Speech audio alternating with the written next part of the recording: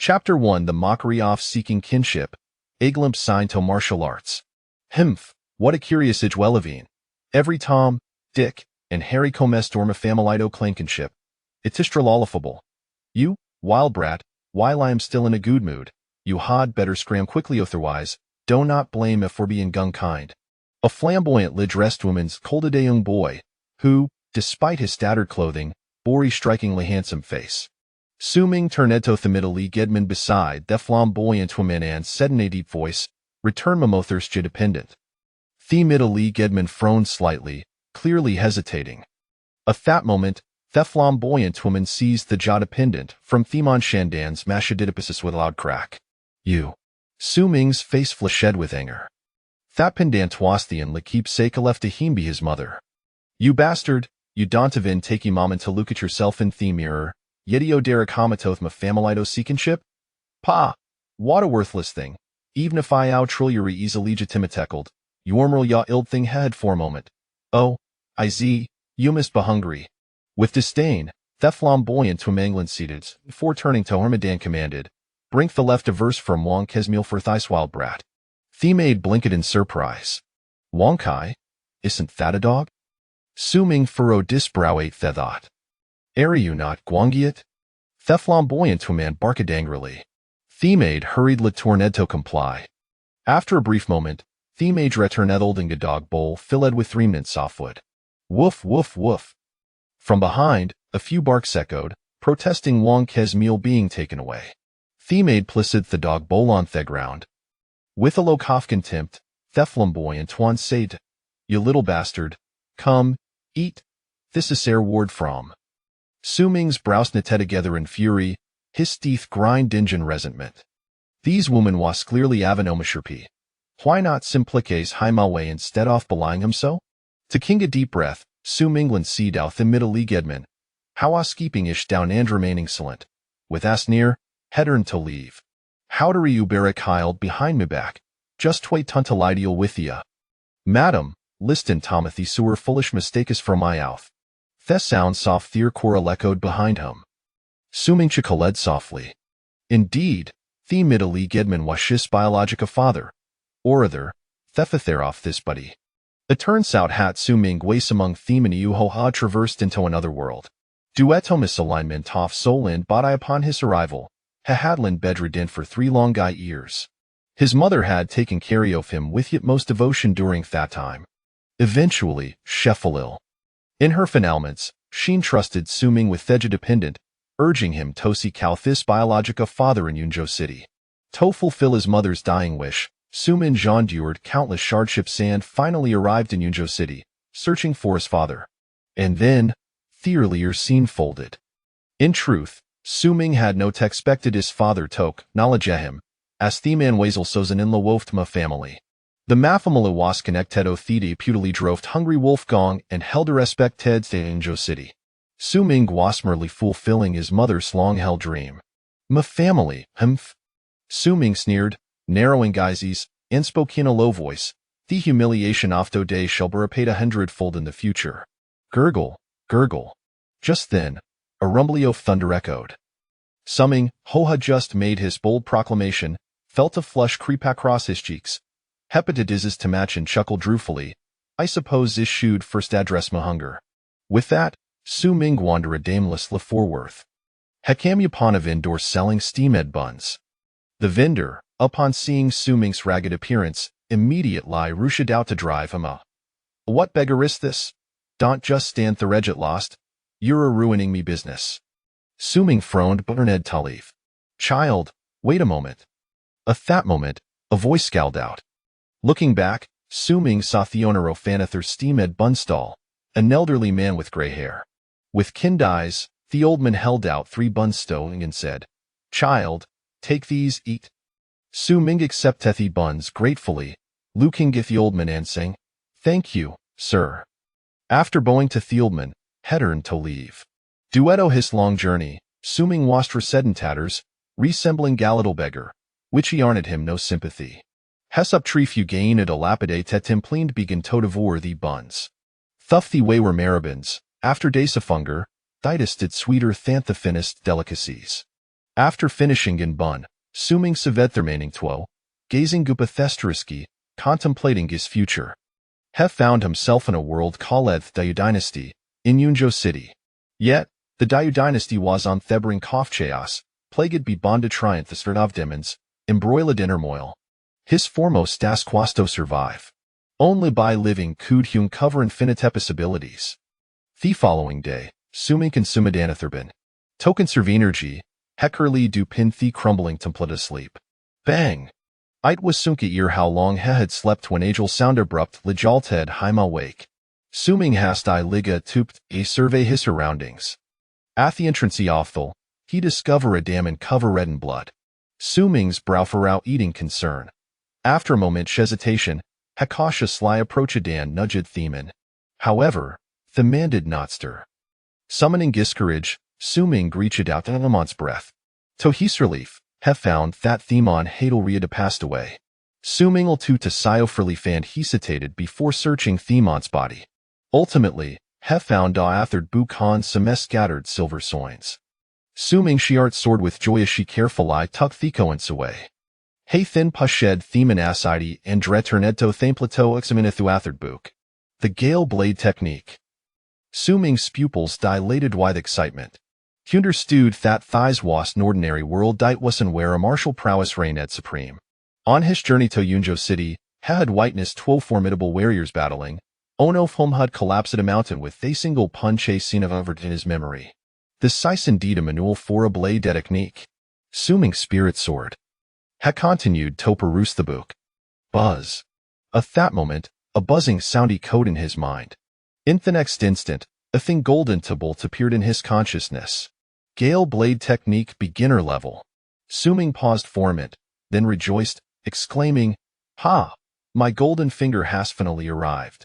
Hequically zir ched thetemple forward and sticken begin to practice at the movements illustrate the manual. Chapter 2 Gale Blade Technique, The Evil Tiger Gang. At first, Suming's movements were equiteclumsy. Each time swung festic, he would check the manual before he executing the next move. However, as time passed, his movements gradually became memorifluid. Food and stick danced around him, akin to a dragon soaring through Hesia, rising gond falling with asiumless grace. After a while, Suming Pa said to what their remaining been. Then, he picked up thestic and dresum dis practice. In Hishans, food and stick see metacomi alive, swinging left hand right with a fierce and domineering vigor. Gale Blade Technique Novice Level. Just as Suming was fully immersed in his practice, a Linov texture appeared in his mind's golden tumult. Simultaneously, a torrent of fierce memoria surged into his mind like heatum bursting, deeply imprinting itself within his consciousness. The overwhelming memoria struck Suming with a headache, as if we're about to explode.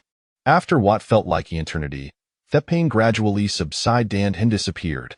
Sweat poured down his forehead as Shega sped for breath. Slowly he began to digest the influx of memories. To his amazement, he discovered that these memories depicted as wordsmen practicing this blady day and night, relentlessly 14 years. The figure of this wordsman swift melded with his own. 2 hours any have grasped this bladed tech, kites him a golden finger is truly powerful. Suming was ecstatic. In this Gaelic world, where Reedman's ravaged and gangs thrived, one couldn't lie survive a be becoming a formidable warrior. Moreover, the humiliation he endured during the kindship precognition lingered vivid lion. His mind if hewish to seek justice from thmafamily and disacknowledged father, honey did up his formidable strength. Previously, Suming had been uncertain about this pathy. Now, he was imbued with unwavering confidence. He. Unabledo contain his joy, Suming broke into a silly grin. Gurgle, gurgle. At that moment, another bleat showed from his stomach. Training in martial arts weighs an extreme life physical demand and endeavor, and after rigorous session, Suming found himself hungry on some more. Fortunately, he had acquired some scattered silver soins from the deceased man.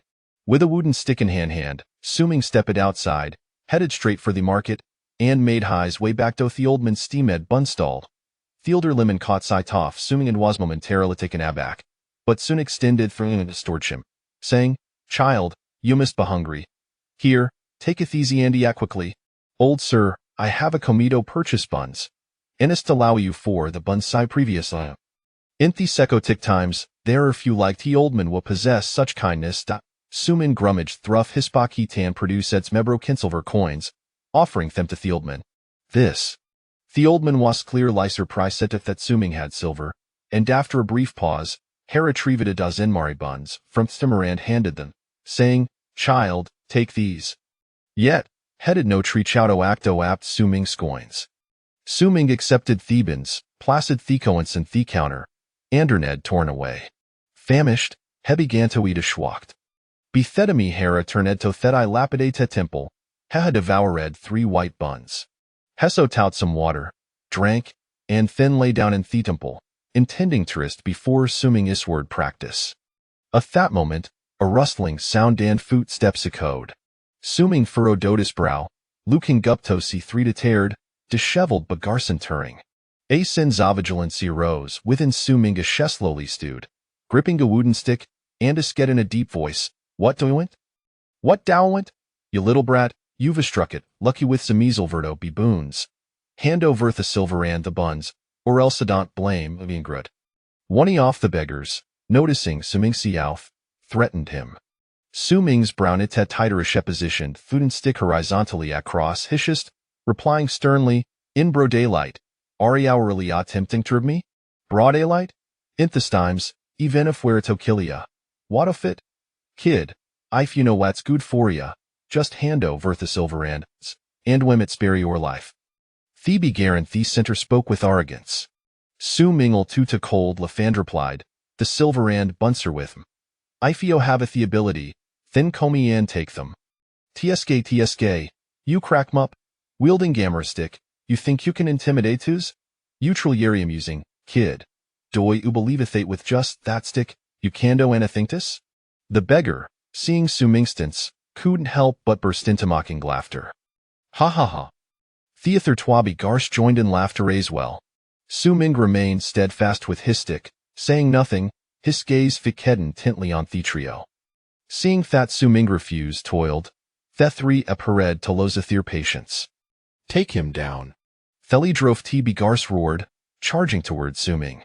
Theather Twabigars followed suit, shouting gas lunged at Suming. The two had Joan several days without foot, and Theoluriof twipe us overwhelming. In a world escaedicas, where life serious insignificantas grass, a few buns scoot indeed lead to dead literal. Since a they subto take his life, Suming show wed no hesitation, raising ease wood and stick and charging, fearless lie towards clap clap clap. Suming strikes were weave tan fires, embodying the Pharisidioft Gale blade techniquido perfection. Thought hey Trebigar charged fire sealy, thee took several solid blows right away. Itis importantino tethida trained martial artist is different from an ordinary person. Even though Gale blade techniquize with their basic, it emphasizes skill, angles, and other factors. One could say that a martial artist has grasped the fundamental soft swordsmanship would not fear 3 or 4 ordinary brawny men. Letalanethis trio of emaciated beggars, however weaker than ordinary strong men. In merriments, the 3 begars wear a left thowling in pain from Suming's relentless assault. Smack! One begar was struck in the forehead by Suming's stick, bluggish for Tasha fell unconscious, his foot certain. Ah! Theather two beggars, witnessing this, lost all courage Edelinger, shrieking gas theater Ned to flay. Kid, you wait for 'em. I will be back for you. Onoff Tim spat out a fierce threat. After driving them away, Sumingle to decipher relief, glancing gath unconscious Bagarba eating on the ground, devoid of Fanny Compasson in his gaze. The so tough to take his life, so Hina to release showed no mercy in return. Is that Gale blade techniquariusing? At that moment, a deed voice resonated. Who? Chapter 3. Who dares to harm my brother? Willing. Suming nodded heavily. He was aware of the evil Tiger Gang, a relatively large faction in Yunzhou City. More importantly, they were the sworn enemies of the Hungry Wolf Gang. Should he join this gang, it would indeed signify a transformation in his fate, freeing him from the life of wandering and instability. Little brother, I will come to find you in a while. I have some matters to attend to, Shueming said, seemingly in pursuit of someone, tossing a silver ingot to Su Ming before hurrying away. Su Ming caught the silver, his face brimming with excitement. At the very least, he wouldn't have to worry about food for the next few days then. He glanced at the unconscious beggar on the ground, but chose to disregard him and remained in the dilapidated temple. Subsequently, he picked up a wooden stick and continued practicing his sword techniques within the ruins. Initially, Su Ming had considered leaving the temple to hide, but then thought about what would happen if Xue Ming came looking for him and couldn't find him. Thus, he decided to stay put at ease for whether the beggars would return to seek revenge. Su Ming felt no concern. With his current skills, dealing with a few beggars was more than sufficient, if they were truly overwhelming in numbers. He could at least manage to escape. Hence, Su Ming continued to reside in the dilapidated temple, awaiting Xue Ming's return. During his idle moments, he wielded the wooden stick as if it were a sword. The steel blade swung through the air, creating a whistling sound that stirred the fallen leaves on the ground, moving as if caught in a tempest, exuding an overwhelming vigor. After a vigorous session of practice, the display panel before him shifted once more, Furious Wind Sword Technique. Minor Achievement 1. Simultaneously, a torrent of profound memories surged into Su Ming's mind, enlightening him as if he were experiencing it firsthand. It depicted a swordsman dedicating 10 years to relentless training, undeterred by the changing seasons. The ferocious swordplay surged forth like a tiger descending a mountain. Clouds follow the dragon, winds follow the tiger. The fierce roar of the tiger reverberated through the forest. Finally, he had achieved a minor accomplishment. Su Ming exhaled a breath of turbid air, his face lit with joy. In merely 2 days, his swordsmanship had progressed from entry-level to minor achievement. With the system's assistance, Su Ming's advancement was truly remarkable, surpassing that of so-called geniuses. He vowed to carve out a name for himself with the sword in hand, to honor his mother, and to live with dignity in this chaotic world. Third Master, right here. At that moment, a loud call echoed. Su Ming turned to see a group of over 10 beggars bursting into the temple. Among them were the 2 beggars he had previously driven away. One of the beggars pointed at Su Ming and, with a fierce expression, reported to the lead beggar, Third Master. This is the guy who injured us and even killed Brother Lai. He must have quite a bit of silver. The beggar known as Third Master narrowed his eyes as he regarded Su Ming and gravely inquired, "Kid, are you the one who injured my men?" Su Ming frowned, coolly surveying the group of beggars, and nonchalantly nodded, replying coldly, "So what if I did?" These beggars were merely ordinary individuals. If they were skilled fighters, they wouldn't be reduced to begging. When Su Ming had first begun practicing his swordsmanship, he had no fear of them. Now, having reached a minor achievement, he was more than capable of dealing with them, dismissing them entirely. Seeing Su Ming's arrogance, the beggar leader let out a cold snort and said sternly, "Kid, I know you're a fighter, but with so many of us, do you think you can withstand it?" With the wooden stick in hand, Su Ming exuded an aura of someone who could single-handedly hold off 1,000 foes. His face remained stoic as he replied, "You are welcome to try." The beggar leader, Lai San, angrily retorted, "Kid, don't be ungrateful. Hand over the silver and buns you picked up, and I'll pretend this never happened. We can even be brothers. How about that?" Su Ming scoffed derisively, a look of disdain on his face, and retorted, "You think you're worthy to be my brother?" Enraged, Lai San gritted his teeth and shouted, "You insolent brat, you're asking for death. Get him, kill him." At his command, the group of beggars lunged towards Su Ming. Frowning, Su Ming raised his stick, ready to defend himself. Just then, a thunderous voice boomed, "Who dares to harm my brother?" The voice resonated like thunder, reverberating throughout the entire temple. Everyone jumped in surprise and turned to see a group of over 10 men, brandishing long knives, striding in with an imposing presence. At the forefront was a man clad in white, his features akin to jade, exuding an extraordinary demeanor. It was none other than Xue Ming. Upon seeing Xue Ming, Su Ming felt a wave of relief wash over him. They were members of the evil tiger gang. The beggars trembled in fear. "Master Xue." Lai San quickly bowed and fawned. However, Xue Ming ignored him, striding directly to Su Ming, inspecting him from head to toe, and asked with concern, "Brother, are you all right?" The term brother left the beggars utterly bewildered. Who was Xue Ming? The esteemed leader of the evil tiger gang, a a formidable figure, was addressing a beggar as his brother? Had they not heard it with their own ears, they would never have believed it. And even now, they found it hard to accept. Suddenly, a chilling realization struck them. They had just bullied Su Ming. Would Xue Ming let them off the hook? In an instant, Lai San and the other beggars were trembling in terror. Su Ming shook his head lightly and clasped his hands, saying, "Thank you, Master Xue, for your concern. I am fine. You and I shall call each other brothers," Xue Ming insisted. "Brother Xue." Su Ming had no choice but to comply with the revised address. The members of the evil tiger gang looked on in astonishment, unable to fathom why Xue Ming treated a beggar with such deference, even referring to him as a brother. Xue Ming turned his gaze towards Lai San and the other beggars. "Master Xue, we were blind to not recognize the great mountain and offended your brother. Please spare us." Lai San, feeling a chill run down his spine from Xue Ming's glare, quickly knelt and repeatedly bowed his head in a desperate plea for mercy. How dare you offend my brother?" Xue Ming's expression turned cold as he stepped forward, kicking Lai San to the ground, and commanded, "Take them all away." "Yes, master." The members of the evil tiger gang clasped their hands and, without hesitation, several burly men stepped forward, seizing Lai San and the others to drag them outside.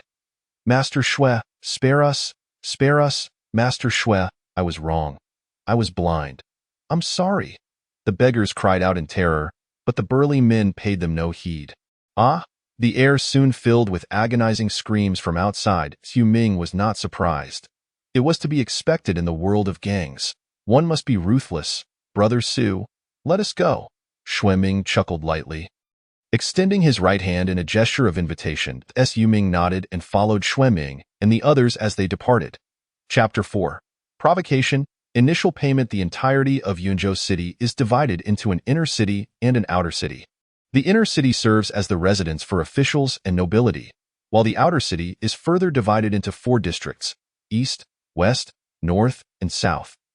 Moreover, each district is subdivided into several li. Note: in ancient times, a li was equivalent to a modern district. The evil tiger gang operates primarily within the east district, standing in opposition to the Hungry Wolf gang, with the two factions frequently clashing in a bitter feud.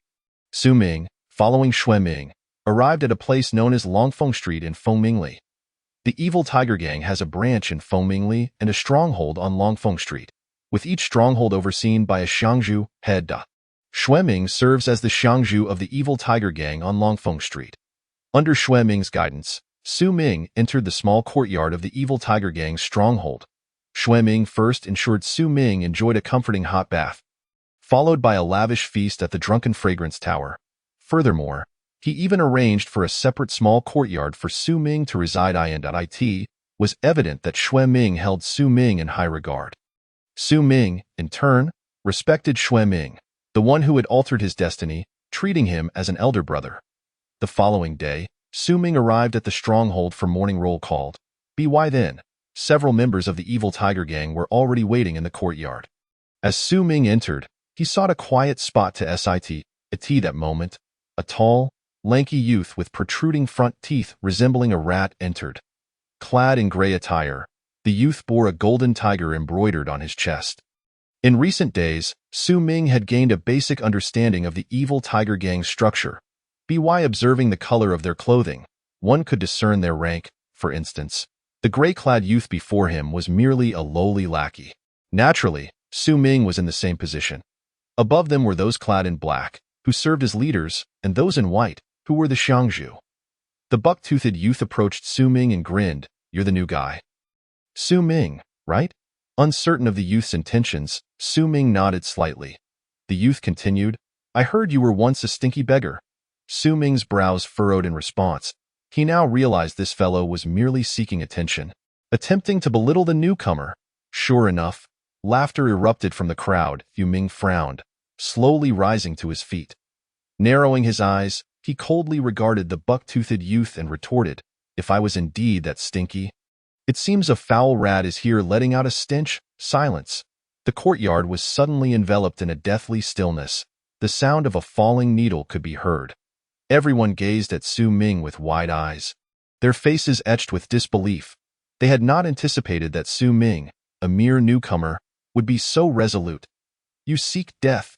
The buck-toothed man, enraged, prepared to strike. Xu Ming, however, was not one to yield.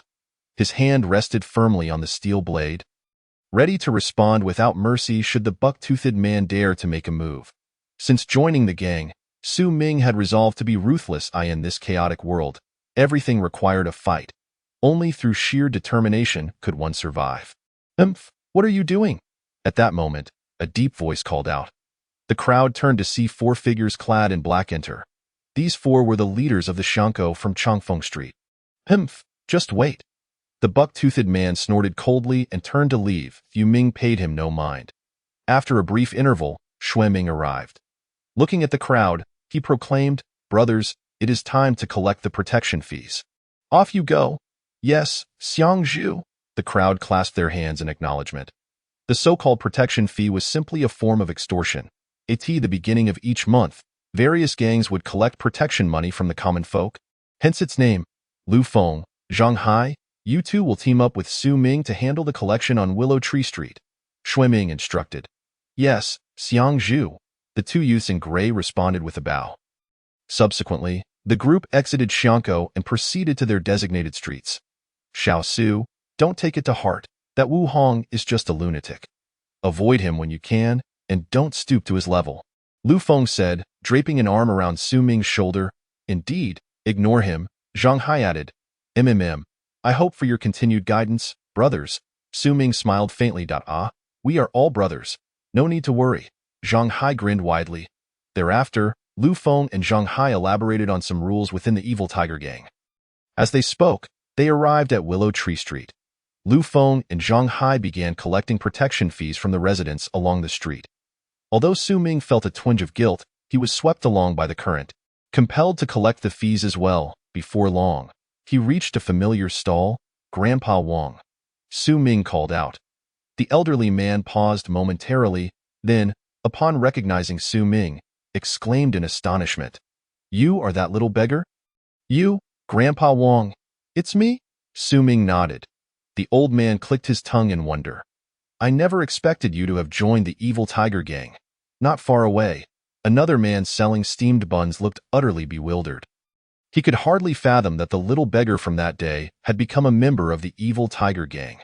The thought of how he had once chased Xu Ming away filled him with unease. Meanwhile, Grandpa Wang had already retrieved the protection fee he had prepared, reluctantly extending it towards Xu Ming. However, Xu Ming raised a hand to stop him. Turning to Lu Feng and Zhang Hai, he asked, "Lu brother?"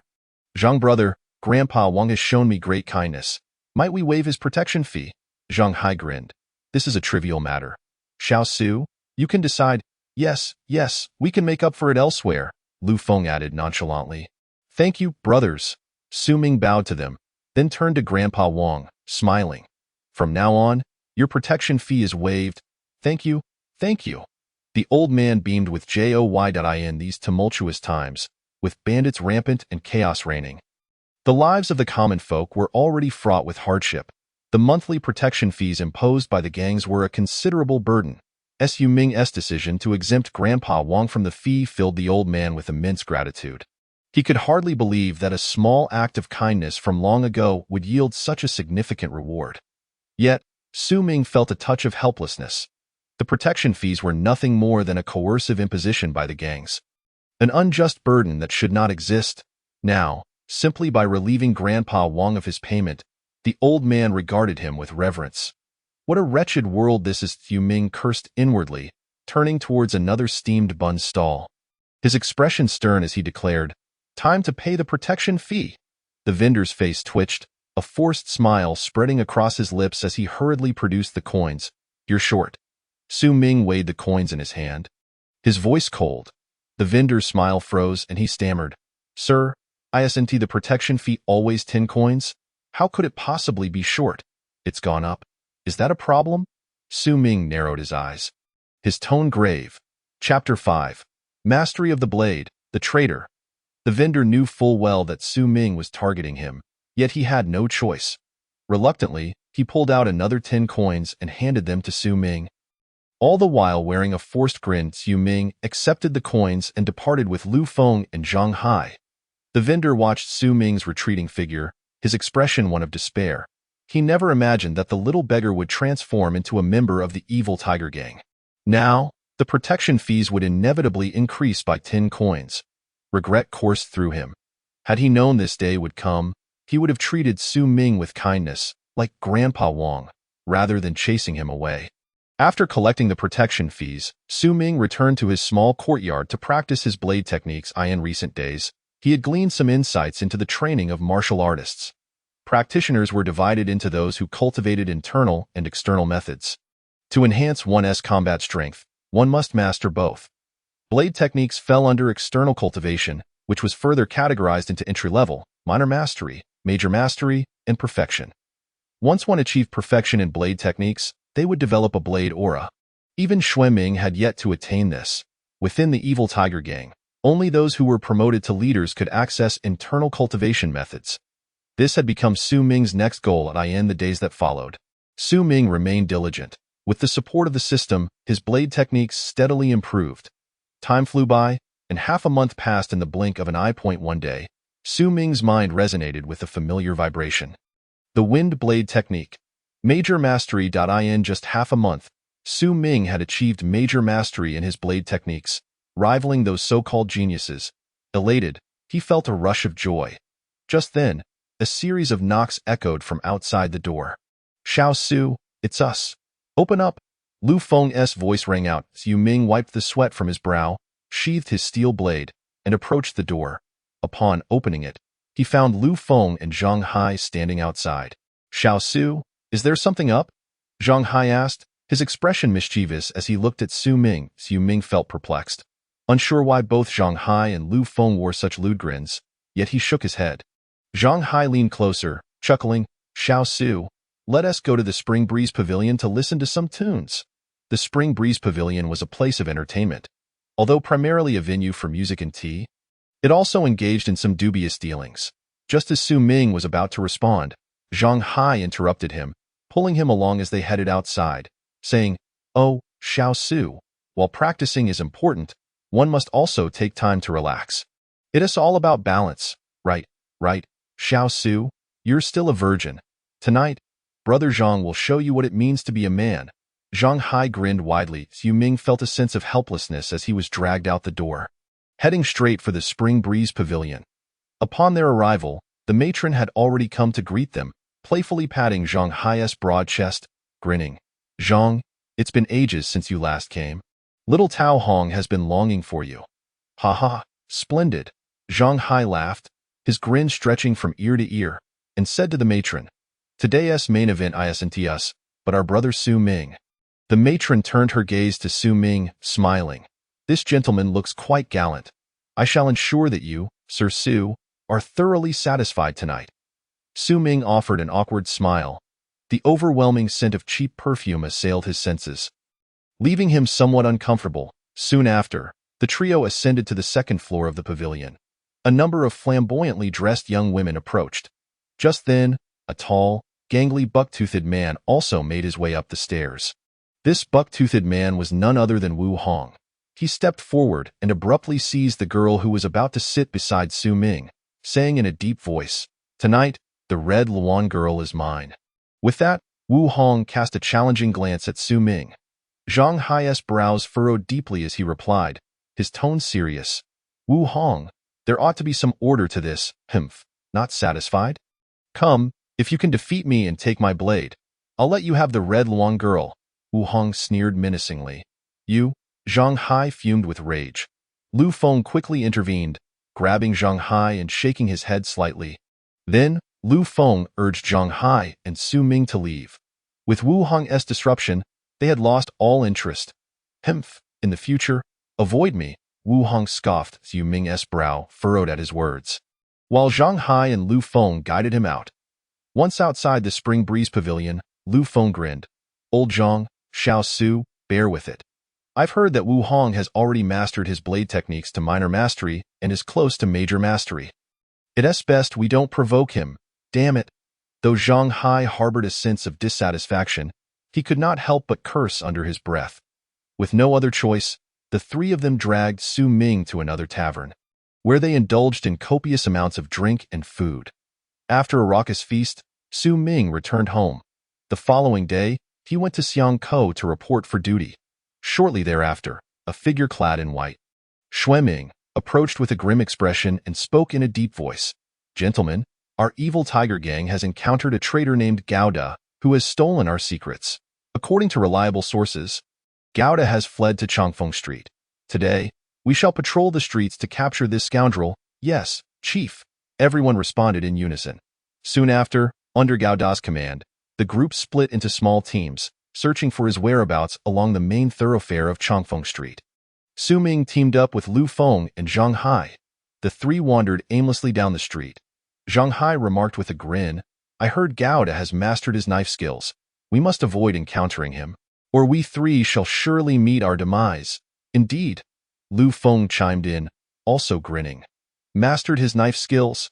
Su Ming's eyes shimmered with an uncertain glint.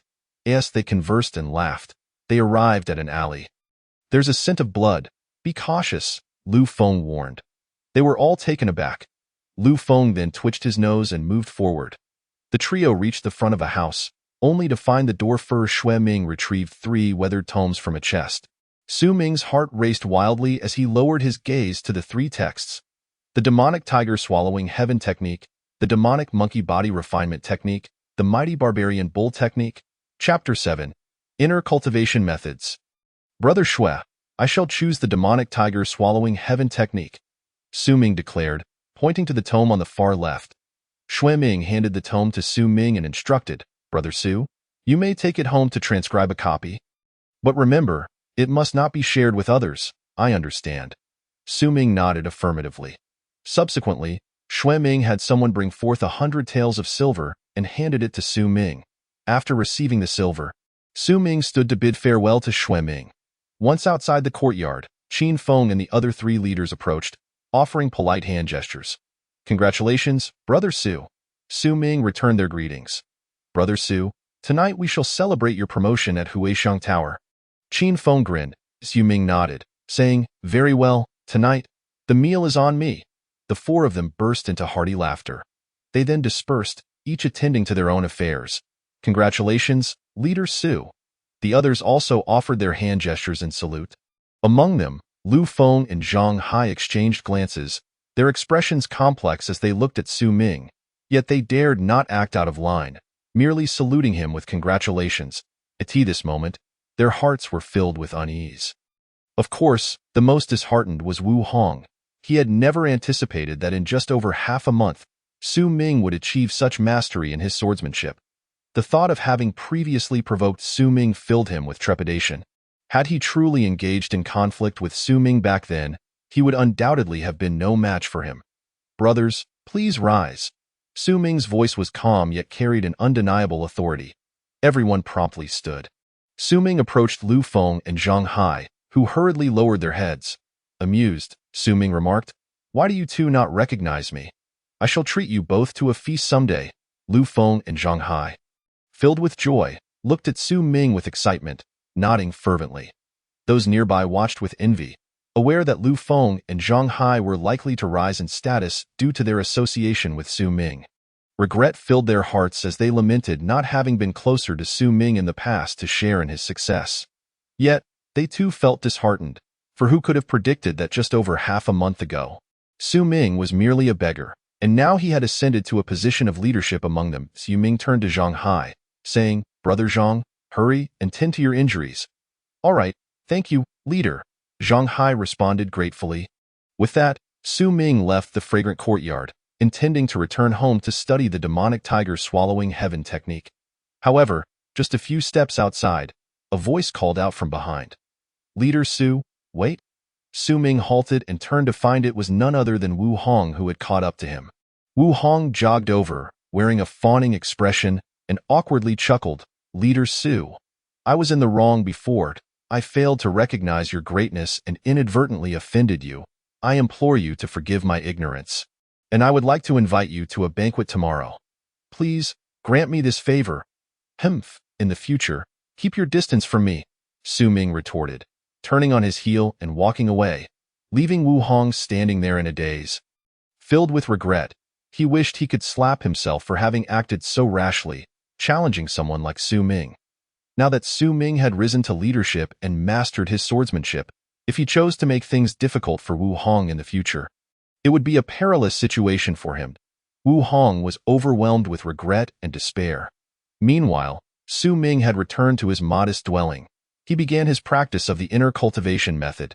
He first tossed the purchased bull hide and some old medicinal herbs into a pot, simmering them for over 2 hours. The concoction turned into a thick, black paste. After another half-day, the viscous substance cooled and transformed into a jelly-like consistency. Su Ming then cut a small piece and began consuming it. After ingesting 5 or 6 pieces of the black jelly, he felt a surge of heat within him and quickly stopped. Sitting on his bed to circulate the demonic tiger swallowing heaven technique and commenced his training, a piercing pain coursed through his skin. Yet Su Ming gritted his teeth and persevered.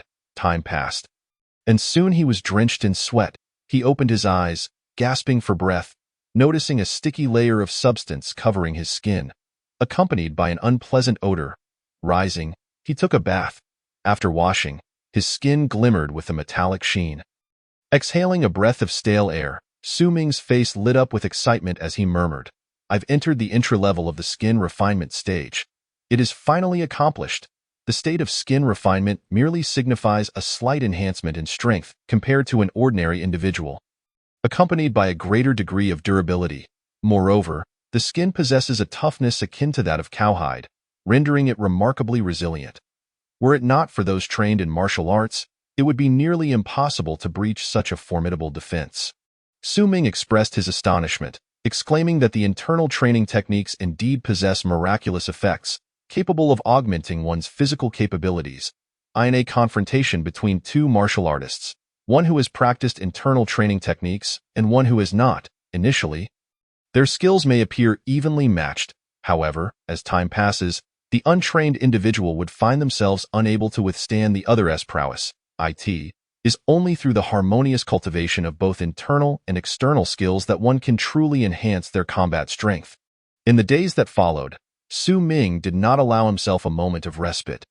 Engaging either in the cultivation of the devil tiger consuming heaven technique or practicing his swordsmanship, time swiftly passed. And a month and a half slipped by. During this period, Su Ming's sword skills reached perfection, giving rise to a sword momentum, the Gale. His internal training techniques also progressed to a minor achievement in skin refinement.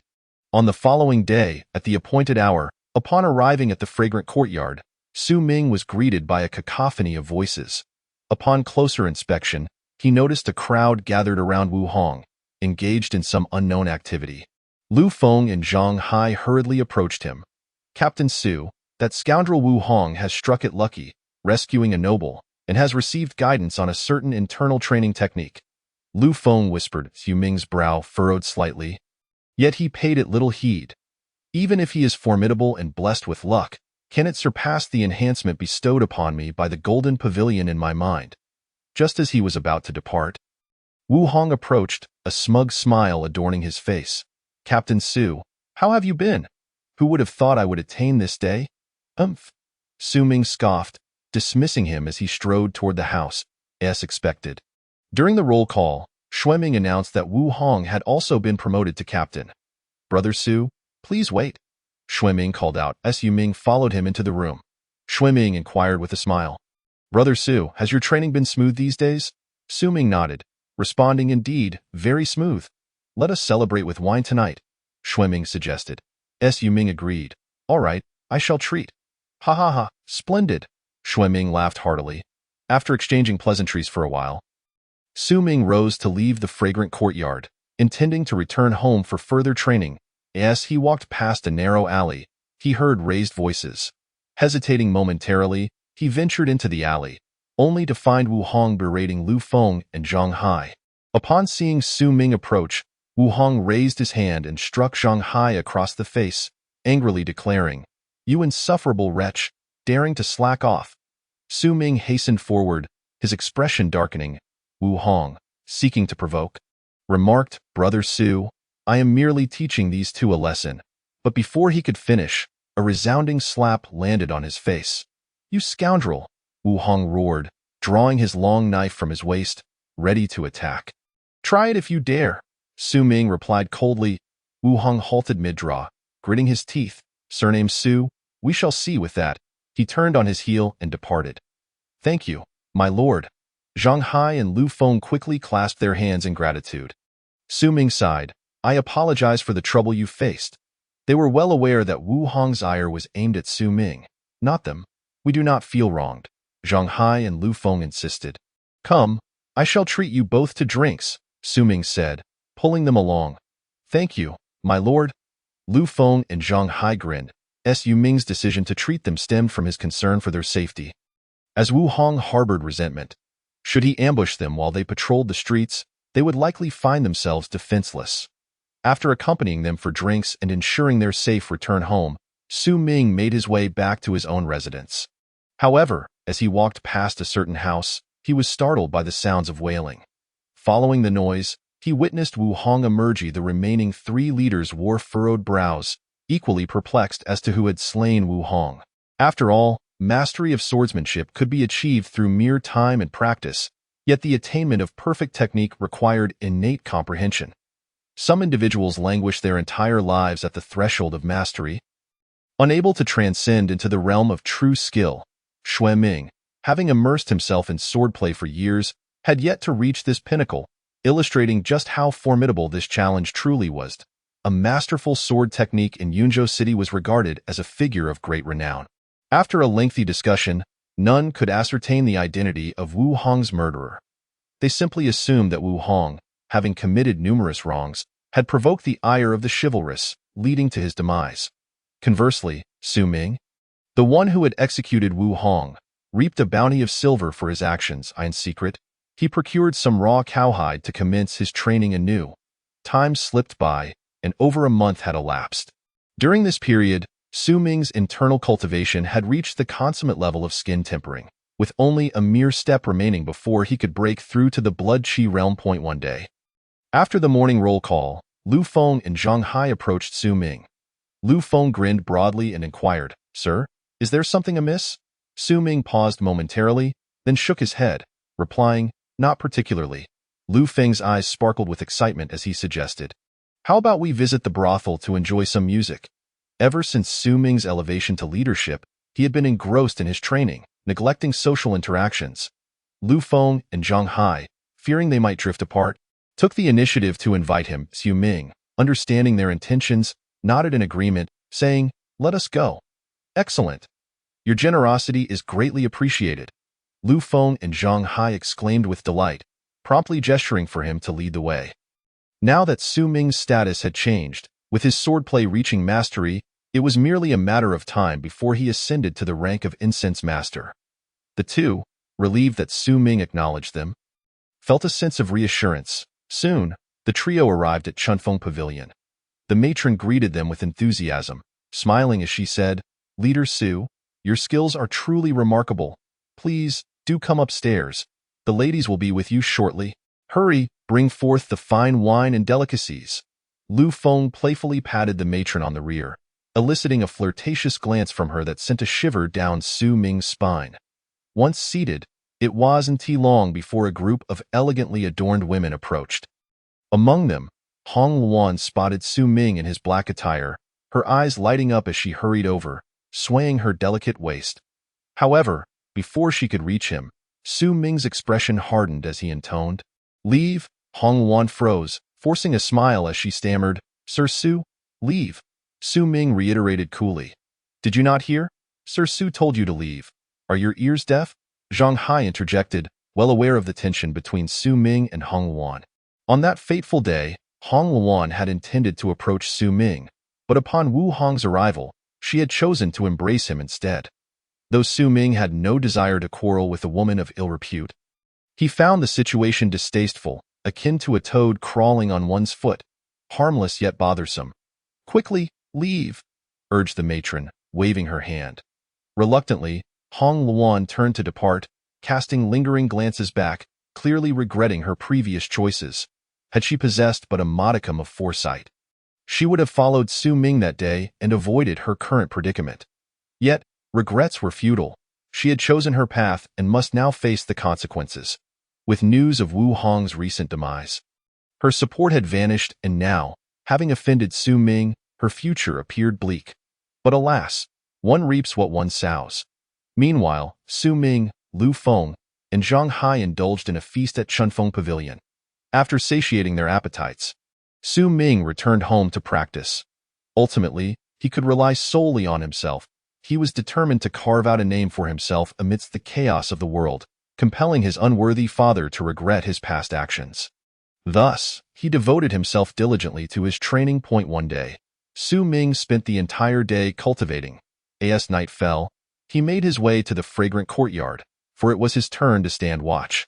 The 5 leaders took turns guarding the fragrant port, with 4 leaders overseeing their men in a continuous cycle to prevent any incursions. However, during their shifts, they harbored little concern, as the relationship between the government and the gang was intricate. The authorities typically refrained from acting against the gang unless provoked. The primary threat was the potential ambush from the Hungry Wolf gang. As night descended, 2 remained to guard the entrance while the others drifted into slumber. Su Ming, clad in his clothes, drowsily cradled his steel blade in the stillness of the night. A cacophony abruptly jolted Su Ming awake. Chapter 10, Night Assault. One man, one blade against all. Whoosh, whoosh, whoosh. Flaming arrows pierced through the windows, igniting the room's contents. Just then, an arrow shot through the window, hurtling towards Lu Feng. With a swift motion, Su Ming unsheathed his steel blade, cleaving the arrow in twain, which clattered to the ground. Lu Feng, narrowly escaping death, exclaimed, "Thank you, my lord, for saving my life." Su Ming nodded slightly. "Those scoundrels from the Hungry Wolf gang are attacking the fragrant port. Brothers, fight back," came the shouts from outside. Su Ming and the others were taken aback. Indeed, they feared what had come to pass. The Hungry Wolf gang dared to assault the territory of the fierce Tiger gang. Whoosh, whoosh, whoosh. Fire arrows continued to rain into the room, accompanied by the sounds of anguished cries. In mere moments, the courtyard was engulfed in flames. "Charge out!" Su Ming commanded, and they burst from their quarters, only to be met with the sight of a horde of Hungry Wolf gang members brandishing weapons and storming into the fragrant courtyard with fierce aggression. "How could the Hungry Wolf gang muster so many?" Zhang Hai exclaimed, his face paling. The attackers outnumbered them by at least 2 to 1. With at least 40 to 50 men present, Su Ming's eyes turned icy as he realized the perilous nature of their situation. He had only recently joined the fierce Tiger gang and was already faced with a raid from their rival, the Hungry Wolf gang. The courtyard was now ablaze, illuminating the night like day, casting uncertain shadows on the faces of those present.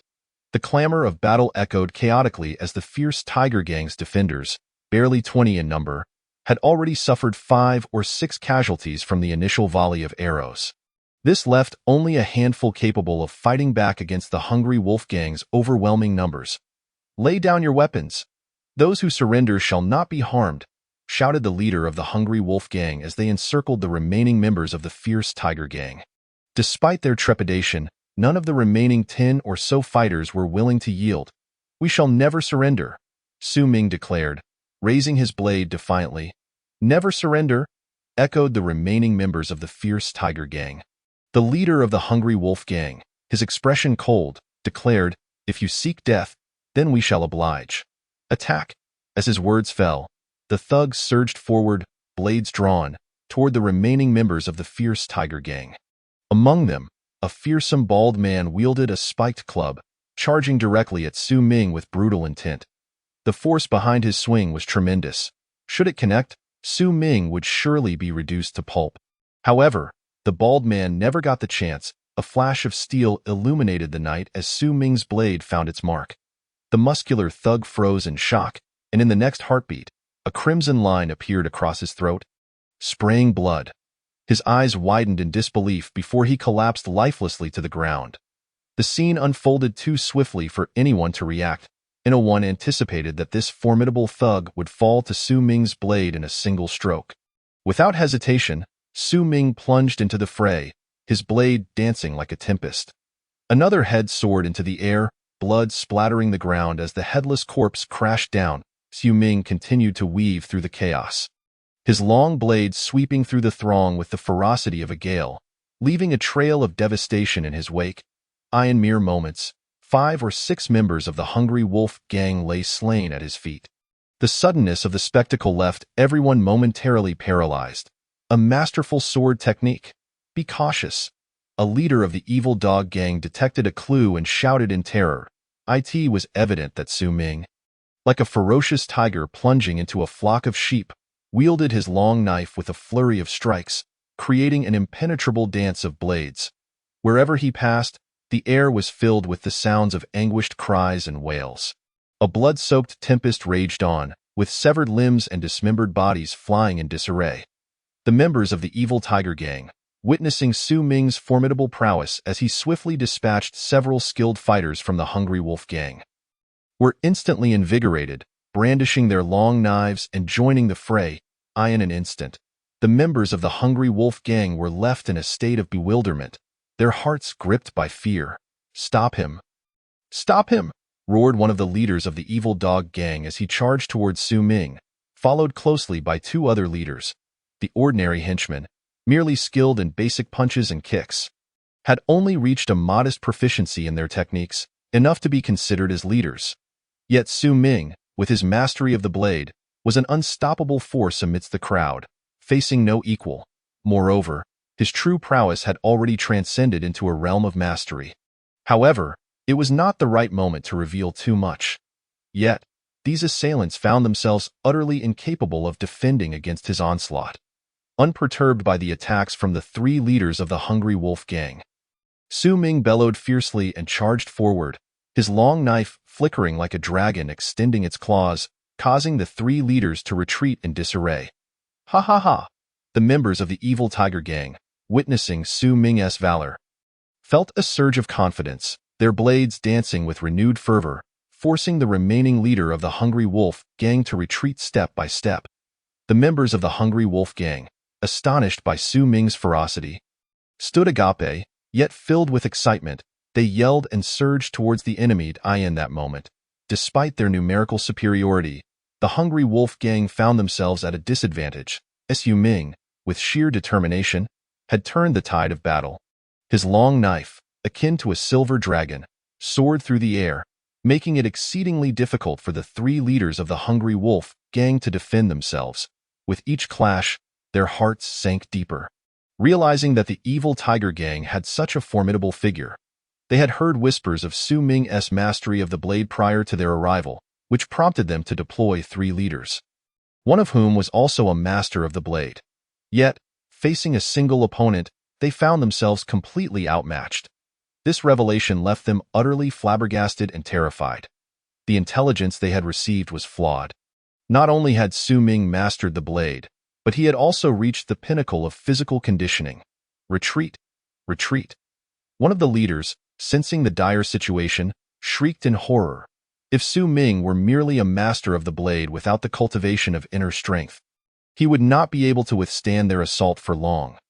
Yet at this moment, Su Ming grew bolder with each encounter, showing no signs of fatigue. It was evident that his physical prowess had reached the pinnacle of conditioning. Initially, the reports indicated that Su Ming had only mastered the blade and had just begun his inner cultivation. They had not anticipated that he had already achieved perfection in his physical state. The disparity between the intelligence and reality was staggering, driving them to the brink of despair. Who provided such false information that led them into this crisis? In their hearts, they swore that upon returning, they would ensure the one responsible for the false intelligence would face dire consequences, provided they managed to escape alive. Chapter 11. Slaying the Enemy, Aftermath. Seizing an opening, Su Ming swung his knife with ferocity. A silver glint, like a flash of a startled swan, appeared suddenly, descending from above with deadly intent. The leader of the Hungry Wolf gang hastily raised his knife to defend himself. With a sharp clang, Su Ming's steel blade cleaved through the leader's long knife, rendering it useless. The momentum did not cease. The blade continued downward, severing half of the leader's head. Blood gushed forth, splattering the ground with brain matter of both crimson and green hues. Su Ming, drenched in blood, resembled a deity of death incarnate. One of the leaders from the Hungry Wolf gang, terrified beyond measure, turned and fled without a second thought. Leave him! Su Ming dashed forward in a single leap. delivering a horizontal slash. Another head soared into the air, blood sprang forth as the headless body thudded to the ground.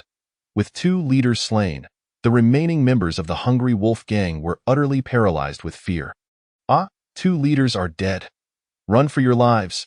A voice broke through the chaos, and in an instant, the members of the Hungry Wolf gang turned tail, lamenting that their parents had not blessed them with 2 extra legs to flee faster.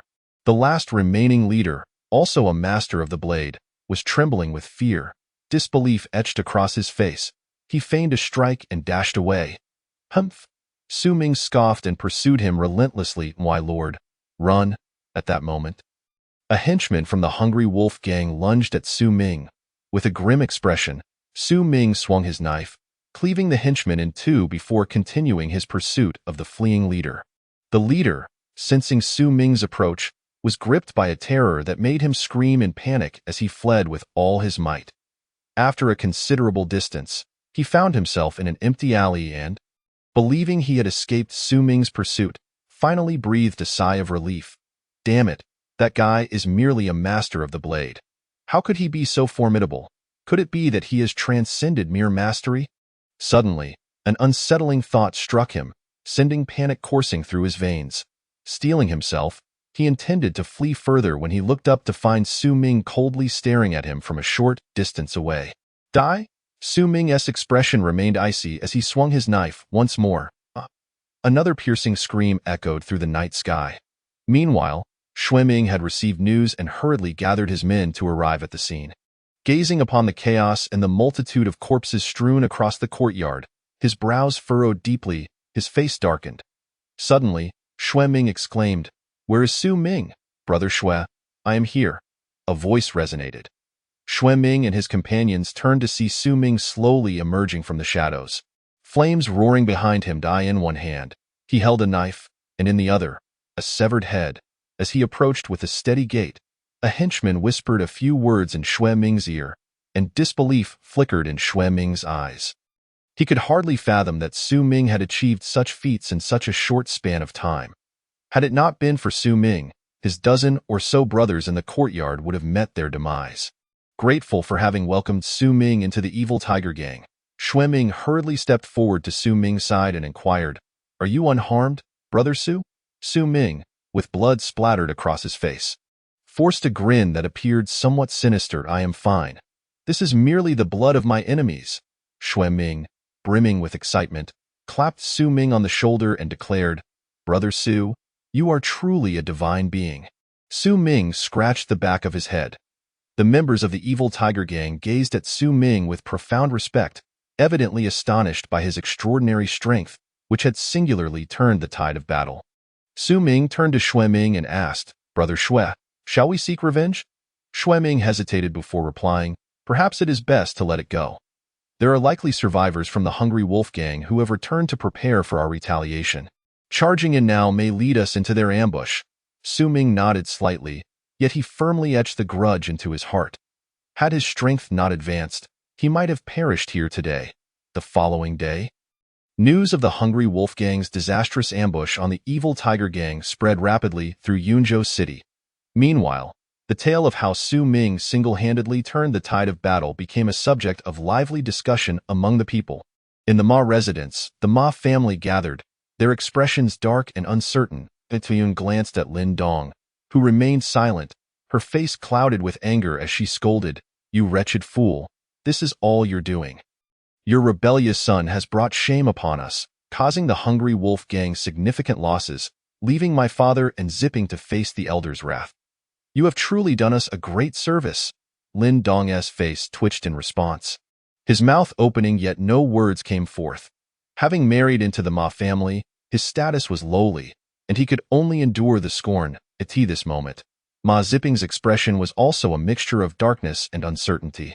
He had previously sought to recruit Su Ming, but never anticipated that Su Ming possessed such exceptional martial talent, achieving mastery of the blade and perfection in physical conditioning in such a short time. Had he known, he would have eliminated Su Ming then and there, thus avoiding last night's defeat. Maid Suyan took a deep breath and turned to Lin Dong, stating, "The gang has decided to send you to recruit your rebellious son to serve the gang and atone for your sins." Lin Dong's face contorted in anguish, his heart heavy with bitterness. They had ridiculed and chased Su Ming away when he first sought to connect with them. Now, would he even agree to return? Ma Zuyan shot Lin Dong a fierce glare and exclaimed, "Useless fool! It's settled. I shall accompany you." Lin Dong smiled bitterly, nodding in agreement. Zuyan inhaled deeply, looking to Ma Zipping, and instructed, "Zipping, send someone to summon that wretch." "We shall all go together, understood," Ma Zipping nodded. Meanwhile, Su Ming's status on Changfeng Street soared dramatically. The gazes directed at Su Ming were filled with both fear and admiration. Everyone was aware that Su Ming was destined for great success. Among them, the most delighted were Lu Feng and Zhang Hai. "Old Lu, old Zhang, if you both prosper alongside team leader Su, don't forget about us brothers. Indeed, don't forget about us." The crowd surrounded Lu Feng and Zhang Hai, showering them with compliments. Lu Feng and Zhang Hai felt as though they were basking in the limelight, their hearts swelling with joy. Yet, they also recognized that it was solely due to Su Ming that they had arrived at this moment. Previously, due to their age, their standing within the group had been quite low, but now they had become objects of envy, all thanks to Su Ming. Chapter 12. A reverse acknowledgement of kinship, promotion to fragrance master. "Sir, someone has brought this for you from outside. It's meant for you, sir." Lu Feng entered a room and handed Su Ming a note. Su Ming took the note, his eyes glinting with uncertain light, before rising and walking out. Inside the room, Xue Ming observed Su Ming's retreating figure, his eyes gleaming with intrigue. He was well aware of whom Su Ming was about to meet. "Sir, team leader Su might not return from this visit," one lackey remarked to Xue Ming. "Slap." Xue Ming, with a cold expression, slapped the lackey's face and angrily retorted, "Humph! How dare you speak of my brother?" Yes, master." The lackey lowered his head in fear. "Get lost," Xue Ming said in a deep voice. The lackey hurriedly turned and left. It turned out that Xue Ming had long known Su Ming's identity and was fully aware of his intentions. On the other side, Su Ming arrived at Zue Xianglu as promised. It was rumored that Zue Xianglu was an establishment owned by a noble, so Su Ming had no worries about them taking action here. "Brother, over here, over here." As soon as Su Ming entered Zue Xianglu, he heard someone calling out. He turned to see Ma Zipping waving eagerly at him. Su Ming approached with a cold demeanor. "Brother, we're so glad you could come. Let us have a family meal together." Ma Zipping ushered Su Ming upstairs to a private room. Lian stood up upon seeing Su Ming, her heavily powdered face squeezing out a smile as she greeted. "Ming'er has arrived. We're having a family banquet today. Come sit, come sit." Saying this, she nudged Lin Dong with her elbow. Lin Dong quickly forced a smile and said, "Ming'er, these years have been hard for your mother, and it's all my fault as a father. I apologize to you here. I'll drink 3 cups to make amends." With that, Lin Dong raised his cup and downed 3 drinks in quick succession. Zuyan hurriedly added, "Ming'er, look, we're all family here. There's nothing we can't overcome. We must be united. And I also apologize for my previous disrespect towards you." She then lifted her cup and drank as well. "Ming'er, please sit," Ma Tuyen urged as she set down her cup. "Yes, brother, do sit," Ma Zipping echoed. Lin Dong, with a forced smile, said, "Yes, Ming'er, after this meal, you should move back home.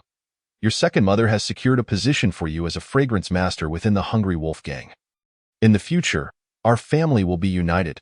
However, at that moment, Su Ming let out a scoff, his face filled with disdain as he spoke in a low voice. "Humph, is it a united family for you? I didn't come here to acknowledge kinship with you. I have already done so before. I still remember your contemptuous faces. There's no need for a meal. I'm here to clarify things with you." Upon hearing this, the faces of Lin Dong, Ma Zuiyun, and Ma Zipping instantly froze, turning ghastly pale.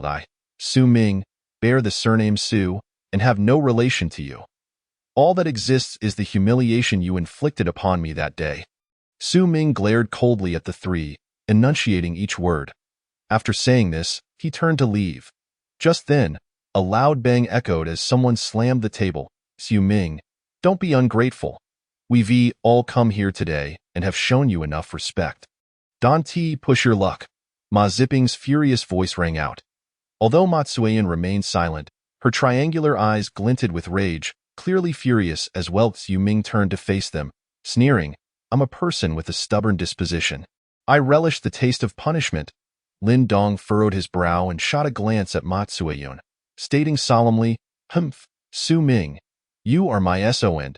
Do you really wish to go against your father? Father? Do you even deserve that title? Su Ming laughed coldly, filled with disdain, and remarked, How ironic it is to hear that from you.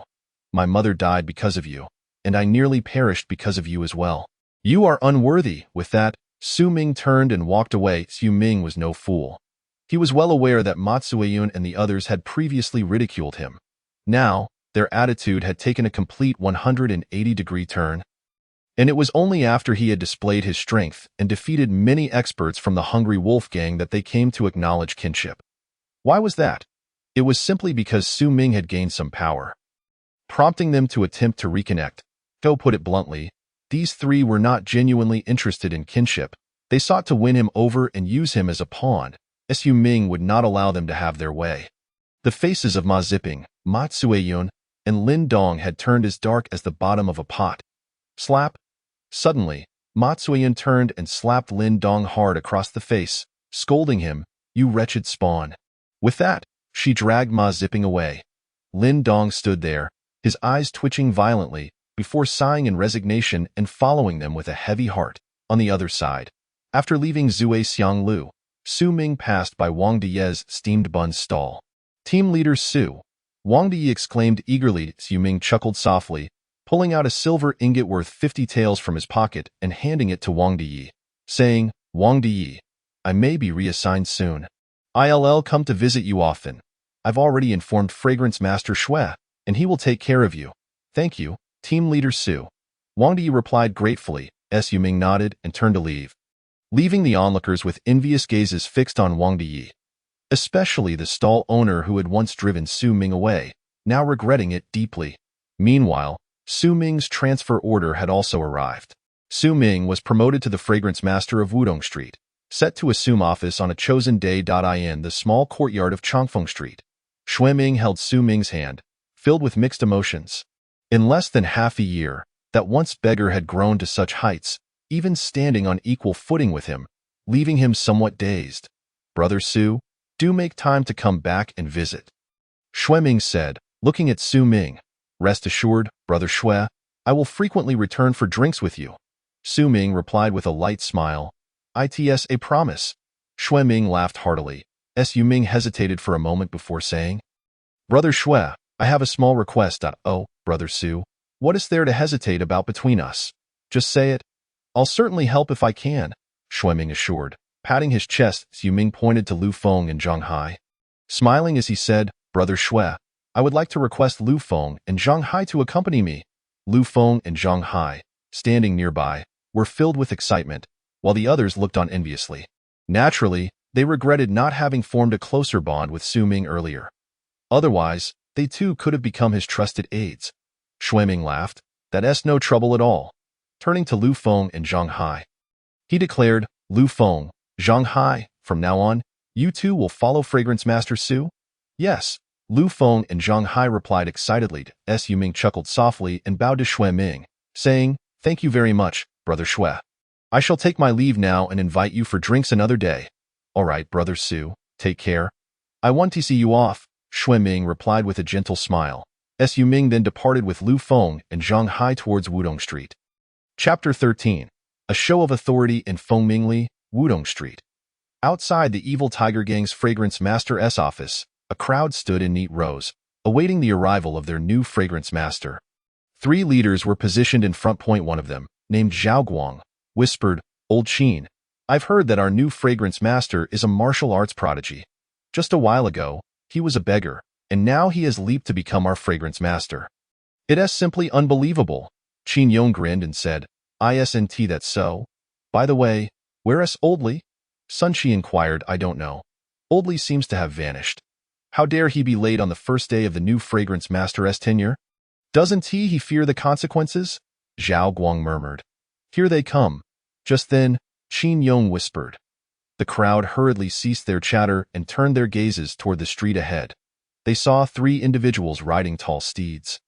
Slowly approaching the fragrance master's office, the leader, clad in white, with sharp brows and bright eyes, exuded charisma. It was Su Ming. The crowd gasped in astonishment.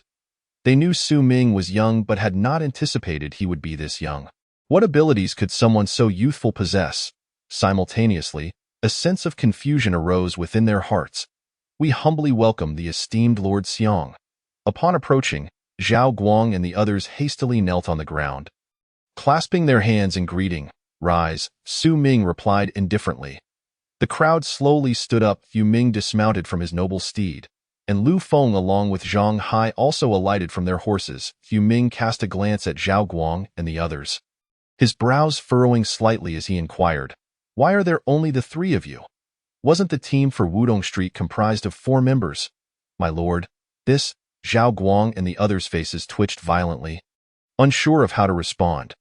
They were somewhat bewildered at the moment. The team leader, Li Yun, was usually quite reliable in his dealings, so why was he late today? However, explaining at this juncture seemed rather superfluous.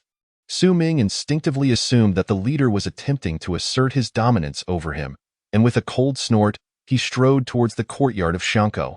"Lord Xiong." At that moment, a voice rang out. Su Ming halted his steps and turned to look back. The others followed suit. A man was hastily approaching, holding a brocade box in his hands. Yu Ming's brow furrowed as he regarded the individual. The man quickly bowed and placed the box on the ground, saying, "Lord Xiong, this is a gift sent to you by someone." After speaking, the man turned and dashed away. Yu Ming paid no mind to him and glanced at Lu Feng beside him. Lu Feng stepped forward and opened the box, only to find his pupils constricting in shock as he grimly exclaimed, "My lord, a human head." The box contained a bloodied, severed head. The countenance of the crowd shifted dramatically. Zhao Guang gasped, "Oldly." Su Ming's expression darkened immediately as he turned to Zhao Guang and the others. Qin Yong swallowed hard and clasped his hands, saying, "My lord, this is our other team leader." Li Yun. Upon hearing this, Su Ming's face fell to the utmost depths of despair. Initially, he had thought that the team leader, Li Yun, was deliberately arriving late on his first day in office to assert his authority. Little did he expect that he had actually been murdered, and his head sent as a message of intimidation. Sun Shi seethed with rage, "My lord, it must have been that pack of wretched Hualang gang who killed Old Li. My lord, give the order, and we shall storm Shankou and exact vengeance upon those scoundrels." "Yes, my lord, issue the command." Zhao Guang and Qin Yong echoed, their hands clasped in fervent agreement. The crowd was filled with righteous indignation, evidently harboring intense hatred for the Hualang gang. Lu Feng and Zhang Hai also bore expressions of profound fury. However, on this first day of his administration, Su Ming found himself embroiled in such a grave affair. If he did not retaliate, it would surely invite ridicule upon him. Yet, at that moment, Su Ming maintained a cold demeanor, remaining silent as he turned and returned to the courtyard. "Hey!" The others, witnessing Su Ming's reticence, felt their hearts burn with resentment, yet they had no choice but to follow him back to Shankou. Once inside the courtyard, Su Ming did not linger but proceeded directly into the house. Lu Feng and Zhang Hai followed closely behind. Upon entering, Lu Feng quietly remarked, "My lord." This, Su Ming furrowed his brow but refrained from speaking, instead engrossing himself in the documents on the table. The situation on Wudong Street was far more complex than that on Changfeng Street, with a multitude of factions at play. In addition to the Ahu gang and Hualang gang, there were also the Jinhong gang and 2 prominent families, the Huang and Zhou families. Not a single individual had come to congratulate him on his arrival in Wudong Street, which was evidently another veiled attempt to undermine his authority. Thus, throughout the day, Su Ming familiarized himself with the distribution of power within Wudong Street, while Zhao Guang, Qin Yong, and Sun Shi simmered with pent-up frustration, yet refrained from venting their feelings out of respect for Su Ming. By evening, the 3 gathered in a tavern, sulking over their drinks. Sun Shi downed a hearty gulp of liquor, his face cold, and spoke in a low voice, "Humph. I thought our new lord was young and vigorous, but who would have thought that Old Li would be killed, and he didn't dare utter a word? Truly pathetic, indeed. I believe he cares little for Old Li's fate. He is more concerned about his own promotion." His presence in our Xiankou is merely a means to polish his own reputation. Zhao Guang chimed in, equally dissatisfied as he took a swig of his drink. Qin Yong, too, shook his head in disappointment, downing another drink and angrily declared, "What a disgrace! They are treating us with such disdain. And he doesn't even dare to speak up. Truly frustrating. With such a leader, what prospects do we have? Right? Tomorrow I shall resign and quit." Zhao Guang cursed, slamming his cup down upon the table. The three spent the night drowning their sorrows in liquor. Meanwhile, at the Xiankou of Changfeng Street, Xue Ming furrowed his brow upon hearing reports from his subordinates, muttering, "How can this be? Logically, my brother Su should not be one to cower." Recalling the scene in the dilapidated temple where Su Ming stood his ground against a crowd of beggars, Xue Ming felt that something was amiss. In Fengmingli, at the Ahu Gang's stronghold, the gang leader Yuan Feng's expression darkened significantly as he listened to his subordinate's report. He spoke in a deep voice. "Humph, this Su Ming is indeed cowardly. I thought to send this decisive young man to Wudong Street to break the deadlock, but who would have guessed? He has truly disappointed me, my lord. This?" One of the team leaders clasped his hands in respect. Yuan Feng sighed, closing his eyes as he said, "Alas, tomorrow I shall issue an order to remove Su Ming from his position." "Understood," the team leader acknowledged. "Could it be that I misjudged him? Did Xue Ming also misjudge him?" Yuan Feng mused to himself. Chapter 14. One Man, One Blade, challenging an entire faction at the Ma residence. Ma Ziping returned home with a beaming smile, looking at Ma Cueyun and Lin Dong, exclaiming, "Mother, father, can you guess what happened today when that fellow went to take office at Wudong Street?" "Oh." Seeing Ziping's joyful demeanor, "Could it be that your brother suffered a great loss?" Ma Cueyun invited him to sit down, smiling. Lin Dong's face twitched violently, yet he dared not speak. As a man who had entered the family by marriage, his standing was quite low. Ma Ziping took a sip of tea, glancing at Ma Cueyun, and said, "Mother, today that rascal Su Ming took office at Wudong Street, and we, the Hualang gang, gifted him a grand present by sending him the head of one of his team leaders. Can you guess what happened next?"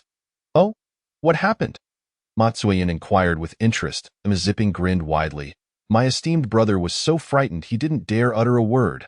Truly comical, ha ha ha." Giggling, "He is ultimately just a wild child from a humble background, lacking the courage to contend with us." Ma Cueyun couldn't help but mock. Ziping shook his head slightly, his tone dripping with disdain. "It seems we have overestimated him. He is merely that." Ma Cueyun echoed this sentiment. "How can he compare to our son? He is already a faction leader at such a young age. He simply cannot measure up." Ma Ziping disdainfully shook his head and laughed. "Bring in the wine. Tonight, I intend to drink heartily." That night, the skies were dark, and the winds howled. The world fell silent. Even the chirping of insects seemed to sense something amiss, and they too fell silent, at the Xiankou of Wudong Street. Within the room, the Lord Xiang and 4 team leaders gathered around a small table, enjoying their drinks. One of the team leaders raised his cup, took a sip, and laughed heartily, saying, "My lord, it is rumored that this Su, being young and powerful, would be a formidable opponent. Yet now it seems he is but a coward. We have killed one of his team leaders, and he didn't dare utter a word. It is indeed laughable." "Ha ha ha, indeed. What youthful genius. I see nothing but folly. For the Ahu gang to come to Wudong Street is the greatest blunder." Another team leader mocked. "Ha ha ha, yes, that Su Ming is truly nothing. How can he dare to contend with us? He is simply courting death." The last team leader joined in the ridicule. Even the Lord Xiang shook his head in disdain, scoffing, "Ultimately, he is just too young. He is not even a match for us." At that moment, a sudden sound of something slicing through the air pierced the silence. One of the team leaders, who had been sipping on some wine, was abruptly impaled by a long blade, the immense force propelling him backwards until he was pinned against the wall with a resounding thud. This shocking scene unfolded far too swiftly, leaving the chief and the remaining 3 leaders momentarily stunned. Just then, with a loud crash, a figure burst through the door at an astonishing speed. The individual rushed to the wall, yanked the long blade from the leader's chest, and in one fluid motion, swung the weapon horizontally towards one of the leaders. Startled, the leader hurriedly raised his weapon to defend himself, but it was a moment too late. a massive head soared into the air, and the headless corpse toppled to the ground, blood gushing forth in a grotesque display. Only then did the chief and the other two leaders regain their senses. One of the bald leaders, fierce and unyielding, bellowed as he seized an iron hammer from the table and swung it forcefully at the intruder. However, the assailant deftly sidestepped the hammer and retaliated with a strike of his OWN. In a flash, the cold gleam of the blade reflected light, and blood splattered as a crimson line appeared across the bald leader's face. Moments later, half of his head slid off, leaving a horrific mess of yellow, white, blue, and red matter on the ground, eliciting feelings of revulsion. The last remaining leader, terrified to his core, dared not retaliate and turned to flee. Yet, he had barely taken a few steps before a long blade pierced through his chest. Glancing down at the bloody weapon protruding from his body, life swiftly ebbed away, and in the end, all he could do was close his eyes in despair. In just the blink of an eye, all 4 leaders within the room had been slaughtered, leaving only the chief of the Hungry Wolf Gang. The chief, clad in green, held 2 pistols, casting a glance at the 4 leaders who had been laughing and conversing with him moments before. Now lifeless, he then looked out the window, where an eerie silence reigned.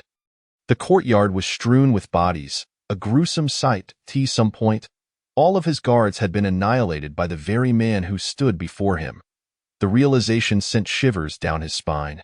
The chief's eyes twitched as he recognized the deadly aura emanating from his opponent. Realizing he was no match for him, with a respectful gesture, he inquired, "Might I ask who you are? I am not acquainted with you. So why have you chosen to massacre my Hungry Wolf Gang?"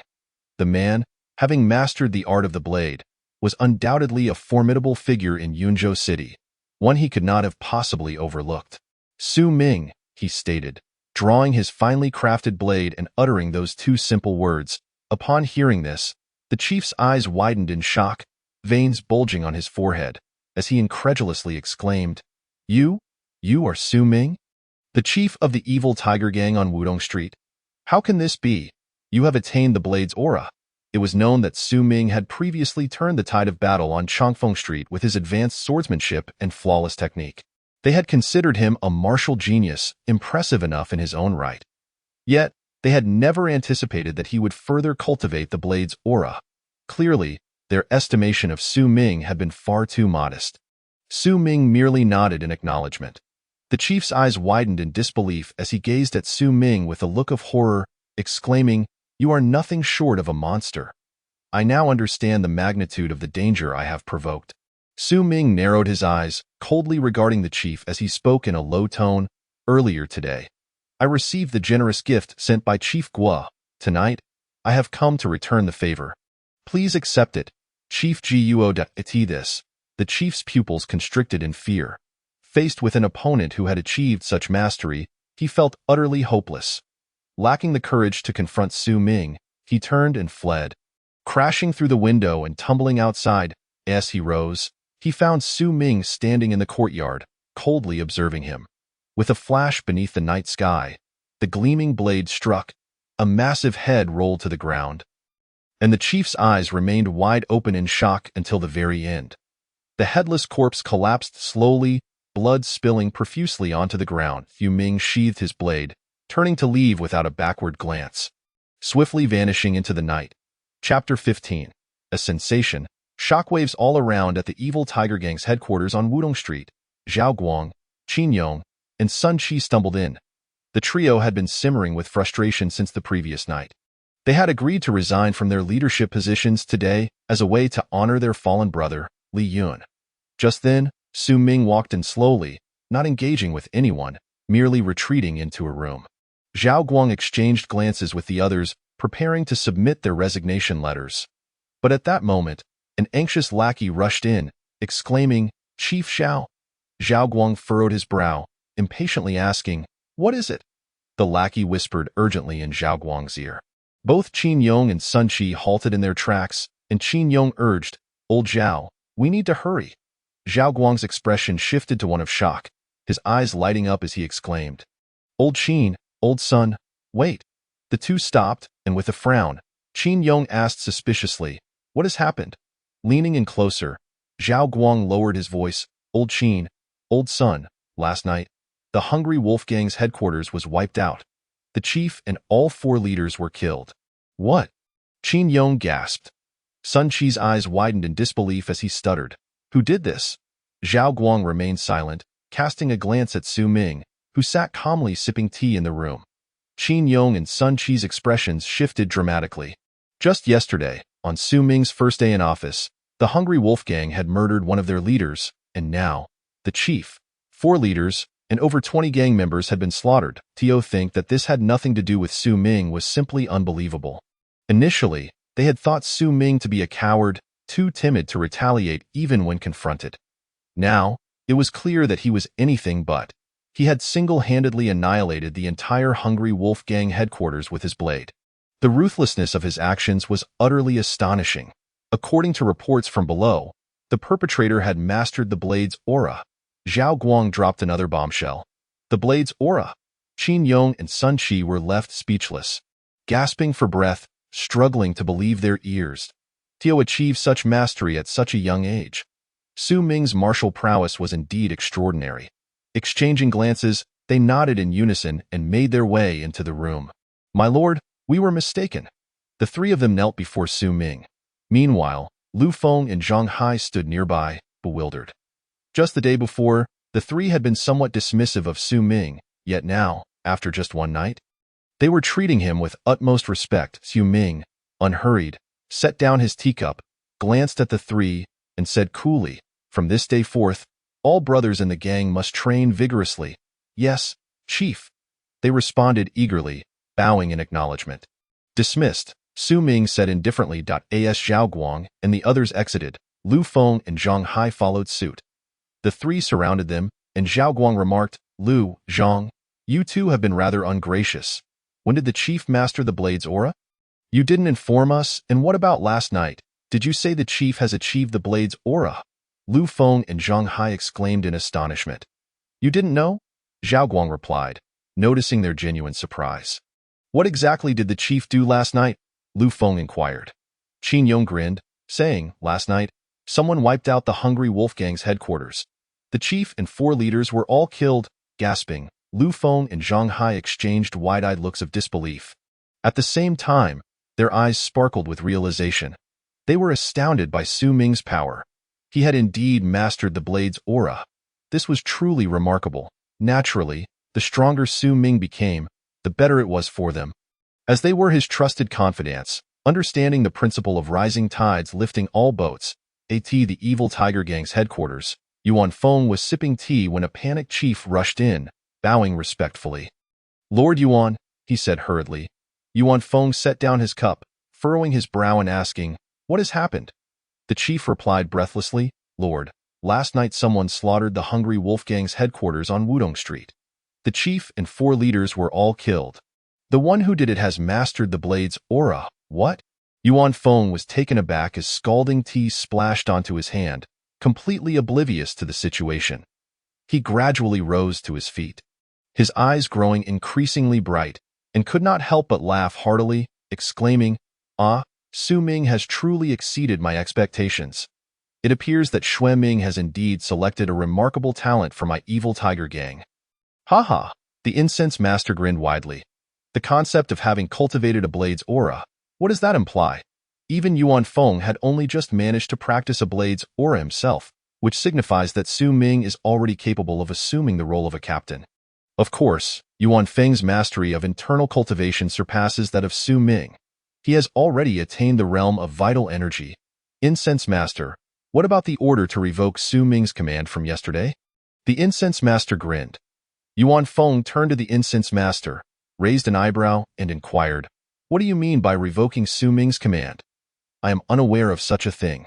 The incense master, hearing this, could only grin sheepishly and bow as he exited. "Ha ha ha!" Immediately, a hearty burst of laughter resounded through the hall, on Changfeng Street. At the evil Tiger Gang's incense hall, Xue Ming's eyes widened in disbelief as he looked at the underling before him, exclaiming, "What did you say?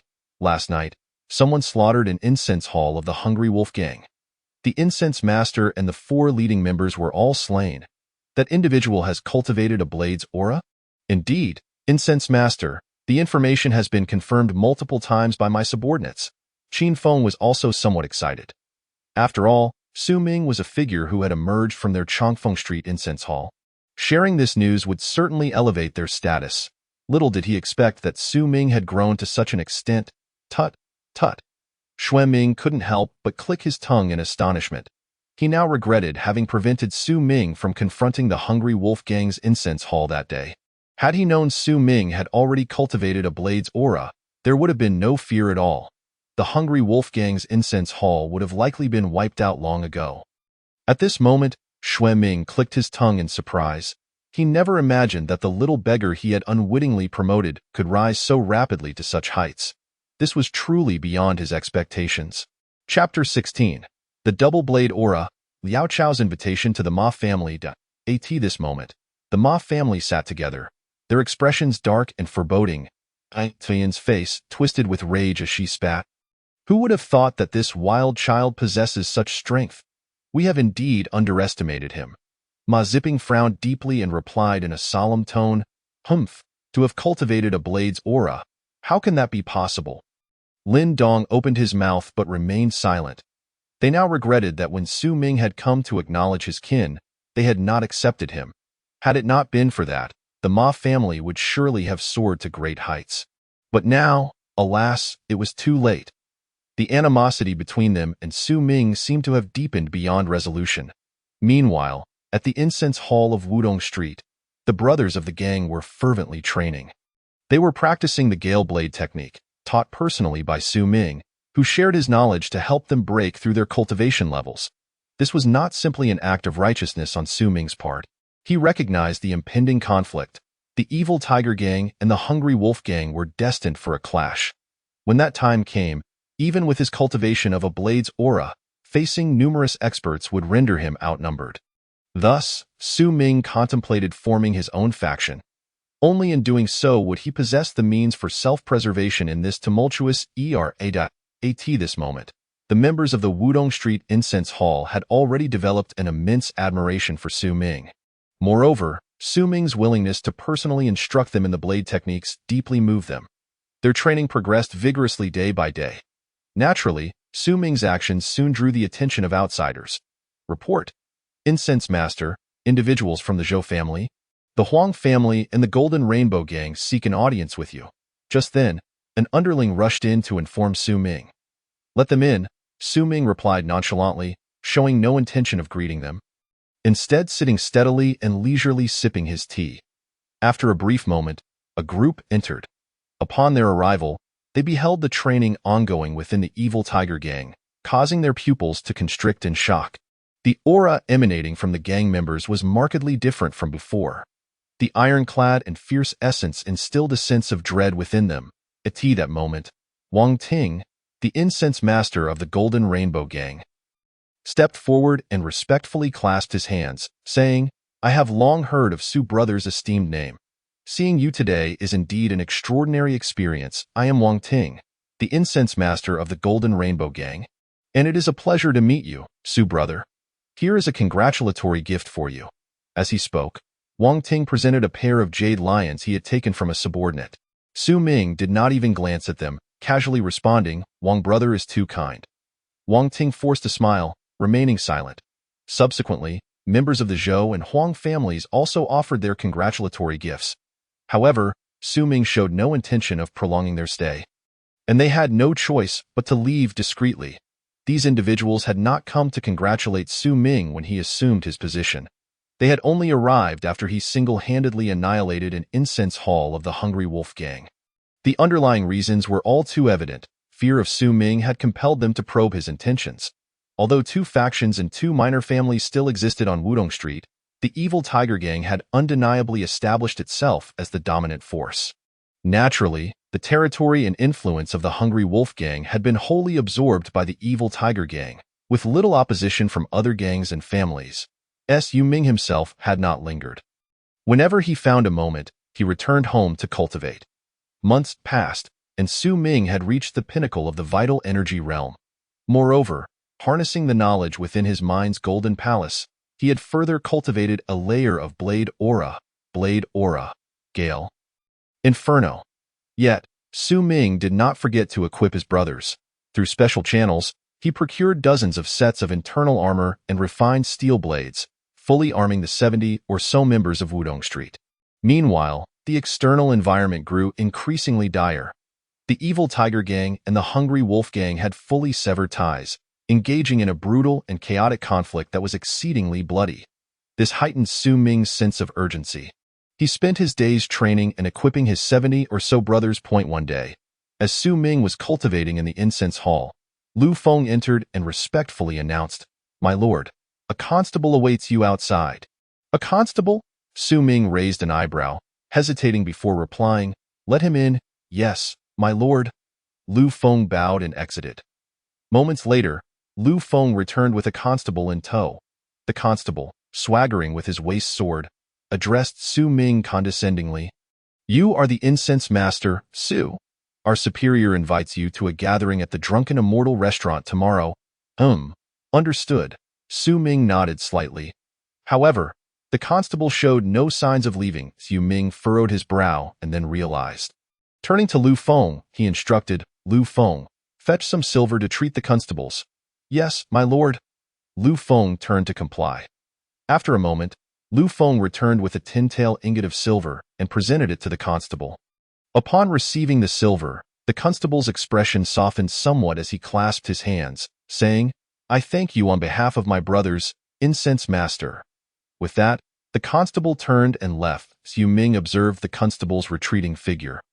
His brow furrowed deeply. In these times, the officials were more corrupt than the gangsters.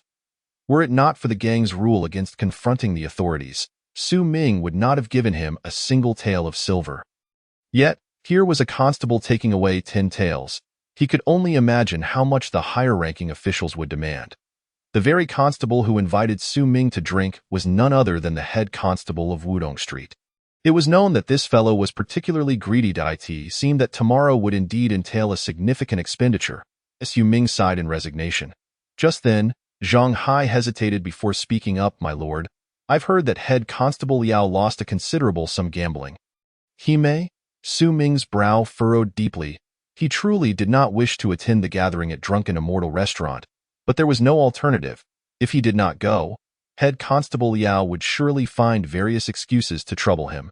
Constables were not like those from the underworld. In the underworld, if someone was displeased, one could simply kill them. However, killing an official would lead to grave troubles. In that moment, Su Ming felt overwhelmed, with no good solutions at hand. The day passed swiftly. By midday the following day, Su Ming arrived punctually at the Drunken Immortal restaurant for the appointment.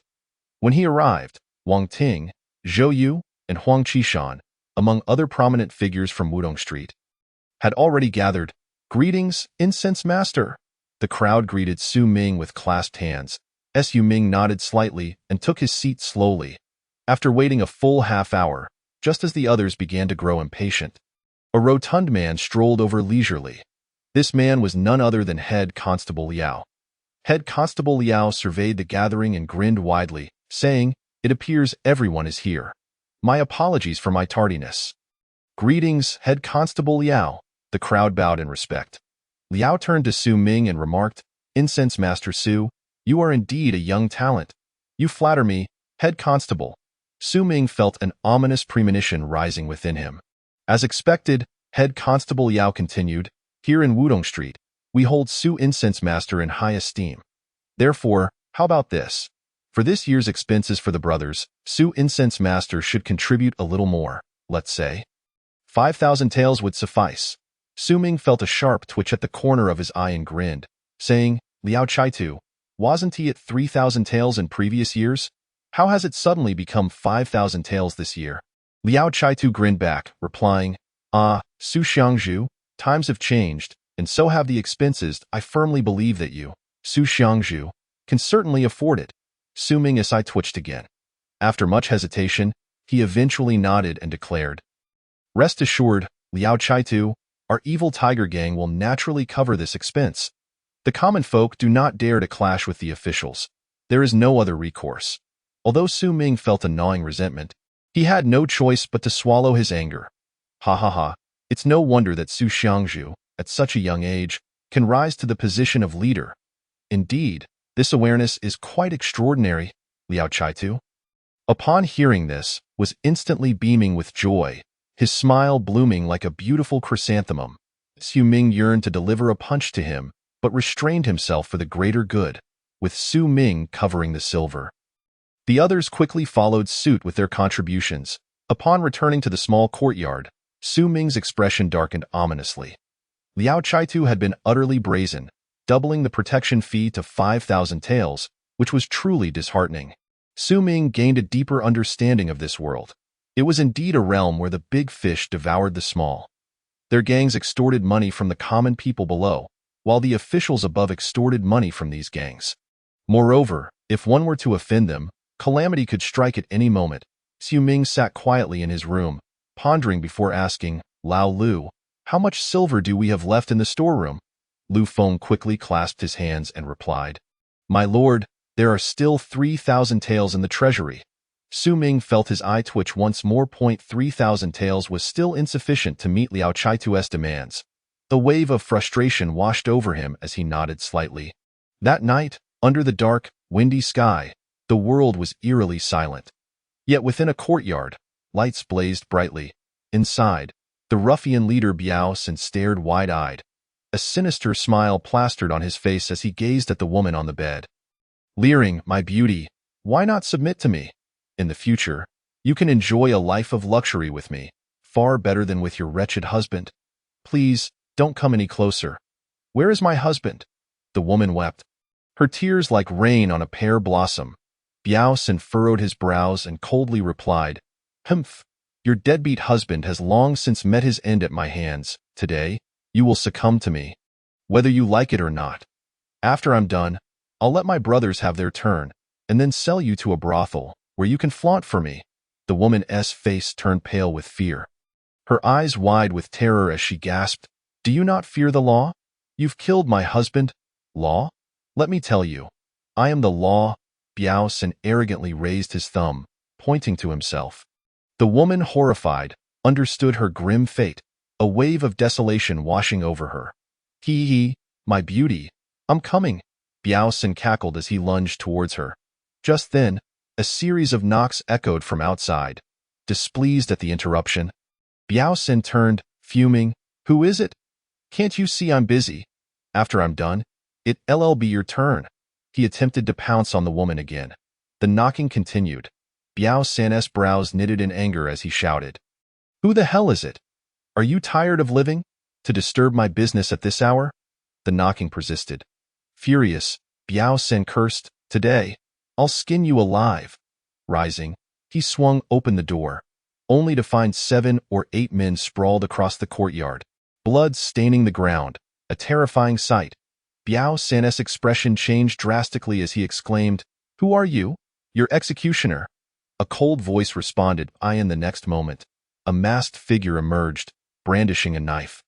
Biao Sin's pupils contracted in fear, and he turned to flee into the room for a weapon. However, before he could, a long blade pierced through his chest. Looking down at the blade embedded in him, blood oozed from his mouth as he gurgled. With a final thrust, the blade was withdrawn, and Biao Sin collapsed lifelessly to the ground. The figure in black entered the room, rummaging through the place until discovering a chest hidden beneath a secret brick under the bed. Upon opening the chest, it revealed a wealth of gold leaves and sparkling silver. The figure seized the chest and prepared to leave. At that moment, he noticed the woman curled up in the corner. Eyes wide with terror, sighing, the figure in black opened the chest, took out a silver ingot, tossed it to the woman, and exited the room, vanishing into the night in a matter of moments. The figure eventually arrived at another courtyard. Upon entering, he lit an oil lamp and removed his mask, revealing a handsome young face. This individual was none other than Su Ming. Over the past few nights, he had ventured out repeatedly, eliminating numerous villains and acquiring their wealth.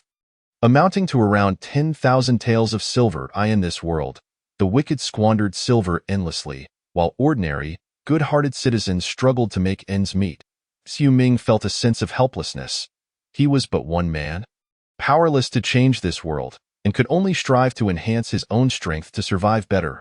As for others, He could not concern himself too much. On the following day, Su Ming delivered the year-end payment to Liao Chaitu. Considering the matter resolved, however, fate had other plans that a few days later, an unprecedented heavy snowfall descended.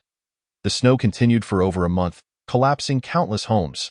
Many citizens were left homeless, and the bitter cold claimed innumerable lives. Walking down the street, Su Ming witnessed a grandmother and grandson, frozen in place, causing a sharp twitch in the corner of his eye. Feeling a heaviness in his heart, he returned to the Xiangkou. Resolute in his decision, he convened his gang members, stating, "Everyone, the common people are displaced and suffering. My heart cannot bear it. Henceforth, those of us with wealth shall contribute funds, and those with strength shall offer aid." Doing our utmost to assist the people, Su Ming ultimately made his decision. Chapter 18.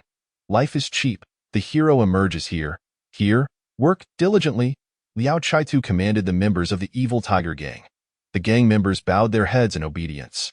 However, once Liao Chaitu had moved away, they could no longer contain their disdain. That scoundrel Liao, our esteemed leader, is financing the disaster relief while he does nothing but wait to claim credit. I've seen shamelessness before, but never to this extent. Indeed, what a disgrace. Even Lu Feng and Zhang Hai could no longer tolerate this. Lu Feng whispered, "My lord, that Liao." Su Ming glanced back at Lu Feng, who quickly fell silent. Words can bring trouble, and Su Ming understood this well. If Liao Chaitu caught wind of their discontent, it would certainly lead to complications. Moreover, the eyes of the common folk were sharp. It was the members of the evil tiger gang who were aiding them, not Liao Chaitu, and they would not be swayed by a few of his words to believe he deserved the credit over Su Ming. Furthermore, Su Ming's motivation for this endeavor was simply to lend a hand. With no expectation of reward, Su Ming stepped forward, but after only a few strides, he noticed a mother and daughter huddled in a corner. Trembling, frowning, he turned to Zhang Hai and Lu Feng, asking, "What is going on? Where is the firewood? Why hasn't he arrived yet?" Zhang Hai hesitated before responding, "My lord, the silver isn't sufficient." Su Ming raised an eyebrow, questioning, "How can that be?" Zhang Hai and Lu Feng exchanged glances before Zhang Hai finally spoke, "My lord, the price of firewood has increased tenfold. The silver truly isn't enough." "Tenfold? What is going on?" Su Ming was taken aback. Lu Feng sighed, leaning closer to Su Ming and lowering his voice, "My lord, someone is manipulating the firewood prices." "Who?" Su Ming inquired. Lu Feng replied, "Liao Chaitu and the leader of the Jinhong gang." "Wang Ting?" Su Ming furrowed his brow, a chilling light igniting in his eyes. Initially, he regarded the inept Liao Chaitu with indifference, as there were countless ineffective officials in these chaotic times, and one more was inconsequential. His greed for wealth was tolerable, but he never anticipated that this man would be so heartless as to inflate the prices of essential goods for his own selfish gains, causing untold suffering and death among the populace. This revelation ignited a murderous intent within Su Ming. However, he quickly suppressed this urge. After all, Liao Chaitu was an official, and killing him could lead to unnecessary repercussions. Silently brooding, Su Ming took a few steps forward, only to freeze again as he beheld the sight before him. Beneath the ruins of a collapsed house lay a mother, frozen in death with her infant cradled in her arms. His heart seized with a jolt. The suppressed fury within him erupted once more. Behind him, Zhang Hai and Lu Feng remained silent. With a cold snort, Su Ming strode purposefully toward the scene. Upon returning home, he unsheathed his steel blade and retrieved a piece of cloth. Meticulously polishing the weapon until it gleamed with a menacing brilliance, he sat in quiet contemplation, and as the night deepened, he donned a dark attire, slipping out of the courtyard and vanishing into the shadows with remarkable agility. Before long, he arrived at the gates of the Liao residence. While ordinary citizens had extinguished their lamps to conserve oil, the Liao estate blazed with light, accompanied by the faint strains of indulgent music. Silently, Su Ming leapt inside, creeping toward the eaves and peering through a punctured window. There, he beheld Liao Chaitu, ensconced with a delicate beauty, indulging in his desires. With a decisive kick, Su Ming shattered the door. Storming into the room, "Who dares?" Liao Chaitu gasped, spinning in surprise. But Su Ming was a blur, his form darting past in an instant, a glint of cold steel flashing. A crimson line appeared across Liao Shaitu's neck, and a torrent of blood erupted forth as he crumpled to the ground. "Silence, or you shall meet your end," the beauty gasped, ready to scream. But Su Ming's voice silenced her. He wasted no time. Ransacking the room, ultimately, he discovered a small box within a cupboard, filled with neatly stacked bundles of silver notes. Without hesitation, he seized the box and turned to leave. After departing the Liao estate, Su Ming did not return home. Instead, he made his way to the Wang residence. There, Wang Ting was practicing his martial arts in the courtyard, executing his forms with impressive vigor, exuding heat in the frigid air. Just then, a swift sound pierced the air as a projectile hurtled toward Wang Ting at breakneck speed. It must be acknowledged that Wang Ting possessed some skill to have attained his position as a local leader. Sensing the impending danger, he deftly retreated. The blade clanged against the ground with a resounding thud. Vibrating ominously in that moment, Su Ming descended gracefully into the courtyard, withdrawing his long knife. Wang Ting glanced down, observing that the stone floor had not cracked. Instead, a deep gash marked the surface, indicating the assailant's extraordinary mastery of blade techniques. Having cultivated a formidable knife aura, realizing he was outmatched, Wang Ting hastily exclaimed, "Hero, please, do not strike." Su Ming, emboldened by his prowess, stood resolutely, casting a cold gaze upon Wang Ting. "I bear no grudge against you. Why seek to take my life?" Wang Ting implored. Su Ming replied in a gravelly tone, "The snow disaster has wreaked enough havoc. While the heavens show no mercy, you, a villain, raise the prices of essential goods, leading to countless deaths. You deserve to die." Wang Ting's face twitched in alarm as he hastily offered, "I am willing to pay." "Too late." Su Ming scoffed, charging toward Wang Ting with blinding speed. The latter barely had time to react before feeling a chill at his throat, his breath escaping him as his life force ebbed away, ultimately collapsing in defeat. Having slain Wang Ting, Su Ming rushed into the room, rifling through the belongings until he found the coveted silver notes. Clutching them, he vanished into the night sky within mere moments. The following day, a significant event transpired on Wudong Street. Both Liao Chaitu and Wang Ting, the leader of the Golden Rainbow Gang, had been murdered by a blade. The assailant had evidently mastered the knife aura, specifically the fierce fire knife aura. Yet, Su Ming had not revealed this skill to outsiders, leading to no suspicions regarding his involvement. After all, how could Su Ming have cultivated such a formidable technique in such a short span of time? Consequently, he found himself with minimal suspicion. The authorities deployed numerous individuals to investigate the matter, but ultimately, it led to no conclusive findings. Su Ming had acquired over 20,000 taels of silver from Liao Chaitu. Meanwhile, the common folk secretly rejoiced, having endured Liao Shaitu's oppression for far too long, feeling powerless. The emergence of a chivalrous hero who vanquished Liao Chaitu was undoubtedly a boon for them. Some even erected a longevity tablet in honor of the nameless hero, dubbing him Yin Xia. Chapter 19. I am willing to be your sharpest blade. The newly appointed official exhibited a marked restraint in his actions, seemingly wary of the hero known as Yin Xia. As whispered among the people, Zhang Hai and Lu Feng, however, were acutely aware of the true identity of this so-called hero. It was none other than their leader, Su Ming. During daylight, they had observed Su Ming's murderous intent toward Wang Ting and Liao Chaitu, and that night, the two had met their demise. Tio claimed that this occurrence bore no relation to Su Ming would be utterly implausible. Yet, what left them astonished was Su Ming's ability to cultivate a second knife aura, making him a practitioner of dual knife auras, a terrifying prospect. Simultaneously, they felt a swell of joy. Su Ming's growing strength would only serve to benefit them. They were grateful to have aligned themselves with him, becoming his trusted confidants. The relentless snow had given way to the warmth of spring, and the earth began to awaken. The people busied themselves with their livelihoods, yet Su Ming's heart was heavy with concern.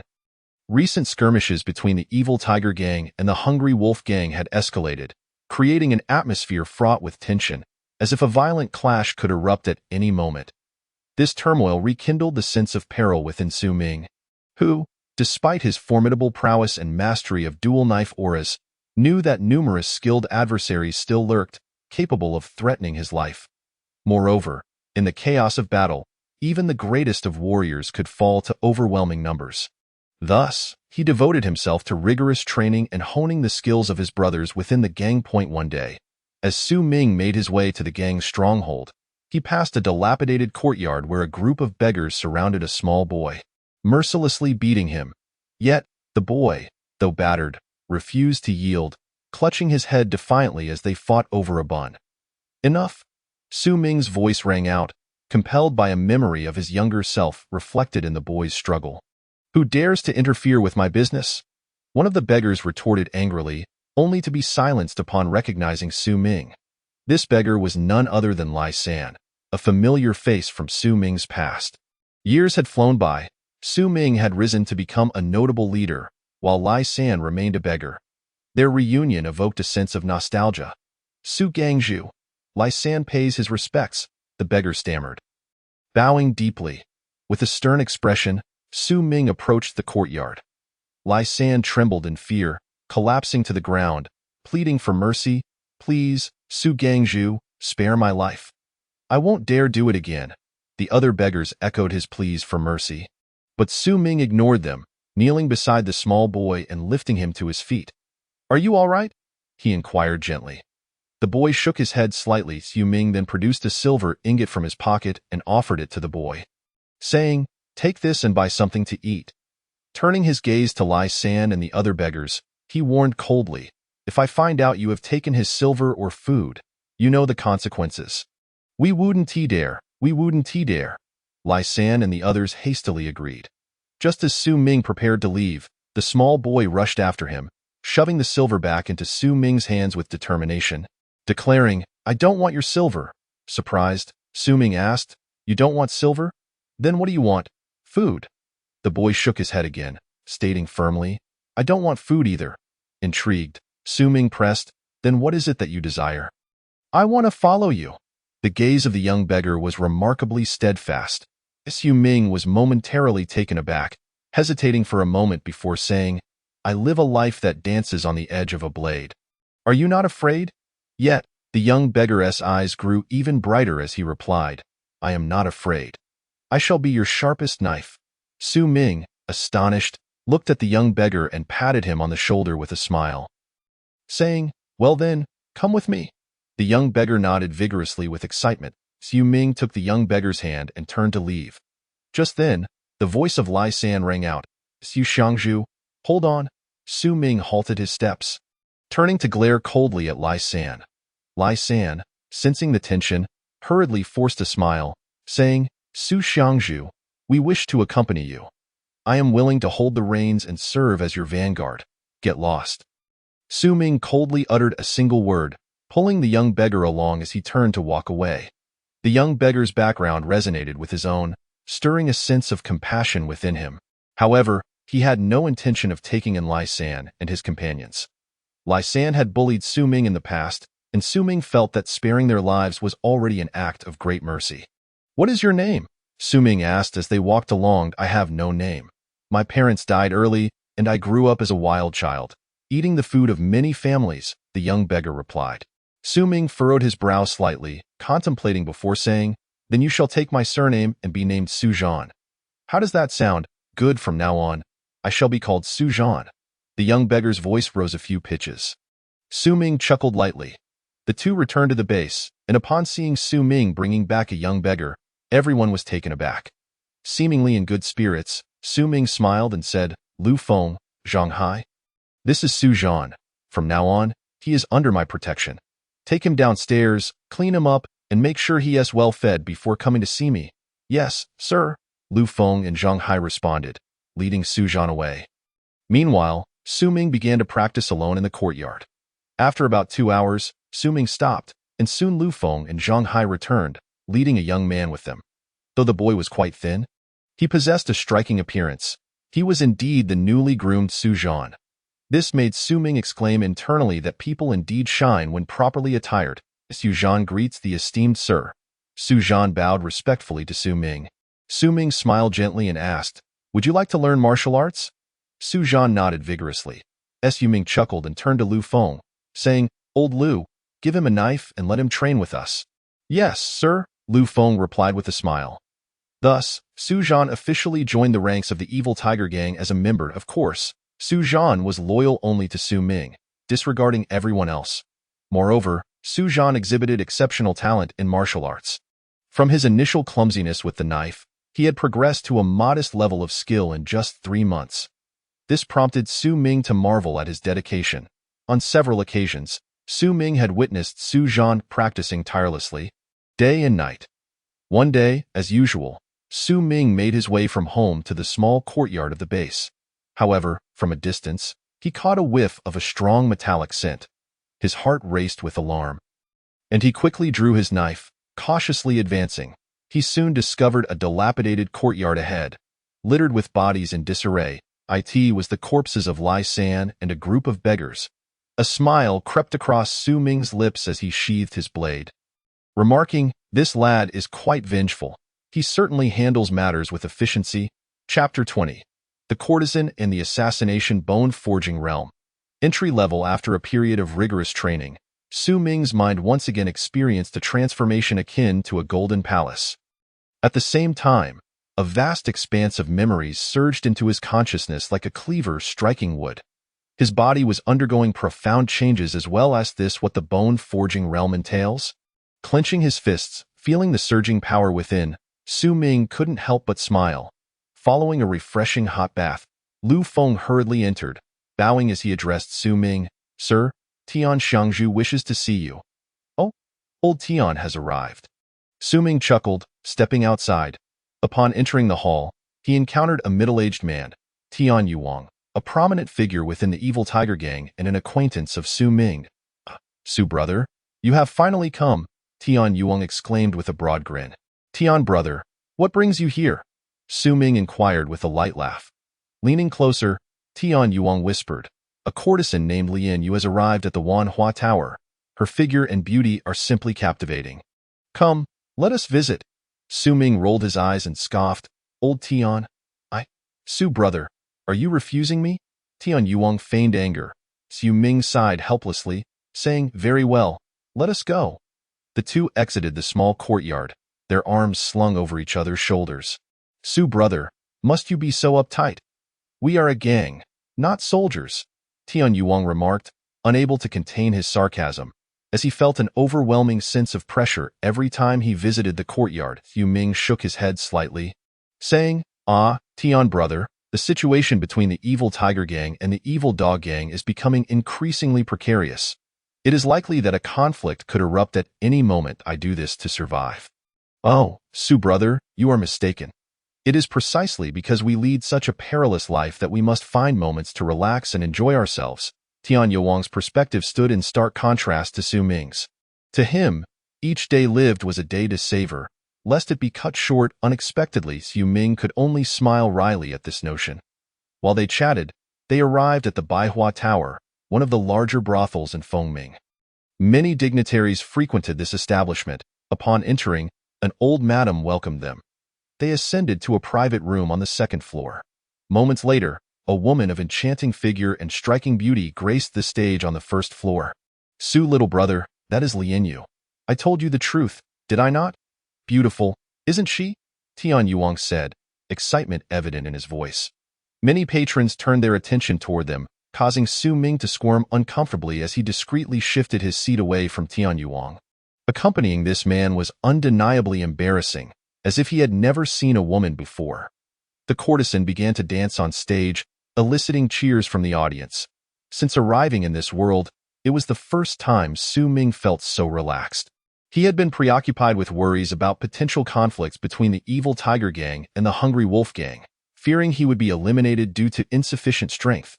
Had it not been for Tian Yuang's insistence, he would never have set foot in such a place. As the performance concluded, many showered the dancer with coins, but Su Ming remained frugal, unwilling to spend his money in such a manner. He preferred to enjoy it for free. The most thrilling moment soon arrived, the moment of selection.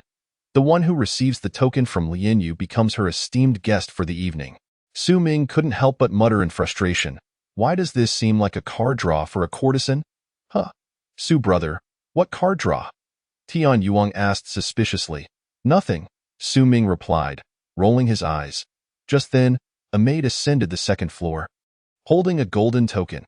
Amidst the crowd's anticipation, the maid approached Su Ming and presented the token, smiling sweetly. Young master, Miss Lin Yu has requested your presence.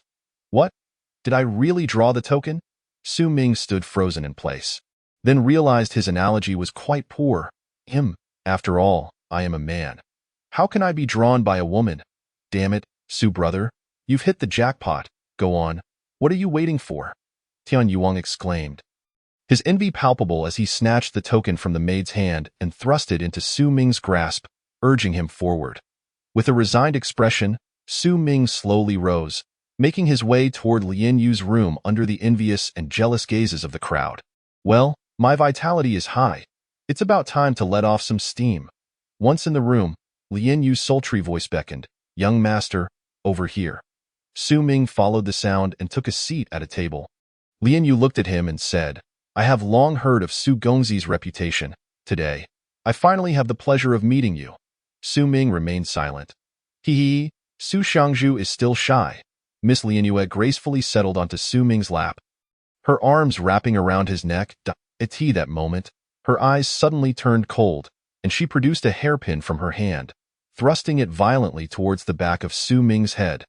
The hairpin struck him with a metallic clang, surprisingly failing to penetrate even his skin. In truth, the hairpin was sharp enough, but Su Ming had reached the bone-forging realm, rendering his bones extraordinarily hard.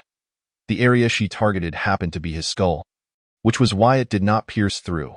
Feeling pain, Su Ming exerted his strength, flipping Lin Yu onto the floor.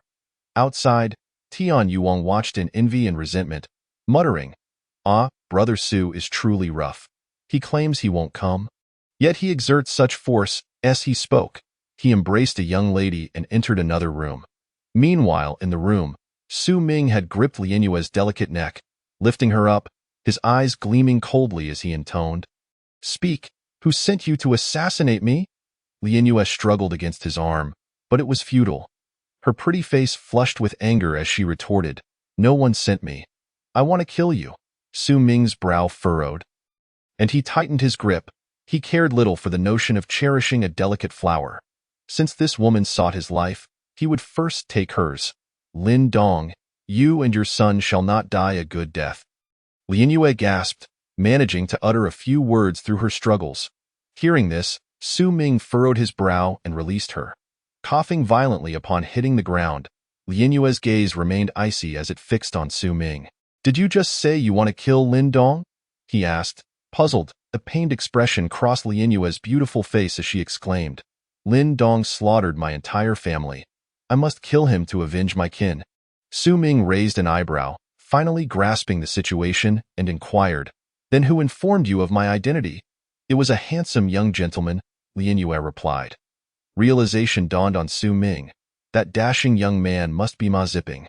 Clearly, Su Ming's recent brilliance had attracted the Ma family's ire, prompting them to plot his downfall. Ziping had fortuitously encountered Lin Yu and employed her as a pawn to assassinate Su Ming. Had Su Ming not attained the bone-forging realm, he would have suffered greatly today. This incident heightened Su Ming's wariness towards women considerably. Why did you let me go? Lin Yu questioned, her face a mask of suspicion. Su Ming returned to the present, gazing at her. You fell for their trick. Although Lin Dong is my biological father, our goals align. Goals align? What do you mean? Lin Yu was momentarily taken aback, struggling to comprehend his words. After all, her aim was to seek revenge on Lin Dong. Could it be that Su Ming also sought vengeance against him? Wasn't Lin Dong his father? A son killing his father? This was perplexing to her, and her mind was a jumbled mess. Yu Ming hesitated before recounting the events to Lin Yu. Upon hearing his story, Lin Yu's eyes widened in understanding, and she quickly bowed to Su Ming. My lord, I nearly caused a grave mistake. I apologize. Su Ming nodded slightly, smiling. No harm done. Well, you can compensate me for this. As he spoke, he lunged towards Lin Yu. She gasped in surprise. That night, the temperature dropped suddenly, causing the sensitive Mimosa pudica to fold its leaves. As dawn broke, the mimosa unfurled its leaves, Releasing the dew it had collected overnight, Xu Ming sat on the bed, staring blankly at a splash of crimson on the bed, his face twitching in disbelief as he looked up at Lin Yue and said, "You?" Lin Yue, embarrassed, lowered her head. Xu Ming felt utterly helpless. He had never anticipated that Lin Yue was still a maiden. With no option left, Xu Ming sought out the madam, spending 5,000 taels of silver to redeem Lin Yue. He had no desire for his woman to descend into the brothel. Thus, Lin Yue left the 100 Flowers Pavilion alongside Xu Ming. Tian Yuang observed the pair, silently giving Xu Ming a thumbs up, exclaiming, "Brother Xu, you are truly impressive, visiting a brothel and managing to take away the courtesan." Xu Ming rolled his eyes in response. And so, Xu Ming's household gained a courtesan. Naturally, Xu Ming also had lessons to attend to in the evenings. Each day, he would emerge from the walls, visibly weary. The Ma family. Upon receiving the news, Ma Zipping's face turned green with rage as he smashed a fine tea set onto the floor, exclaiming, "Bastard, bastard." Originally, he had intended for Lin Yue to assassinate Xu Ming. Now, he had lost both his target and his pawn, allowing Xu Ming to take away the beauty. The thought of this filled him with intense resentment. Meanwhile, Xu Ming began his journey home. He spent the remaining time training diligently. After a period of arduous practice, coupled with his profound understanding of swordsmanship and the enhancement from the Golden Palace in his mind, Xu Ming successfully cultivated a new layer of sword intent. He perfected the Gale sword technique and developed the Chaotic Wind sword intent. The reason for cultivating an additional layer of wind-based sword techniques was that Xu Ming believed that to advance further and attain the rumored realm of sword mastery, he needed to practice multiple techniques of the same type. With the enhancement of 2 layers of wind-based sword techniques, Xu Ming gained a fresh understanding of them. He felt that if he could cultivate another layer of wind sword intent, he might grasp the essence of wind-based swordsmanship. Thus, Xu Ming privately trained in another sword technique, the Traceless sword technique, which emphasized speed, perfectly complementing the Gale and Chaotic Wind techniques he had previously mastered. For convenience, he purchased a house adjacent to the fragrant courtyard. Tired of walking, Xu Ming simply jumped over the wall into the fragrant courtyard point one day. After completing his training, he was relaxing and sipping tea when Lu Feng entered. Bowing and announcing, "My lord, Lord Wang has arrived and says he urgently needs to see you." Xu Ming raised an eyebrow. "Oh, Lord Wang is here? Let us go see." He got up and made his way outside. Lord Wang had once provided Xu Ming with food during his most difficult times, making him a benefactor. However, Lord Wang was a man of discernment. He typically wouldn't tea drop by without a significant reason. Soon, Xu Ming arrived in the hall. There, Lord Wang was anxiously awaiting, and upon seeing Xu Ming, he hurried over, exclaiming, "Su Xiangzhu, help me, help me." Xu Ming raised an eyebrow, urging him to sit. "Calm down, Lord Wang. What has happened?" "My son accidentally offended a noblewoman and has been thrown into a dungeon. I have no way out. So I came to seek your help, Su Xiangzhu." "Please, I only have this one son," Lord Wang lamented.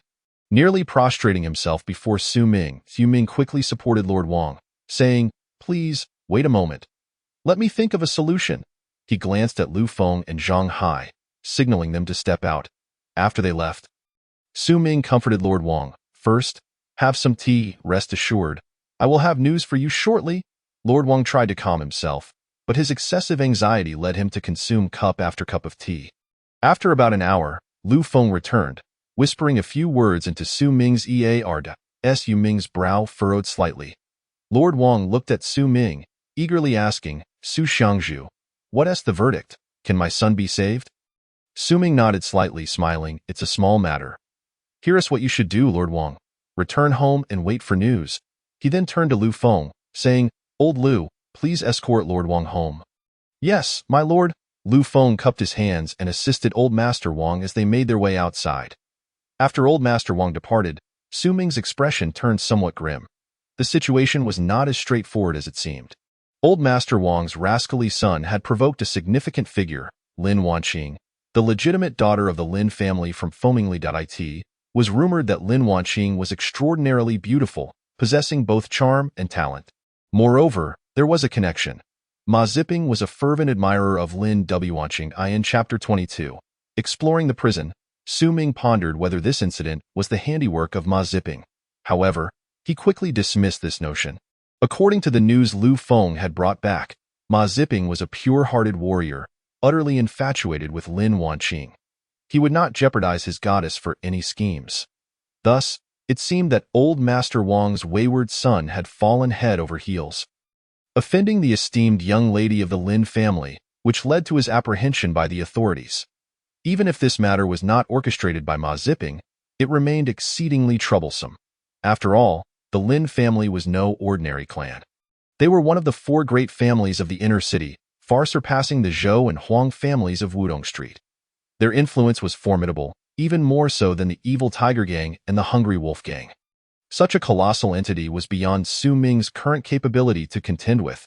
For a moment, Su Ming felt overwhelmed. This Lin family young lady rarely ventured out of the inner city, and it was unfortunate that she crossed paths with old Master Wang's son during her rare outing.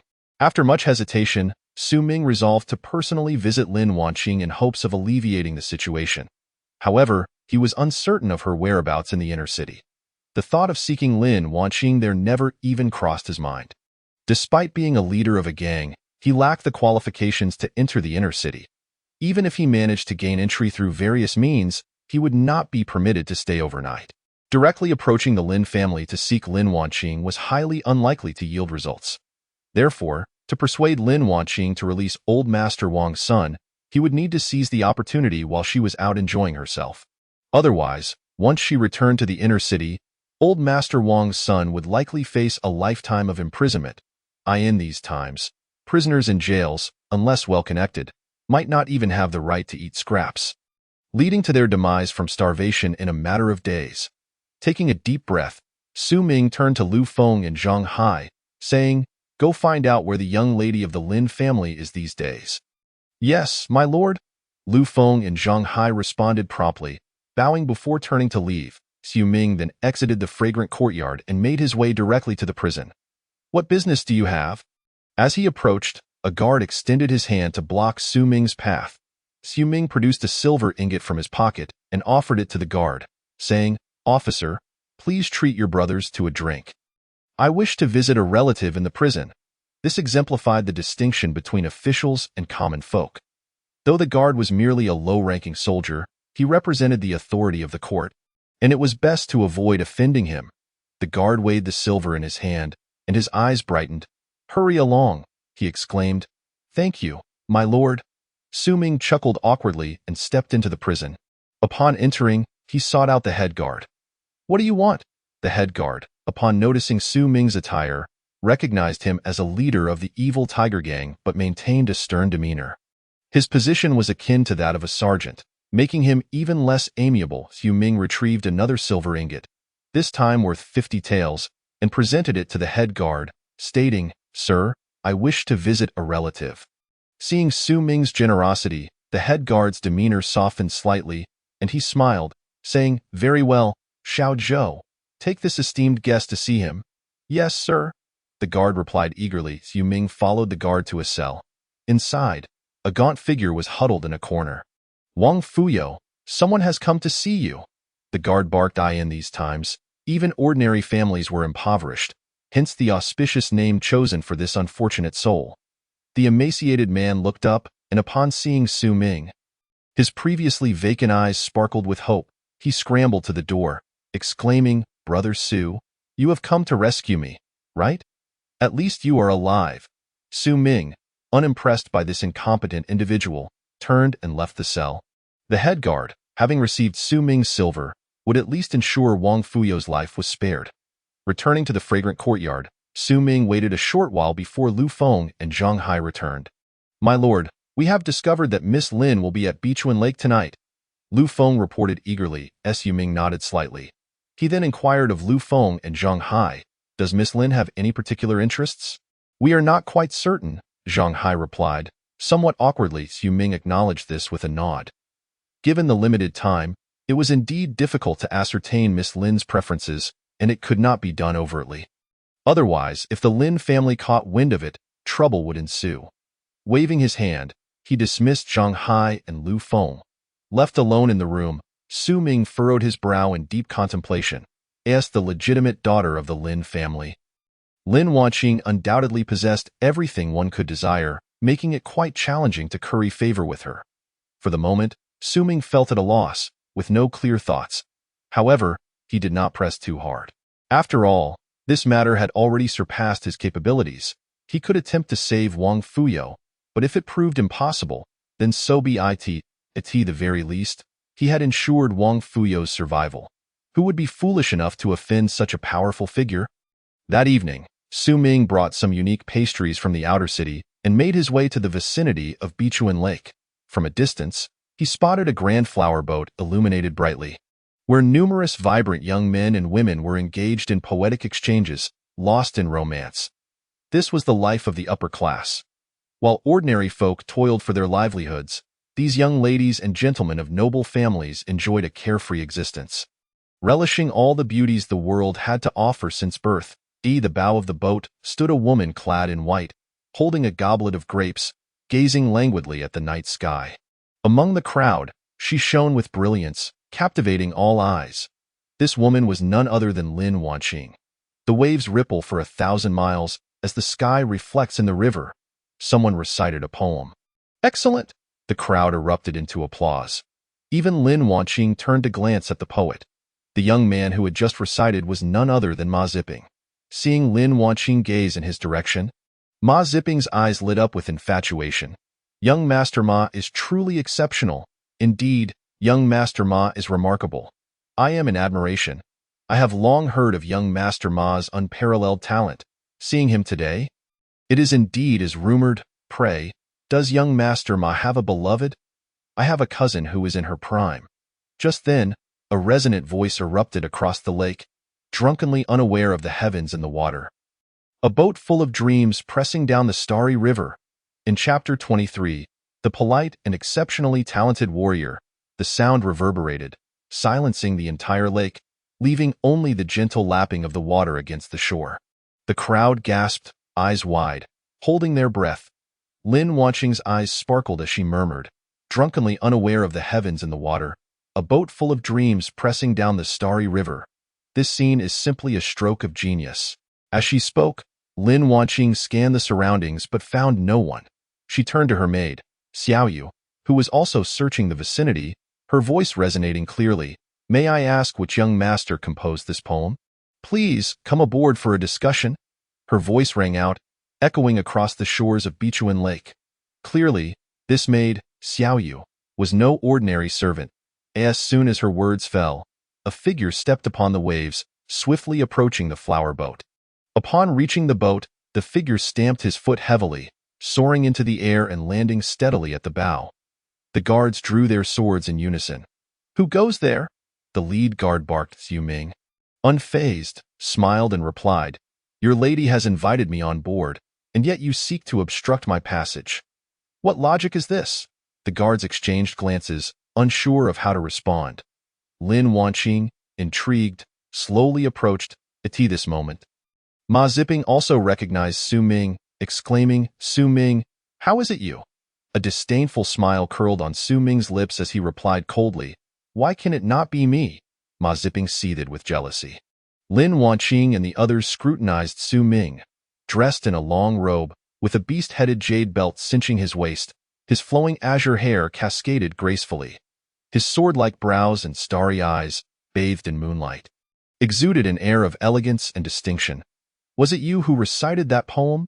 Lin Wanqing, captivated by Su Ming's demeanor, smiled warmly as she inquired. Ma Ziping, witnessing his goddess smile at Su Ming, was consumed by jealousy. Before Su Ming could respond, he shouted, Humph! When no one was around, anyone could claim to be the poet. As he spoke, Ma Ziping turned to Lin Wanqing and clasped his hands in greeting.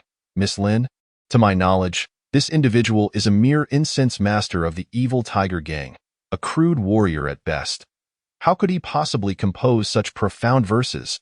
Surely, he is impersonating another to flaunt before you. The crowd paused in surprise.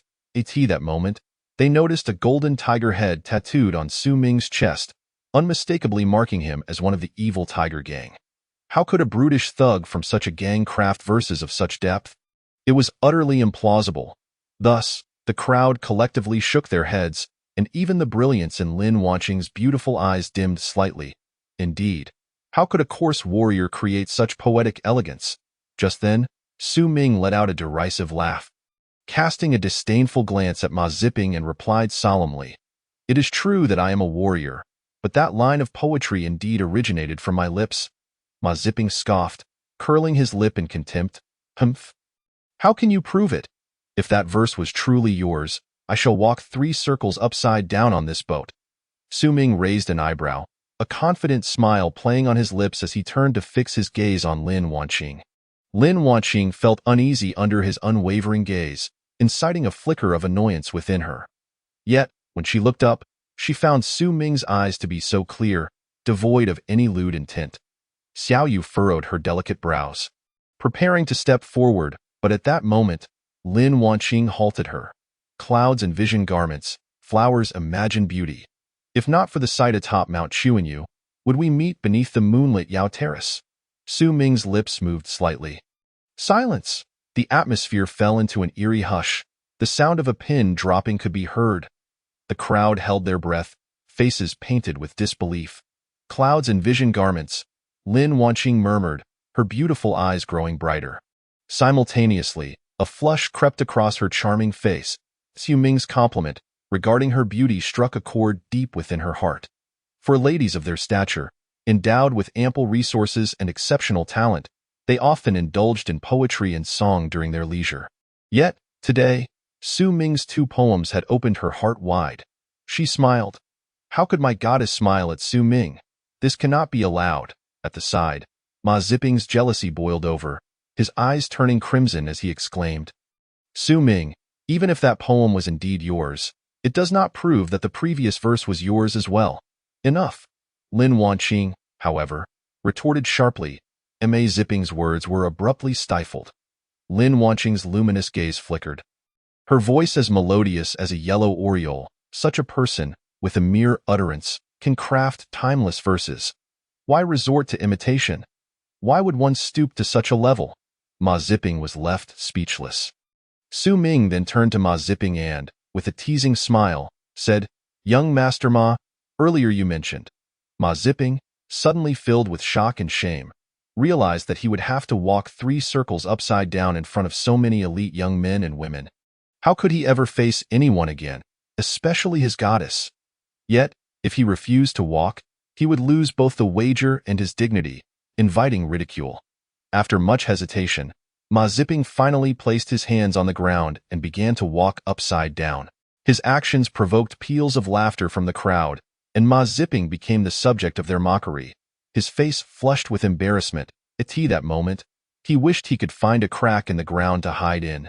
Su Ming merely chuckled at the sight. Ma Zipping, who usually carried himself with an air of superiority, was now being humiliated by Su Ming.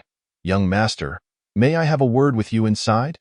Lin Wanqing inquired, gazing at Su Ming. "Miss Lin, please," Su Ming replied with utmost courtesy. Lin Wanqing smiled lightly, her graceful steps leading her into the room, followed closely by Su Ming. Ma Zipping, witnessing Su Ming entering a room alone with his goddess, felt a surge of rage that nearly made him spit blood. He had never had a moment alone with Lin Wanqing.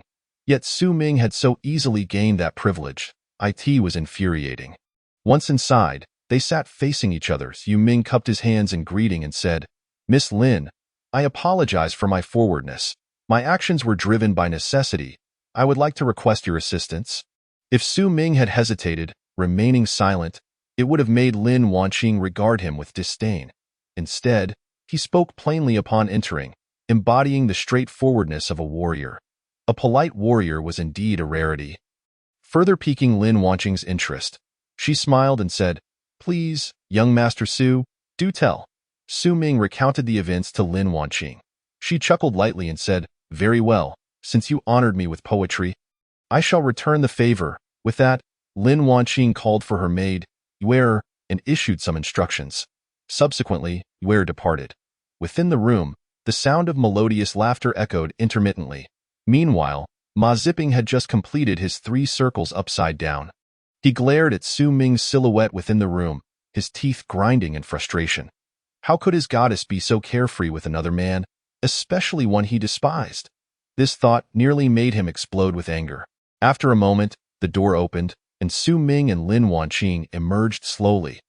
Upon spotting the furious Ma Zipping, Su Ming couldn't help but smirk, casting a provoking glance his way. Ma Zipping's rage twisted his once handsome face into a grotesque mask.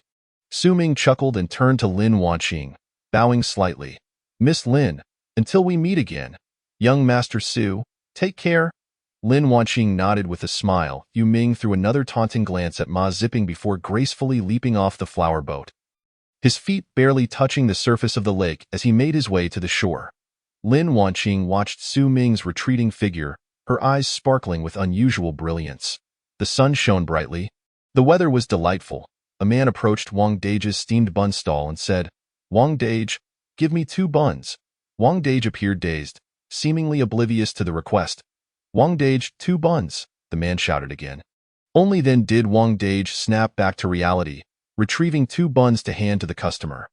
Nearby, a small vendor observed this and shook his head, whispering, "Ah, poor old Wang, at such an age, with his son behind bars. How could he possibly return? Indeed, but I heard old Wang sought out Master Su."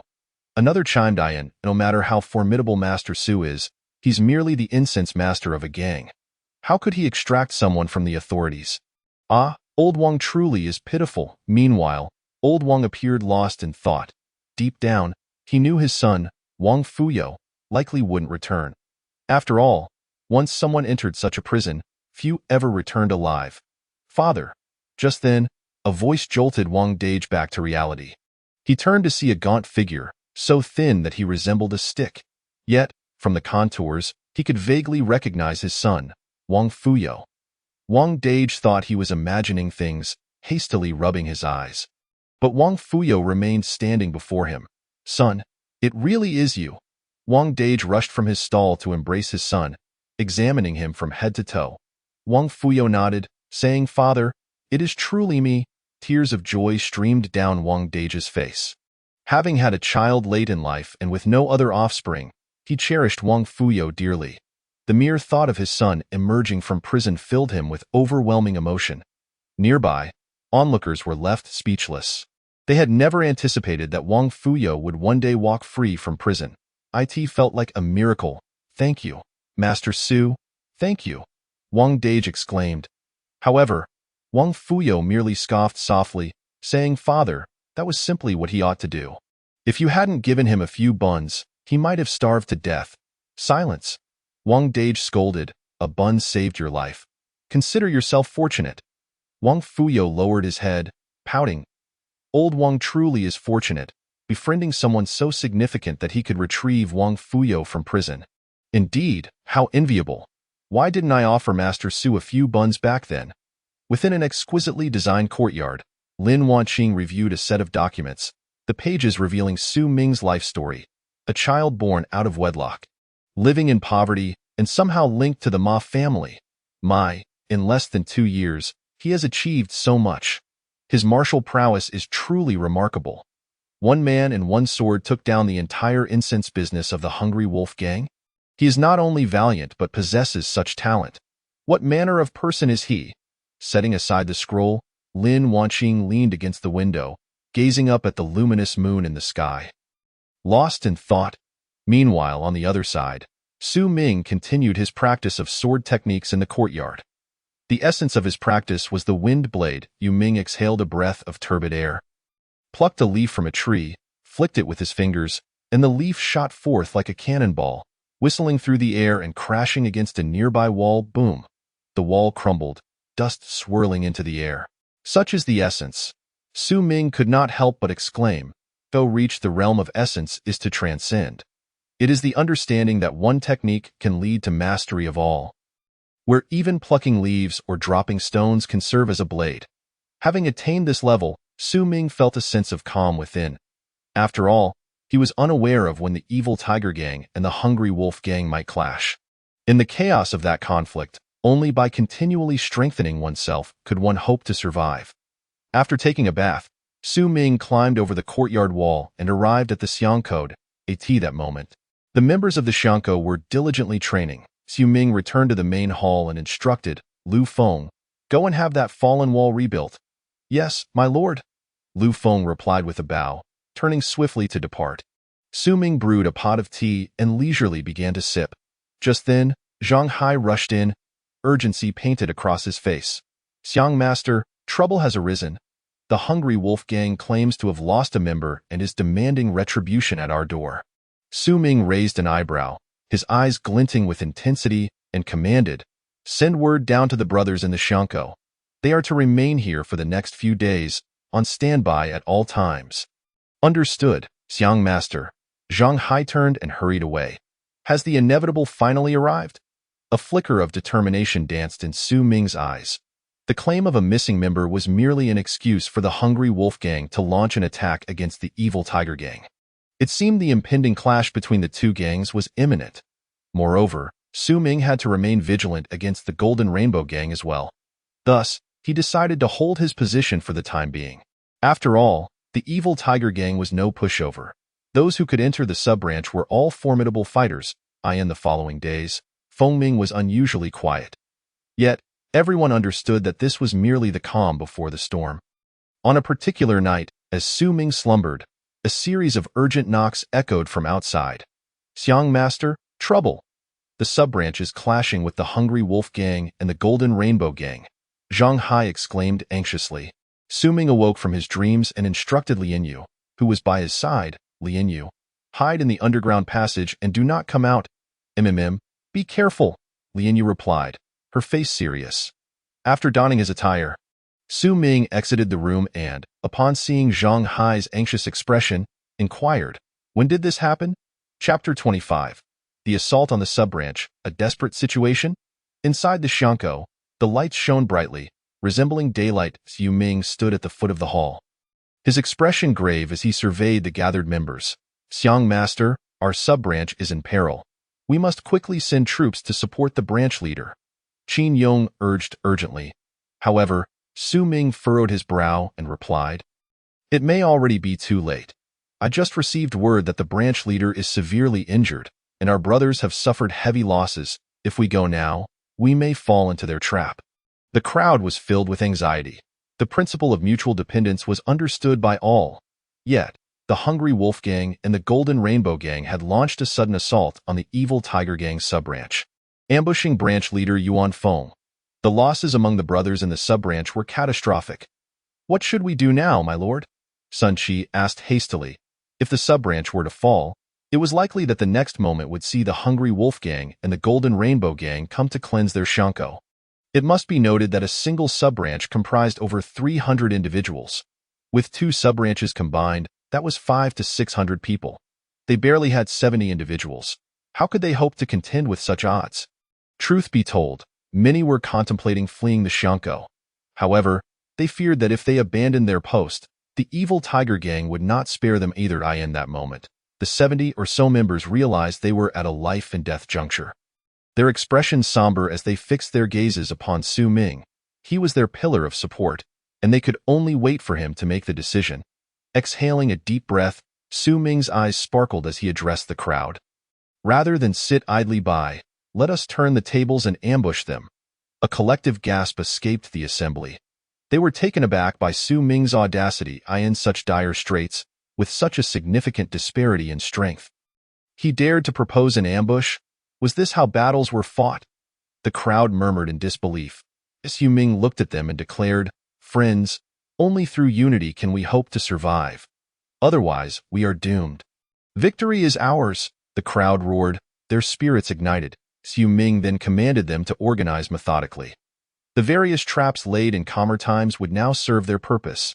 The night was eerily quiet, save for the howling wind. Even the insects sensed the danger and ceased their chirping. As time ticked by, a contingent approached the Xiangkou of the Evil Tiger Gang on Wudong Street, led by a man known as the Iron Sword Taoist, the branch leader of the Golden Rainbow Gang in Fengming, renowned for his formidable strength and rumored mastery of sword intent. Following him were 4 brawny men, the 4 Xiang masters of the Golden Rainbow Gang. "Old Hu, I've heard that the Xiang master of the Evil Tiger Gang on Wudong Street is quite remarkable. He was once a beggar, and in less than 2 or 3 years, he ascended to the position of Xiang Master. Humph, no matter how talented he is, he has yet to fully mature. Indeed, I take great pleasure in slaughtering so-called geniuses. I shall personally sever his head with my great blade. Besides, we have our branch leader. What could a mere individual do to us? The four Xiang masters laughed heartily, entirely dismissing a small Xianko. Although it was rumored that Su Ming had cultivated his sword intent, they were not to be trifled with either. Furthermore, they had the Iron Sword Taoist, a seasoned master of sword intent on their side. The street was hauntingly silent at this moment. The townsfolk sensed that something significant was about to unfold and huddled in their homes. Peering out cautiously as they exchanged banter, the members of the Golden Rainbow Gang reached the front of the Evil Tiger Gang's Xianko. Light the fire! A commanding voice rang out under the night sky. Swish, swish, swish. In the next moment, a barrage of arrows shot towards them. Several members of the Golden Rainbow Gang, caught off guard, fell to the ground instantly. At that moment, the Golden Rainbow Gang was left bewildered. As they arrived, they had considered various possibilities. Su Ming might have fled with the Xianko's members or surrendered, but they never anticipated that Su Ming and his men would wait for them to arrive and launch an attack. You insolent fools, dare you fight back? Iron Sword Taoist seethed, gripping his iron sword and pointing it furiously at the Xianko's entrance. Kill! Upon hearing this, the members of the Golden Rainbow Gang unsheathed their weapons and charged toward the Xianko. However, as they ran, the first row of men suddenly halted, their lower bodies immobilized while their upper bodies continued forward. Thud, thud, thud. Their upper halves fell to the ground, blood gushing. The members of the Golden Rainbow Gang gasped in shock. Yet, what greeted them were the glinting blades of sharp knives. The long swords whistled through the air, splattering blood everywhere. A dozen or so members of the Golden Rainbow Gang were gruesomely reduced to mere meat paste on the spot. The suddenness of the slaughter left the onlookers outside momentarily stunned. In the next instant, numerous individuals leapt down from the roofs of nearby homes, charging towards the members of the Golden Rainbow Gang with their weapons drawn. Chapter 26. A mere incense branch attacking a branch without a chance to retaliate. Before the Golden Rainbow Gang could gather their wits, another wave of attackers felled several more of their ranks. The Iron Sword Taoist, at this moment, was so enraged that he could almost laugh, bellowing, annihilate them, kill. He could hardly fathom that a mere incense branch, in the face of his branch, would dare to launch a counterattack rather than flee in disarray or surrender. This ambush resulted in nearly 20 of their own being killed or injured in an instant, leaving even the Iron Sword Taoist in a state of bewildered fury. Kill! The cry for blood echoed through the air as yet another surge of fighters erupted from the incense branch, descending upon the Golden Rainbow Gang. The members of the Golden Rainbow Gang found themselves gripped by a sudden chill, their formations thrown into disarray. Among the chaos, one individual wielding a long sword radiated an overwhelming aura, cutting through the ranks of the Golden Rainbow Gang like a ferocious beast, dispatching countless foes with ease. This individual was none other than Su Zhan. Though his time training under Su Ming had been brief, his extraordinary talent and relentless spirit made him a formidable force in that moment. Su Zhan transformed into a razor-sharp blade, mercilessly slaughtering the members of the Golden Rainbow Gang. The three academy leaders, Qin Yong, Zhao Guang, and Sun Qi, roared like three ferocious beasts, tearing a gap through the ranks of the Golden Rainbow Gang. Faced with the assault of these few dozen attackers, the over 300 members of the Golden Rainbow Gang found themselves struggling to hold their ground. To make matters worse, their adversaries were exceptionally well equipped. The long swords they wielded were specially crafted, and they donned rare inner armor typically found in the military. The weapons of the Golden Rainbow Gang could scarcely injure them, and they were soon pushed back, retreating in disarray. The members of the Golden Rainbow Gang were nearly paralyzed with fear. At that moment, the Iron Sword Taoist and the four incense masters were equally bewildered. When they had set out, they believed that attacking the Evil Tiger Gang would be an effortless endeavor. Even upon their arrival, the Evil Tiger Gang's incense branch appeared to be in full retreat, scattering in all directions. Yet, they had never anticipated such a turn of events. Now, they were utterly stunned.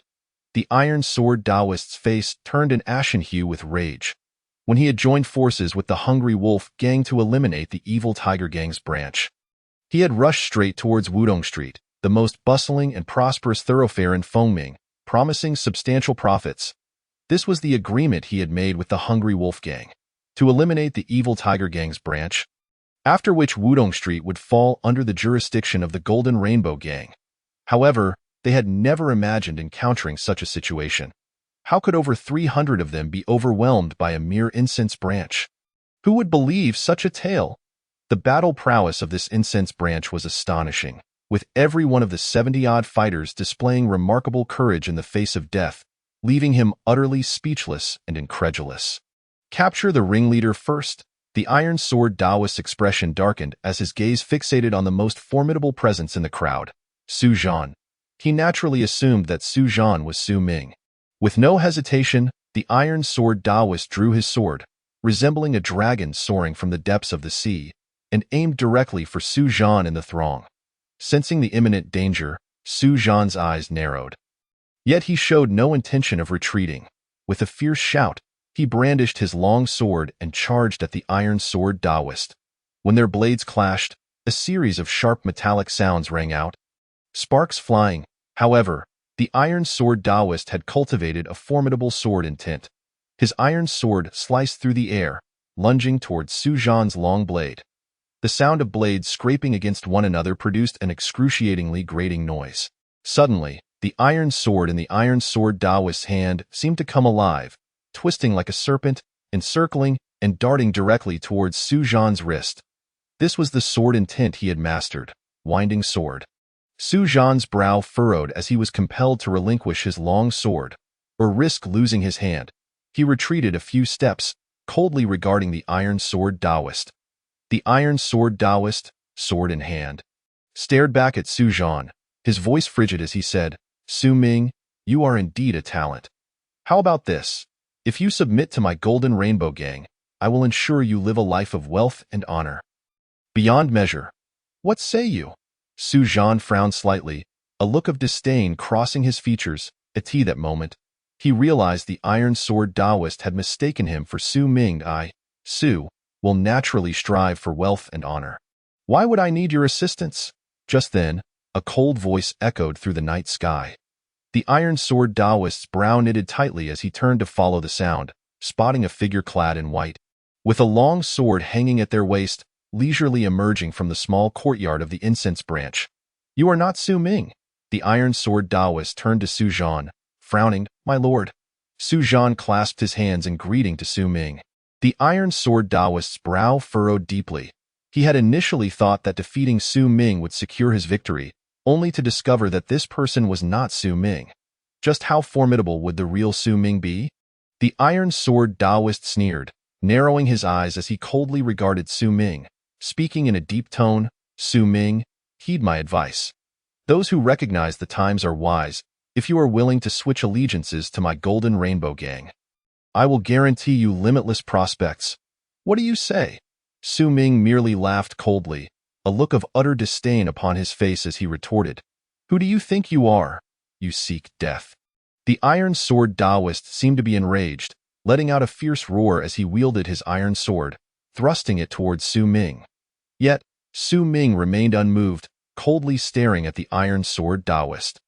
Why did he not draw his blade? The Iron Sword Taoist pondered, but he could not afford to dwell on it now. He simply thrust his sword forward. As he approached, Su Ming raised his right hand, his fingers curling slightly, and with a loud pop, he flicked a single leaf towards the Iron Sword Taoist. Though it was merely a single leaf, it contained an unparalleled sword intent. The Iron Sword Taoist felt an overwhelming sense of danger emanating from that leaf. Suddenly, it seemed he realized something, and his whole body trembled as he hurriedly raised his sword to defend himself. A crisp sound echoed through the night as the leaf pierced through the iron sword's blade, followed by the sound of the leaf penetrating the Iron Sword Taoist's skull. The Iron Sword Taoist stood frozen in place, his eyes wide with shock, his throat producing a raspy sound as his mouth moved in silent disbelief. Yet, he would never voice his thoughts again. With a thud, the life force drained from him, and the Iron Sword Taoist fell, defeated and unwilling in the darkness of night. compounded by the fact that he had turned his back to the crowd. None had clearly witnessed how Su Ming had struck. The scene unfolded too swiftly, yet it instantly ignited the fervor of the onlookers. After all, the Iron Sword Taoist was a leader of the Golden Rainbow Gang. And now their pillar of strength had been eliminated in a single move by Su Ming. This demonstrated the sheer terror of Su Ming. The crowd gazed wide-eyed, disbelief etched on their faces as they beheld the scene before them. Even momentarily forgetting the ongoing battle. Chapter 27. A Town of Annihilation. An incense branch annihilates a branch? The Lord of the Branch is dead. The Lord of the Branch is dead. Run. Someone in the crowd shouted, instantly igniting a wave of panic among the members of the Golden Rainbow Gang. They had never anticipated that their leader, having achieved the pinnacle of vitality and honed a formidable sword intent, could not withstand even a single strike from Su Ming, falling in an instant. This realization sent shivers down their spines. How could they continue fighting? As panic spread, their will to resist evaporated, and they turned to flee. Even the 4 incense masters were paralyzed with fear, no longer daring to linger. Kill. Meanwhile, the members of the evil Tiger Gang found their fighting spirit surging. Like individuals fueled by adrenaline, they roared and charged towards the Golden Rainbow Gang. Their incense master was so formidable that he had dispatched the opposing branch's leader with a single blow. The tide of battle had shifted decisively in their favor, and now they were focused on maximizing their kills and accolades. The members of the Golden Rainbow Gang were terrified, crying out for their parents, wishing for 2 more legs to run faster. This was no jest. Behind them were relentless reapers, especially their incense master, who had decimated their branch leader in a single stroke. What sort of unparalleled killing deity was this? Even their leader could not withstand a single round under Su Ming's hand. If they lingered any longer, they would merely be offering their heads as gifts. Su Ming had no intention of letting them escape. With a flicker of his figure, he vanished from sight. The Golden Rainbow Gang comprised over 300 members, and he could not possibly slay them all. However, the 4 incense masters were not to be spared. Su Ming moved with remarkable speed, swiftly closing the distance to one of the incense masters. The master let out a shriek, raising his blade to strike Su Ming, only to suddenly feel the world around him tremble. It was then he realized that his head had inexplicably fallen to the ground. One of the other incense masters turned just in time to witness this scene, and terror gripped him, causing him to scream and flee in panic. Su Ming kicked the ground, and his long blade whistled through the air, hurtling towards that incense master. Startled, the master shouted and hastily pulled a subordinate in front of him as a shield. Yet, the long blade pierced through both of their bodies effortlessly. Ultimately, the incense master succumbed, unwillingly collapsing to the ground. With the wind at his heels, Su Ming continued his pursuit of the remaining 2 incense masters. He soon cornered one in a narrow alley. The incense master gazed at Su Ming with fear etched on his face, swallowing hard as he trembled and pleaded, "Su Incense Master, I beg you to spare my life. I shall withdraw from the martial world from this day forth. I am late." With a casual flick of his wrist, Su Ming produced a single leaf and began to approach the incense master slowly. Upon seeing that Su Ming intended to use a mere leaf to end his life, the incense master's pupils dilated in terror as he exclaimed, "The Tao of Intent! You have cultivated the Tao of Intent? Do not come any closer." At that moment, the incense master realized the magnitude of the terrifying existence they had provoked. The Tao of Intent was a level of mastery that would elevate one to the status of elder within their gang. No wonder their leader had been dispatched with a single strike. Entering the realm of intent was no small feat. It was a level of power that commanded respect. How had they managed to provoke such a formidable being? "Too late," Su Ming uttered coolly, flicking his fingers. The leaf shot forth like a bullet, racing towards the incense master. Startled, the master quickly raised his blade in defense. However, the steel blade crumbled like tofu against the force of the leaf, which then pierced through his neck. With a snap, the blade shattered, and he too fell. Unwillingly, Su Ming strolled forward, finally locating the last incense master in a courtyard. The master had taken an old man hostage and looked at Su Ming with sheer terror, shouting desperately, "Do not come any closer. Release him, and I shall spare your life." Su Ming replied nonchalantly, "Release him, and I will die instead." "Remove your blade and kick it over." The incense master, filled with fury and fear, complied. Su Ming followed through, tossing his weapon towards the master. A visible sigh of relief washed over the master. In that instant, a green flash shot towards him, embedding itself in his forehead. The Tao of Intent? His eyes widened in disbelief as he succumbed to the ground. Unwilling to accept his fate, Su Ming approached, retrieving his blade, and then dragged the bodies out. "Old man, close the door," he called cheerfully after discarding the lifeless forms onto the street. As he turned to leave, the old man snapped out of his daze and hurriedly shut the door. Su Ming returned to the incense hall, where the battle had concluded. Upon his return, the crowd erupted in excitement, all bowing in unison, exclaiming, "My lord!" At that moment, their admiration for Su Ming reached its zenith. Initially, they had felt despair upon learning that the Hungry Wolf Gang and the Golden Rainbow Gang had allied to obliterate their faction, but did not anticipate that Su Ming would lead them to triumph in what seemed an impossible battle. Undoubtedly, his contributions were paramount. Had he not dispatched Iron Sword Taoist with a single strike, their fortunes might have turned otherwise. Their recent rigorous training and the special equipment Su Ming had procured also played a crucial role. Now, they understood the depth of Su Ming's foresight and intentions. It was evident that he had foreseen the impending conflict between the gangs, prompting him to prepare them accordingly. At this moment, they were utterly captivated by Su Ming, completely enchanted by their newfound loyalty. Observing the crowd, Su Ming raised his hand slightly and commanded, "Do not linger. Follow me." The crowd, ignited with fervor, recognized his intent. Su Ming was determined to challenge even the headquarters of the Hungry Wolf Gang. The thought of a mere incense hall daring to confront a gang headquarters had previously been inconceivable to them, yet now it was within their grasp. By dawn, their actions would undoubtedly reverberate throughout Yunzhou City. Thus, they followed Su Ming, slowly making their way towards the Hungry Wolf Gang's headquarters. The headquarters. The leader, Jin Yuanbao, lounged on his bed, finally able to rest after a night of grueling battle, having vanquished his old rival, Yuan Feng, and destroyed the evil Tiger Gang's headquarters. He envisioned a promising future filled with advancement to elder status and greater access to cultivation resources. Suddenly, he inquired, "By the way, Xiao Zhao, what news do we have from the Golden Rainbow Gang?" A nearby incense master replied cautiously, "The reports indicate that the Golden Rainbow Gang has yet to return." "Yet to return?" Jian Yuanbao was taken aback, then scoffed dismissively. "Iron Sword Taoist is truly pathetic, struggling to annihilate an incense hall with such effort. Sooner or later, I shall eliminate him as well." Chapter 28.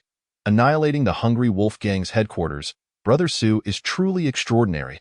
On Wudong Street, at the Hungry Wolf Gang's headquarters, the gang members had just endured a bloody battle, suffering heavy casualties. Of the over 300 members, only a little over 100 remained. Exhaustion was evident on their faces, and even those tasked with guarding the entrance had succumbed to sleep. After a night of fierce combat, it was only natural to finally relax and fall into a deep slumber. Even Jin Yuanbao had dozed off. Suddenly, 2 arrows shot through the night sky, striking down the 2 guards at the entrance, who were still lost in dreams, meeting their demise. Following this, members of the evil Tiger Gang surged forward. Kill! By this time, dawn had begun to break, and the members of the Hungry Wolf Gang were still in a deep slumber. Startled awake by the resounding battle cries, by the time they reacted, blades were already at their throats. Many had no time to react before meeting their end. The evil Tiger Gang, fueled by momentum, charged into the headquarters, indiscriminately slaughtering anyone in their path. In an instant, the cries of battle filled the air, with the members of the Hungry Wolf Gang crying out for help amidst heavy casualties. Jin Yuanbao was jolted awake by the cacophony of chaos.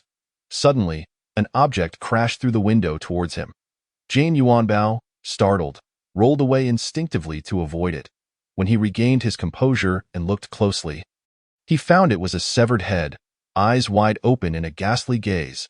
It was none other than Iron Sword Taoist. Panic took hold of Jin Yuanbao, dispelling any remnants of sleep, as he seized his long blade and dashed outside. Meanwhile, a figure stood in the courtyard, watching him. Jian Yuanbao squinted, coldly regarding Su Ming, and asked in a low voice, "Who are you?" "Su Ming," came the calm reply. "Su Ming, the incense master of the evil tiger gang on Wudong Street?" Jian Yuanbao said, filled with suspicion. He glanced around and noted that Su Ming was accompanied by only a handful of people, realizing that the attackers were merely from an incense hall. But how had Iron Sword Daoist's head been severed? Jian Yuanbao's anger flared as he glared at Su Ming, stating coldly, "Humph, kid.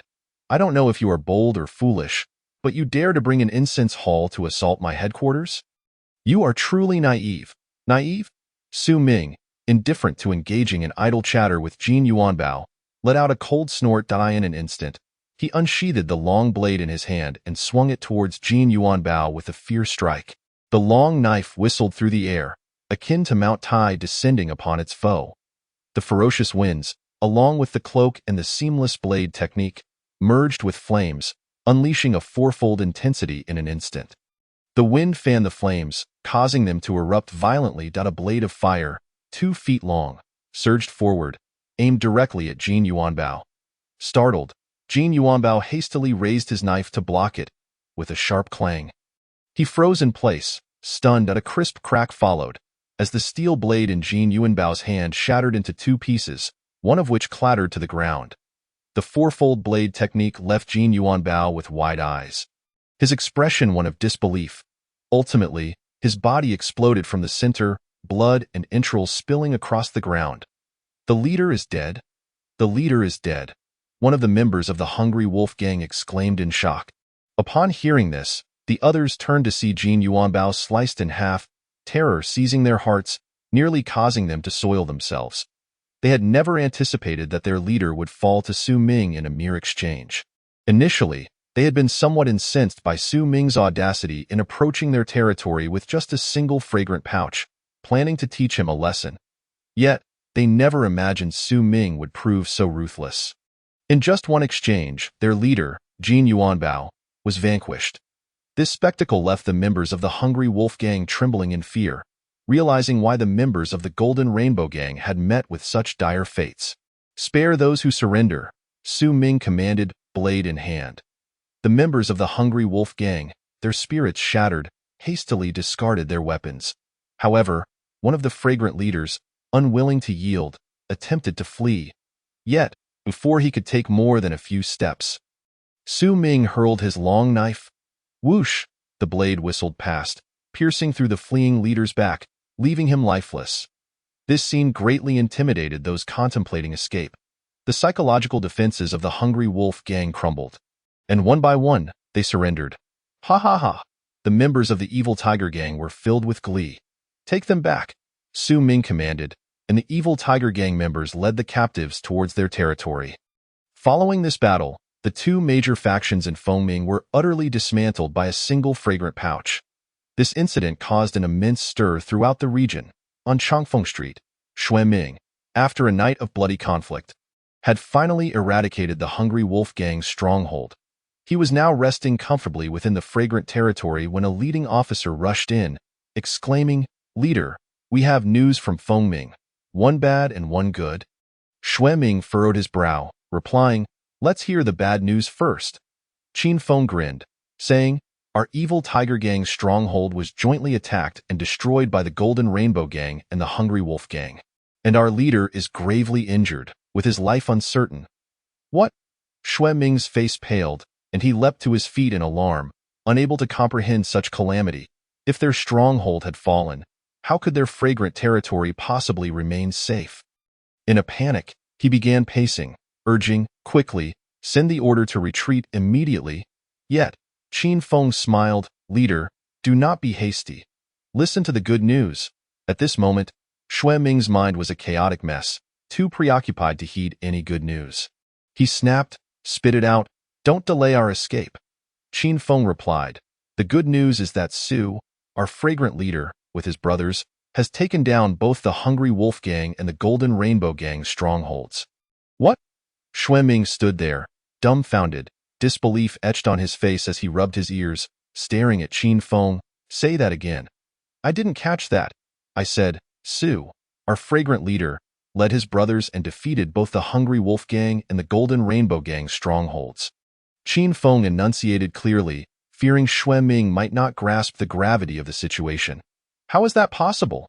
A single fragrant pouch took down 2 strongholds. This can't be true.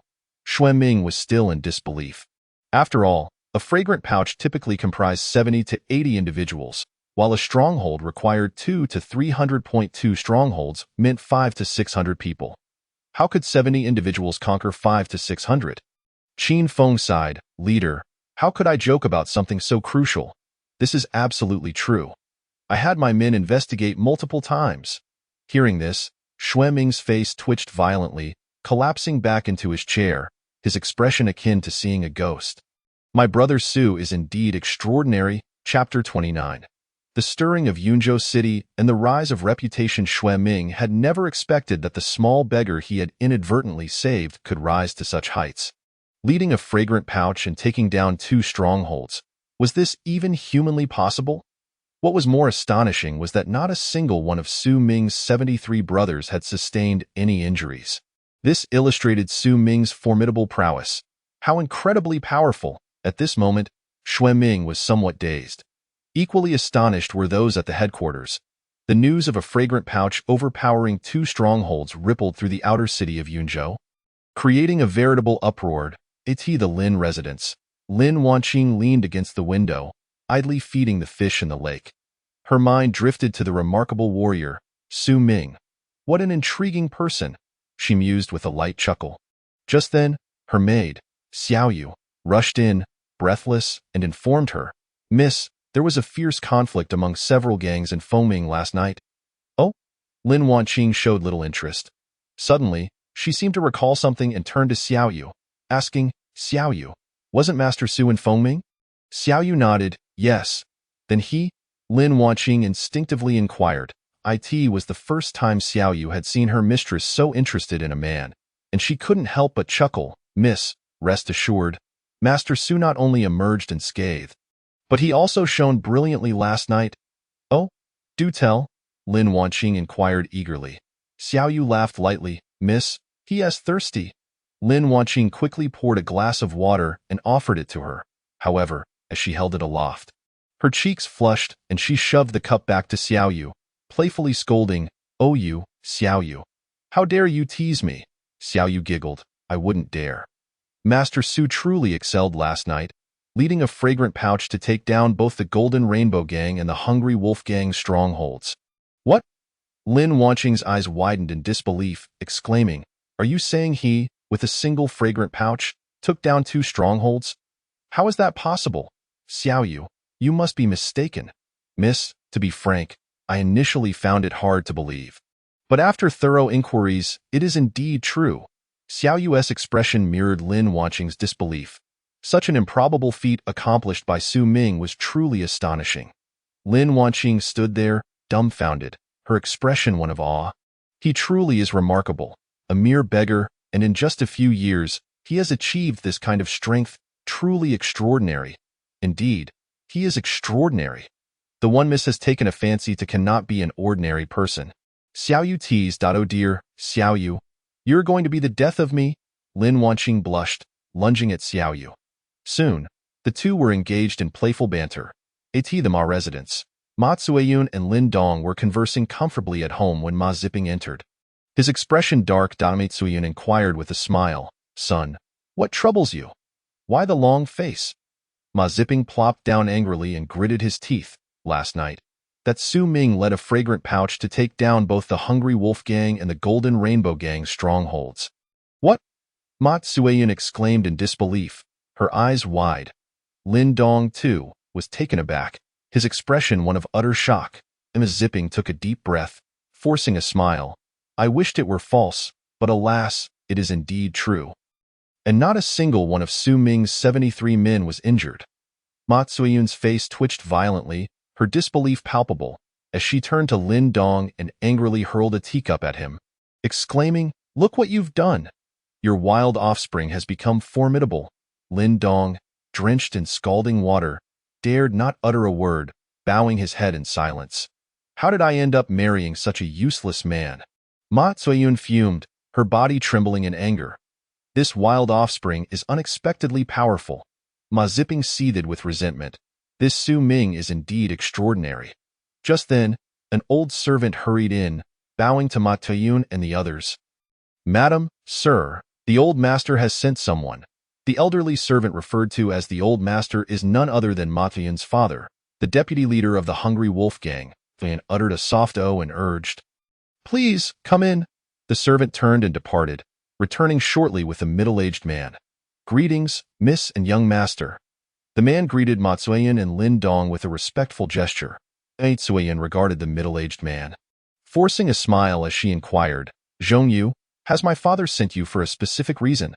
The man met her gaze and replied, "Miss, young master, the master has learned of Su Ming's true identity.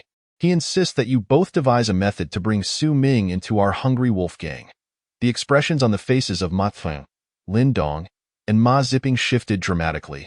"Miss, young master, my orders have been conveyed. I must take my leave."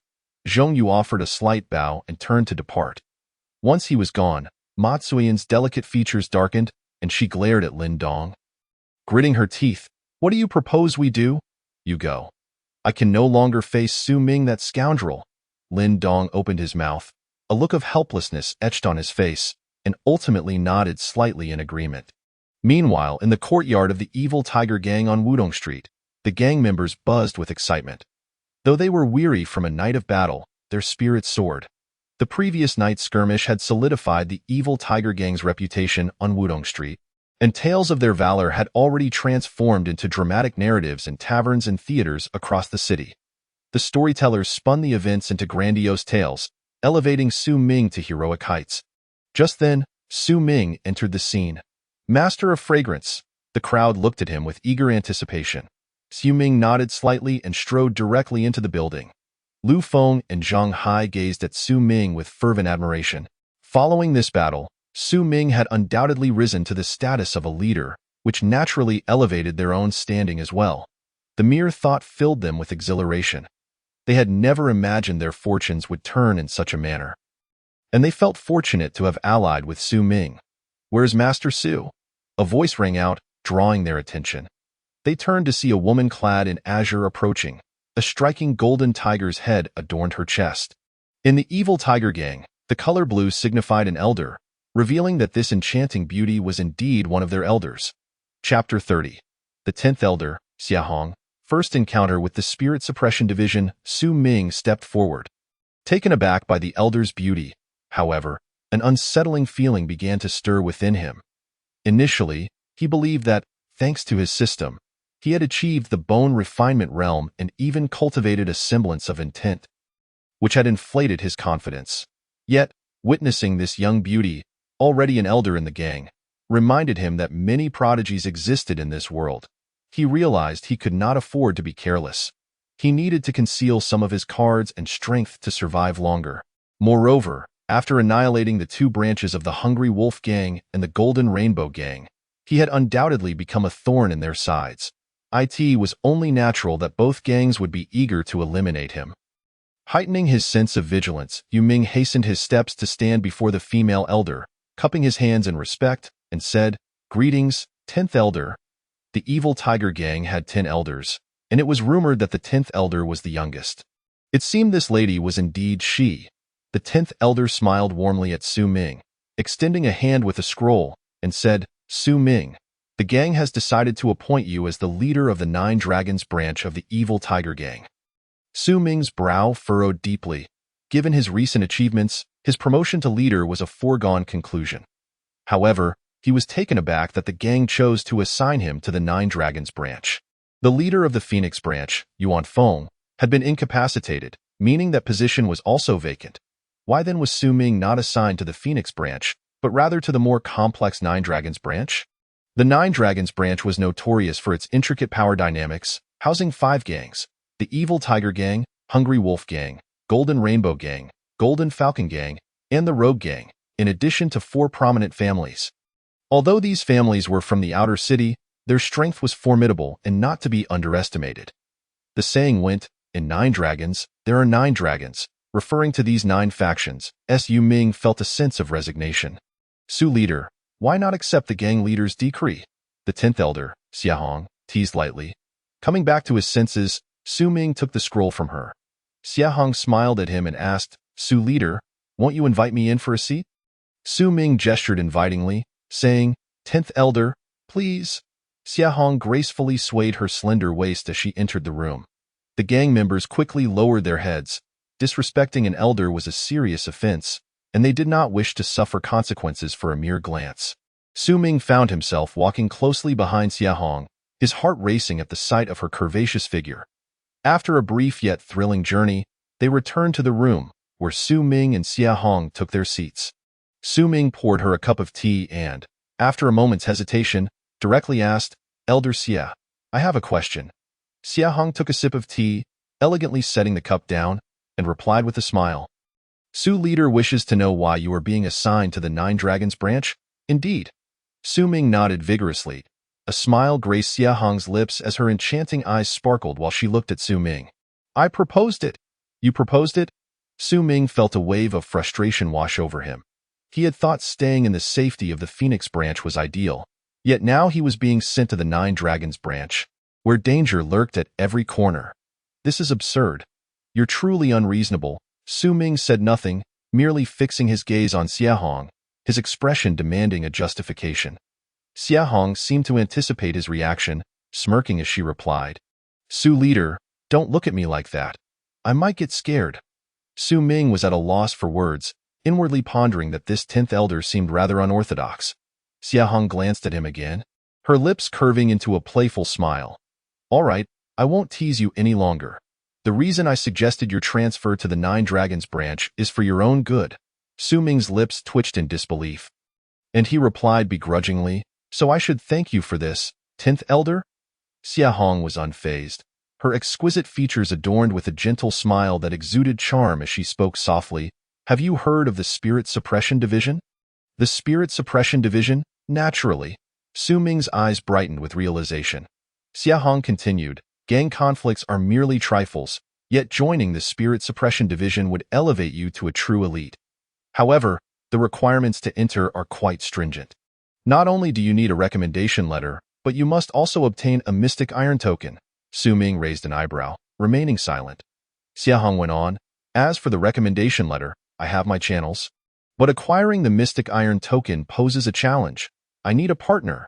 Su Ming narrowed his eyes and asked, Are you suggesting that I become your partner? Xia Hong nodded slightly, smiling as she explained. Sending you to the Nine Dragons branch is to help you stand out in the complex environment and enhance your strength. Of course, this is also your first test. Su Ming's brow furrowed deeply, his eyes glinting with uncertainty. He was well aware of the Spirit Suppression Division, a highly esteemed institution within the Great Zhou dynasty. Those who could join were rare geniuses, and the division was known for its immense power, capable of overseeing officials and even executing decisions on the spot. They were also tasked with slaying demons and capturing malevolent beings. Thus, gaining entry into the Spirit Suppression Division would signify true elevation to the ranks of the elite. However, countless individuals aspired to join, and the path was fraught with difficulty. Every 5 years, the division would issue the Mystic Iron Token, allowing those in the martial world to compete for it. Whoever secured the Mystic Iron Token, along with the recommendation letter, would be granted entry into the division. Joining it would free one from the perilous life of constant conflict and ensure a degree of personal safety. After much deliberation, Su Ming ultimately agreed, nodding. All right, it's a deal. Xia Hong smiled brightly. I knew you would agree. Just know that you must put in the effort. I am already at the bone refinement realm and will soon cultivate intent. You need to strive as well. I hope you can become my partner, not a burden. Su Ming felt speechless. You are at the bone refinement realm, and so am I. You are on the verge of cultivating intent. Yet I have already achieved it. I seem to be stronger than you. You might end up being the burden instead. However, he chose not to reveal his capabilities too openly and eventually nodded in agreement. Chapter 31. Interrogation and handover. Su leader, make sure to work hard. This elder has faith in you. Farewell. Xia Hong rose from her seat, playfully winking at Su Ming before turning to leave. Su Ming, wearied by the encounter, escorted Xia Hong out of the fragrant abode. Just as he was about to return to the courtyard, A sudden voice pierced the air. Minger. Su Ming turned to see a figure emerging from an alleyway. The person was none other than Lin Dong. Upon sighting Lin Dong, Su Ming's brow furrowed deeply, and he prepared to retreat to the courtyard. At that moment, Lin Dong hurried a few steps forward, exclaiming, Minger, wait, just a moment. Su Ming halted, his expression icy as he inquired, what is it? Lin Dong hastily replied, Minger, how dare you call me that? Su Ming interjected, raising an eyebrow, his voice cold as the frost of winter. Instilling fear in those who heard it, Lin Dong forced a smile, glancing at Su Ming and said, Su Xiangzhu, after all, we are. Just then, a crisp voice interjected, what is this? Is this how the Hungry Wolf Gang behaves? Brazenly trespassing into my fierce Tiger Gang's territory in broad daylight to poach members. Your audacity is astounding. All eyes turned towards the source of the voice, revealing Xia Hong, clad in azure attire. Returning once more, upon seeing her, Lin Dong's eyes twitched in discomfort, and he quickly said, Elder Xia, I am Su Ming's biological father. Please do not act recklessly. The gathered members of the gang exchanged glances. Their feelings mixed. Initially incensed by Xia Hong's words, they had developed a sense of animosity towards Lin Dong. However, upon learning that Lin Dong was Su Ming's father, their hostility subsided, recognizing the familial bond that should not be interfered with.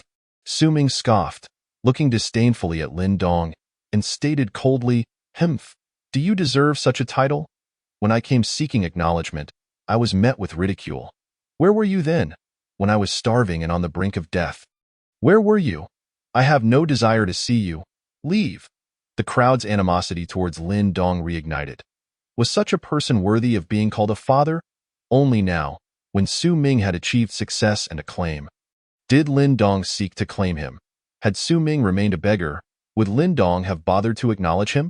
Being an elder of the fierce Tiger Gang, Xia Hong was well aware of Su Ming's past and felt no surprise. Though she did not recognize Lin Dong stood there, awkward and humiliated. Su Ming coldly regarded Lin Dong and said, You may leave. My sparing your life is already the greatest mercy I can offer. Lin Dong's face twitched, and with a resigned sigh, he turned and left in defeat. Xia Hong stuck out her bright red tongue and said, Su Duozhu, I must take my leave as well with that. She gracefully turned and exited. After her departure, Su Ming addressed the assembled brothers, clasping his hands in salute. Brothers, the road ahead in the Jianghu is long. May we meet again, Xiangzhu? Qin Yong called out urgently. The others joined in, echoing his call. Su Ming grinned and declared, Brothers, tonight, the Zuexian Lu is on me. We shall not return until we are intoxicated. Thank you, Xiangzhu. The crowd responded with bows. Subsequently, Su Ming led the group towards the Zuexian Lu. Xiangzhu, please, do come in. The innkeeper's eyes lit up upon seeing Su Ming, hastily gesturing for him to enter. Su Ming was now a celebrated figure in Fengming, renowned far and wide, leading a fragrant abode and dominating 2 sub-halls. His fame was at its peak. Su Ming's presence at their inn would undoubtedly boost their business. Meanwhile, a storyteller on the stage regaled the audience with tales of Su Ming's exploits in leading the fragrant abode to challenge 2 sub-halls. The crowd erupted in cheers. The revelry continued at the Zuexian Lu, where they feasted heartily before returning to the fragrant courtyard. Su Ming, however, did not depart. He awaited the arrival of the new leader from Fengming to discuss the transfer of responsibilities. The following day, as Su Ming enjoyed a drink in the courtyard, a voice called from outside, Duozhu Su. I apologize for the wait. Su Ming looked up to see a young man in white striding towards him. This individual, whom Su Ming recognized as Feng Chong, the son of the fierce Tiger Gang's elder, was determined to assume Su Ming's position, given the latter's surging influence. Although Feng Chong was a leader in Fengming, he had come directly to the Wudong Street fragrant abode to claim Su Ming's 73 brothers. Su Ming slowly rose and clasped his fists. Leader Feng. Feng Chong grinned widely and said, Duozhu Su. You are now a celebrated figure in our fierce Tiger Gang. Duozhu Su, tonight, we shall not return until we are intoxicated. Su Ming nodded slightly, replying, Leader Feng, perhaps another time. I must attend to matters in Zhejiang. Very well, I will not detain you, but when you visit Fengming next, I shall prepare fine wine and delicacies for a grand celebration. Feng Chong replied cheerfully. Xu Ming hesitated before saying, Leader Feng, I have a small request. Please, speak. Feng Chong replied with a light chuckle as Xu Ming, after a moment's thought, said, I wish to request 3 individuals from you. Which 3? Feng Chong's heart skipped a beat, and he inquired eagerly, observing Feng Chong's reaction. Xu Ming maintained his composure and stated, Su Zhan, Lu Feng, and Zhang Hai. Feng Chong visibly relaxed. Upon hearing Xu Ming's request for 3 individuals, he feared Xu Ming sought the 3 leaders, who were the most formidable forces within the fragrant abode. As long as Xu Ming did not demand the 3 leaders, it could be easily arranged. Feng Chong smiled broadly and said, Very well, those 3 shall belong to Duozhu Su. Thank you, Leader Feng. Xu Ming responded. Bowing slightly, Duozhu Su, you are too courteous. Feng Chong nodded. Xu Ming clasped his hands again, saying, Leader Feng, I take my leave. Brothers, farewell. Until we meet again. Feng Chong returned the gesture, Why, Lord? The others called out urgently. Xu Ming sighed and led the 3 away. Recognizing that the fierce tiger gang was not under his command, and taking all the members of the fragrant abode with him was implausible, Feng Chong, witnessing the loyalty of the members towards Xu Ming, felt a flicker of annoyance but, in an effort to win their favor, proclaimed loudly, Brothers, in the future, join me in the sub-hall. The 3 leaders shall be vice-fragrant lords, and others shall receive their rewards. Thank you, my lord, the crowd responded with bows. Thus, 70 individuals from the Wudong Street fragrant abode joined Feng Chong in serving within the sub-hall. However, their prominence would inevitably stir dissatisfaction among the 4 fragrant lords who had accompanied Feng Chong. Life became somewhat uncomfortable as a result. I truly miss the days spent with Duozhu Su, one lamented. Indeed, what has become of our situation now? Another echoed, Bah, those 4 fragrant lords are clearly targeting us. What nonsense is this? Chapter 32. Regret, Assumption of office. Ma Tuyan glared at Lin Dong, who sat silently in a chair, her anger boiling over as she roared, What a spineless coward! You cannot even manage your own son. What kind of man are you? How could I have been so blind as to choose you? Lin Dong hung his head in shame, speechless. Meanwhile, Ma Ziping's eyes twitched in frustration, feeling utterly helpless. After all, the disparity in status between his father and mother left him powerless to intervene. Mother, please do not be angry. Father has tried his best, but that Xu Ming is simply unyielding. Ma Ziping quickly stepped in to comfort her. With a huff, Ma Tsueyun finally sat down, her chest heaving with indignation. At that moment, she too felt a pang of regret. If only she had been slightly more gracious when Xu Ming came seeking acknowledgement. The current predicament could have been avoided. Sighing, Ma Tsueyun could only express her exasperation. Meanwhile, Ma Ziping's eyes gleamed with a flicker of determination as he looked at Ma Tsueyun and said, Mother, since that Xu Ming is so adamant about opposing our Hungry Wolf gang, why not? With that, Ma Ziping made a gesture across his throat. Lin Dong's eyes twitched violently at this suggestion, and he opened his mouth to speak but ultimately chose silence. Tuyan's brows knitted together in a frown as she took a deep breath and declared, Very well, if that scoundrel refuses to see reason, then we shall not hold back.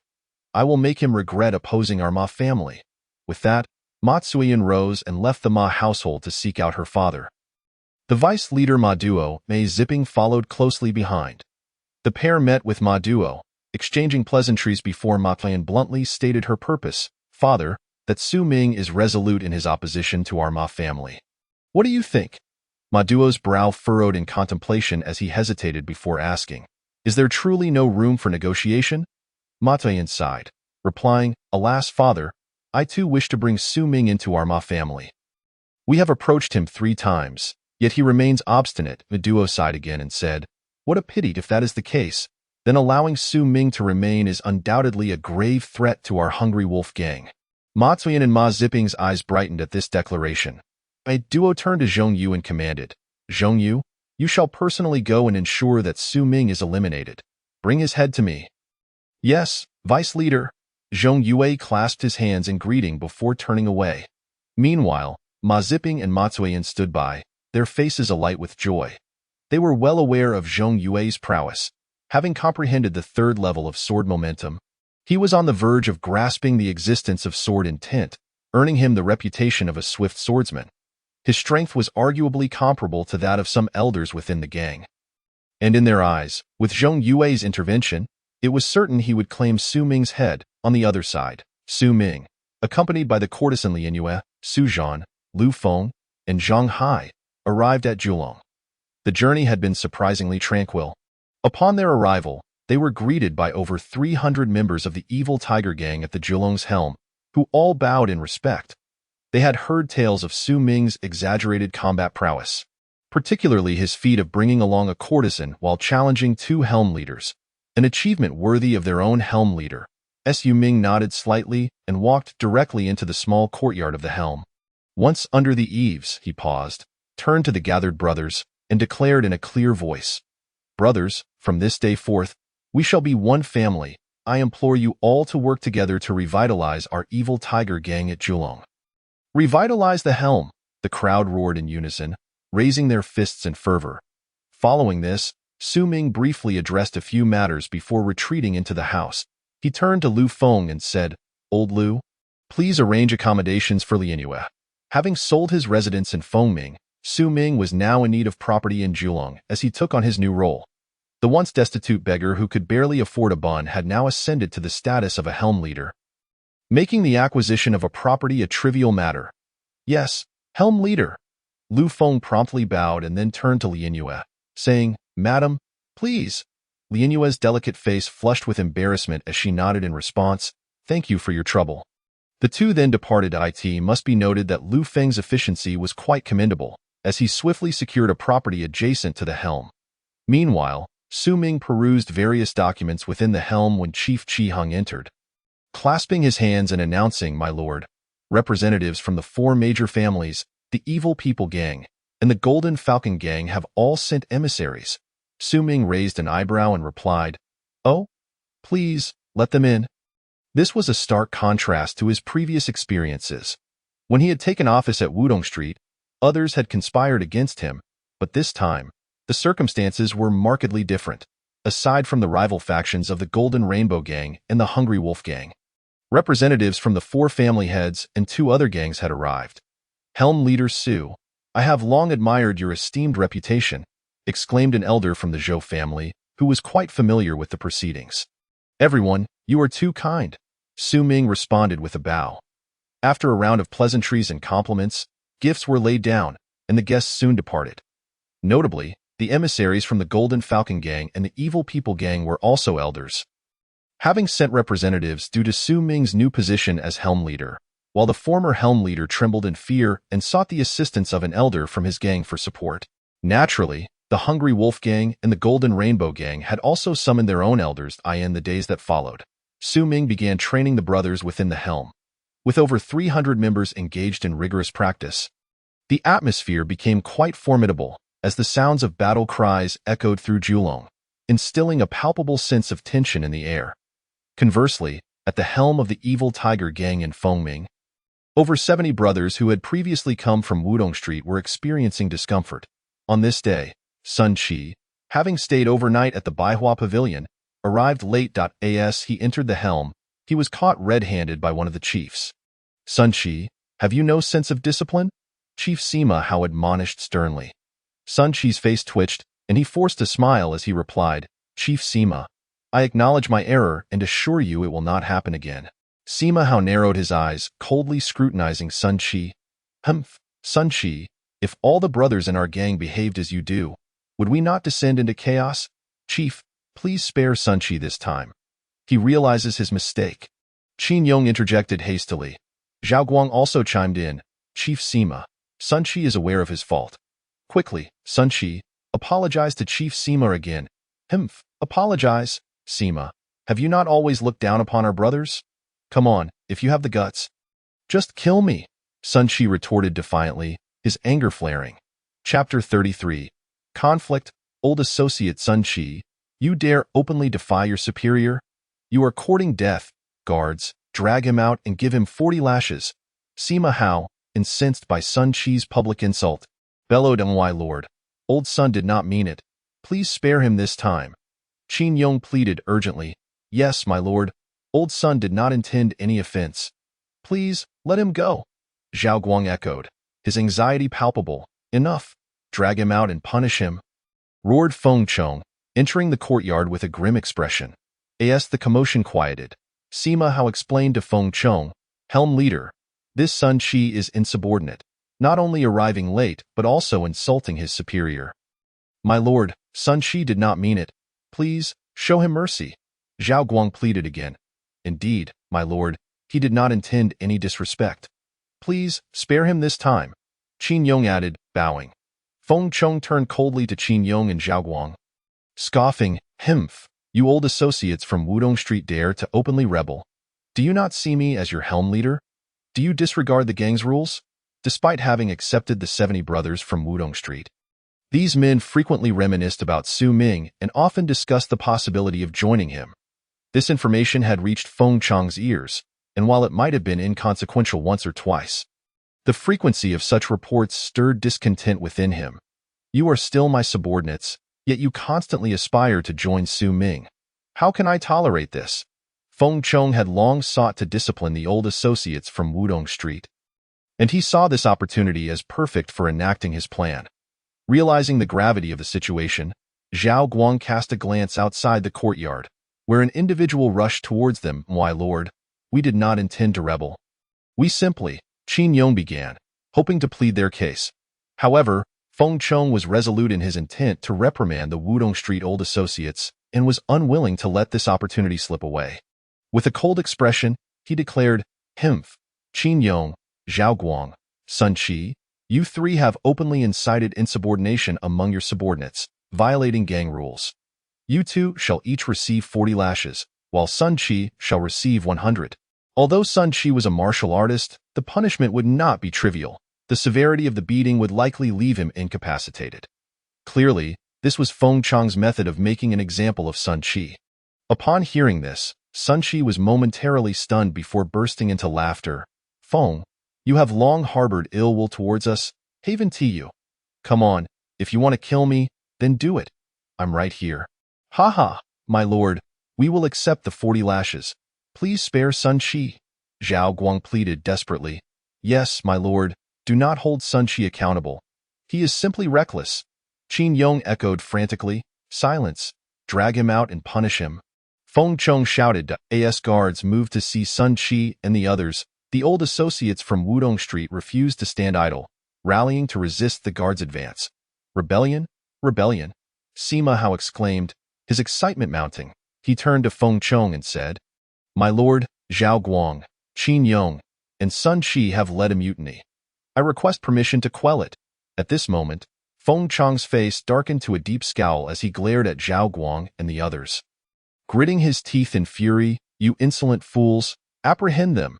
In an instant, chaos erupted as the two factions clashed violently, yet, given that they were all members of the evil Tiger Gang, they refrained from inflicting lethal harm. Meanwhile, the individual from Wudong Street hurriedly approached the helmet Julong. Old one, what brings you here? Lu Feng, having just completed his errands, was about to return to the helm when he spotted the rushing Old One and inquired with curiosity. Old Lu, is the helm leader present? I have an urgent matter to discuss with the esteemed leader, Wen Liang exclaimed in haste. Lu Feng seemed to grasp the gravity of the situation as well. Nodding emphatically and saying, Old One, follow me. Wen Liang trailed Lu Feng into the courtyard, making his way directly into the room. Su Ming, upon seeing Wen Liang, appeared somewhat surprised and inquired, Wen Liang, what brings you here? Without hesitation, Wen Liang fell to his knees with a thud, clasped his hands, and choked out, My lord, please save our brothers from Wudong Street. Su Ming furrowed his brow, stepped forward to help Wen Liang to his feet, and asked, Old One, take your time and tell me what has happened. Wen Liang recounted the events, detailing the tribulations faced by their old comrades from Wudong Street since their arrival at the Fengming dock. My lord, you must go save Vice Leader Sun, Wen Liang urged anxiously. Lu Feng and Zhang Hai exchanged grimaces upon hearing this. Meanwhile, Su Zhan remained silent, standing there as if detached from the unfolding chaos. Su Ming's expression turned icy, his face as stern as water, and he declared, Himph, let us go with that. He exited the room and strode outside. This time, Su Ming was accompanied only by Su Zhan, leaving behind any brothers from the Zhilong dock. After all, should he take his comrades along and a conflict arise between the two factions, it would be indefensible. His solitary presence would, however, be perceived as a personal vendetta against Feng Chong on the other side. Within the courtyard of Fengming Dock, pandemonium had erupted. Two factions clashed violently, and some even drew weapons. As the chaos escalated, Feng Chong's brow furrowed deeply, and he glanced at Sima Hao beside him. "Yes, my lord." Sima Hao replied, charging towards Sun Qi, delivering a forceful strike to his back that sent him tumbling forward. Chapter 34. Those who harm my brothers shall perish. With a resounding crash, Sun Qi smashed through a wall. Becoming entangled in rubble, Sun Qi, Old Sun, Qin Yong and Zhao Guang shouted in horror, their eyes wide with dismay. Vice Leader Sun, Vice Leader Sun. The old comrades from Wudong Street cried out in alarm. After a moment, Sun Qi emerged slowly from the debris, his vitality waning as he coughed up a mouthful of blood, clearly gravely injured. Old Sun, Qin Yong and Zhao Guang gasped in shock. Sima Hao turned to Feng Chong, who regarded him with a chilling glare, nodding slightly in agreement. It was evident that Feng Chong intended to set an example by eliminating Sun Qi to instill fear in the old comrades of Wudong Street. After all, while these veterans were formidable in battle, they had never submitted to his authority, thus becoming a source of trouble. Today, he sought to resolve that matter once and for all. With Feng Chong's tacit approval, Sima Hao's expression grew increasingly sinister as he glared mercilessly at Sun Qi, proclaiming loudly, "Sun Qi, you have overstepped your bounds. By the order of the leader, you shall face justice here and now." As he spoke, Feng Chong swiftly drew his long knife and advanced towards Sun Qi with intent, eyeing his injured state. Sun Qi lacked the strength to resist. "Old Sun, leader, we were wrong. Punish us as you see fit. But please spare Old Sun, I beg you." Qin Yong and Zhao Guang pleaded desperately, kneeling in submission. Yet, Feng Chong was resolute in his desire to execute Sun Qi, ignoring their cries for mercy. Sima Hao approached Sun Qi with a cruel smile, taunting, "Sun Qi, if you kneel now and bow 3 times, I might consider pleading for your life with the leader." Sun Qi, a man of staunch resolve, would not accept such humiliation. With a scoff, he spat at Sima Hao, summoning his remaining strength to shout, "Come on, Sima Hao. If you do not kill me today, I will surely end you in the future. You seek death." Sima Hao, incensed by Sun Qi's defiance, felt his authority severely challenged. Enraged, he raised his long knife and swung it down towards Sun Qi. Just as it seemed Sun Qi would meet his end beneath Sima Hao's blade, a piercing clang echoed, accompanied by the rush of air. A long knife shot forth with blinding speed, piercing Sima Hao's arm in agony. Sima Hao dropped his weapon and turned to the entrance, his expression contorted with fury. At the entrance, 2 figures strode confidently forward. One was Wen Liang, and the other donned a dark green robe, his demeanor cold and resolute. None other than Su Ming. "Leader, leader, the leader has arrived." The old comrades from Wudong Street exclaimed with renewed hope upon seeing Su Ming. Sun Qi managed a smile of relief, whispering, "Leader." Sima Hao's heart raced as he beheld Su Ming, shock evident on his face. "Su Ming," he gasped. Su Ming advanced with deliberate calmness, his imposing presence causing the foaming followers to retreat in fear. The old comrades from Wudong Street rose to join him, creating a palpable tension between the two factions. Although they were outnumbered, the arrival of Su Ming bolstered their confidence significantly. After all, they had once triumphed over the Hungry Wolf Gang and the Golden Rainbow Gang under his leadership. Now, the tables had turned, placing Feng Chong at a disadvantage.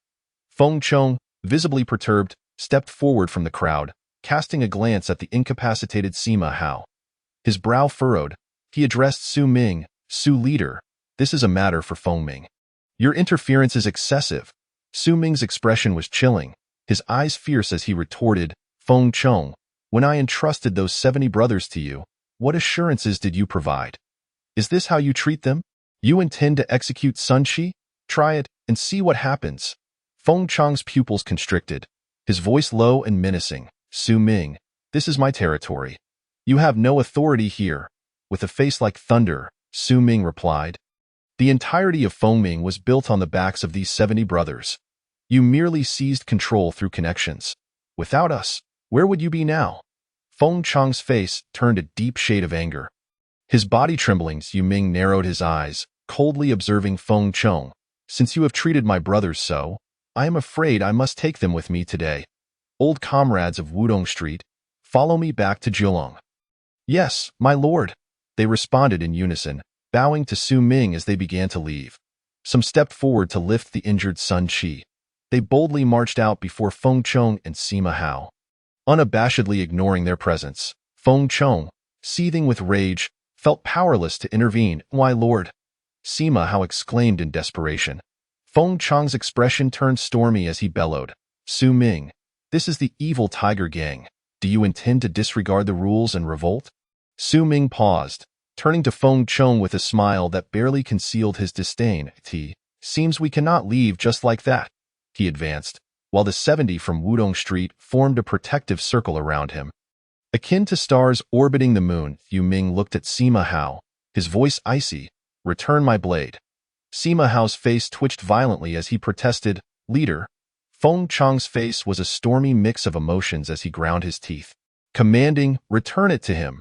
With no other choice, Sima Hao gritted his teeth and pulled the steel knife from his arm.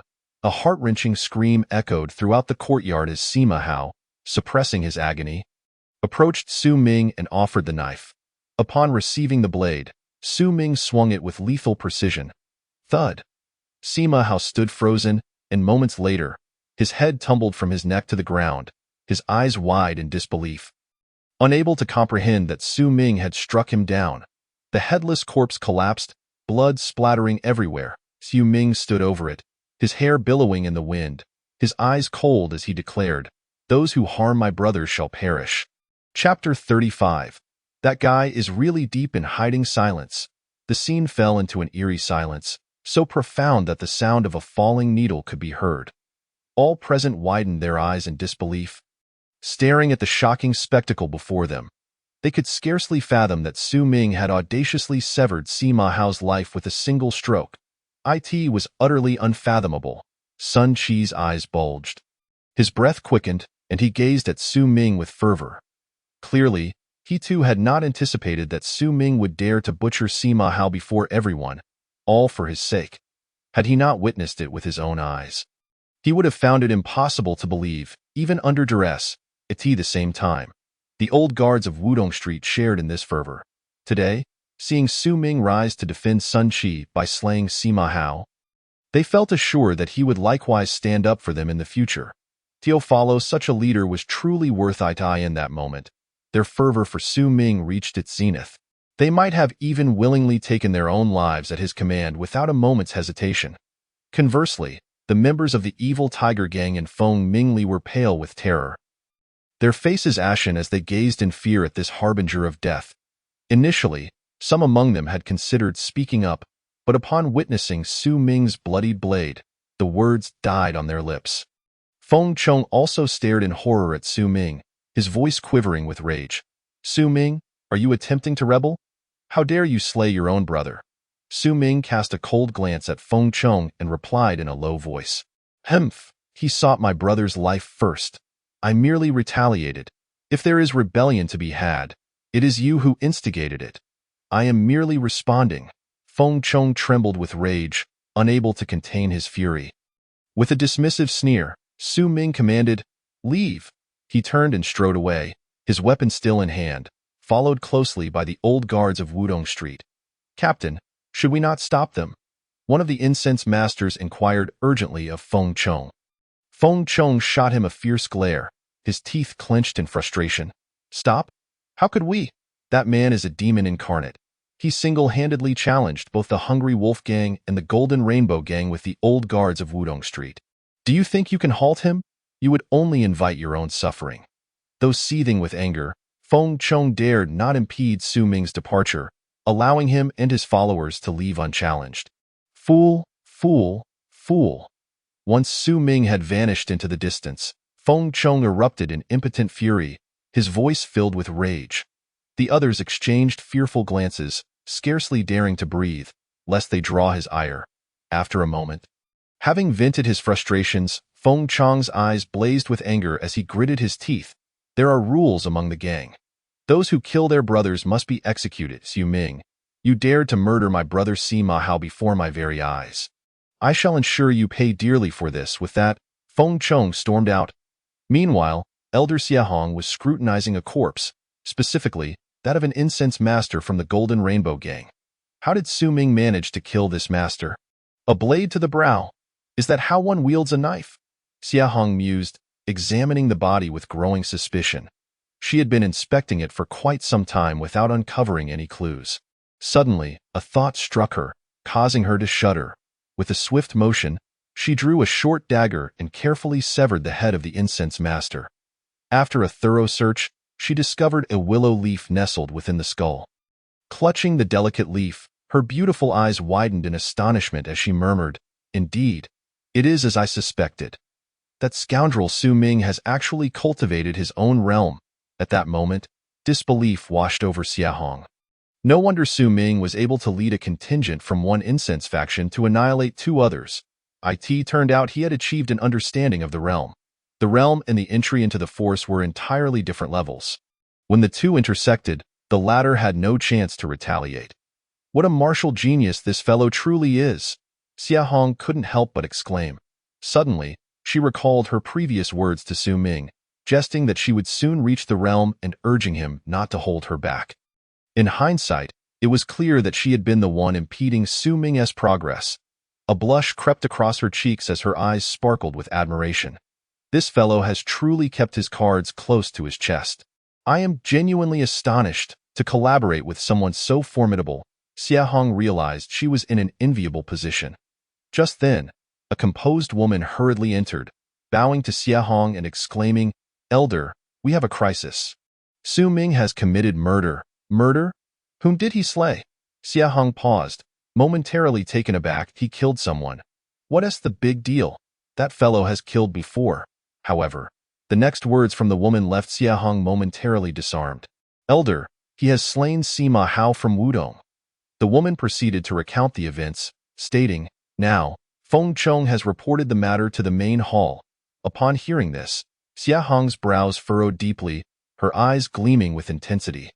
This fellow certainly knows how to stir up trouble. With that, she made her way to the main hall.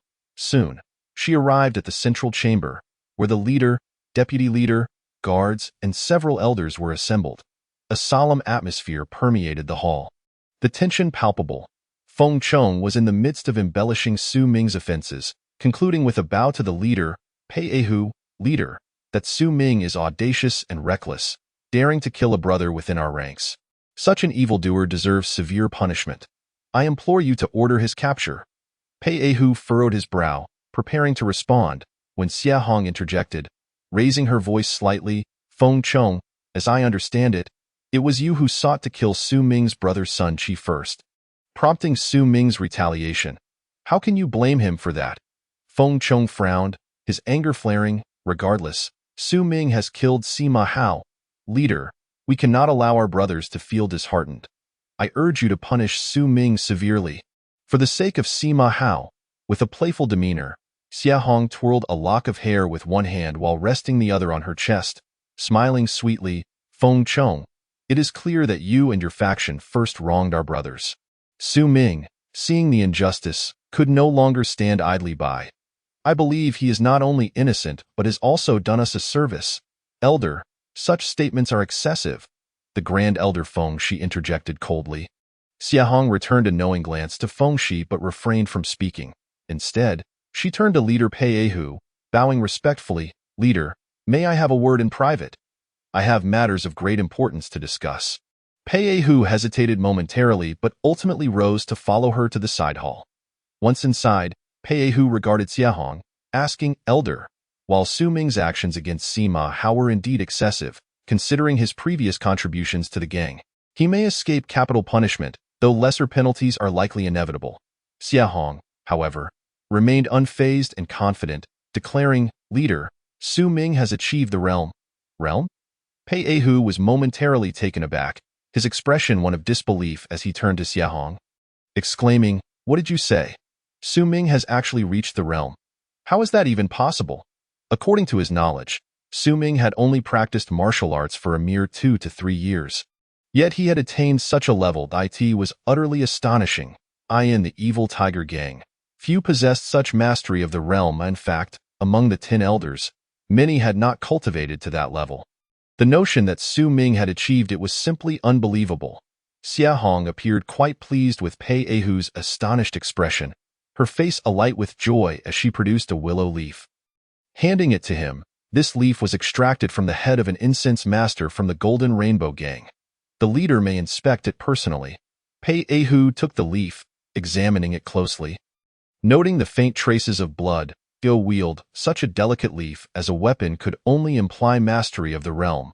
Only someone who had reached that level could disregard conventional weapons and use even the most insubstantial objects as lethal tools. Indeed, he has truly reached the realm. Su Ming's proficiency in martial arts is beyond comprehension. Pei Ahu marveled. Simultaneously, he recognized that someone of Su Ming's caliber would not find his ultimate path within the evil tiger gang. He would undoubtedly ascend to greater heights. All Pei Ahu could do now was to accommodate Su Ming as best as he could to forge a beneficial relationship with him. Taking a deep breath, Pei Ahu returned the willow leaf to Xia Hong, stating, "Elder, this matter must not be disclosed publicly." "Understood, leader," Xia Hong replied with a bow. The two then proceeded back into the main chamber. As Pei Ahu settled into his seat, the Grand Elder Feng Shi began, "Leader, Su Ming's blatant disregard for gang rules is truly infuriating. I request," however, Feng Shi's words were abruptly cut off by Pei Ahu, who interjected calmly, "I have already investigated the matter." It was Sima Hao who instigated the conflict. Su Ming merely retaliated. Su Ming is innocent, leader. Feng Shi was in a state of great anxiety. Feng Chong was equally distressed. However, Pei Ahu gave them no chance for explanation and simply stood up to leave. The leader and the elder were in a state of urgency, but Pei Ahu would not afford them an opportunity. Departing without a backward glance, in an instant, the atmosphere in the hall grew somewhat eerie. They simply could not fathom what the 10th elder, Xia Hong, had said to leader Pei Ahu that compelled him to so fiercely defend Su Ming. This left them utterly perplexed. "He, elder, I too shall take my leave." Xia Hong twirled her slender waist and turned to depart, leaving Feng Shi and Feng Chong seething with frustration, yet powerless to act. Meanwhile, Su Ming had returned to the Julongli dock with over 70 brothers from Wudong Street. The brothers at the dock were filled with fervor upon witnessing Su Ming's boldness in openly defying the gang for the sake of his former comrades. Following such a leader surely promised a bright future. The atmosphere at the dock was one of camaraderie and joy. After all, the combat prowess of the Wudong Street veterans was renowned. With just one of them, they could challenge 2 docks of enemies. Given Su Ming's staunch defense of the Wudong Street veterans, only those who wished to sever ties with the Ahu gang would dare offend them. News of Su Ming returning with over 70 old comrades from Wudong Street quickly spread throughout Julongli, sparking a series of reactions. The Hungry Wolf Gang, the Golden Rainbow Gang, and even the Golden Pong Gang and the Villain Gang dispatched elders to guard their docks, increasing their numbers. Yet, even with such precautions, they remained uncertain. An edict had been issued from above. Do not engage in conflict with the Ahu Gang's dock lightly.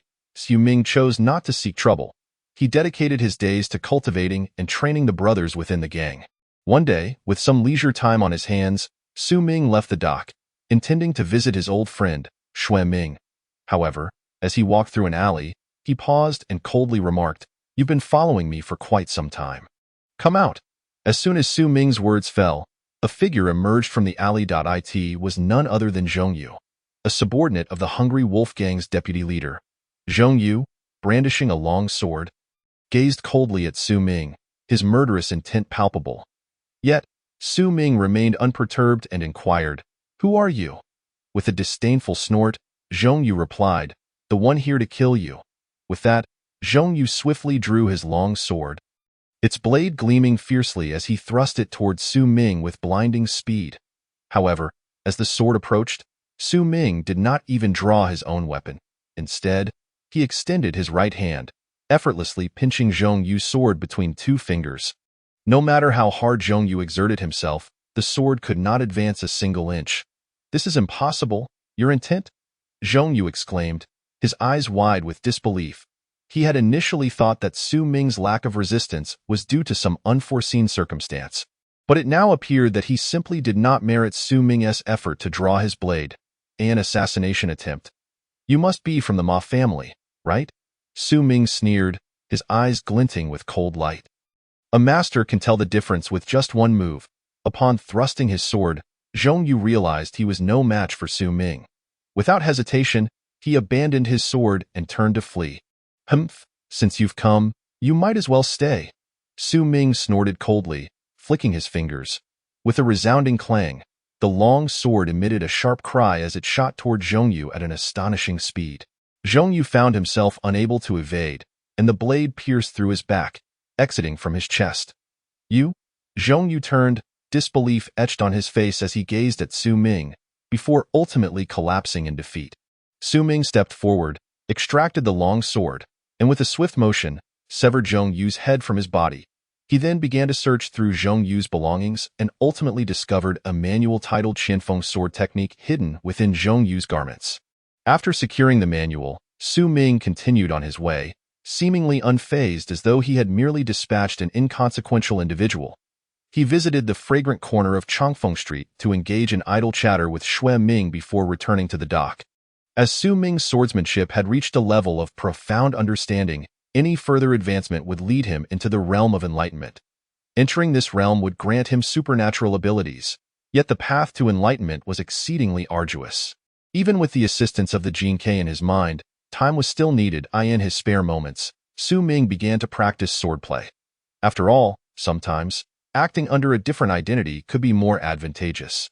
The martial arts realm emphasizes the inseparability of blades and swords. Having already reached a profound level with his knife techniques, returning to sword practice naturally yielded rapid improvement. While Su Ming practiced diligently in the courtyard, the outside world erupted in chaos.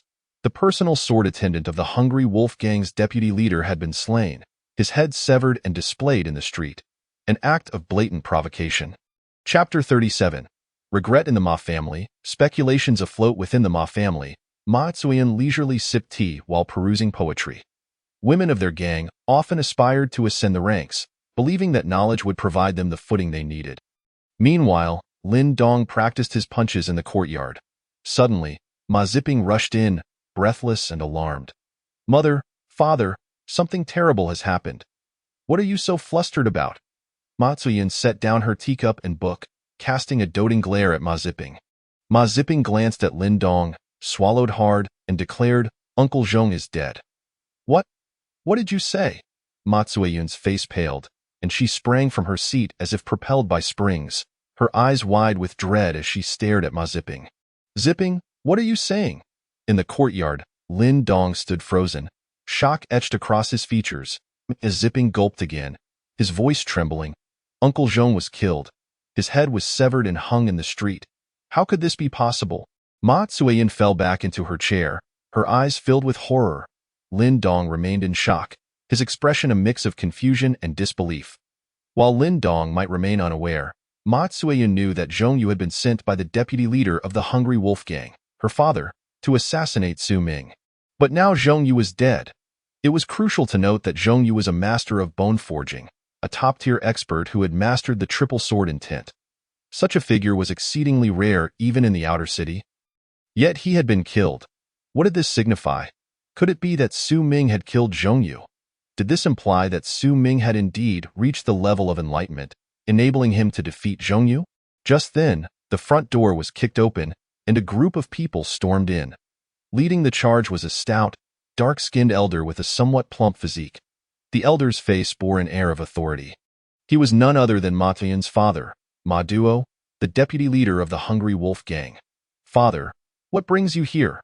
Ma Zuian hastily rose to greet him. Duo cast a glance at Lin Dong before plopping down heavily into a grand chair. His voice cold as he addressed them. You are all aware of Zhong Yu's murder. Yes, we just found out. Ma Zuian hurriedly replied. Duo inhaled deeply, his gaze fixed on Lin Dong. Son-in-law, you have a remarkable son. Lin Dong trembled at the words, disbelief flooding his face. If Ma Duo's words implied that Zhong Yu had been slain by Su Ming, Did that mean Su Ming was more formidable than Zhongyu? Had Su Ming truly reached enlightenment? Yet, considering how little time had passed since Su Ming began his martial training, how could he have achieved such a level? What an extraordinary talent!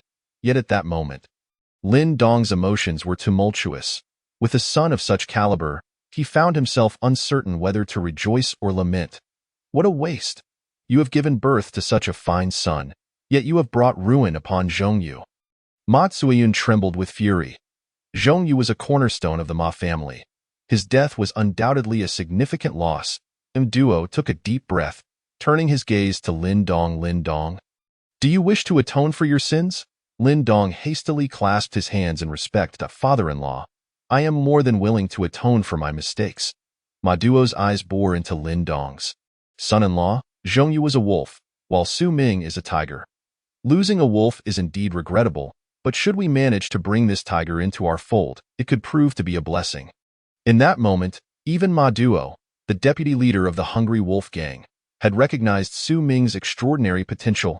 Lin Dong's face twitched violently, and he bitterly replied, Father-in-law, in the past, Ming'er came to seek a marriage alliance. But we turned him away. He harbors deep resentment towards us, and now with Zhongyu's assassination attempt against him, I fear. Ma Duo's face immediately darkened as he interjected coldly, So you mean to say there is no room for reconciliation? Lin Dong exchanged a glance with Ma Zuiyun, who appeared guilty and hurriedly scolded. What are you looking at me for? Lin Dong sighed in resignation. It seems there is little hope for reconciliation. Humph! Zhongyu let out a cold snort and rose to leave. You worthless fool, you can't even manage your own son. How pathetic you truly are. I cannot fathom how I ever came to admire you. Ma Zuiyun began her incessant tirade. That moment, Lin Dong found himself at a loss for words. It was evident that her excessive behavior had led to her mocking Su Ming, ultimately driving him away. Yet now she sought to place the blame upon him. Such is the tragic plight of a son-in-law. Simultaneously, regret filled his heart.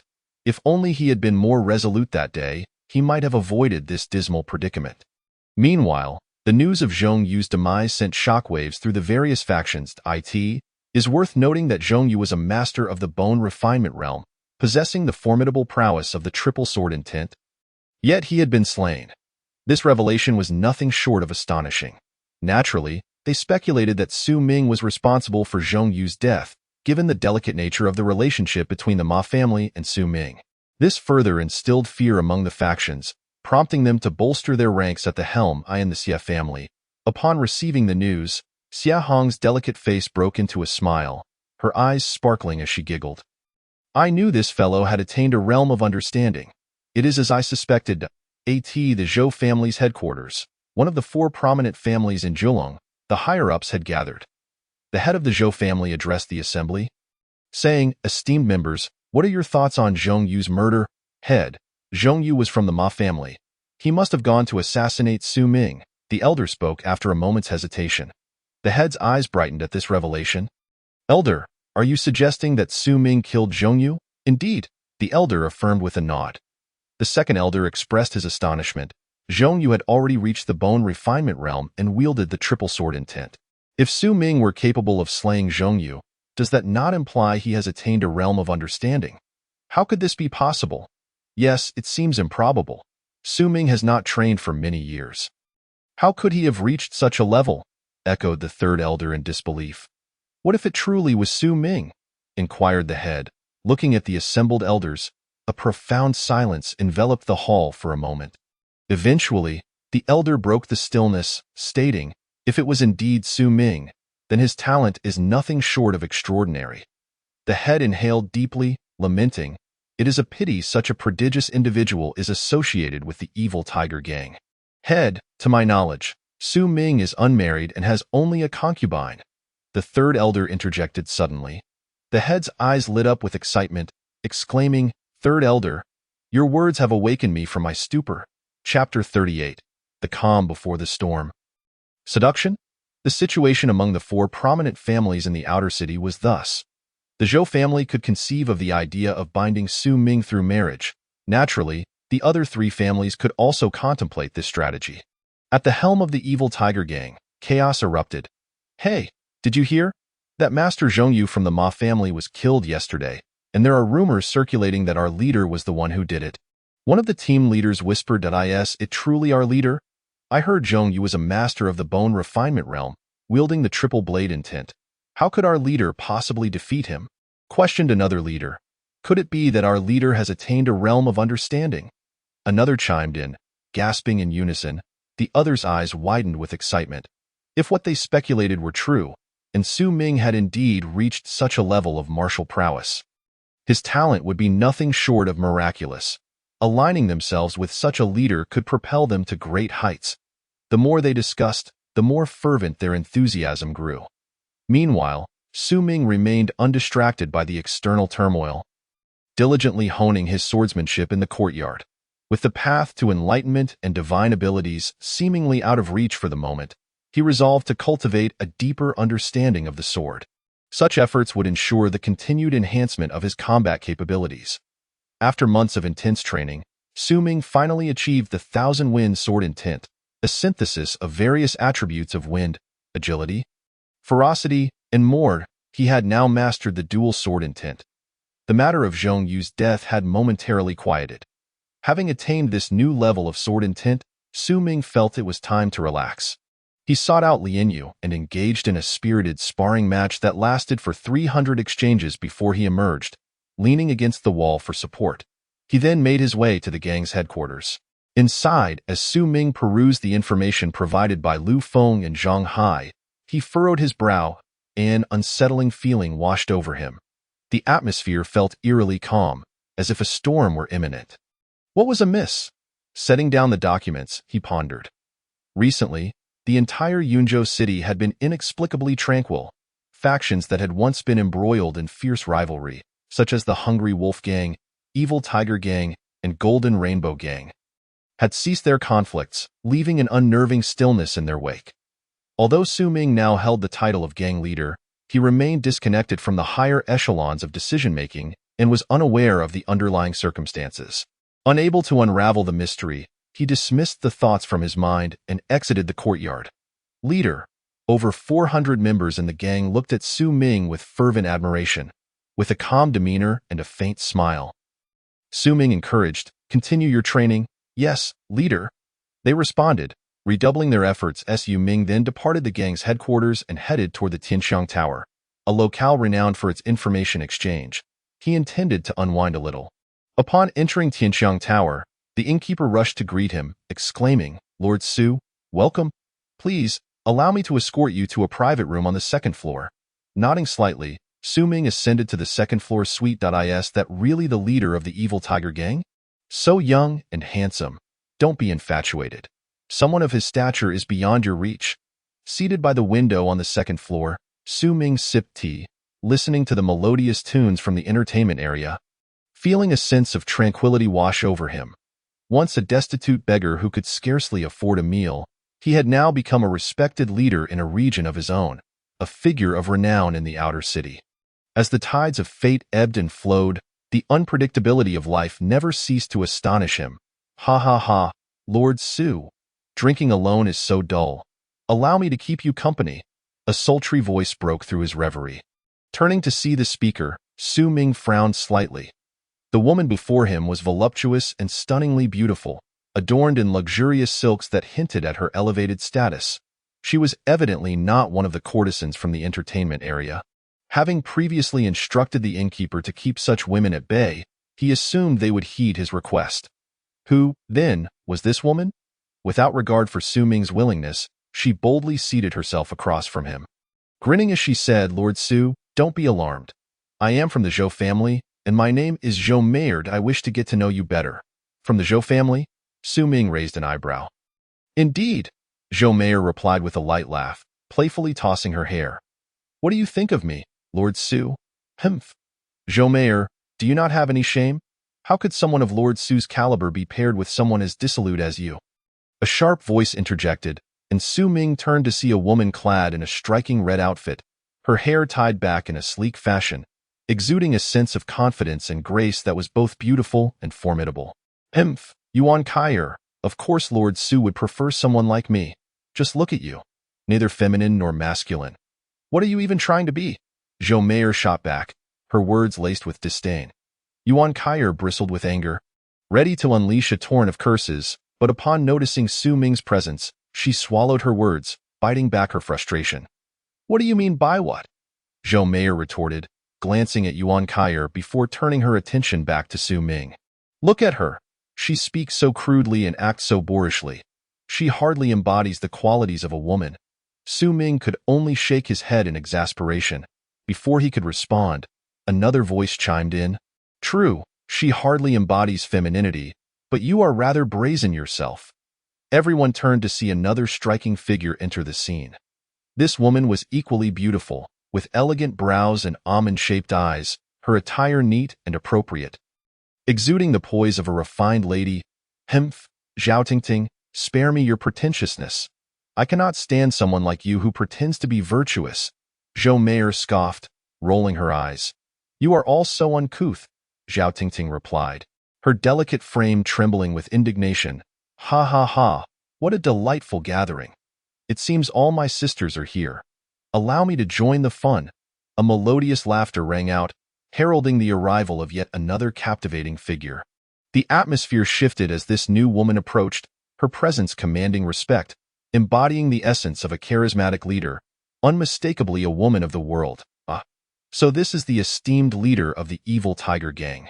I've heard much about your exploits, and I must say, you are indeed quite extraordinary, she said, her gaze fixed unblinkingly on Su Ming. Zheng Niao Niao, what are you up to? Are you here to play coy? Spare us your theatrics, Yuan Kaier disdainfully remarked. What are you pretending for? You are merely putting on an act, you lot. Do you really think you stand a chance in the eyes of Su Duozhu? Perhaps you should take a good look at yourselves. With three women embroiled in a heated argument, the four of them clashed immediately upon meeting, creating a cacophony of discord.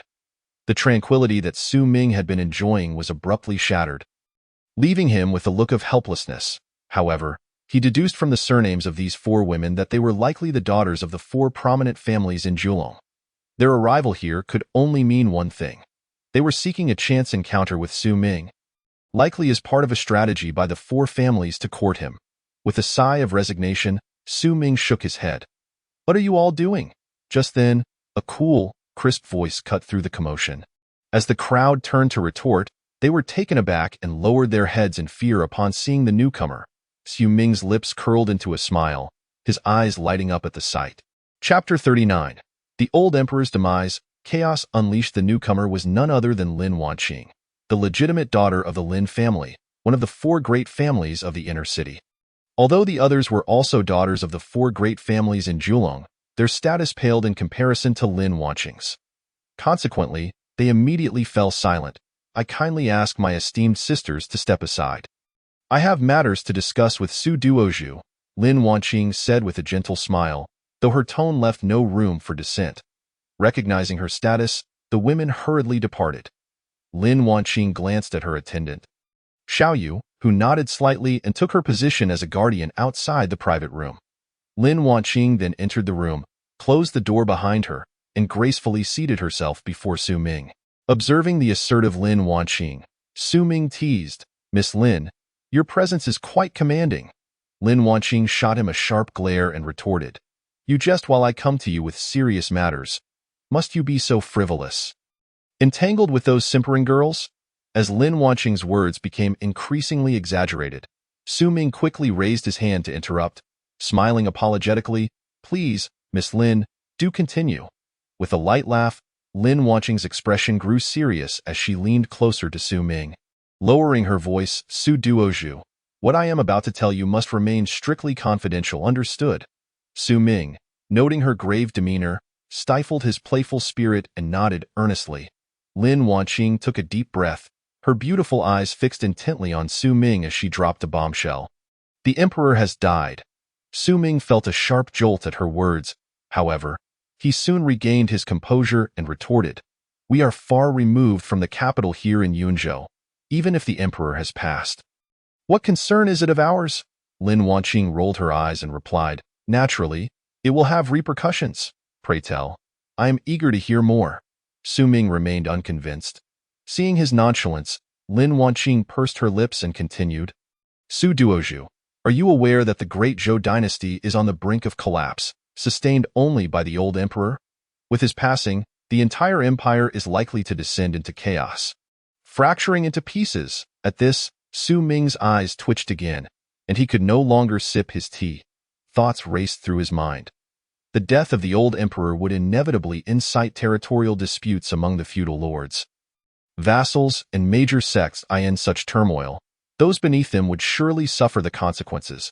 It was only now that Su Ming realized how naive he had been, believing that the emperor's demise would not affect him.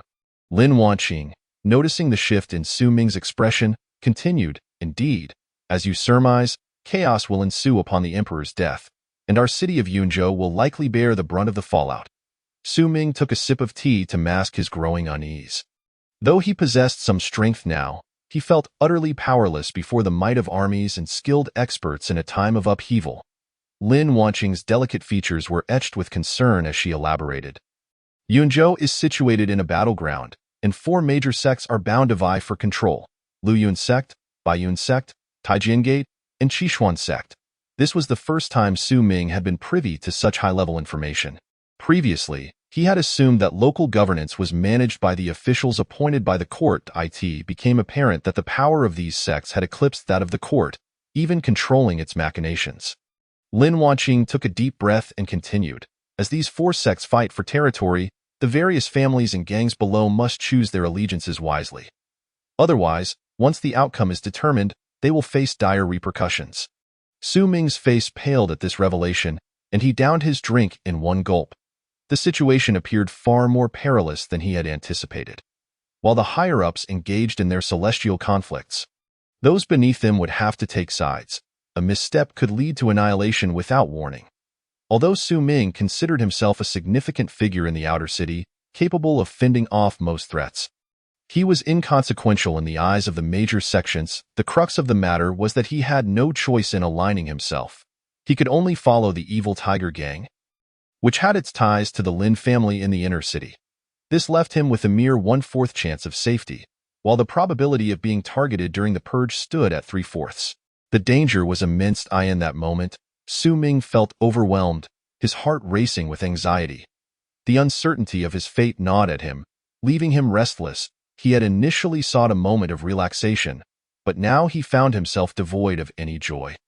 Suddenly, an idea struck him, and he looked up at Lin Wanqing, saying, "Miss Lin, since you are informing me of this, do you have a solution?" Lin Wanqing nodded. "There is indeed a way." "What is it?" Su Ming inquired eagerly.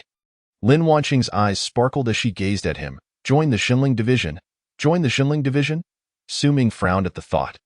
Gaining entry into the Xinling Division was no simple feat. Lin Wanqing continued. "Regardless of which sect ultimately takes control of Yunzhou, they cannot directly govern the city. They will rely on the local officials. The Xinling Division is the backbone of Yunzhou's governance. If you join before the 4 sects clash, your safety will be assured." Su Ming nodded slowly, realizing that joining the Xinling Division was now his only viable option. The risks of gambling on any other course were simply too great. Steeling himself, he asked, "Miss Lin, but the Xinling Division isn't currently recruiting." Lin Wanqing smiled lightly. "I have insider information. The Xinling Division is aware of the impending storm and will begin recruiting early. Only by obtaining the Shinai order from them will you be completely safe." Shielded from the turmoil between the 4 sects, Su Ming nodded emphatically. "Thank you, Miss Lin." Lin Wanqing smiled in return, rising gracefully. "I will await your arrival at the Xinling Division, Su Duozhu." Su Ming was momentarily taken aback, his expression one of astonishment, giggling. "I am already a Shintaisher of the Xinling Division." Lin Wanqing appeared quite pleased with Su Ming's astonished demeanor. With a light laugh, she turned and departed, leaving behind a bewildered Su Ming. Chapter 40. A New Era. The Xin Tailing emerges after concluding his conversation with Lin Wanqing. Su Ming returned home and plunged into an intense training regimen. As expected, a few days later, news of the old emperor's demise reached Yunzhou City. The common folk merely exchanged a few remarks about it.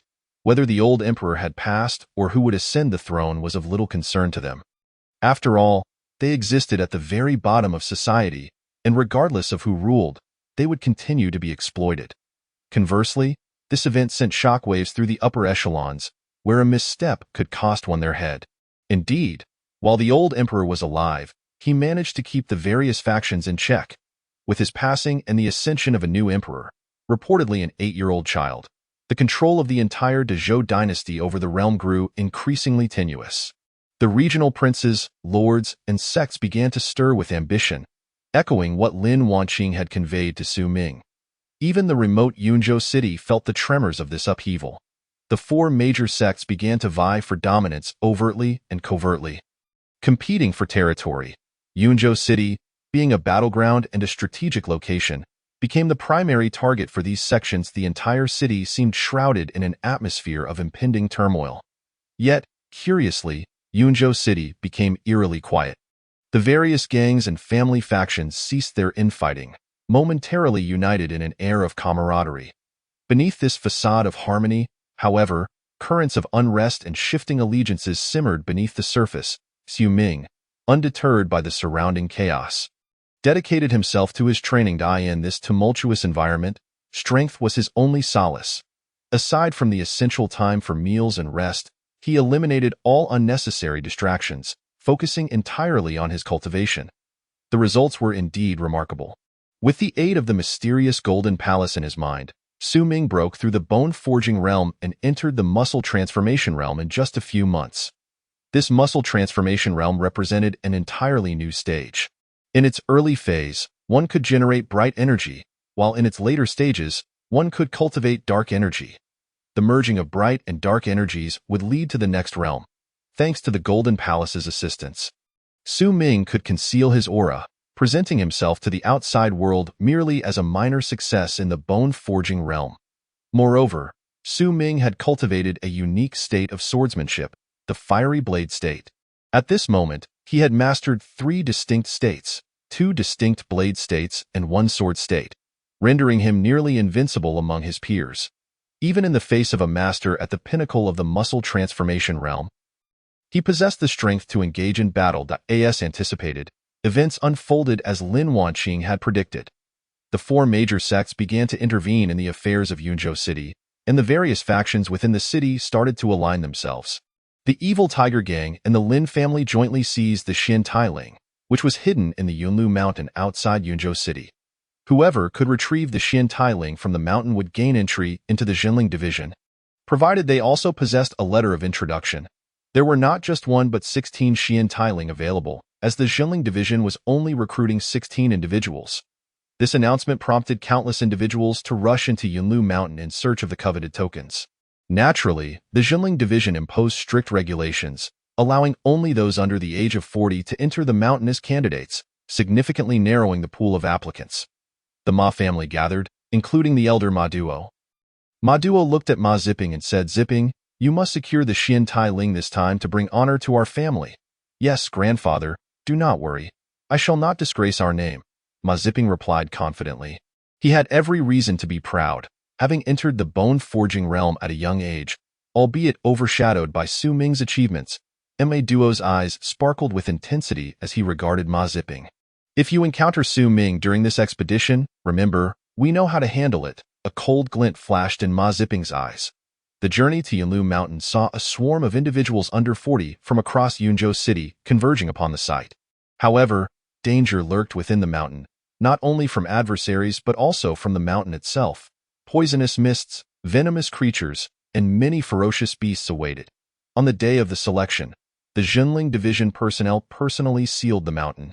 Tens of thousands surged into Yunlu Mountain. Su Ming, blessed with the Golden Palace's support, was indeed a prodigy, yet this world was rife with talents. Many young scions from prominent families were equally gifted. For instance, Lin Wanqing had already joined the Jinling Division at a young age, having distinguished herself in the previous selection. As the crowd rushed into Yunlu Mountain, they charged recklessly deeper into the terrain. Initially, there was no conflict, but as they ventured further, disputes began to arise. Many individuals were slaughtered shortly after entering the mountain. Accompanying Su Ming were some elite members of the gang, including 4 fragrance masters, Su Zhan, Qin Yong, Sun Qi, and Zhao Guang, along with over 100 elite brothers. This was precisely why the major factions nurtured their subordinate gangs, to elevate their own members. These individuals were mere stepping stones for their ascension. As Su Ming and his group entered the mountain, they pressed onward without pause. Along the way, those who witnessed Su Ming, the harbinger of death, dared not provoke him. Yet, as they reached a valley, they unexpectedly encountered Ma Zipping and his group. "Su Ming, what a coincidence it is that we meet here," Ma Zipping said with narrowed eyes and a cold tone. Su Ming smirked disdainfully and replied, "Ma Zipping, it seems that one of us shall not leave this place alive today." "Oh, is that so? I believe that person will be you," Ma Zipping retorted with a series of mocking laughs. Stepping back a few paces, two figures emerged from behind him. Both were masters in the bone-forging realm, and the numbers of the Hungry Wolf gang far outnumbered Su Ming's group. "Kill him," Ma Zipping commanded with a wave of his hand.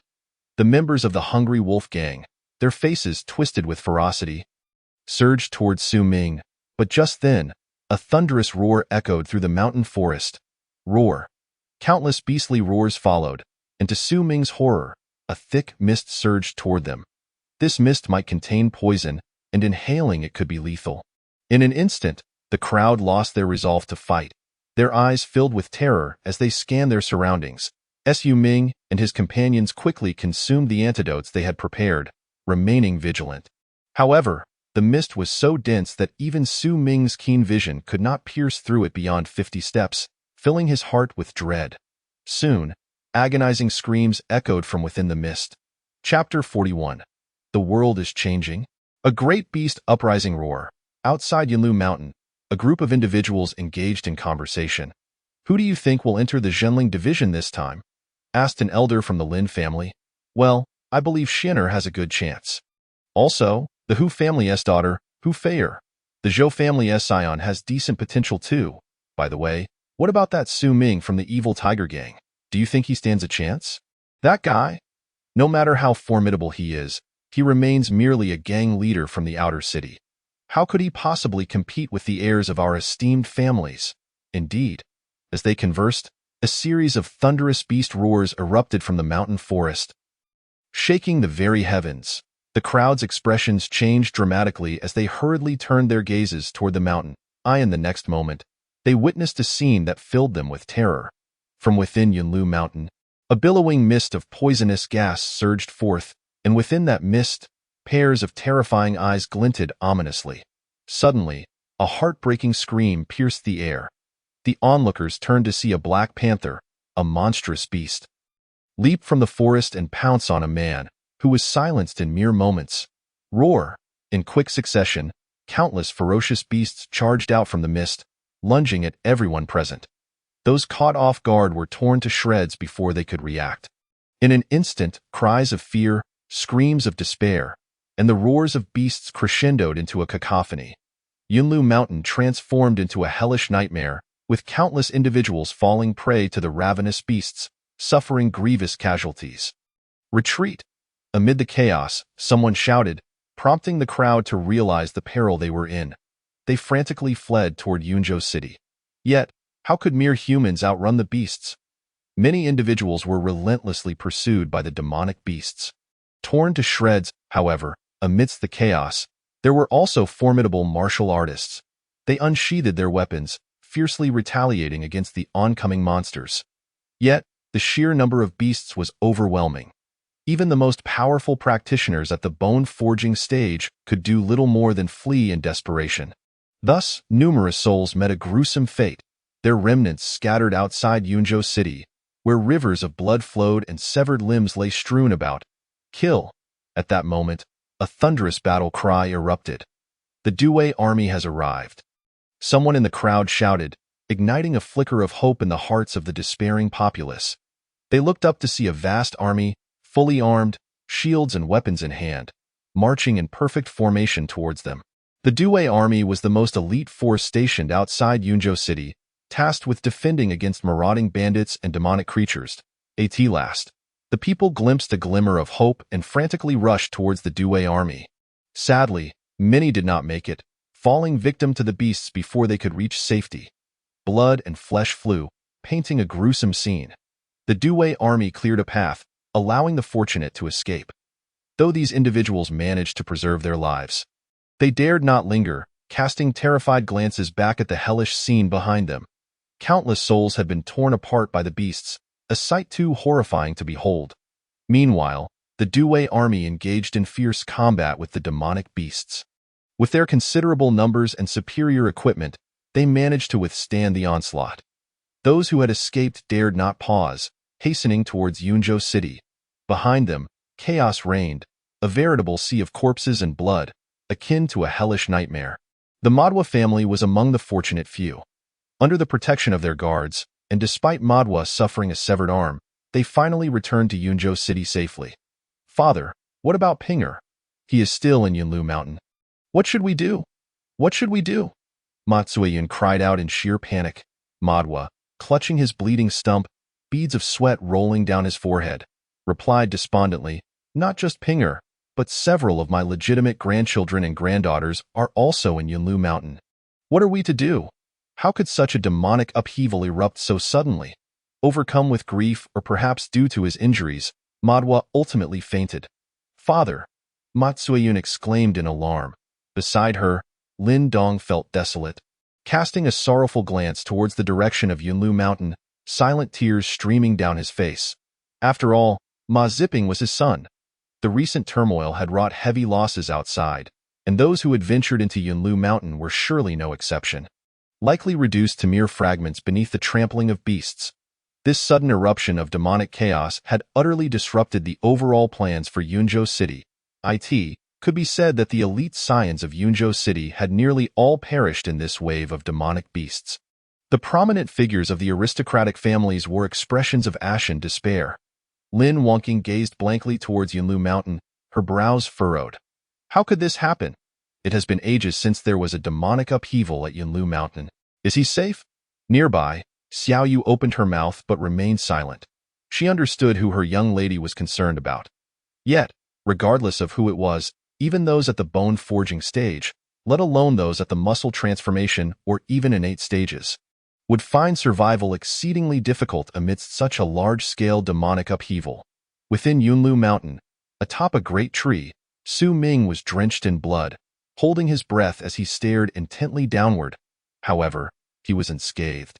The blood on him belonged to the demonic beasts, not his OWN. The very onset of the turmoil, Su Ming had sensed danger and swiftly climbed a tree to seek refuge. He darted among the trees, evading the aerial demonic beasts that sought to attack him, dispatching them with ease. At that moment, his heart raced. He had initially believed that with his strength, securing the Xian Tai Ling during the Zhanling Si martial arts demonstration was a foregone conclusion. Yet, who could have anticipated such a calamity? A demonic upheaval of this magnitude. Su Ming had read accounts of such occurrences in ancient texts, but those were tales from centuries past. He never imagined he would witness such a rare event. However, this also hinted at something ominous looming on the horizon. Recently, there had been continuous heavy snowfall for days, followed by this terrifying demonic upheaval. What was happening in this world? Was it descending into madness? The heavens were shifting. Su Ming recalled reading that such phenomena were often precursors to great calamities. The ancient texts spoke of upheaval and disasters, predicting that few would survive when the world changed. They also vaguely mentioned divine beings descending to fish for the fortunes of mortals. As for whether it involved deities from a higher realm, Su Ming was uncertain. Yet, if he survived this ordeal, he would undoubtedly seek to uncover the truth. His life was at stake, and he could not afford to be careless. Surviving in such chaotic times was no easy feat, just like Su Ming now. Every step he took was fraught with peril. A single misstep could cost him his life. Chapter 42. Retribution for grievances, revenge for enmity. Did gods truly exist in this world? Were there immortal beings? Su Ming could not dwell on such matters now. His sole instinct was to survive. At this moment, he crouched atop a great tree, watching the countless demonic beasts scurry below. He remained motionless for 5 long days. Finally, the numbers of beasts dwindled. Su Ming breathed a sigh of relief, hastily leaping to another tree. Thus, he darted swiftly between the trees. Su Ming had abandoned any thoughts of seeking the Xian Tai Ling. His only desire was to escape the forest safely and return to Yunzhou City. Those who had entered to participate in the Zhanlingxi selection were likely all dead, including his friends and relatives. A wave of desolation washed over him. After a brief moment of reflection, Su Ming rapidly descended from a tree, drawing his blade to slay a deer-like beast with dragon horns. He swiftly severed its legs before continuing forward. At last, he arrived at a secluded hollow. Hidden among the mountains, he began to slice off pieces of meat with his small knife, consuming them ravenously. Having gone days without food, he was utterly famished. After a hearty meal, he finally satiated his hunger. Exhaling a breath of relief, Su Ming began to contemplate his next move. Should he retrace his steps? But returning was futile. A horde of beasts awaited outside Yunlu Mountain. Though he was formidable, their sheer numbers posed a grave threat. Even a collision could spell his doom. Therefore, retreating was not a wise choice. Since returning was not an option, he would have to remain within Yunlu Mountain until all the beasts had retreated before attempting to return to Yunzhou City. His singular focus now was to ensure his own survival. Suddenly, amidst the mist, a sword's ringing echoed. Instinctively, Su Ming reached out, flicking the sword's tip. The blade vibrated in response, causing its wielder to stagger back. Momentarily dazed, Su Ming furrowed his brow, remaining silent as he squinted into the fog at the same time. Someone in the mist was also observing Su Ming. Su Ming, Ma Ziping. They called each other's names. However, Ma Ziping was not alone. Two others accompanied him. Su Ming raised an eyebrow, surprised to find others had managed to survive. These individuals, indeed, were the renowned talents of Yunzhou City, each a force to be reckoned with. Is this Su Ming, the illegitimate son of my uncle? One of them spoke in a low voice. Indeed. Ma Ziping nodded slightly. From their conversation, Su Ming discerned that besides Ma Ziping, the other two were also legitimate descendants of the Ma family. Su Ming, what a twist of fate. This beautiful Yunlu Mountain is just perfect for you to rest in peace. Ma Ziping sneered. Regarding Su Ming with disdain, Su Ming raised an eyebrow, responding with a cold smile. Who will be buried here is yet to be determined. Is that so? Ma Ziping continued to regard Su Ming with scorn. Su Ming, I acknowledge your talent in martial arts, but today, it will be 1 against 3. What chance do you have? Even if you have cultivated an artistic conception, it is ultimately futile. Nimwai cousin, along with the 9th elder of the Hungry Wolf Gang, has also achieved a similar state. Yet you remain merely a dead man. Su Ming let out a cold laugh, narrowing his eyes as he cast a frigid gaze at Ma Ziping. For a long time, the Ma family had not ceased their vendetta against Su Ming.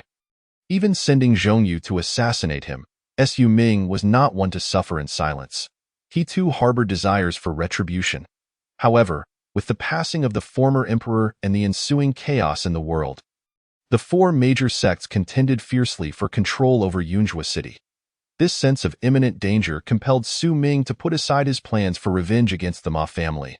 Now that he had encountered them in Yunlu Mountain, it was time to settle grievances and avenge old scores. It seemed heaven was granting him this opportunity. Kill him. Ma Ziping seemed to have lost his patience, letting out a cold snort as he brandished his long sword and lunged at Su Ming. Simultaneously, the 9th elder of the Hungry Wolf Gang and Ma Ziping's cousin also launched their attacks. The 9th elder wielded a blade, slashing fiercely as if to cleave through the very mist surrounding them, demonstrating his swift and formidable swordsmanship. Meanwhile, Ma Ziping's cousin, the most outstanding disciple of the Ma family, possessed extraordinary strength and was determined to seize the Xian Tai Ling from the Spirit Suppression Division. Showcasing his prowess, he wielded a spear, thrusting it with the grace of a dragon, its trajectory imbued with the essence of wind and thunder. 3 masters of artistic conception, coupled with Ma Ziping, who was on the verge of comprehending such a state, simultaneously targeted Su Ming, clearly intent on delivering a lethal strike. After all, they were still within Yunlu Mountain. Prolonged combat could attract the attention of ferocious beasts. Yet, facing their offensive, Su Ming merely smiled derisively, his expression one of utter disdain.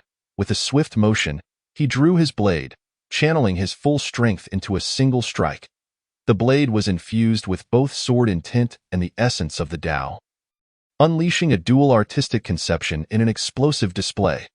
The first to fall was the 9th elder of the Hungry Wolf Gang. His blade halted a mere inch from Su Ming's head, his body freezing in place in an instant. He witnessed his own head detach from his body.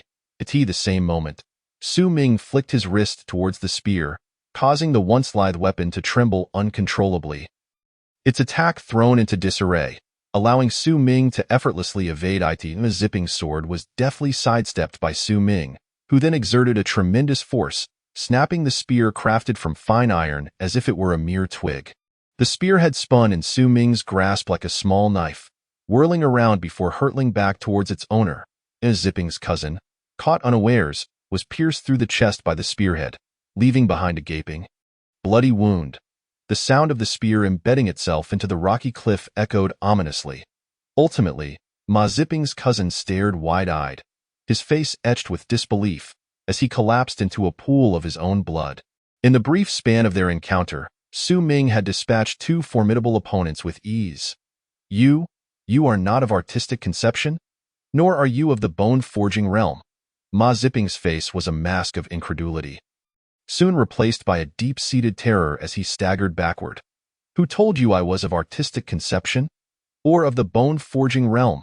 Su Ming laughed, though his mirth sent shivers down Ma Zipping's spine. I am of dual sword and blade intent, coupled with the Yi Jin realm. Chapter 43. Slaying Ma Zipping, cousin Lin Jia. Yi Jin realm? Dual artistic conception? Ma Zipping finally grasped the enormity of the situation, his heart brimming with shock. In that instant, he turned to flee, but just then, a leaf shot through the air, piercing through the nape of his neck. His body froze in place, hands clutching his throat as blood gushed forth. Ultimately, his life force drained rapidly, and he fell, unwillingly succumbing to his fate. In his final moments, regret washed over him. The talent of his half-brother exceeded all his expectations. If only they had accepted Su Ming when he came seeking kinship. How different things could have been for the Ma family. Yet now, it was all too late. He sensed the impending doom of the Ma family, akin to the extinguishing of his own life. Su Ming cast a cold glance at Ma Zipping's lifeless body, devoid of any pity. Although Ma Zipping was his half-brother, the repeated attempts on Su Ming's life had pushed his patience to the brink. Moreover, as someone who had traversed into this world, Su Ming felt little attachment to his newfound kin. With that, Su Ming turned to leave. The stench of blood from the recent conflict could easily attract a horde of beasts. He needed to depart swiftly. Meanwhile, a young woman hid within a cave, having narrowly escaped disaster. Her name was Lin Jia, the cousin of Lin Wanqing. Upon hearing of her cousin's infatuation with the leader of the evil tiger gang, Lin Jia felt a surge of curiosity. She wondered what it was about Su Ming that could captivate her proud cousin. As she pondered, Lin Jia suddenly sensed a malignant wind approaching from behind. With a swift motion, Lin Jia drew her long sword, striking out.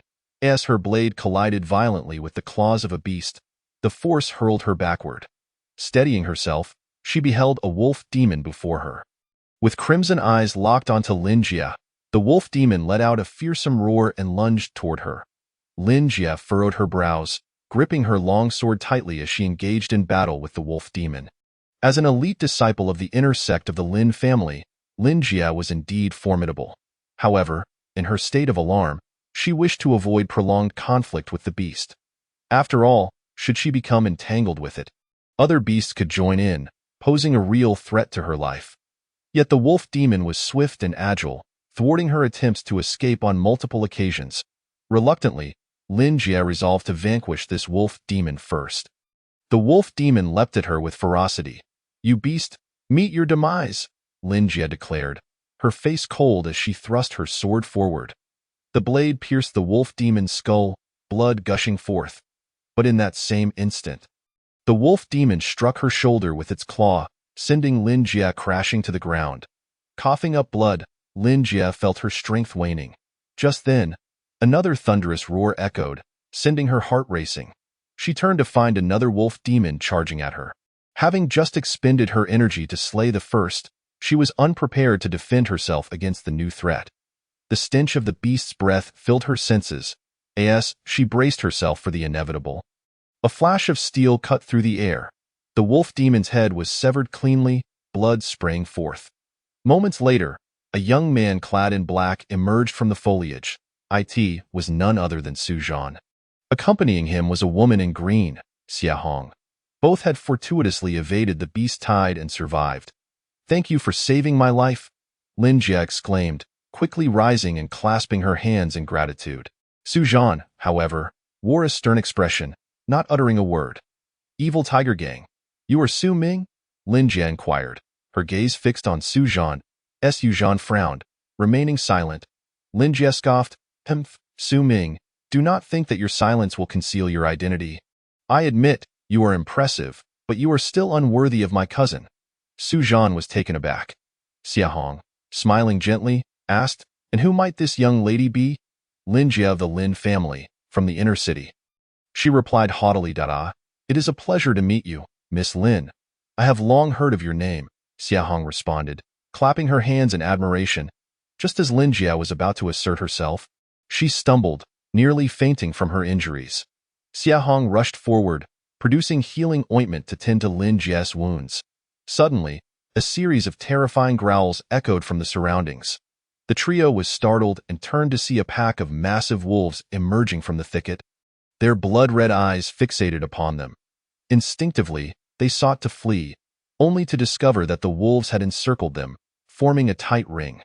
They found themselves trapped with no escape. "Su Ming, what do we do?" Lin Jie instinctively asked. "Miss Lin, he is not Su Ming. He is Su Zhan, under Su Ming's command." Xia Hong clarified urgently. "He is not Su Ming." The Lin family was taken aback in that moment. Su Zhan charged forward, his sword flashing with lethal precision. Yet, the massive wolves were formidable opponents. Even with all his strength, he could only fend off one at a time. "This is the Silver Moon Wolf Demon, a pack-dwelling creature. We are doomed if they surround us." Xia Hong's complexion was exceedingly grim. The Silver Moon Wolf Demon? No wonder Lin Jie also appeared quite distressed. An adult Silver Moon Wolf Demon possesses strength equivalent to that of a human in the bone refinement stage, making it immensely formidable. Humans can only rely on their martial skills to gain any advantage. That Silver Moon Wolf King, however, likely wields power comparable to our human's muscle transformation stage. Xia Hong's gaze fell upon an enormous white-silver wolf. This wolf was evidently twice the size of the other wolf demons, its crimson eyes exuding an overwhelming sense of pressure. With a thunderous roar, the Wolf King bellowed to the heavens. In the next instant, 4 or 5 colossal wolves lunged fiercely towards Xia Hong and the others. The trio was taken aback, hastily brandishing their weapons in defense. The sounds of clashing metal and beastly howls echoed in a cacophony. They found themselves in an incredibly perilous situation. With a resounding smack, the wolf demon struck Lin Jie's long sword with great force, sending the already injured Lin Jie hurtling backward. She coughed up a mouthful of blood, her breath faltering. Yet, the wolf demon showed no mercy, letting out a fierce roar as it charged towards her. "Miss Lin!" Xia Hong exclaimed in alarm. At this critical juncture, a flash of silver light surged through the air. With a swift motion, a massive wolf head was severed from its body. Simultaneously, a figure descended from the sky, landing protectively in front of Lin Jie. Once again, she was spared from death, exhaling in relief as she hurriedly expressed her gratitude. "Thank you for your timely rescue, my lord," Su Zhan exclaimed joyously upon seeing Su Ming's arrival. Xia Hong, equally thrilled, remarked, "Su Ming, I always knew you wouldn't perish so easily." "Su Ming? You are Su Ming?" Lin Jie inquired. Astonished, Su Ming regarded Lin Jie with a hint of suspicion. Xia Hong leaned closer to Su Ming, whispering, "This young lady is your lover's cousin, Lin Jie." Su Ming raised an eyebrow, recognizing the resemblance between Lin Jie and Lin Wanqing. Confirming her familial connection, Xia Hong, seemingly eager to stir the pot, chuckled lightly. "This cousin of yours seems to think rather little of you." Perhaps she felt that their survival was not guaranteed, leading her to speak her mind freely. Su Ming glanced at Lin Jie, unfazed. Seeing that Su Ming appeared indifferent to her, Lin Jie elevated her head with pride. Meanwhile, Su Ming's gaze was fixed coldly upon the pack of wolves, his attention directed squarely at the imposing Wolf King. Clearly, Su Ming intended to capture the leader first. Otherwise, engaging with the entire pack would undoubtedly spell disaster. Although he could likely escape alone, the presence of 3 burdens necessitated the elimination of the Wolf King. In the next moment, Su Ming charged towards the wolf pack, heading straight for the Wolf King. The Wolf King, sensing the threat, let out a deafening roar. The wolves before him stood upright, their eyes gleaming red as they lunged at Su Ming. Su Ming furrowed his brow, swiftly wielding his long knife to strike several blows. His speed was astonishing, and behind him, Xia Hong and the others could only see a flurry of silver light as the wolves that had leapt towards Su Ming fell lifelessly to the ground. At that moment, Su Ming reached the Wolf King, who also rose on its hind legs, its muscles rippling as it let out a series of fierce roars before lunging at Su Ming. Die! Su Ming shouted, unleashing a powerful slash. The man and the wolf crossed paths, each landing on the ground. They both froze in place, and Xia Hong and the others stared wide-eyed at the scene before them. With a sickening sound, the Wolf King was cleaved in two, blood and viscera splattering everywhere. The remaining wolf demons, witnessing their leader's demise, erupted into terrified howls and scattered in all directions. Su Ming made no attempt to pursue the fleeing wolves. Instead, he turned to the three behind him and said, "It is unwise to linger here. We must leave at once." With that, he sheathed his long knife and strode forward. The three behind him were momentarily stunned, rooted to the spot. They could hardly fathom that a creature on par with a human in the muscle transformation stage had been so effortlessly slain by Su Ming. Xia Hong's eyes widened, her breath quickening. This was undoubtedly beyond mere skill. Initially, she had presumed Su Ming to be merely at the level of a skilled practitioner, but now it was clear that she had underestimated him. Su Ming's power far exceeded her expectations. Su Zhan gazed at Su Ming with admiration, hastily following in his footsteps. Meanwhile, Lin Jie stared in disbelief at Su Ming's retreating figure. Xia Hong approached Lin Jie, supporting her and teasingly inquiring, "Miss Lin, do you still believe our Captain Su is unworthy of your cousin?" Lin Jie shook herself from her stupor, swallowing hard as she replied, "I never imagined he could be this strong. He seems even more powerful than my cousin. Indeed. Let's move." Xia Hong chuckled lightly, assisting Lin Jie as they proceeded onward. The four of them walked slowly, aimlessly, until they stumbled upon a secluded cave. They took refuge within, as Lin Jie was too gravely injured to continue. With no other options, they remained hidden, the thought of their original mission long forgotten. Their sole focus was to survive and escape Yunlu Mountain. After ensuring the others were settled, Su Ming rose to venture outside. "Cousin, where are you going?" Lin Jie called out urgently. "I'll assess the situation," Su Ming replied, momentarily taken aback before turning to leave. This cousin, who had previously dismissed him, now seemed to fully acknowledge his worth. Exiting the cave, Su Ming ventured forth with the intent of hunting some meat to restore the group's strength. He also sensed that this chaotic beast disturbance was unlike any he had encountered before. The creatures all bore eyes of a fiery red, as if under some malevolent control. He cautiously navigated through the forest when suddenly, he was drawn by a series of urgent cries. After a moment's hesitation, he followed the sounds, eventually arriving at a hollow in the mountains where he spotted a figure cloaked in black.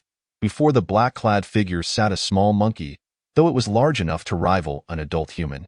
The cloaked figure was performing incantations, seemingly casting some sinister spell upon the monkey. The monkey emitted desperate cries, its once clear eyes beginning to glow a menacing red, sending a chill down Su Ming's spine. Realizing the malevolence at play, Su Ming acted swiftly. He plucked a leaf from a tree, flicking it with his fingers, unleashing a surge of intent that propelled the leaf towards the cloaked figure. Sensing the impending danger, the black-clad figure summoned a massive python that lunged to shield him. The leaf struck the python with tremendous force but failed to penetrate its defenses, sending the creature reeling backward.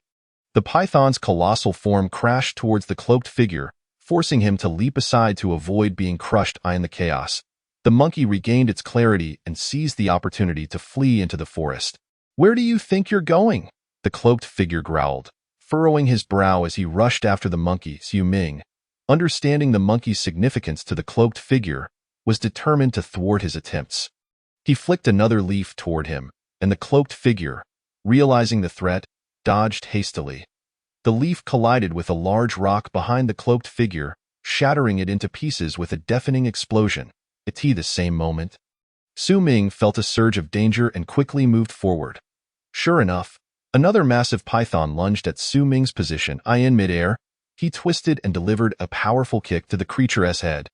Sending it flying, he landed gracefully, his cold gaze fixed upon the cloaked figure. Chapter 45. The Blood Demon Sect, the Monkey Demon Clan. Remnants of the Blood Demon Sect? Su Ming raised an eyebrow, his eyes flashing with a cold glimmer as he fixed his gaze upon the man in black robes. His knowledge of the Blood Demon Sect was gleaned from an ancient tome. This sect was one that commanded beasts, yet it pursued a path steeped in malevolence. Beasts under the Blood Demon Sect's control became exceedingly ferocious, driven by an insatiable thirst for blood. Many years ago, this land was ruled by these beasts, until the venerable ancestors of humankind emerged, ultimately driving the demon kin into the forests. An accord was reached between the human sages and the demon race, stipulating that the latter should not venture out of the mountains to ravage humanity. However, the Blood Demon Sect practiced dark arts, manipulating beasts and inciting them to rampage, even committing acts of city slaughter. This provoked the wrath of the once mighty Zhou dynasty, which, unlike the present day, commanded formidable strength and dispatched troops to suppress the Blood Demon Sect, leading to its downfall. Yet, a millennium later, Su Ming found himself confronting remnants of the sect here today. Perhaps this current upheaval was instigated by the remnants of the Blood Demon Sect. The more than 100 brothers who had accompanied Su Ming were likely perishing in the forest. Knowing that someone was behind these treacheries, specifically the remnants of the Blood Demon Sect responsible for the demise of his brothers, he was naturally compelled to seek vengeance. I never imagined there would still be those who remember the Blood Demon Sect. How rare, however, it is unfortunate for you are about to meet your end. The man in black robes lamented before expressing regret. Humph, who will die is yet to be determined, Su Ming retorted, brandishing his blade with a cold tone. The man in black scoffed repeatedly, producing a bell from his robe and shaking it vigorously, causing it to emit a series of clear, ringing sounds. Roar! Two serpentine demons writhed their massive bodies, slowly advancing towards Su Ming. Their forked tongues flickered as they glared at him with crimson vertical eyes, fixating intently on their target. Kill him! Cried the man in black with a hiss. The serpent's eyes ignited with a blazing red light as they let out a thunderous roar and lunged madly towards Su Ming. Their gaping jaws wide open, ready to strike. Su Ming furrowed his brow deeply, stamping his foot heavily as he launched himself into the air like a cano. Chirp, chirp, chirp. The little monkey waved its hand joyfully. Su Ming also waved at the monkey demon before turning to leave. Within the cave, Su Ming discovered Su Zhan, Xia Hong, and Lin Jia, who were recuperating in the days that followed. They remained in the cave, refraining from venturing outside. Thunderous roars resounded, as expected. After a few days, a tremor shook the earth. The myriad demons retreated from human territory, returning to Yunlu Mountain. Outside of Yunzhou City, the capital guards were engaged in fierce combat with countless demon beasts, suffering heavy casualties on both sides, with nearly half of the guards lost. Just as they were about to retreat into the city and fortify their defenses, a thunderous roar erupted from within Yunlu Mountain. Immediately, the tide of beasts withdrew like a receding wave. A collective sigh of relief spread among the crowd. Gazing upon the countless corpses of demon beasts and humans outside Yunzhou City, expressions of gratitude for their narrow escape adorned their faces. On the city wall, a man clad in splendid garments furrowed his brow, staring intently at Yunlu Mountain, muttering, what could have triggered such a massive upheaval among the demons?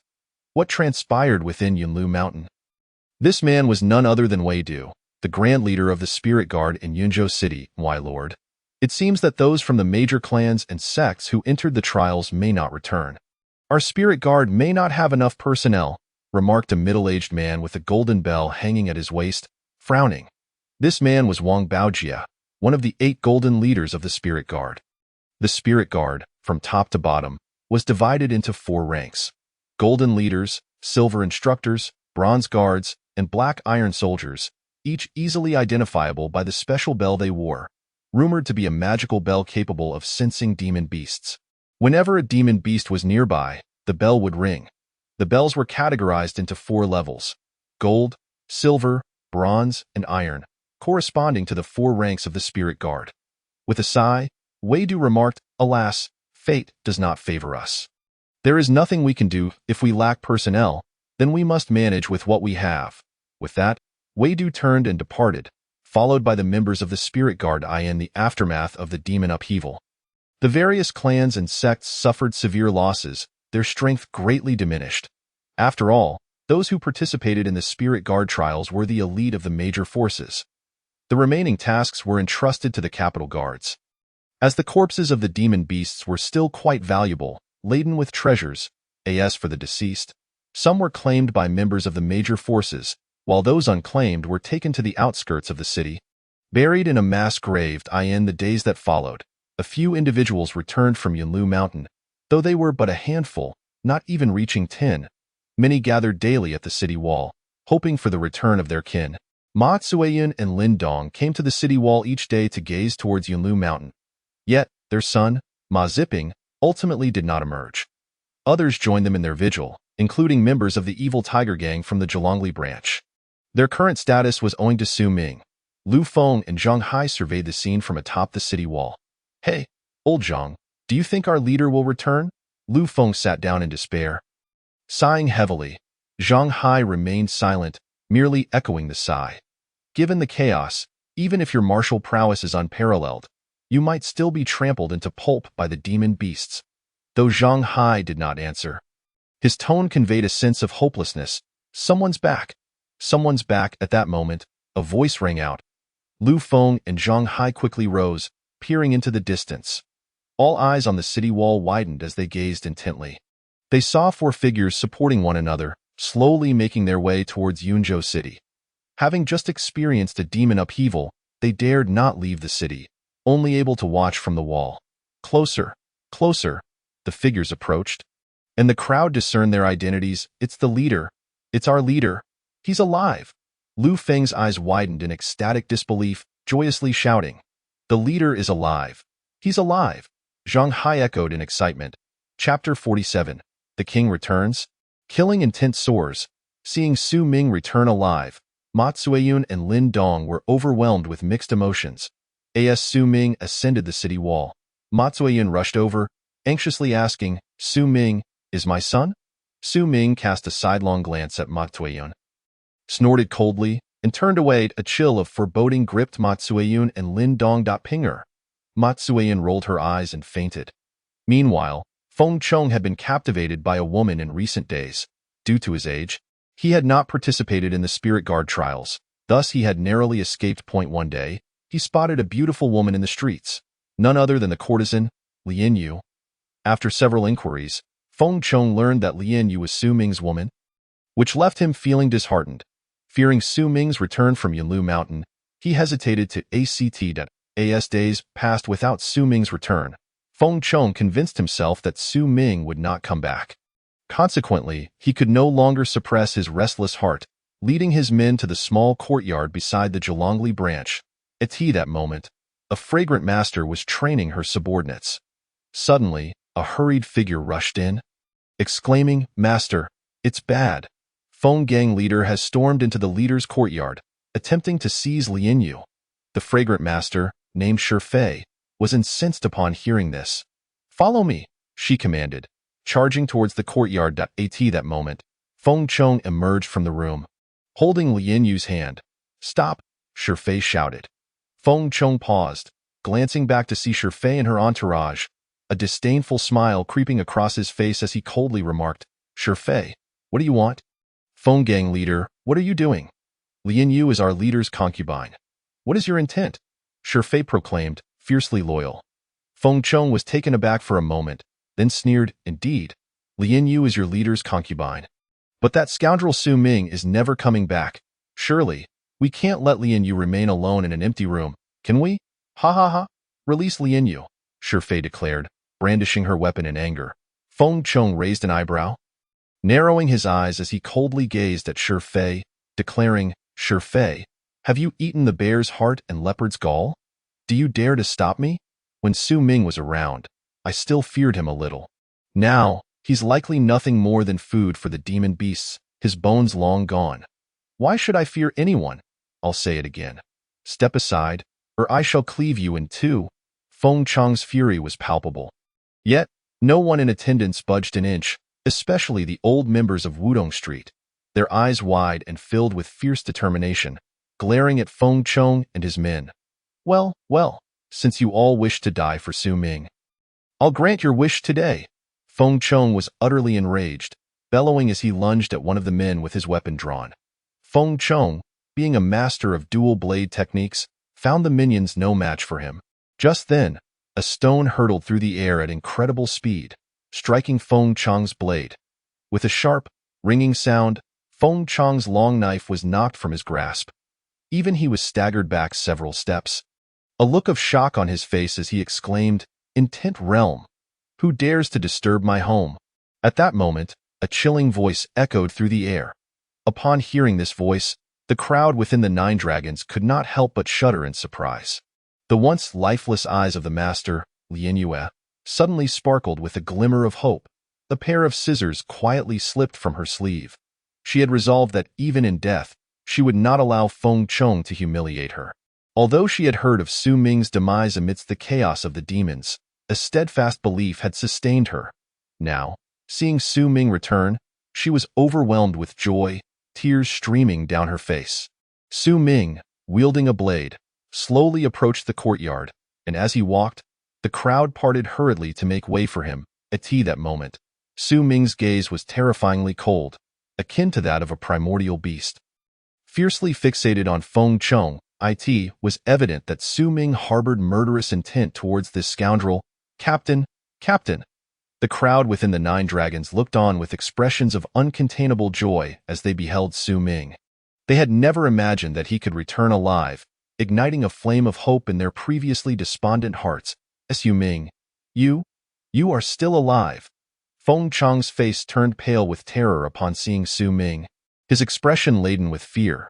The few individuals accompanying Feng Chong also turned ashen, completely engulfed by the shadow of death. Feng Chong swallowed hard, gazing at Su Ming, and quickly said, "Captain Su, I am, die." Su Ming replied coldly. With that, he unsheathed his long knife with a swift motion, steadily advancing towards Feng Chong. The blade scraped against the ground, sending sparks flying and producing a hissing sound, reminiscent of the Grim Reaper's call. Sending chills down Feng Chong's spine. "Su Ming, don't come any closer. Please, don't," Feng Chong exclaimed in sheer terror as he looked at Su Ming. Suddenly, as if making a desperate decision, he dashed towards Lien Yue behind him. Chapter 48. Elder Xie, you have left something with me. It was clear that Feng Chong intended to use Lien Yue as a hostage to threaten Su Ming. However, he was quick, but Su Ming was quicker. In a flash, a silver glint appeared, and Feng Chong found himself frozen in place. Thud! In the next instant, Feng Chong's head rolled from his neck, his eyes wide with horror. The headless corpse collapsed to the ground, splattering blood everywhere.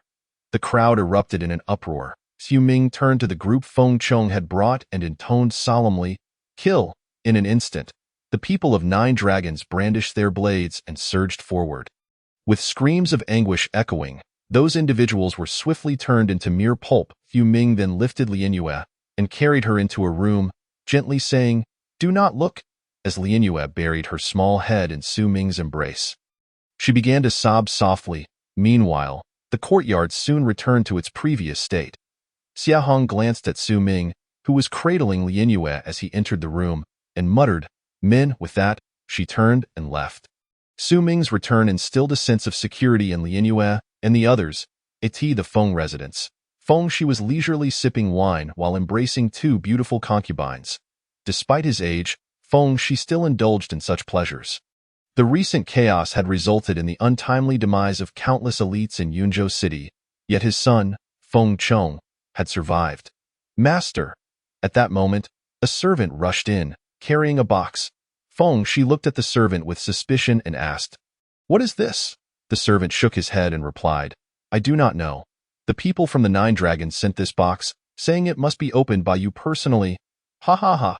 Feng she assumed it was an attempt by the Nine Dragons to curry favor with him and could not help but laugh heartily. After all, Su Ming had not emerged from the chaos. The Nine Dragons had lost their leader, so it was only natural for them to seek his goodwill. He had also heard that his son, Feng Chong, had gone to the 9 dragons, likely to subdue them. With a beaming face, Feng Shi slowly opened the box. However, upon seeing the contents, he froze in place, his smile vanishing, replaced by sheer terror. At that moment, the 2 concubines also caught sight of what lay within the box and gasped in shock. Inside was none other than Feng Chong's severed head, my son. Feng Shi was immediately engulfed by grief, collapsing over the box and weeping uncontrollably. Just then, another servant hurried in, bowing and saying, "Master, Captain Su Ming from the 9 dragons has returned." Feng Shi abruptly lifted his head, his eyes blazing with fury, and roared, "Su Ming, you have killed my son. I will not rest until I have my revenge." With that, Feng Shi turned and strode towards the weapon rack, unsheathing a long knife with a swift motion as he headed outside. However, halfway through, he halted, his brow furrowed, a look of hesitation and ferocity etched on his face. He realized that Su Ming had likely reached a transcendent state of being, making him uncertain of his own ability to confront him. "Humph!" Feng Shi snorted coldly and strode out with determination. Yet, instead of seeking Su Ming at the 9 dragons, he headed towards the headquarters of the evil Tiger Gang. That moment, Pei Hu was leisurely sipping tea in the main hall when suddenly, Feng Shi burst in with his knife. "Elder, what brings you here?" Pei Hu squinted, his tone icy. Feng Shi hurriedly bowed and said, "I implore the leader to stand by me." Pei Hu feigned support for Feng Shi and asked suspiciously, "Elder, what has transpired?" Feng Shi gazed at Pei Hu, choking back tears as he said, "Leader, that scoundrel Su Ming has slain my son. I beseech you to aid me." "What? Su Ming is back?" Pei Hu rose in surprise. "You asked me to support your son, yet you claim Su Ming is in the wrong." Feng Shi's face turned ashen with anger, and he quickly bowed again, saying, "Leader, Su Ming has murdered my son and butchered brothers within the gang. I beg you to take my side." At that moment, a peal of laughter, as delicate as silver bells, rang out. Everyone turned to see the 10th elder, Xia Hong, entering with a smile. "10th elder, you are still alive?" Pei Hu exclaimed with delight. Xia Hong nodded slightly and replied, "I owe my survival to Captain Su Ming." In the next moment, Su Ming also entered slowly. Upon seeing him, Feng Shi's eyes turned crimson, and he gritted his teeth, declaring, "Su Ming, how dare you come to the headquarters? You have slaughtered brothers in the gang, and today, I will not let you escape." Su Ming merely cast a disdainful glance at Feng Shi and coldly replied, "Feng Shi, do you wish to kill me? You must possess the capability first." Feng Shi trembled with rage and turned to Pei Hu, once again bowing and pleading, "Leader, I ask you to stand by me." Pei Hu found himself in a difficult position. "Captain Su, what brings you here?" Xia Hong inquired, looking at Su Ming with suspicion. Su Ming produced a black token from his pocket and said, "10th elder, you left something with me. I have come to return it." The Xin Tailing. Xia Hong's eyes sparkled with joy. Initially, she thought she would have no chance to enter the Jinling division this time. But unexpectedly, Su Ming had given her such a significant surprise. The Xin Tailing. The members of the gang exclaimed in excitement. It was evident that if Su Ming had given Xia Hong one, he must have one for himself as well. Pei Hu's breath quickened as he looked at Su Ming, saying joyfully, "Su Ming, if you enter the Jinling division, do remember our evil Tiger Gang." "Indeed." Su Ming nodded slightly. Xia Hong's face lit up with a smile as she said, "Leader, rest assured. Su Ming is quite loyal to his roots, as we all know." "That's good, that's good. Our evil Tiger Gang has produced 2 esteemed individuals from the Jinling division. This is excellent." Pei Hu beamed with joy. Meanwhile, Feng Shi's face darkened with jealousy as he glared at Su Ming and Xia Hong. He had lost his son. Yet why did Su Ming and Xia Hong return alive and even obtain the Xin Tailing? Xia Hong looked at Pei Hu with a smile and said, "Leader, the son of the elder, Feng Chong, sought to humiliate Su Ming's consort. You see, in such circumstances, no man could tolerate it, and thus Feng Chong met his deserved fate." Pei Hu had already been leaning towards Su Ming and, upon hearing this, readily shifted the blame. Addressing Feng Shi, "Elder Feng, your son acted disrespectfully first, and Su Ming's slaying of Feng Chong is entirely justified. You should return." Feng Shi stood frozen in place, then suddenly erupted into manic laughter. Good, very good. I see you are all in league together. Pei-Hu, I have dedicated my life to the evil tiger gang, and yet you would humiliate me over a mere boy. You truly are something. Chapter 49. The evil tiger gang headquarters executes the elder, utterly arrogant. Pei-Hu's brows knitted together, and he coldly said, Humph, elder, while you and your son have indeed contributed much to the gang over the years, do not think I am unaware of your corrupt dealings. Feng Shi had completely lost his mind and glared at Pei-Hu, gritting his teeth as he said, Humph. Pei-Hu, you are clearly biased in favor of Su Ming. Very well. Today I shall kill this scoundrel Su Ming to avenge my poor son. As he spoke, Feng Shi brandished the great blade in his hand and lunged fiercely towards Su Ming. In an instant, Su Ming's pupils constricted, and he deftly evaded Feng Shi's attack, slipping past him in a flash. The long knife was sheathed, and Su Ming wore a composed expression. Meanwhile, Feng Shi remained frozen in place, a line of blood appearing on his neck. With a spurt, a copious amount of fresh blood gushed forth from the wound. Gasping for breath, Feng Shi clutched his neck and turned to look at Su Ming with great difficulty, ultimately collapsing in a state of unwillingness. Silence enveloped the scene, rendering it eerily still, as if a pin drop could be heard. The onlookers widened their eyes in disbelief. They could hardly fathom that Su Ming had dispatched the Grand Elder Feng Shi with a single blow. Had they not witnessed it with their own eyes, they would not have dared to believe it, even under duress. Even Pei-Hu gazed in shock, his eyes wide open. He truly did not expect Su Ming to be so terrifying. Even he would likely have been unable to defeat the Grand Elder in one move. It was important to note that the Grand Elder was at the pinnacle of the bone-tempering realm and a master of intent, yet he had been unable to withstand a single exchange against Su Ming. Did this not imply that Su Ming was at least a master of the muscle transformation realm? The extent of Su Ming's prowess exceeded all his expectations. Leader, I have some matters to attend to, so I shall take my leave, Su Ming declared, turning elegantly to depart. Leader, I too shall bid farewell. Xia Hong hurriedly chased after Su Ming. You two, do come back often. The Ahu gang will forever be your home. Pei-Hu called out, stretching his neck. News of Su Ming's slaying of Grand Elder Feng Shi at the Ahu gang's headquarters and his acquisition of the Xian Tai Ling spread like wildfire. As if it had sprouted wings, the tales grew increasingly fantastical, claiming that Su Ming possessed additional Xian Tai Lings. After all, if Su Ming could bestow a Xian Tai Ling to Xia Hong, it was certain that he had more than one. In an instant, excitement surged through the hearts of many. Prominent families and gang factions flocked to seek out Su Ming. The threshold of the Su family had been trampled. However, Su Ming had no dealings with them.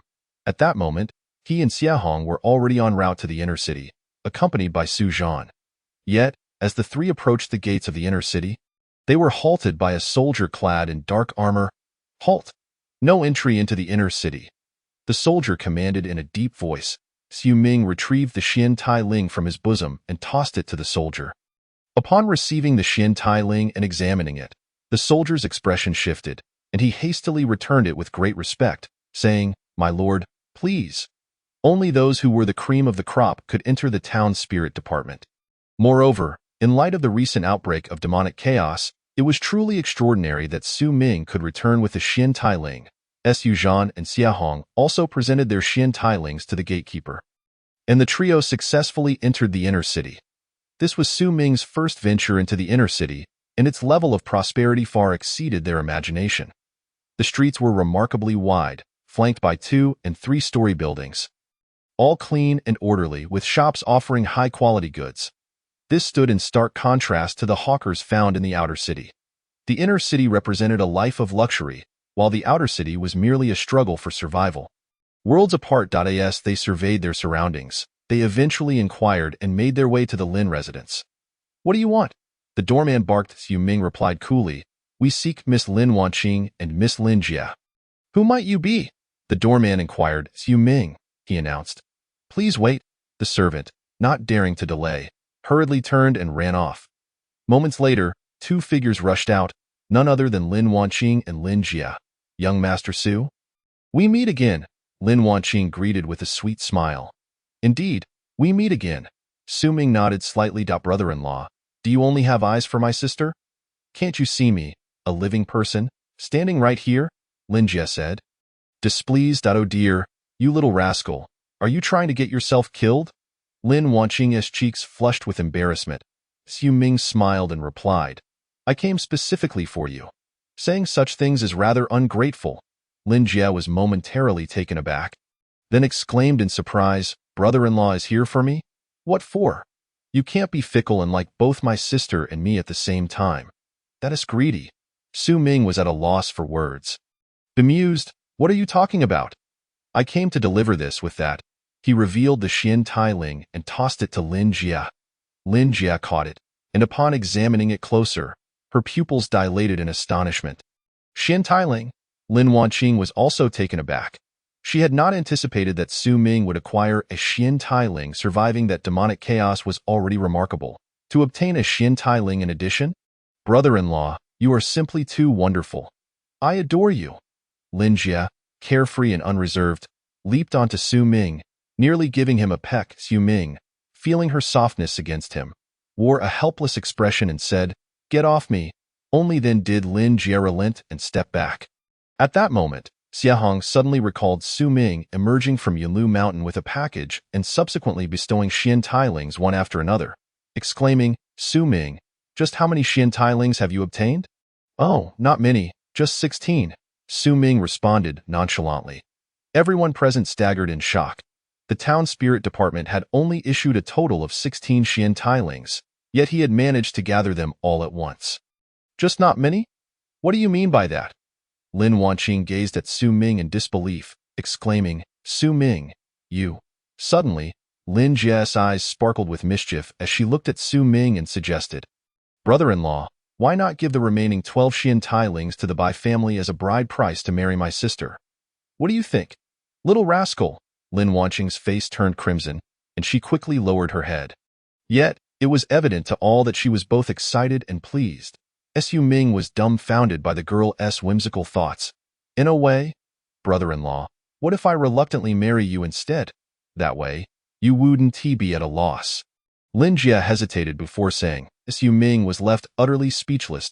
Oh dear, little rascal, stop talking. Young Master Su, please. Lin Wanqing hurriedly gestured for them to sit.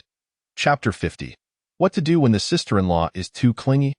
Miss, the esteemed officials from the town spirit department have arrived and request your presence. Just as Su Ming and his companions were heading towards the main hall, a servant rushed in from behind to inform Lin Wanqing. Ah, all right, I understand. Lin Wanqing nodded slightly, then turned to Su Ming, saying, Young Master Su, you may go ahead with Jier.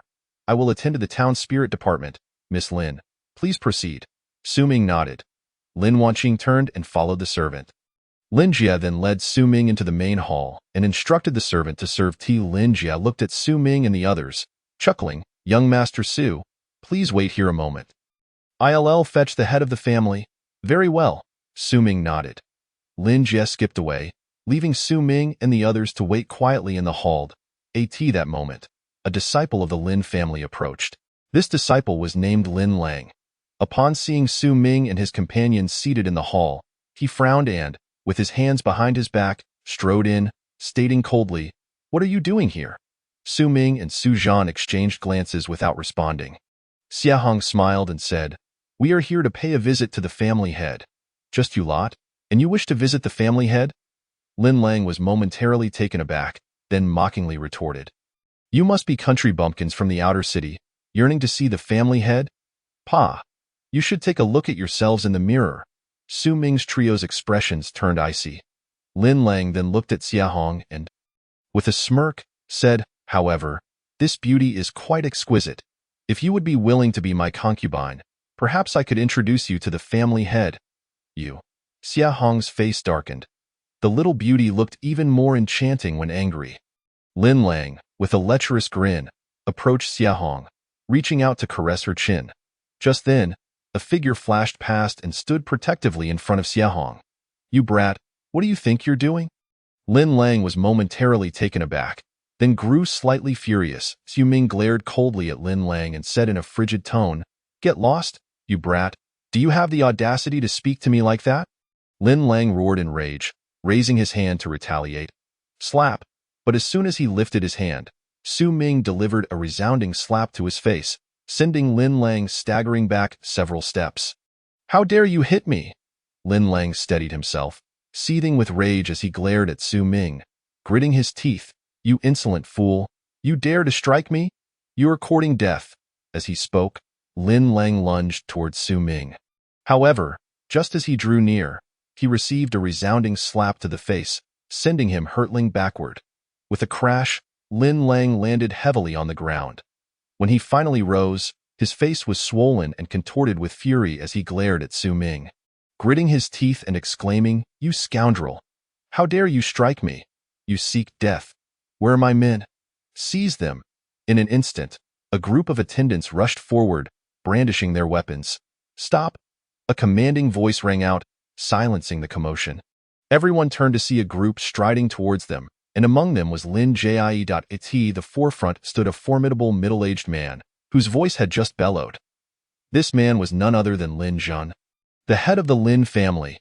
Lin Lang was startled upon seeing Lin Zhan and hurriedly clasped his hands in respect, saying, Patriarch, these country bumpkins dared to strike me. I implore you to take my side. Yet, before he could finish, Lin Zhan delivered a swift slap that sent Lin Lang sprawling several feet away. Silence enveloped the scene, so profound that one could hear a pin drop. The onlookers were left in disbelief. They were uncertain of Su Ming's background. He had struck the young master Lin Lang, yet instead of siding with Lin Lang, the patriarch had just slapped him. Confusion reigned among the crowd.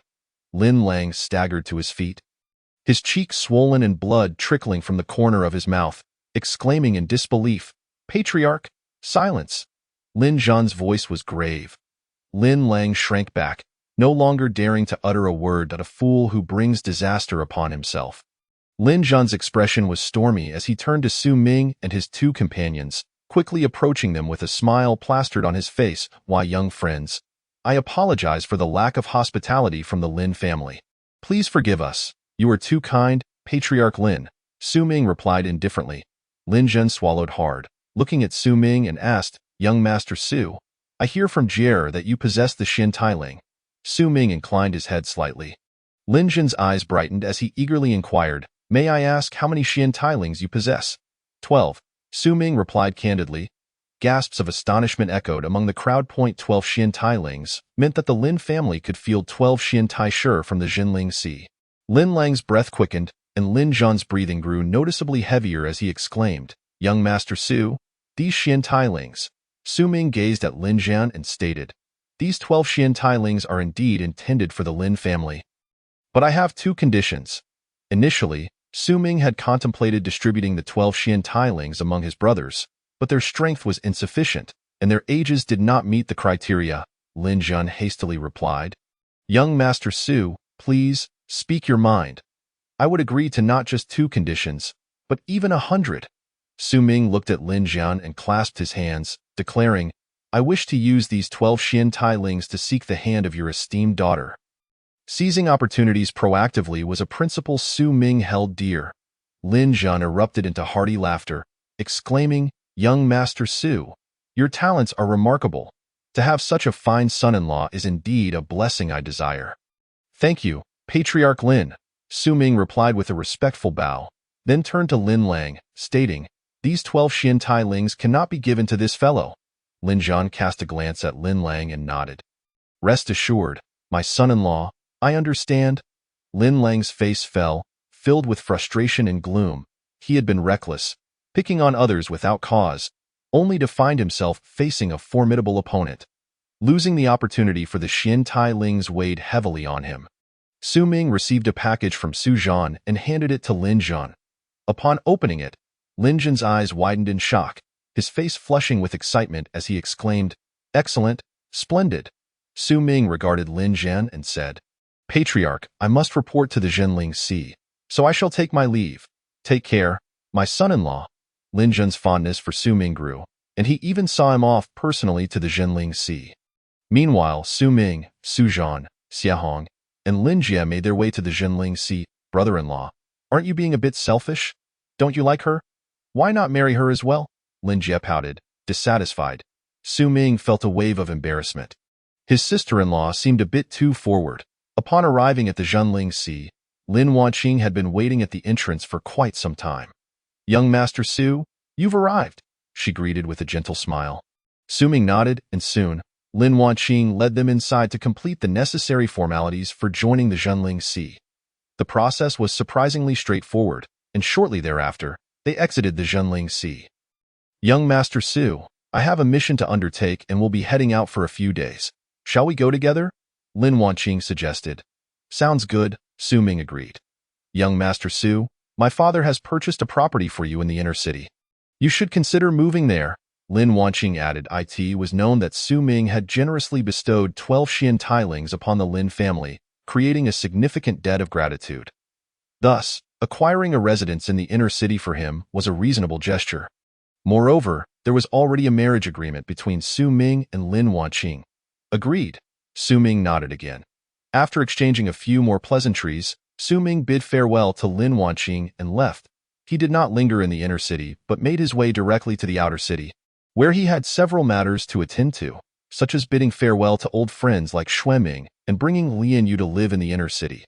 Before leaving the city, Su Ming first visited the residence prepared for him by the Lin family. It was an impressive estate with 7 entrances and exits, adorned with pavilions, lakes, and rockeries, complete with servants ready to attend to his needs. Clearly, the Lin family had put considerable thought into accommodating their son-in-law. Xia Hong marveled at the grandeur of the estate, exclaiming, "Young Master Su, there are no available residences in the inner city, yet look at this." Su Ming chuckled, "If you wish to stay, feel free. There are more than enough rooms, thank you, young Master Su." Xia Hong beamed with delight and hurried off to find a room. Su Ming shook his head with a smile. Turning to Su Zhan, he said, "Su Zhan, stay here to manage the estate. I need to head to the outer city."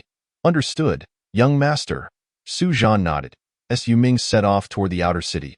Upon returning home, he found Lian Yu anxiously waiting for him. As soon as she saw him, she rushed into his arms, exclaiming, "Husband, you have finally returned."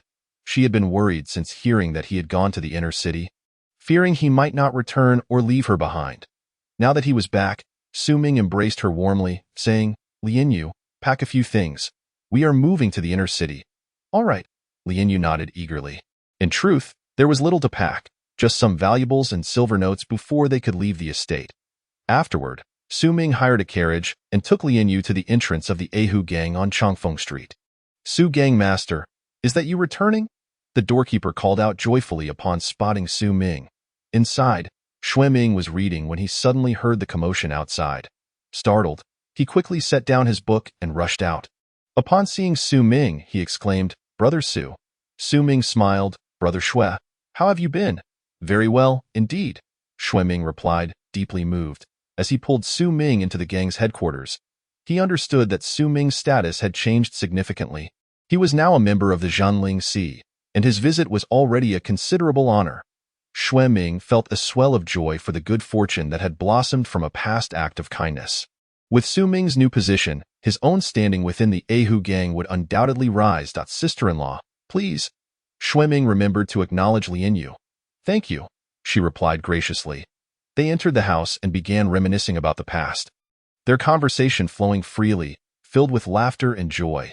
Just then, an attendant rushed in, bowing to Su Ming and saying, "Gang Master Su, there are some visitors outside requesting to see you." "Who are they?" Su Ming asked. "The leaders of the Yilang Gang and the Jianyun Gang, along with some members of prominent families," the attendant replied. Su Ming's brows furrowed slightly. "Do not admit them." He understood that these visitors were likely concerned about potential retribution. After all, he was now a person of considerable standing within the Zhenling Sea, and if he chose to retaliate, they would surely find themselves at a disadvantage. Thus, they could only muster the courage to seek him out. "Do not admit them," Su Ming spoke coldly. Although it was only natural for the adversaries to attack Su Ming's evil Tiger Gang, given the differing factions at the time, it was undeniable that had Su Ming lacked strength, he might have truly fallen victim to their malicious hands. He bore no obligation to forgive them. Indeed, the gang members hastily bowed and turned to leave. "Ha ha ha, Lord Su, may I have the honor of seeing you?" At that moment, A hearty laugh echoed through the AI art. Su Ming and Xue Ming turned to see Pei Evil Tiger striding towards them with great vigor. Gang leader, Xue Ming rose and clasped his hands in respect. However, Su Ming remained seated. Now that he was a member of the Spirit Suppression Division, his status surpassed that of Pei Evil Tiger, rendering any formality unnecessary. Meanwhile, Pei Evil Tiger was basking in the glow of success. It was worth noting that his Evil Tiger gang had produced 2 significant figures in the Spirit Suppression Division, bringing him personal glory as the leader. In recent days, rival factions such as the Hungry Wolf Gang and the Golden Cloud Gang had sought to curry favor with the Evil Tiger Gang, resulting in substantial territorial gains and benefits for them. After taking a seat within the room, Pei Evil Tiger looked towards Su Ming and said, "Lord Su, do visit the Evil Tiger Gang often." MHM. Su Ming nodded slightly. During his most difficult times, it was the Evil Tiger Gang that had sheltered him, and thus he felt a sense of affection towards them. "Wonderful, wonderful," Pei Evil Tiger exclaimed with delight. Su Ming regarded Pei Evil Tiger and said, "Gang leader Pei, I ask that you look after my former brothers and brother Xue Ming in the future." Of course, you need not worry about that." "Lord Su," Pei Evil Tiger responded hurriedly. After a moment's hesitation, he glanced at Xue Ming and declared, "I find brother Xue Ming to be quite commendable. Henceforth, let it be known that he shall be promoted to the 10th elder of the Evil Tiger Gang." Xue Ming was momentarily taken aback, then filled with excitement as he quickly clasped his hands in gratitude towards Pei Evil Tiger. "Thank you, gang leader." Pei Evil Tiger nodded, smiling. "We are all brothers here. No need for such formalities." As Xue Ming settled into his seat, he turned to look at Su Ming. He understood that with his qualifications, he would likely have remained a mere incense master for life. His elevation to elder was entirely due to Su Ming's influence. Chapter 52. The Ma family in despair, former bigwigs seeking favor. In the Ma family, Ma Duo sat at the head of the table, while the family members were seated on either side. At this moment, each member's face was clouded with despair and worry. This was not without reason, for the Ma family had received word that Su Ming was not only alive but had returned bearing the Xian Tailing. Presently, Su Ming had become a member of the Spirit Suppression Division, his status vastly elevated. Furthermore, they had heard that the leader of the Hungry Wolf Gang had prepared ample gifts and personally visited the Evil Tiger Gang's Chongfeng Street to offer apologies. They could only hope that Su Ming would not seek retribution against the Evil Tiger Gang. Additionally, leaders from the Golden Rainbow Gang and others had also made their way to Chongfeng Street. Who could have predicted that a once destitute beggar could achieve such heights, becoming a figure they now looked up to? At this moment, Ma Cueyun and Lin Dong were filled with regret. Had they accepted Su Ming when he had come to acknowledge their kinship, they too might have soared to success, and perhaps their son, Ma Ziping, would not have perished. Instead, they had chosen to mock him, thus forging an irreparable enmity. Now that Su Ming was a prominent figure in the Spirit Suppression Division, what were they to do? It was well known that the Spirit Suppression Division was no ordinary office, wielding considerable power. Even the scions of noble families within the inner city found it exceedingly difficult to gain entry into the Spirit Suppression Division. They had never imagined that Su Ming possessed such capabilities. Ma Duo looked at the gathered individuals and said bitterly, "Everyone, I trust you are all aware of Su Ming's situation." The crowd nodded, and Ma Duo closed his eyes and sighed. Alas, now that Su Ming has become someone we all must revere. We, the Ma family, have unfortunately incurred his wrath. Should Su Ming seek vengeance, it could spell disaster for the Ma family. The expressions of the crowd changed dramatically at his words. One elder, unable to contain himself, glared at Ma Cueyun and Lin Dong, exclaiming furiously, "It is you two who have brought this calamity upon us. You blind fools, you pushed away such a significant figure and fostered such deep-seated enmity. You are truly disgraceful. You two are nothing but failures, ruining the Ma family. What do you propose we do now? You are the very bane of our existence. Our family is cursed to have you too." At that moment, the members of the Ma family could no longer hold their tongues, unleashing a torrent of curses to vent their anger. After all, if the Ma family faced annihilation, their loved ones would suffer as well. And it was no wonder they were frantic. Even the leader of the Hungry Wolf Gang had abandoned them, leaving the Ma family to handle their own affairs. Mei Cueyun and Lin Dong attempted to retort, But when they opened their mouths, they found themselves at a loss for words. It was indeed their fault that had brought such a grave crisis upon the Ma family. After a lengthy silence, Ma Duo looked at the assembly and stated calmly, "Enough." The crowd fell silent. "Head of the family, how do you propose we handle this matter?" inquired a respected elder within the family. Ma Duo closed his eyes, taking a deep breath before saying, "At this juncture, there is but one course of action." "What course of action?" the elder pressed. Duo slowly opened his eyes, a bitter smile gracing his lips at this point. "I must offer my own head to avert the annihilation of the Ma family." "Father, no." Ma Tsuyin's countenance paled as she exclaimed in horror. Lin Dong opened his mouth, unsure of what to say. The members of the Ma family were struck with dismay, too stunned to speak. Ma Duo raised his hand to silence them, sighing, "Now that I have lost an arm and my strength is greatly diminished, I am but a shell of my former self. If my head can ensure the safety of the Ma family, then it is worth it." The crowd furrowed their brows at this proclamation. Although they felt a pang of reluctance, they realized there was no alternative. After all, Ma Duo had once sent assassins after Su Ming. It was likely that he had already made it onto Su Ming's death list. "Father, you cannot do this, you!" Ma Tuyin cried, her tears streaming as she pleaded desperately. Ma Duo gazed at her, sighing, "Alas, my daughter, your father's recklessness has led to this consequence. When I am gone, you must temper your nature. Do not act rashly again." "Father!" Ma Tuyin collapsed into Ma Duo's embrace, sobbing inconsolably. "Enough, bring me the knife." Ma Duo suddenly stood up, shouting, "No, father, you cannot do this. What will become of your daughter if you leave?" Ma Tsuyun cried out, her anguish palpable, as she fainted from distress. The members of the Ma family, though reluctant, found themselves powerless to intervene. Send off the head of the family. Ultimately, it was a venerable Lin Dong raised his voice and shouted. Su Ming halted his steps, turning to cast a cold glare at Lin Dong. Lin Dong opened the box, revealing the severed head of Ma Duo within, and exclaimed loudly, "Lord Su, my father-in-law has taken his own life. I implore you to spare the Ma family." "Humph." Su Ming snorted coldly, stepping into the sedan chair, disinterested in engaging with Lin Dong. "Lift the sedan," Lu Feng bellowed. The bearers raised the sedan and proceeded slowly. "Farewell, Lord Su." The crowd bowed in unison. Once Su Ming departed, they finally rose. Turning to Lin Dong, their expressions were filled with helplessness. Lin Dong was, after all, Su Ming's biological father, who had squandered a promising hand of cards.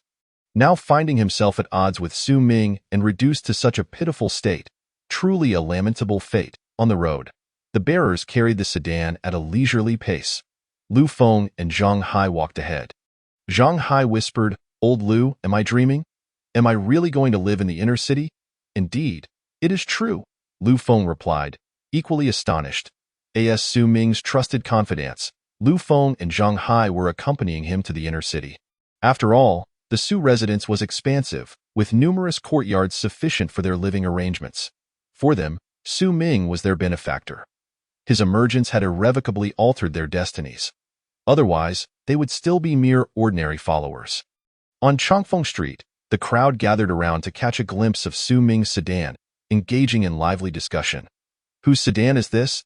It is truly magnificent." "Hush, keep your voice down. Can't you see the emblem of the Jinling division? Are you seeking death? Oh, why is this esteemed person approaching us?" Amidst the crowd's murmurs of astonishment, the sedan came to a stop before a steamed bun stall. Su Ming slowly emerged from the sedan. "Master Su?" Old Wang exclaimed in surprise upon seeing him. "Master Wang, Lord Su is now a member of the Jinling division." Lu Feng quickly interjected. "A member of the Jinling division?" Old Wang gasped in disbelief. Beside him, his son Wang Fuyo stood wide-eyed in shock. The figures from the Jinling division were far too distant for them. They were the legendary figures of the inner city. It was hard to believe that the former little beggar could become such a significant person. "Lord Su." Old Wang hurriedly attempted to kneel. Su Ming quickly stepped forward to assist him, smiling, "Master Wang, no need for such formality. Without those few steamed buns from you, there would be no today's me. I shall be heading to the inner city, and may not have the opportunity to visit you often. So I came to bid you farewell. Old Wang insisted, you are a great person, burdened with countless affairs. An old man like me is hardly worth your concern.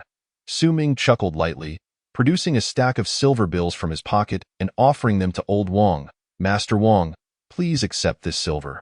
Old Wang hurriedly declined. My lord, this is too much. I merely gave you a few buns back then. Su Ming firmly pressed the silver into Old Wang's hands, saying, this is a token of my appreciation. Please take it. Old Wang had no choice but to accept. Nearby, the crowd cast curious glances at the silver in Old Wang's hands. Goodness. Each bill was worth 100 taels. This stack must amount to several thousand taels of silver, a sum that was astronomical for them. Wang Fuyo swallowed hard at the sight. Yu Ming turned to Wang Fuyo, his expression cooling slightly, and said sternly, Brother Wang, this silver is for your father's retirement. Do not covet it. Yes, yes, my lord is right. Wang Fuyo nodded eagerly. Just then, Lin Dong approached with the box in hand, witnessing this scene. His heart filled with an indescribable mixture of feelings. If Su Ming could be so generous to an old man who had merely given him a few buns, how much more could he have done for his own biological father? If only Lin Dong had treated Su Ming better when he came to acknowledge him, perhaps their meeting would not have ended up in such a dismal manner. In that moment, Lin Dong lamented deeply, his heart awash with regret. Yu Ming also noticed Lin Dong, but chose to ignore him, instead returning to his sedan. After bidding farewell to Old Wang, Su Ming visited the Julongli Guild, indulging in a feast with his former brothers before departing. Upon returning to the Grand Su residence in the inner city, Lu Feng and Zhang Hai were left awestruck by the opulence of the estate. Miss Lin Yu was equally elated at the sight of the luxurious abode, never having imagined she would reside in such splendor in her lifetime, all thanks to her fortunate association with the right person. After spending a few days in the inner city, Su Ming, along with Lin Wanqing, Lin Jia, Su Zhan, and Xie Hong, formed a small team to execute a mission outside the city. Lin Wanqing had now become a bronze guard, leading their small group. The place we are headed is called Xifang County, where remnants of monstrous creatures are wreaking havoc. Our task is to eradicate these beasts, Lin Wanqing explained along the way. Everyone nodded in agreement. Yu Ming hesitated for a moment, then said, Wanqing, I forgot to mention, during my last visit to Yanlu Mountain, I discovered remnants of the Blood Demon sect. What? Remnants of the Blood Demon sect? Lin Wanqing's delicate features paled in shock. Yu Ming nodded slightly. It was the remnants of the Blood Demon sect who stole the son of the Beast King, which triggered the chaos. The group listened intently, their expressions grave. Lin Jia, her face paling, said anxiously, Cousin, will we encounter any chaos on this trip? I really don't want to die. Foolish girl, there won't be that much chaos. Don't speak nonsense, Lin Wanqing scolded. Not far from Xifang County, 6 individuals stood atop a mountain ridge. These 6 exuded an aura of formidable strength, clad in azure garments, with a golden blade emblazoned on their chests, the insignia of the Qishuan sect. This indicated that they were all disciples of the Qishuan sect. To gain admission to the Qishuan sect, even the most ordinary disciples must possess at least the cultivation level of the Aegean realm, making them incredibly powerful.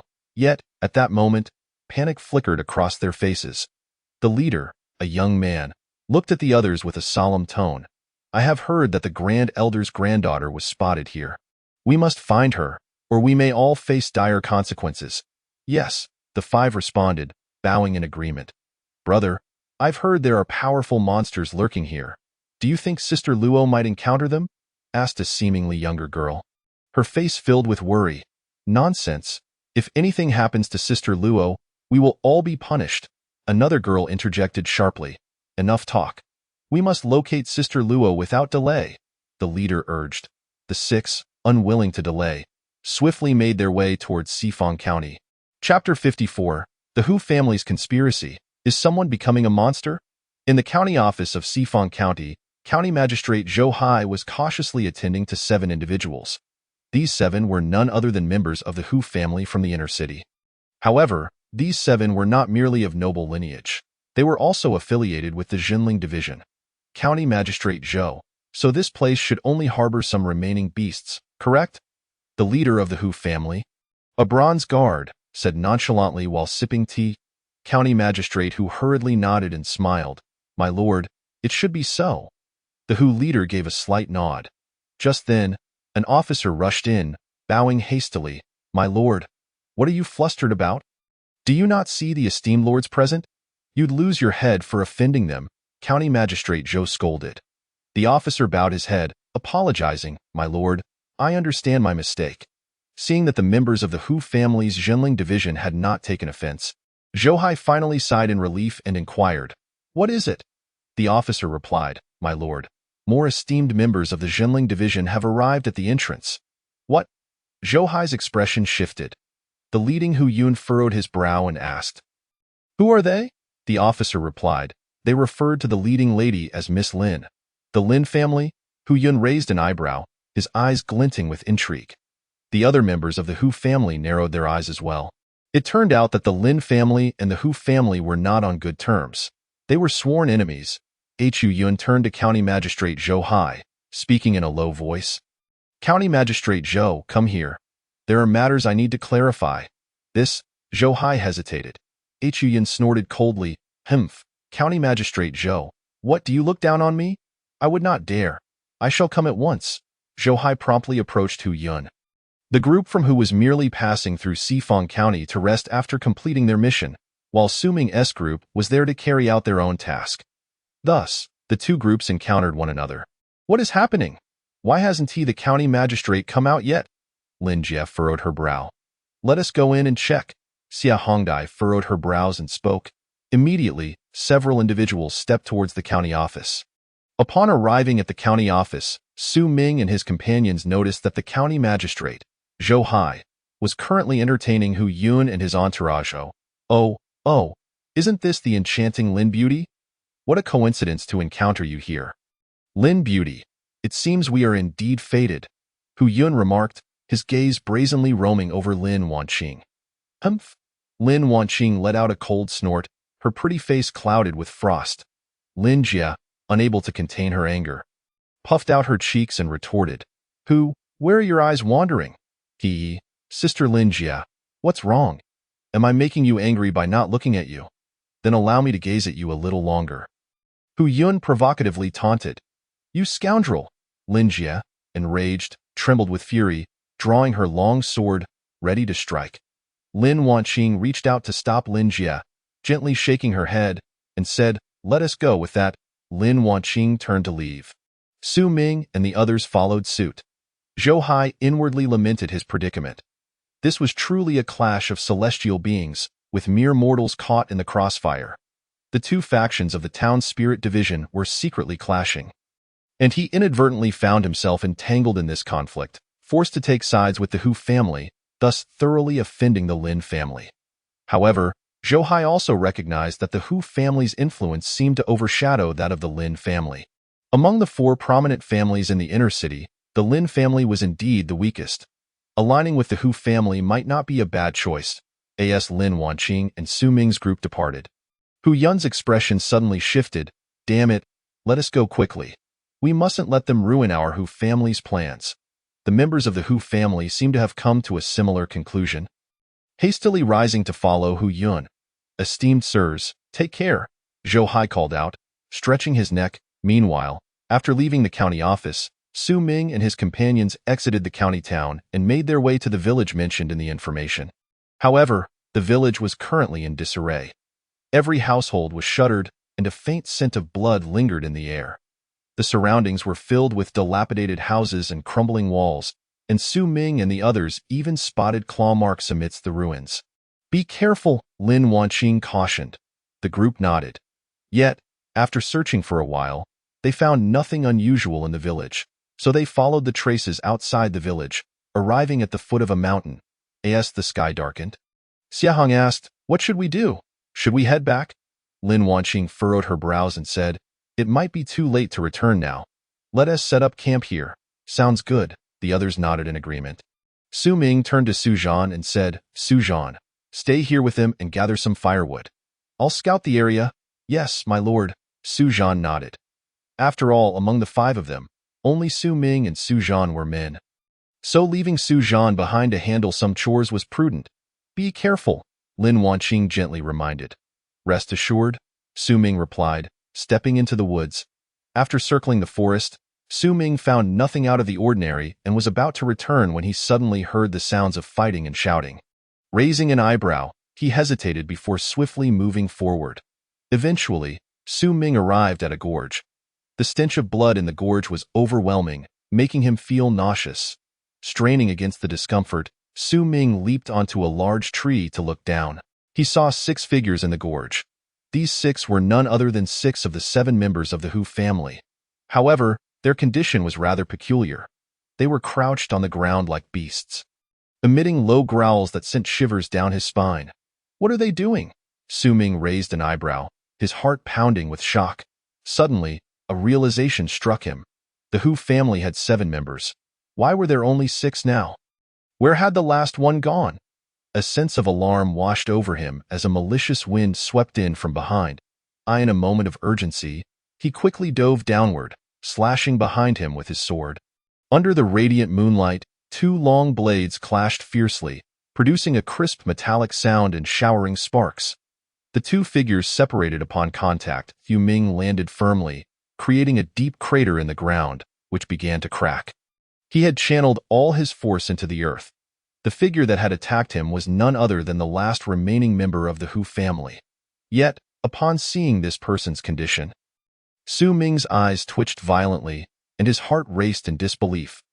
The Hu family member was covered in long, grayish-brown fur, with crimson eyes, elongated jaws, and sharp teeth dripping with blood. He was unmistakably a wolf-headed creature. This meant that this Hu family member had undergone a transformation into a beast. Chapter 55. The Hu family and the Blood Demon sex remnants colluding, plotting to seize Yunzhou City. Su Ming's pupils constricted in shock. This was the first time he had witnessed a person undergoing such a transformation. Why had this Hu family member become like this? Kekekek, my friends, we have blood food delivered right to our doorstep. Just then, a strange laughter echoed. Following the sound, Su Ming turned to see a figure cloaked in black robes slowly emerging from the shadows. Upon recognizing the newcomer, Su Ming's pupils constricted once more in alarm. The remnants of the Blood Demon sect. It appeared that the Hu family had colluded with the remnants of the Blood Demon sect. What were they planning? Abruptly, a thought struck Su Ming. The Blood Demon sect might be targeting Yunzhou City. The 4 major sects were currently embroiled in chaos, fighting for control over Yunzhou City, while the Blood Demon sect lurked in the shadows, plotting to seize it. When the old emperor was alive, he could maintain order among the various forces, but after his demise, all manner of monsters had emerged. Even the Blood Demon sect, with its nefarious practices, had come forth to stake a claim. The Blood Demon sect was a sinister organization, skilled in blood-related sorcery. If they were to seize control of Yunzhou City, it would surely transform the city into a living hell. Su Ming's friends and family would suffer alongside him, and he himself would be in grave danger. After all, the Blood Demon sect was no minor faction. Even in ancient times, it was stronger than the 7 Mystic sect, the Baiyun sect, the Iron Sword sect, and the Luyun sect. Even now, though it barely survived, its power was not to be underestimated. Who knew if there were any ancient monsters still lurking? Initially, Su Ming had believed that joining the town's spirit division would shield him from retribution from the 4 major sects, granting him safety. But who would have thought that such a dire situation would arise? The Hu family was secretly colluding with the Blood Demon sect to seize Yunzhou City.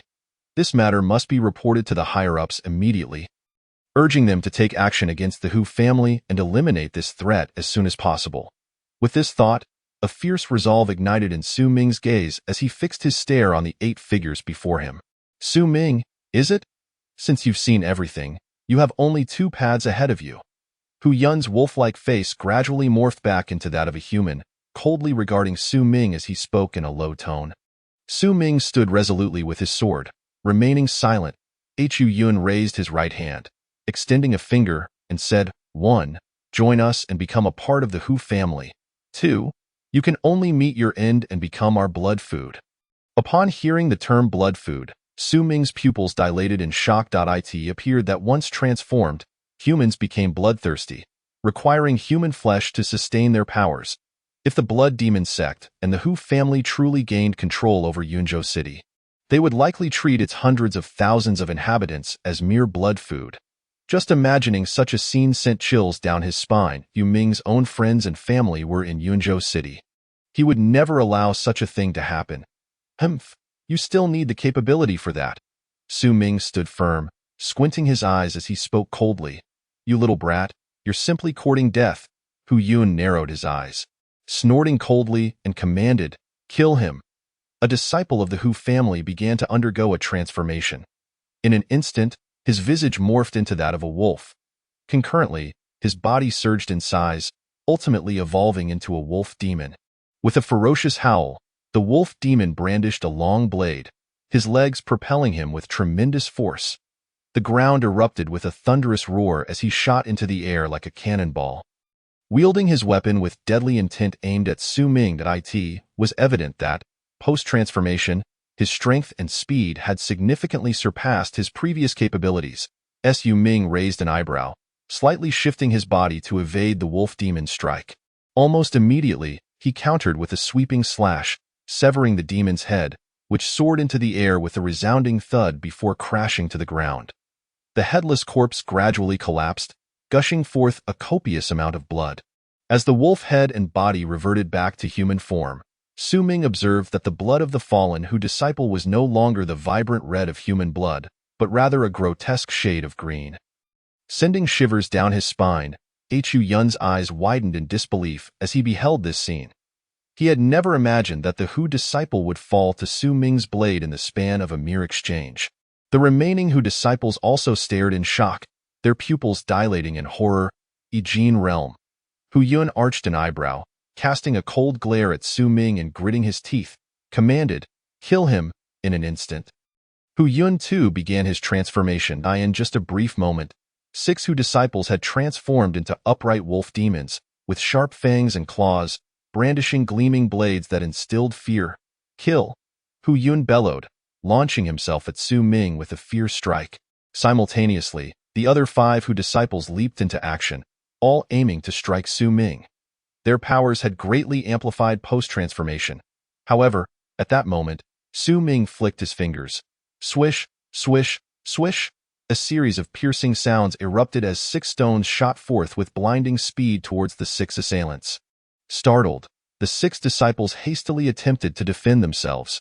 When the stones collided with the blades, they pierced through effortlessly, instantly dispatching 3 of the Hu disciples. The remaining 2 narrowly evaded the onslaught. Hu Yun, undeterred, swung his blade downwards. With a sharp crack, the stone was cleaved in 2, yet the severed pieces, though weakened, continued their trajectory, inflicting 2 deep gashes across Hu Yun's cheek. Blood sprayed forth, and he let out a series of anguished howls. Dual intent. How is this possible? Hu Yun exclaimed in shock. He had heard of Su Ming's reputation, but in his mind, Su Ming was merely a stronger ant from the outer city, unworthy of consideration. Yet, Su Ming's prowess now far exceeded his expectations. Retreat. Realizing that capturing Su Ming would be a daunting task, Hu Yun decisively issued the command. The 2 remaining Hu disciples wasted no time in fleeing, while the cloaked figure from the Blood Demon sect had vanished without a trace, sensing the shift in momentum. Trying to escape? Su Ming scoffed, flicking his fingers once more. 2 beams of light shot forth.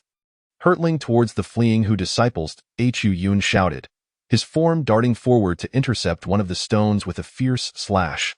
With a loud crack, the blade shattered, sending shards flying, one of which struck Hu Yun's forehead, leaving a deep gash from which blood flowed profusely. The momentum of the blade continued, piercing through the chest of one Hu disciple, who fell lifelessly to the ground. The other Hu disciple was struck by a stone to the back of his head, his skull bursting apart like a watermelon, resulting in instant death. The headless body collapsed, reverting back to human form. Chapter 56. Slaying Hu Yun, rescuing the Saintess in the blink of an eye. All 6 of his companions had perished at Su Ming's hands. Pushing Hu Yun to the brink of despair, he could scarcely fathom the scene unfolding before him. These were elite disciples of a prestigious family, some of whom had reached the pinnacle of bone refinement. After transformation, they could attain the Jin realm. Yet, they had fallen to Su Ming in mere moments. Is this man truly from the outer city? A mere beggar? How could he surpass us, the disciples of the inner city? Hu Yun questioned his very existence. It's your turn. Su Ming narrowed his eyes, advancing slowly towards Hu Yun. In that moment, Hu Yun felt an overwhelming shadow of death looming over him, igniting a profound fear within. Don't come any closer. Hu Yun stammered in terror. Die. At last, Su Ming unleashed his blade. His speed was akin to lightning as he lunged at Hu Yun, reminiscent of a hungry tiger pouncing on its prey. Hu Yun barely comprehended the strike before he felt a chill at his neck, followed by the disorienting sensation of his body lifting off the ground, an illusion created by his own severed head. In his final moments, Hu Yun's eyes widened in disbelief. With a single stroke, Su Ming had slain him, and without pausing, he pursued forward, intent on not allowing the remnants of the blood demon sect to escape. Suddenly, a low growl reverberated through the air as a famished tiger lunged at Su Ming. He leaned back, thrusting his long blade skyward. Harnessing the powerful momentum, in a single maneuver, he eviscerated the tiger. The beast crashed to the ground, irrevocably lifeless. Su Ming regarded the cloaked figure with cold disdain. The figure's eyes were filled with terror as he retreated, while a nearby striped tiger also backed away in fright. Abruptly, the cloaked figure seemed to sense something, turning to gaze at a large tree not far off. Simultaneously, the striped tiger charged toward the tree. Su Ming followed its trajectory, discovering a woman concealed behind it. Although she possessed considerable cultivation, she was clearly paralyzed with fear by the tiger's ferocious presence, standing frozen and emitting a high-pitched scream. Yet, her scream failed to halt the tiger's advance. Su Ming faced a dilemma: to disregard the girl and pursue the cloaked figure, or to save her. Being human, he could not simply stand by as she faced such peril, especially knowing that the remnants of the blood demon sect were not limited to just this one individual. Reluctantly, he charged at the striped tiger. Delivering a powerful strike with a sickening sound, the tiger was cleaved in two, its entrails spilling out in crimson blood splattering everywhere, painting the scene in a gruesome tableau. However, in that moment of distraction, the cloaked figure hastily slipped away into the woods. Just as Su Ming was about to pursue, the woman seized his arm, pleading, "Don't leave." Su Ming frowned, glancing back only to find the cloaked figure had vanished. "What are you doing?" he inquired, somewhat exasperated. "Just don't go, please." The woman clung to him, clearly in shock. Su Ming, unsure of how to respond, sighed and asked, "Why are you here alone? It's dangerous. You should leave." "Take me down the mountain," she insisted, refusing to relent. Reluctantly, Su Ming turned to descend the mountain to reunite with Lin Wanqing and the others, with the woman following closely behind. Now, he had a moment to observe her. She was exceedingly beautiful, particularly her large, watery eyes, which sparkled with life. "What's your name?" she inquired, gripping his hand tightly. "Su Ming." He replied without much thought. "Su Ming," she repeated softly, gazing intently at the back of his head. "I am Luo Shang." "Luo Shang?" Su Ming nodded. After a brief period, they descended the mountain and encountered a group of individuals, none other than several disciples from the Qi Xian sect. "Junior Sister Luo?" The leading male disciple exclaimed with delight. "Who are you? Let go of Junior Sister Luo." Another disciple shouted angrily. Su Ming raised an eyebrow, lifting his hand and retorting, "Look closely. She's holding on to me, not the other way around." The Qi Xian disciples exchanged awkward glances. Luo Shang skipped over to her fellow disciples, saying, "This big brother Su saved me. Thank you." The leading disciple of the Seven Mysteries sect spoke coldly. Su Ming offered no reply. In a few swift movements, he vanished into the depths of the forest. Soon, he located Lin Wanqing and the others. "Young Master Su, why have you been gone for so long?" Lin Wanqing inquired. Su Ming recounted the series of events to them, and the expressions of Lin Wanqing and the others shifted dramatically. They clearly had not anticipated this turn of events.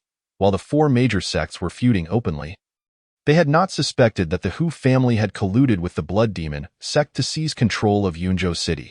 They realized the gravity of the situation. "We must not delay. Let us return to Yunzhou City at once and report this to the commander," Lin Wanqing urged hastily. "Agreed."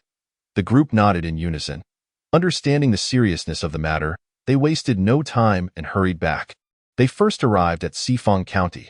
Sifeng County Magistrate, come out at once. Su Ming, uninterested in pleasantries, stormed into the magistrate's office, shouting.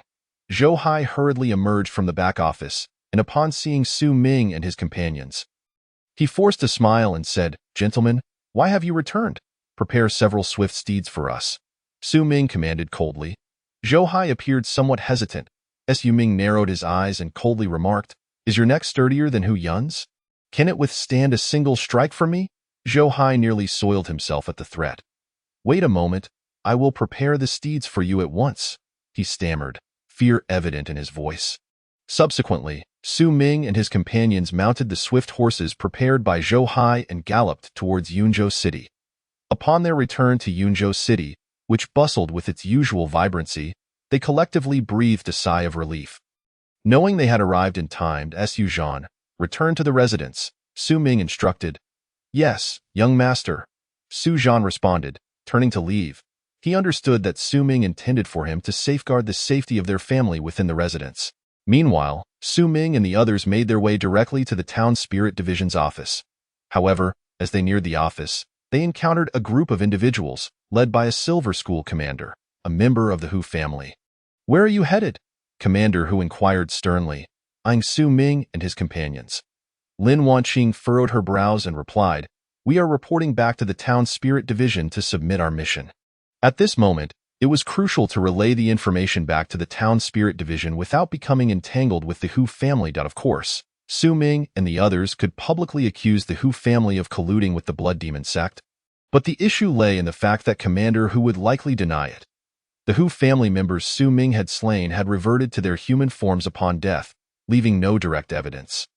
Commander Hu regarded Su Ming and the others with indifference. "Let us postpone your mission report. You are to accompany me outside the city for an important matter." The brows of Su Ming and his companions furrowed deeply at his words. They exchanged glances, their understanding of the Hu family's intentions becoming clearer. The Hu family aimed to seize control of Yunzhou City, and the primary obstacle to their plans was undoubtedly the Town Spirit Division. Thus, they sought to remove as many members of the division from the city as possible, allowing them to swiftly take control. Once accomplished, they could collude with the remnants of the Blood Demon sect and firmly establish their dominance over Yunzhou City. Su Ming and his companions stood frozen in place, refusing to budge. Commander Hu raised an eyebrow and addressed them sternly. "What? Are you deaf? Did you not hear my command? Accompany me outside the city." Su Ming and Lin Wanqing exchanged glances. Lin Wanqing clasped her hands and respectfully proposed, "Sir, how about allowing one of us to return and submit the mission report while the others accompany you outside the city?" Commander Hu let out a cold laugh, narrowing his eyes as he glared at Su Ming and the others. "I have already stated. Accompany me outside the city. Are you deaf?" Su Ming and his companions remained resolute, refusing to move. The other onlookers were bewildered, unable to comprehend why Su Ming and his allies defied Commander Hu's orders. The more they hesitated, the more Commander Hu realized that Su Ming and his companions had uncovered the Hu family's secret. He could not allow them to reach the Town Spirit Division. "How dare you defy my orders? Capture them!" Commander Hu shouted, pointing at Su Ming and the others. The crowd, taken aback, exchanged glances but remained immobile. A significant portion of the Town Spirit Division consisted of members from the 4 prominent families of the inner city. However, conflicts within the division were rare, as disputes typically occurred behind closed doors, with everyone maintaining a facade of harmony. This equilibrium was largely maintained by the division's commander, preventing overt confrontations like the one instigated by Commander Hu today. Seeing that the crowd remained unresponsive, Commander Hu's fury escalated. "Fools! Are you all deaf? Follow my orders and apprehend them." Reluctantly, the crowd complied, for the weight of authority often stifled dissent. If news of their disobedience reached the Town Spirit Division, they would surely face punishment. Thus, they unsheathed their swords and surrounded Su Ming and his companions, their brows furrowed in concern. There were approximately a dozen of them, and it would be difficult to escape should a fight ensue. At that moment, Su Ming shouted, "Everyone, hold your actions. We have received reliable information that the Hu family is colluding with the Blood Demon sect to seize control of Yunzhou City. Do not fall for their schemes. Quickly report this to the Town Spirit Division's commander." The crowd froze once more, astonished by Su Ming's explosive revelation. They had not anticipated such a shocking revelation. The Hu family's collusion with the Blood Demon sect aimed at overthrowing Yunzhou City? What would that mean? They were aware of the Blood Demon sect, a notorious cult from the early days of the Great Zhou dynasty. If such a malevolent force were to seize control of Yunzhou City, it would undoubtedly transform into a living hell, endangering their families. This was an outcome they could not permit. However, they were uncertain whether to believe Su Ming's claims, resulting in their continued indecision. How dare you slander my Hu family with baseless accusations? You are seeking death, Commander Hu appeared enraged, seemingly struck at his Achilles heel. He bellowed, "You all, listen up, capture them." At this moment, the onlookers hesitated to accede, though not heed his words. We have witnessed the Hu family's collusion with the remnants of the Blood Demon sect. Do not fall for his lies. If he were truly innocent, why would he not allow one of us to report back? Xia Hong seized the opportunity, raising her voice. Upon hearing this, the crowd began to nod in agreement, their trust in Su Ming and his companions growing. Fine. If he refuses to let us return to report, then let one of us do so. Lin Jia also shouted. The crowd appeared to grasp the situation. Turning their wary gazes toward Commander Hu, one brave bronze guard stepped forward and respectfully addressed Commander Hu. "Sir, would it be acceptable to allow one of us to return and report?" Commander Hu, seething with rage, unsheathed his sword with a swift motion, declaring, "How dare you defy my orders? Very well. I shall apprehend these few individuals today and settle the score with you later." With that, Commander Hu dismounted his horse. The crowd, aware of his prowess, dared not approach and retreated, watching him warily. Commander Hu approached Su Ming and his companions, his voice low and menacing. "You are truly audacious, concocting such a grand lie to bring down my Hu family. Today, I shall make an example of you." He raised his sword threateningly. Lin Wanqing furrowed her brows deeply, drawing her sword with a swift motion, her demeanor alert as she warned, "If a fight breaks out, take the opportunity to escape and report back, cousin," Lin Jia exclaimed anxiously. Xia Hong also wore a worried expression, her brows knitted. In contrast, Su Ming remained remarkably composed, while the onlookers murmured in disbelief, seeking death. Enraged by Su Ming's defiance, Commander Hu let out a furious roar and lunged forward, swinging his sword towards Lin Wanqing. Lin Wanqing let out a loud cry, grasping the long sword in her hand, and fiercely braced herself against the impending attack. Suddenly, there was a resounding clash as Hu Baiyin's long knife struck Lin Wanqing's sword with tremendous force, producing a clear, ringing metallic sound and sending sparks flying. The ferocity of the blow caused Lin Wanqing's sword to tremble violently, forcing her to stagger backward. Logically, having repelled Lin Wanqing should have sufficed. However, Hu Baiyin evidently harbored a grudge against her and sought to deliver a fatal blow. After knocking Lin Wanqing back, he swung his long knife menacingly towards her waist. With a sharp clang, Lin Jia intervened, drawing her sword to block Hu Baiyin's strike. Seizing the opportunity, Hu Baiyin leaped into the air, aiming a kick at Lin Jie. That moment, Xia Hong also sprang into action, thrusting her sword towards Hu Baiyin. In a remarkable twist, Hu Baiyin deftly evaded Xia Hong's cunning strike midair, while simultaneously bringing his knife down towards Lin Wanqing once more.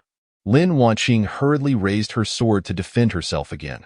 With another loud crash and a shower of sparks, Lin Wanqing was once more sent flying by the terrifying force of the attack.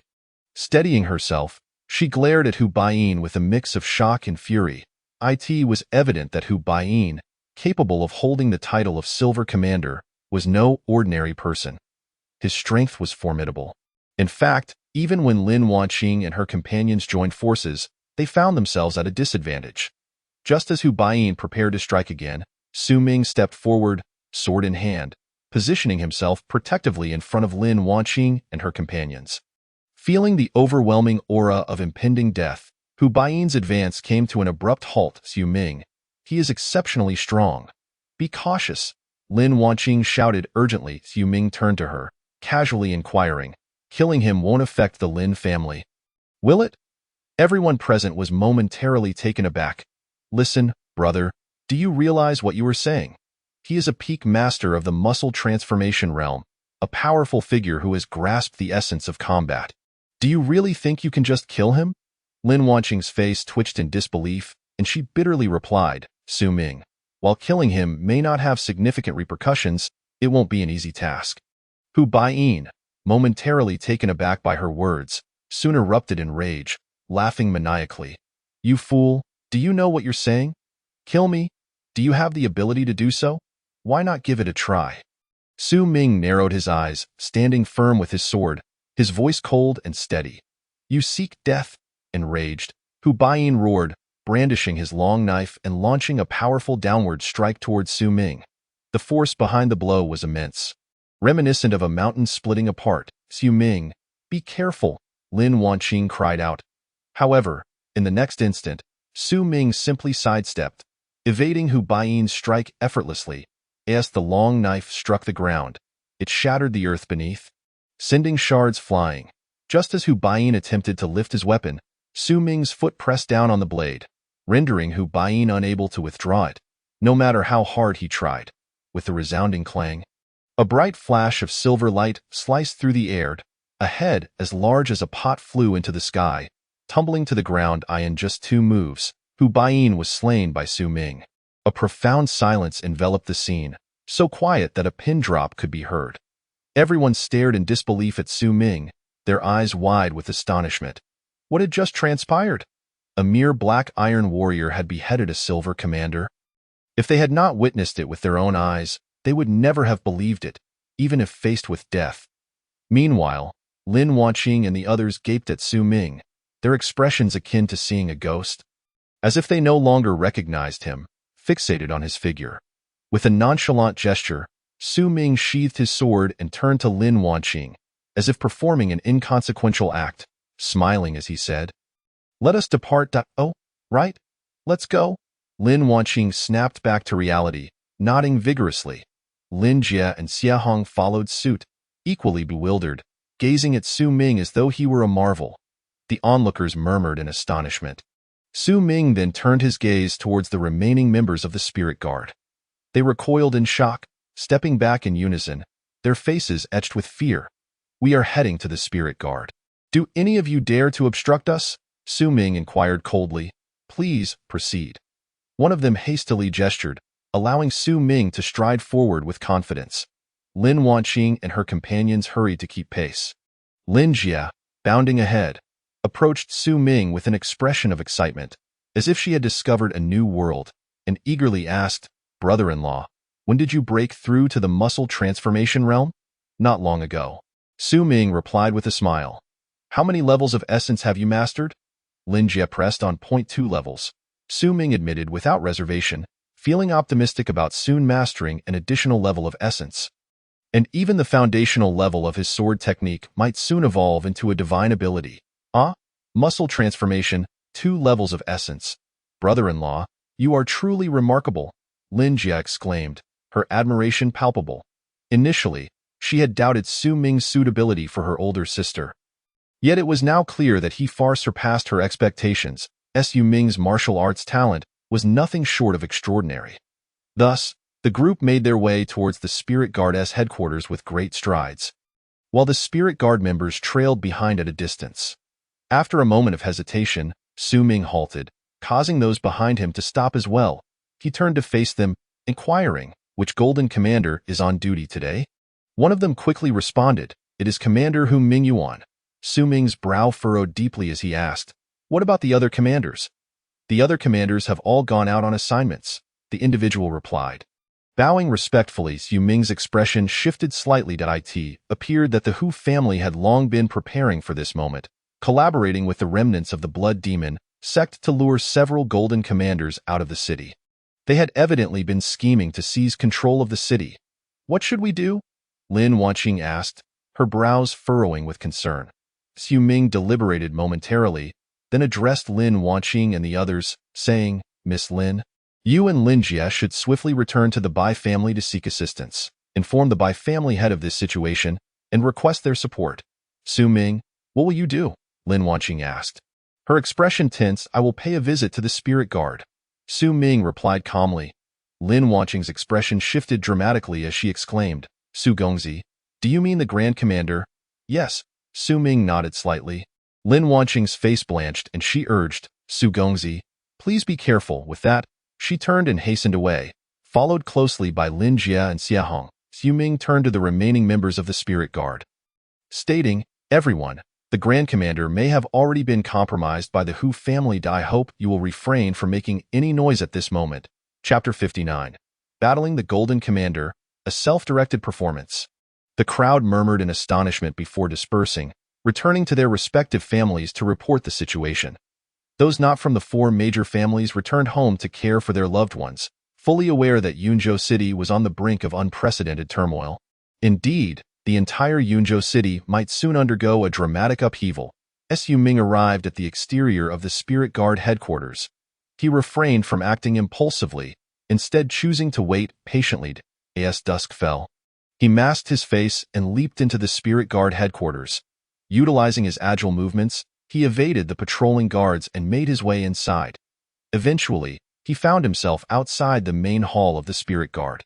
After stealthily observing for a while without noticing anyone, Su Ming hesitated before pushing the door open and entering. He crept cautiously through the interior until he discovered 3 individuals in the back hall of the main temple. One of them was the Golden Commander from the Hu family, while the other 2 were the Grand Commander Wei Du of the Spirit Guard and the City Lord of Yunzhou. It was clear that the 2 most powerful figures in Yunzhou City were held captive in this very place. Who is it? Just then, a voice rang out from outside, as a member of the Spirit Guard spotted Su Ming lurking at the door. Su Ming's brow furrowed as he swiftly drew his long knife and struck. With a splatter, a head flew into the air, the headless body collapsing to the ground and spilling blood everywhere. At the same time, Su Ming swiftly turned and fled. Where do you think you're going? At that moment, a thunderous roar echoed through the room, akin to a clap of thunder, reverberating powerfully. Suddenly, a figure brandished a long blade and fiercely swung it towards Su Ming. Su Ming swiftly sidestepped to evade the strike. However, the assailant's blade abruptly halted midair and then swung horizontally towards Su Ming once more. With agility, Su Ming leapt into the air, narrowly dodging another blow from Hu Huangjin. In retaliation, Su Ming thrust his blade towards Hu Huangjin's head. Startled, Hu Huangjin hastily raised his sword to parry. The clash of blade tips against the sword body created a resounding echo, sending sparks flying in the dimly lit room. Utilizing the momentum, Su Ming retreated. At that moment, the members of the Jinling division, alerted by the commotion, rushed in, brandishing their swords towards Su Ming. Frowning, Su Ming executed a powerful horizontal sweep with his long blade. 2 layers of intent erupted simultaneously. The might of the sword unleashed a furious gust towards the rear. The sound of blades snapping echoed, accompanied by piercing cries of agony. Those who charged in could not withstand even a single strike. They were either severed at the limbs or cleaved in half. Seizing this opportunity, Hu Huangjin wielded his long blade and charged forward like a ferocious tiger descending a mountain, aiming a deadly strike at Su Ming. Su Ming swiftly positioned his sword to block that moment. Both combatants unleashed their dual layers of intent in an explosive clash. The collision reverberated, causing discomfort to the ears and igniting sparks in the air. Both men staggered back several paces before regaining their footing. Meanwhile, a throng of Jinling division members surged forward. Aware that staying here was unwise, Su Ming exerted force beneath him, propelling himself skyward like a cannonball, aiming to escape the Jinling division. Where do you think you're going? Hu Huangjin bellowed, swinging his long blade towards Su Ming with ferocity. Unfazed, Su Ming dove downward while also striking at Hu Huangjin. Once again, their dual layers of intent erupted, producing a deafening sound and a shower of sparks. However, due to Su Ming's advantageous position in midair, he managed to repel Hu Huangjin with a single stroke. Their blades shattered simultaneously. Each retaliated with a punch. The sound of their fists colliding resonated with a dull thud. Hu Huangjin was propelled downwards, crashing to the ground with a thunderous impact that shattered the floor tiles. Su Ming, harnessing the force of their clash, soared to the roof of the grand hall, spreading his legs wide as he dashed forward. In mere moments, Su Ming's figure vanished into the night. The members of the Jinling division hurriedly pursued. "Do not chase!" Suddenly, Hu Huangjin shouted. The others had no choice but to cease their pursuit. Hu Huangjin's expression fluctuated between anger and contemplation as he commanded, "Clean this place up and enhance the patrols." "Yes, my lord," they replied, bowing respectfully. Hu Huangjin then retreated into the room, his heart turbulent with unrest. Reflecting on the earlier encounter, he realized that the individual he faced possessed dual layers of intent and was likely a master of the perfected muscle transformation realm. Such a being could not possibly be an insignificant character. Within the Jinling division, he should at least be a Golden Commander. Yet, the other 7 Golden Commanders had been dispatched on his orders to distant locales and would not return anytime soon. Who exactly was that person, and how did he possess such strength? It should be noted that among the 4 great families, those who could reach the perfected muscle transformation realm and wield dual layers of intent were exceedingly rare. Only a few old monsters from the families or the Golden Commanders who joined the Jinling division had such power. Strangely, that individual had dark hair and appeared almost devoid of wrinkles on his face and hands, indicating that he was a youth. When did such a formidable young figure emerge in Yunzhou City? Suddenly, Hu Huangjin recalled a report from earlier that day about a young man seen with Lin Wanqing from the Lin family, known as Su Ming, who had slain one of their silver commanders with a single stroke. Perhaps it was that Su Ming. The Lin family truly possesses remarkable means to have enticed such a master with mere beauty. The glimmer in Hu Huangjin's eyes flickered with intensity. Steadying himself, he replayed the entire exchange with Su Ming in his mind, contemplating how he could defeat him. Moreover, he feared that Su Ming might return. After a moment's hesitation, Hu Huangjin called out, "Is anyone there, my lord?" "Several silver commanders from the Hu family have arrived." Hu Huangjin regarded the group, his voice low and serious. "You all shall go and set an ambush over there. Ensure you are well equipped with powerful crossbows and arrows. Also, place someone at a high vantage point. As soon as that person arrives, while I engage him in battle, you will all rush out and capture him." "Yes, my lord." The silver commanders of the Hu family departed to fulfill their orders. Meanwhile, Hu Huangjin began to practice his techniques in the air, rehearsing fervently. Thus, he spent the entire night in a state of paranoia. After a lengthy period of contemplation, Hu Huangjin still saw no sign of Su Ming. Every effort was merely him gesturing into the air, resulting in nothing fruitful. Chapter 60. Entering the Path and Understanding Divine Powers. Hu Family Strikes Back. As the Jinling division was controlled by the Hu family, Su Ming and his companions' plans to expose the Hu family's crimes were thwarted. At this moment, the entire Yunzhou city once again descended into an eerie calm. Yet, everyone knew this was merely the brief tranquility before the storm. Each of the 4 great families had their own schemes. They began to summon their golden commanders back from various locations through various means. However, the critical issue was that the Hu family had complete control over Yunzhou City, making it impossible for their messages to be conveyed. Even if one managed to send out a message, the family members would have to dare to defy the Jinling division's orders to return. Thus, the 4 great families within the inner city were quietly amassing strength, waiting for the storm to break. Meanwhile, Su Ming was at home, quietly engaged in his cultivation. His current strength was roughly equivalent to that of a golden commander in the Jinling division, as evidenced by his ability to contend evenly with Hu Huangjin. Since that day, Su Ming returned home and began fervently training. With the enhancement of the Golden Palace in his mind, Su Ming's cultivation steadily progressed. In the courtyard, beneath the pear tree, Su Ming swung his long blade repeatedly. With each swing, the blade's aura surged, whipping up a flurry of snow-white pear blossoms, forming a white dragon in the air. Suddenly, Su Ming shot upwards, countless pear blossoms soaring with him, the dragon flying high. Then, with a forceful downward slash, he struck. The multitude of pear blossoms abruptly halted and then plummeted towards the ground. Boom! A tremendous sound erupted as the pear blossom dragon crashed to the ground, creating a massive pit, debris and dust flying upwards in a chaotic cloud. Su Ming descended slowly, his eyes gleaming with excitement as he exclaimed, "So this is the path of enlightenment." At this moment, Su Ming had finally entered the pinnacle of external refinement in martial arts, achieving the state of enlightenment. This breakthrough allowed him to successfully comprehend the divine powers of the illusory blade technique. Divine powers and martial skills are not to be compared. If martial skills are likened to fireflies, then divine powers are akin to the sun. Let us call it the flying dragon slash.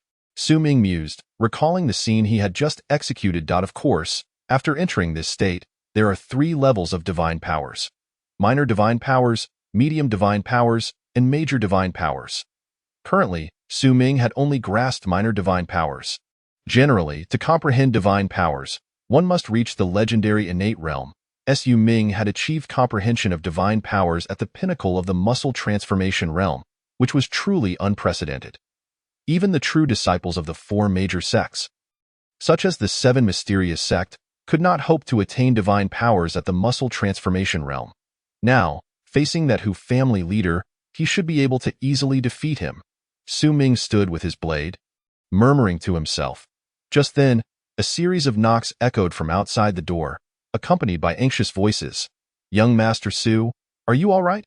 Su Ming realized that the commotion he caused while practicing martial arts had drawn the Lin family members to check on him. "I am fine." Su Ming spoke softly. At present, he found himself unhurried. With his enhanced abilities and newfound confidence, he felt secure in his position. Naturally, his cautious approach stemmed from his own apprehensions. He was uncertain whether the esteemed Hu family harbored any ancient monstrosities. Furthermore, he pondered if there might be innate experts among the remnants of the Blood Demon sect that had colluded with the Hu family. The innate realm is a level that follows the muscle transformation realm.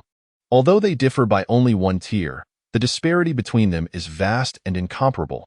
It can be said that the innate realm serves as a watershed moment, as those who have reached it can unleash blade energy, achieving the effect of externalizing their force. In contrast, those below the innate realm cannot accomplish this.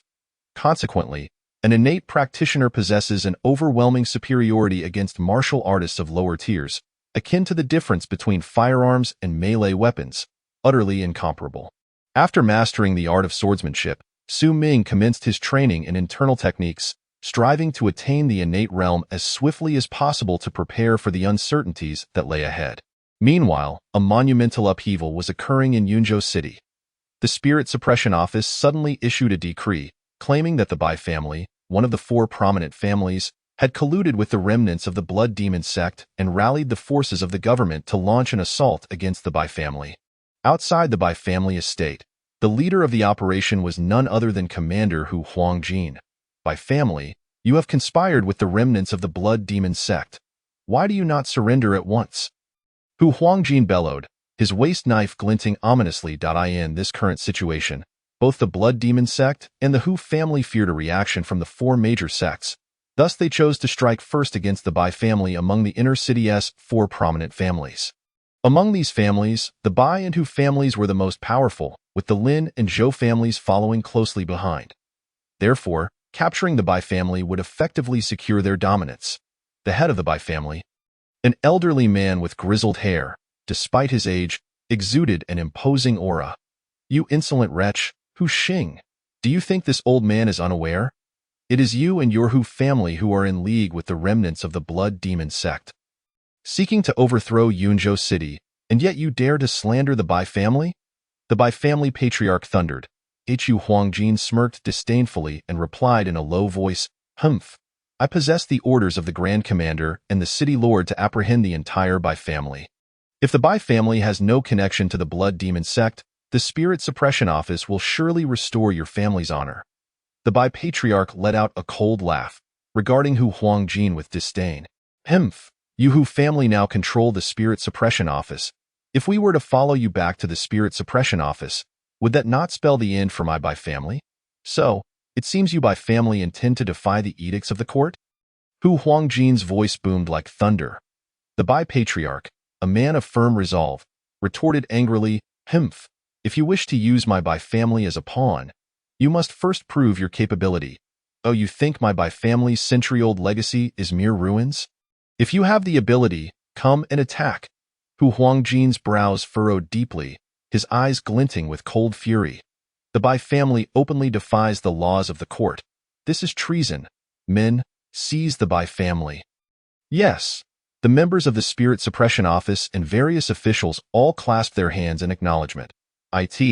is essential to note that the Spirit Suppression Office holds authority over all governmental offices, possessing the power to summon officials at will. At that moment, a significant portion of the officials, even the city guard, were dispatched to the city.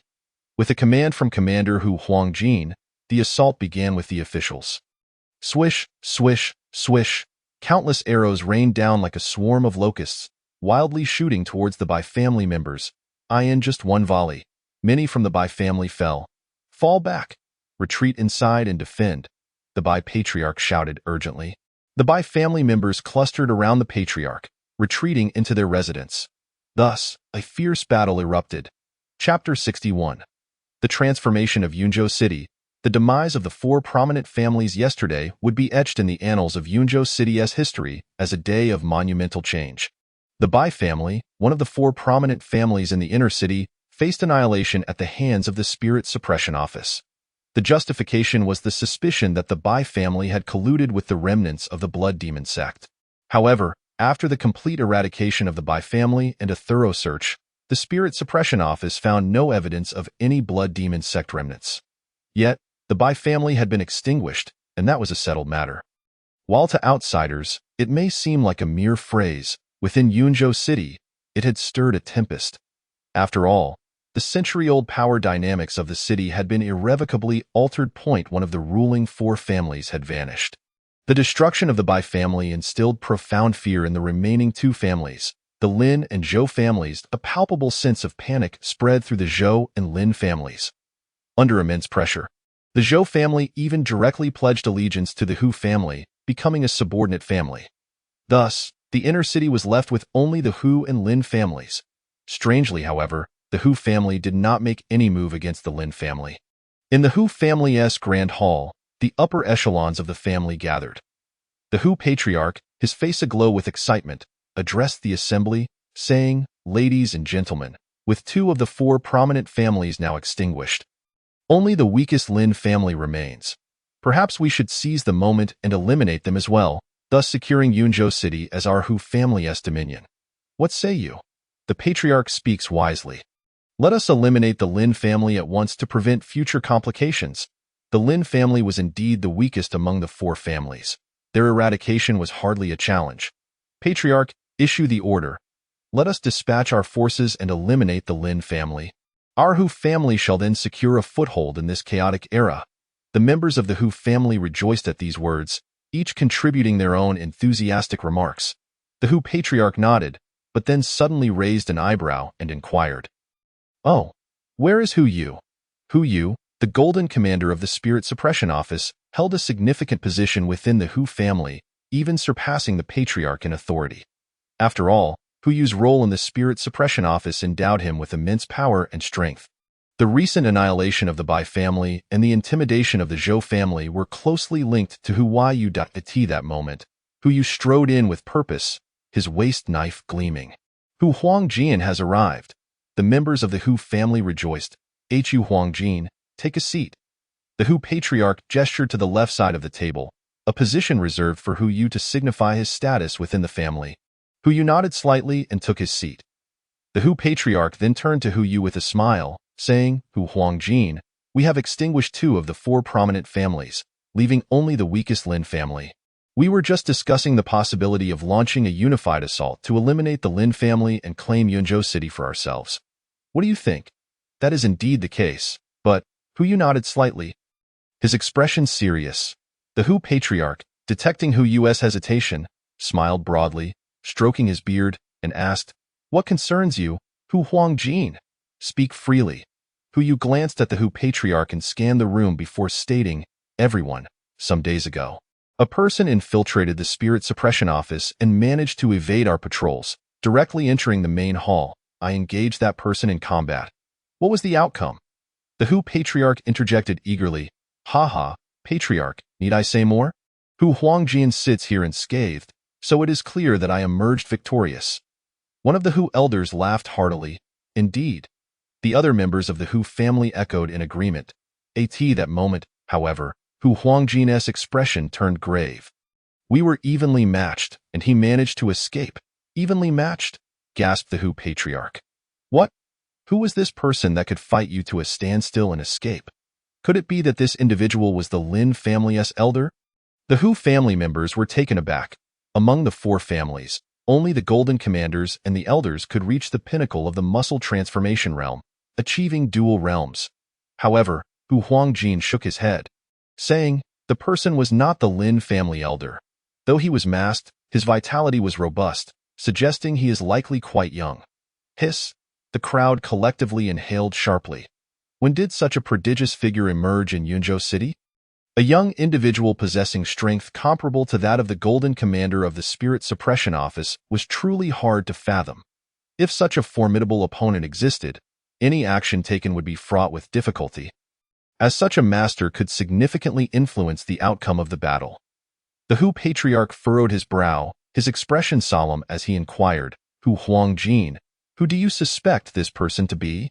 After a moment's hesitation, Hu Huangjin replied, Patriarch, some days ago, a young man named Su Ming, the one engaged to Lin Wanqing, killed one of our silver captains in broad daylight. Do you all remember this incident? Of course, Hu Huangjin suspects that this master is the young man named Su Ming. The Hu Patriarch's brow furrowed deeply as he questioned. Hu Huangjin took a deep breath and stated, I questioned those present, and they said that this Su Ming dispatched the silver captain with a single strike. Hiss! Once again, the crowd gasped in shock. To become a silver captain in the Spirit Suppression Office. One must be exceptional, a top-tier warrior even within the Hu family. Yet he had been slain with a single blow. What did this signify? It was elucidated that Su Ming truly possesses strength comparable to that of a Golden Commander. The head of the Hu family furrowed his brow into a deep knot, his eyes filled with disbelief, and his tone bore an unprecedented gravitas. This could prove troublesome. The others present also wore expressions of grave concern. A superlative master on par with a Golden Commander indeed posed a significant threat to them. Unless, of course, they could enlist the aid of a formidable expert from the Blood Demon sect. Yet, therein lies the crux. Once they called upon the Blood Demon sect, they would forfeit the opportunity to leverage the power of the court's Spirit Suppression Division against others. Such a course of action could prove to be a costly miscalculation. Perhaps we could attempt to recruit him. Hu Huangjin's eyes sparkled with indecision as he spoke. If we could bring Su Ming into our fold, the Hu family would undoubtedly gain a formidable advantage. Ha ha ha! The head of the Hu family couldn't help but let out a hearty laugh. Once he regained his composure, he inquired, Hu Huangjin, what plan do you propose? Hu frowned slightly and replied coolly, I have conducted an investigation into Su Ming. He is the illegitimate son of Lin Dong, the former vice leader of the Hungry Wolf Gang from the outer city. Perhaps we can approach his biological father for assistance. Oh? The head of the Hu family's eyes gleamed with excitement as he laughed heartily. Hu Huangjin, worry not. I shall dispatch someone to handle this matter. Hu hesitated momentarily before saying, Master, this situation is of utmost importance. To be on the safe side, I suggest you make the trip yourself. Ha ha, very well. I shall personally journey to the outer city. The head of the Hu family chuckled as he stroked his long beard. Chapter 62. Su Ming standing in the inner city, outer city, Ma family. Ever since Ma Duo took his own life in a desperate bid for peace, the Ma family has plummeted to new depths. After all, without the prowess of Ma Duo, the family's strength has waned considerably. In fact, the Ma family has dismissed a significant portion of their hired help and their living conditions have become markedly impoverished. Particularly, Ma Tsuyan, having endured the dual blows of losing both her son and her father, has found herself in a state of mental disarray. Lin Gu, what do you suppose would have transpired if we had acknowledged Su Ming back then? Ma Tsuyan lamented, placing her utensils down with a bitter expression. In recent days, her mind has been consumed with thoughts of how glorious the Ma family could have been had they recognized Su Ming. Now, he holds a significant position within the Spirit Suppression Division. Had that been the case, their standing in the Ma family, and even within the Hungry Wolf Gang, would have been vastly elevated. Furthermore, her father Ma Duo and son Ma Ziping would still be alive. At this moment, Ma Tsueyun felt an overwhelming sense of regret, her heart heavy with remorse for her past actions. Yet, there is no remedy for regret in this world. The suffering she endures now must be swallowed down, her only recourse being to bear it in silence. Master, Madam, it's dire. A multitude of dignitaries from the inner city have arrived. At that moment, a young maid rushed in, her voice tinged with urgency. Dignitaries from the inner city? Ma Sueyun and Lin Dong's expressions shifted dramatically. They instinctively feared that Su Ming, feeling aggrieved over Ma Duo's death, had sent people to eradicate their family. Panic washed over their faces. Lin Dong, mustering his courage, asked, "Did they say what they came for?" The maid quickly replied, "They claim to be here to pay respects to you, master and madam." Lin Dong and Ma Sueyun exchanged bewildered glances. Lin Dong cautiously asked, "You must be mistaken. They are not here to apprehend or kill us, but rather to visit." The maid nodded slightly, affirming, "Indeed. They stated they came to pay their respects to you, master and madam." Lin Dong and Ma Sueyun were utterly flabbergasted.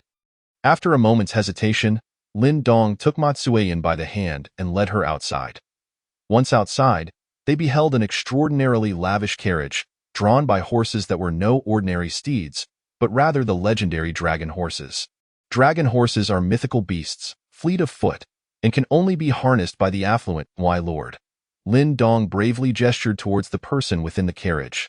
Tuan, pale as a sheet, hid behind Lin Dong, too frightened to speak. Just then, the curtain of the carriage slowly parted, and the head of the Hu family emerged, a smile gracing his face as he looked towards Lin Dong and inquired, "You must be Lin Dong." Lin Dong hurriedly nodded and asked, "May I inquire who you are, my lord?" "I am the head of the Hu family."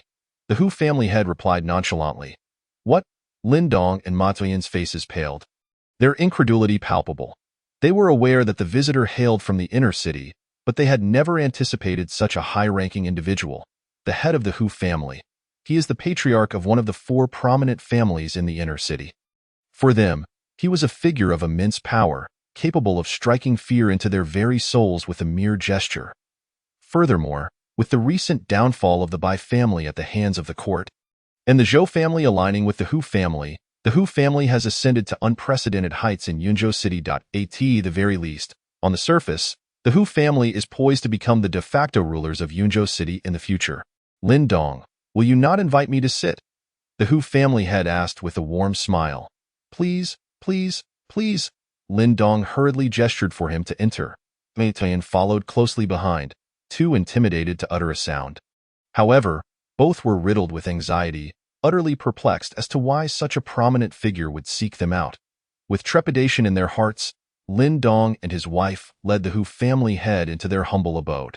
After serving tea and taking their seats, Lin Dong, visibly anxious, could barely bring himself to sit, stammering, "My lord, I wonder what brings you to our humble abode. If you require anything of me, I am willing to go to any lengths to serve you." "Sit, sit, sit," the Hu family head urged with a smile. Lin Dong, trembling with apprehension, took a seat, his gaze fixed uncertainly on the Hu family head. He simply could not fathom what matter could warrant a visit from a future ruler of Yunzhou City. The Hu family head, observing Lin Dong, smiled as he said, Lin Dong, Su Ming is your son, correct?" Lin Dong's face twitched noticeably at the mention, and he swallowed hard, turning to look at Ma Tueyun. She quickly exclaimed, "My lord, Su Ming is indeed my husband's son, but he is merely an illegitimate child. If he has offended you in any way, it is unrelated to us. Indeed, he publicly severed ties with me." Lin Dong chimed in hastily. The Hu family head paused for a moment, then chuckled. "It is not as you think. My intent is to say that your son is quite remarkable, truly exceptional. I have taken a liking to him and wish to recruit him as my son-in-law. If he is willing, a date can be set for him to marry my daughter." "What?" Lin Dong and Ma Sueyun were left utterly speechless, their expressions reflecting sheer disbelief. They had initially thought that Lin Dong had offended the Hu family head, and now found themselves in a position to sever ties. Little did they expect that the Hu family head actually sought Su Ming. Su Ming is indeed impressive, to have captured the interest of such a prominent figure. This was far beyond their wildest imagination. Who would have thought that in just a few short months, Su Ming would have made such a significant name for himself in the inner city, even prompting the Hu family head to personally propose marriage. Had they not heard it with their own ears, they would never have believed it. No amount of persuasion would suffice. regaining his composure. Lin Dong swallowed hard and forced a smile, saying, "My lord, while Su Ming is my son, our relationship is rather—" The Hu family head interjected, "Blood is thicker than water. After all, he is your biological son. The bond between a father and son is unbreakable. If you can facilitate this matter, we shall become in-laws, and I shall promise you untold riches." Lin Dong and Ma Tuyan felt their breaths quicken at this prospect. To forge a connection with the head of the Hu family as in-laws would bring them immense fortune, indeed a chance to alter their fates. Since entering the Ma family, Lin Dong had never known a day of peace. He had longed to extricate himself from the Ma family. This opportunity could serve as his springboard for liberation. He must seize this chance. "Master," Ma Tuyan, equally swayed, urged Lin Dong, "you must seize this opportunity. Our future prosperity hinges on this moment." As for the vengeance for her father and son, she had long since cast it aside. Tio put it plainly, she was an exceedingly selfish individual. Indeed, Lin Dong, harboring his thoughts, nodded vigorously. Chapter 63. Will surrendering Su Ming safeguard the Lin family? In the inner city, within the Su residence, Su Ming remained in seclusion, diligently honing his skills. Miss Lien Yu was engrossed in counting her savings, meticulously managing her little treasury. Although she held the status of a concubine, Miss Lien Yu was content, for she wielded significant control over the household's finances. Her greatest pleasure lay in tallying the silver notes. Additionally, she served as the chief steward of the Su household, overseeing all affairs within the estate. One day, having just concluded her calculations regarding recent expenditures, the doorkeeper, Old Zhang, rushed in, cupping his hands in greeting. "Madam, there is a man outside claiming to be the master's biological father." The mention of a biological father momentarily startled Lien Yu, but she quickly scoffed, her disdain evident. "Send him away? I refuse to see him." She was a shrewd individual, recalling vividly the day Lin Dong had appeared with the severed head of Ma Duo. Su Ming held no fondness for this man who claimed to be his father.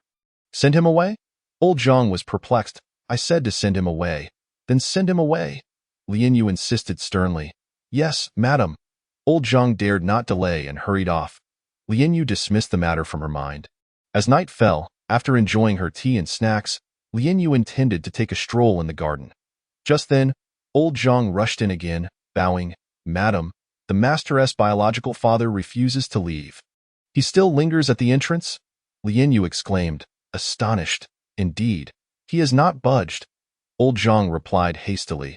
Furrowing her brows, Lien Yu hesitated before commanding. "Then let us go with that." She gracefully made her way outside. Upon reaching the entrance, she beheld Lin Dong, obstinately refusing to leave. Upon spotting Lien Yu, he eagerly approached, exclaiming, "You must be my daughter-in-law." Lien Yu's brows knitted tightly, and she retorted, "Who is your daughter-in-law? My master has no father like you. You should leave at once. How can you speak to me thus? I am, after all, Su Ming's biological father. You should at least show me some respect. I have been left standing here all day. How is that reasonable?" Lin Dong's anger flared as he scolded her. As Lien Yu was about to respond, a voice interjected, "Leave. I have no father like you." Everyone turned to see Su Ming emerging slowly from within the residence. Seeing Su Ming, Lin Dong rushed forward, his face alight with joy. "Minger, you scoundrel. How dare you call my name?" Su Ming's eyes narrowed as he rebuked. Lin Dong's face contorted with embarrassment as he attempted to explain. "Su Ming, I have come at the behest of the Hu family patriarch. He said that if you are willing to ally with them, he will offer his daughter's hand in marriage to you." Su Ming's expression darkened, his eyes gleaming with intensity. It became clear to him why Lin Dong had sought him out. He was merely a pawn for the Hu family. "You must seriously consider this. Su Ming, your father has erred in the past, but this time, it is for your sake. The Hu family is currently the most powerful, and the Lin family is bound to perish sooner or later. You must be cautious. Get lost," Su Ming retorted, turning away and taking Lien Yu back inside. Lin Dong, frantic, raised his voice. "Su Ming, heed my warning. I was pressured by the Ma family before. You must listen to me. Your life may be at stake." Yet Su Ming ignored him, allowing Lin Dong's cries to fade into the night. Eventually, as the cold set in, Lin Dong had no choice but to retreat. The following day, Lin Dong returned to the Su residence, but old Zhang still greeted him with disdain. In fact, in a fit of rage, Su Ming ordered Lu Feng to threaten Lin Dong with a blade, prompting Lin Dong to leave at last. The news of Lin Dong's failure reached the Hu Patriarch, who, upon learning that Lin Dong had not succeeded in his mission, wasted no time in dealing with him. Lin Dong found himself stripped of his property in the inner city and was expelled back to the outer city, shattering his dreams of sudden wealth and prosperity in the Hu residence. The Patriarch's expression was thunderous as he slammed his hand on the table, exclaiming, "That useless Lin Dong cannot even manage his own son, yet he dares to deceive me, utterly ridiculous." The elder's brow furrowed deeply as he inquired, "Patriarch, what shall we do next?" The Hu Patriarch's eyes sparkled with a tempestuous rage. It seems Su Ming has chosen to align himself with the Lin family. If that is the case, then we must eliminate him. What course of action should we take? Asked another elder. Hu Huangjin interjected. Not long ago, Su Ming publicly executed a silver inspector of the spirit guard. We can use this to our advantage to compel the Lin family to surrender him.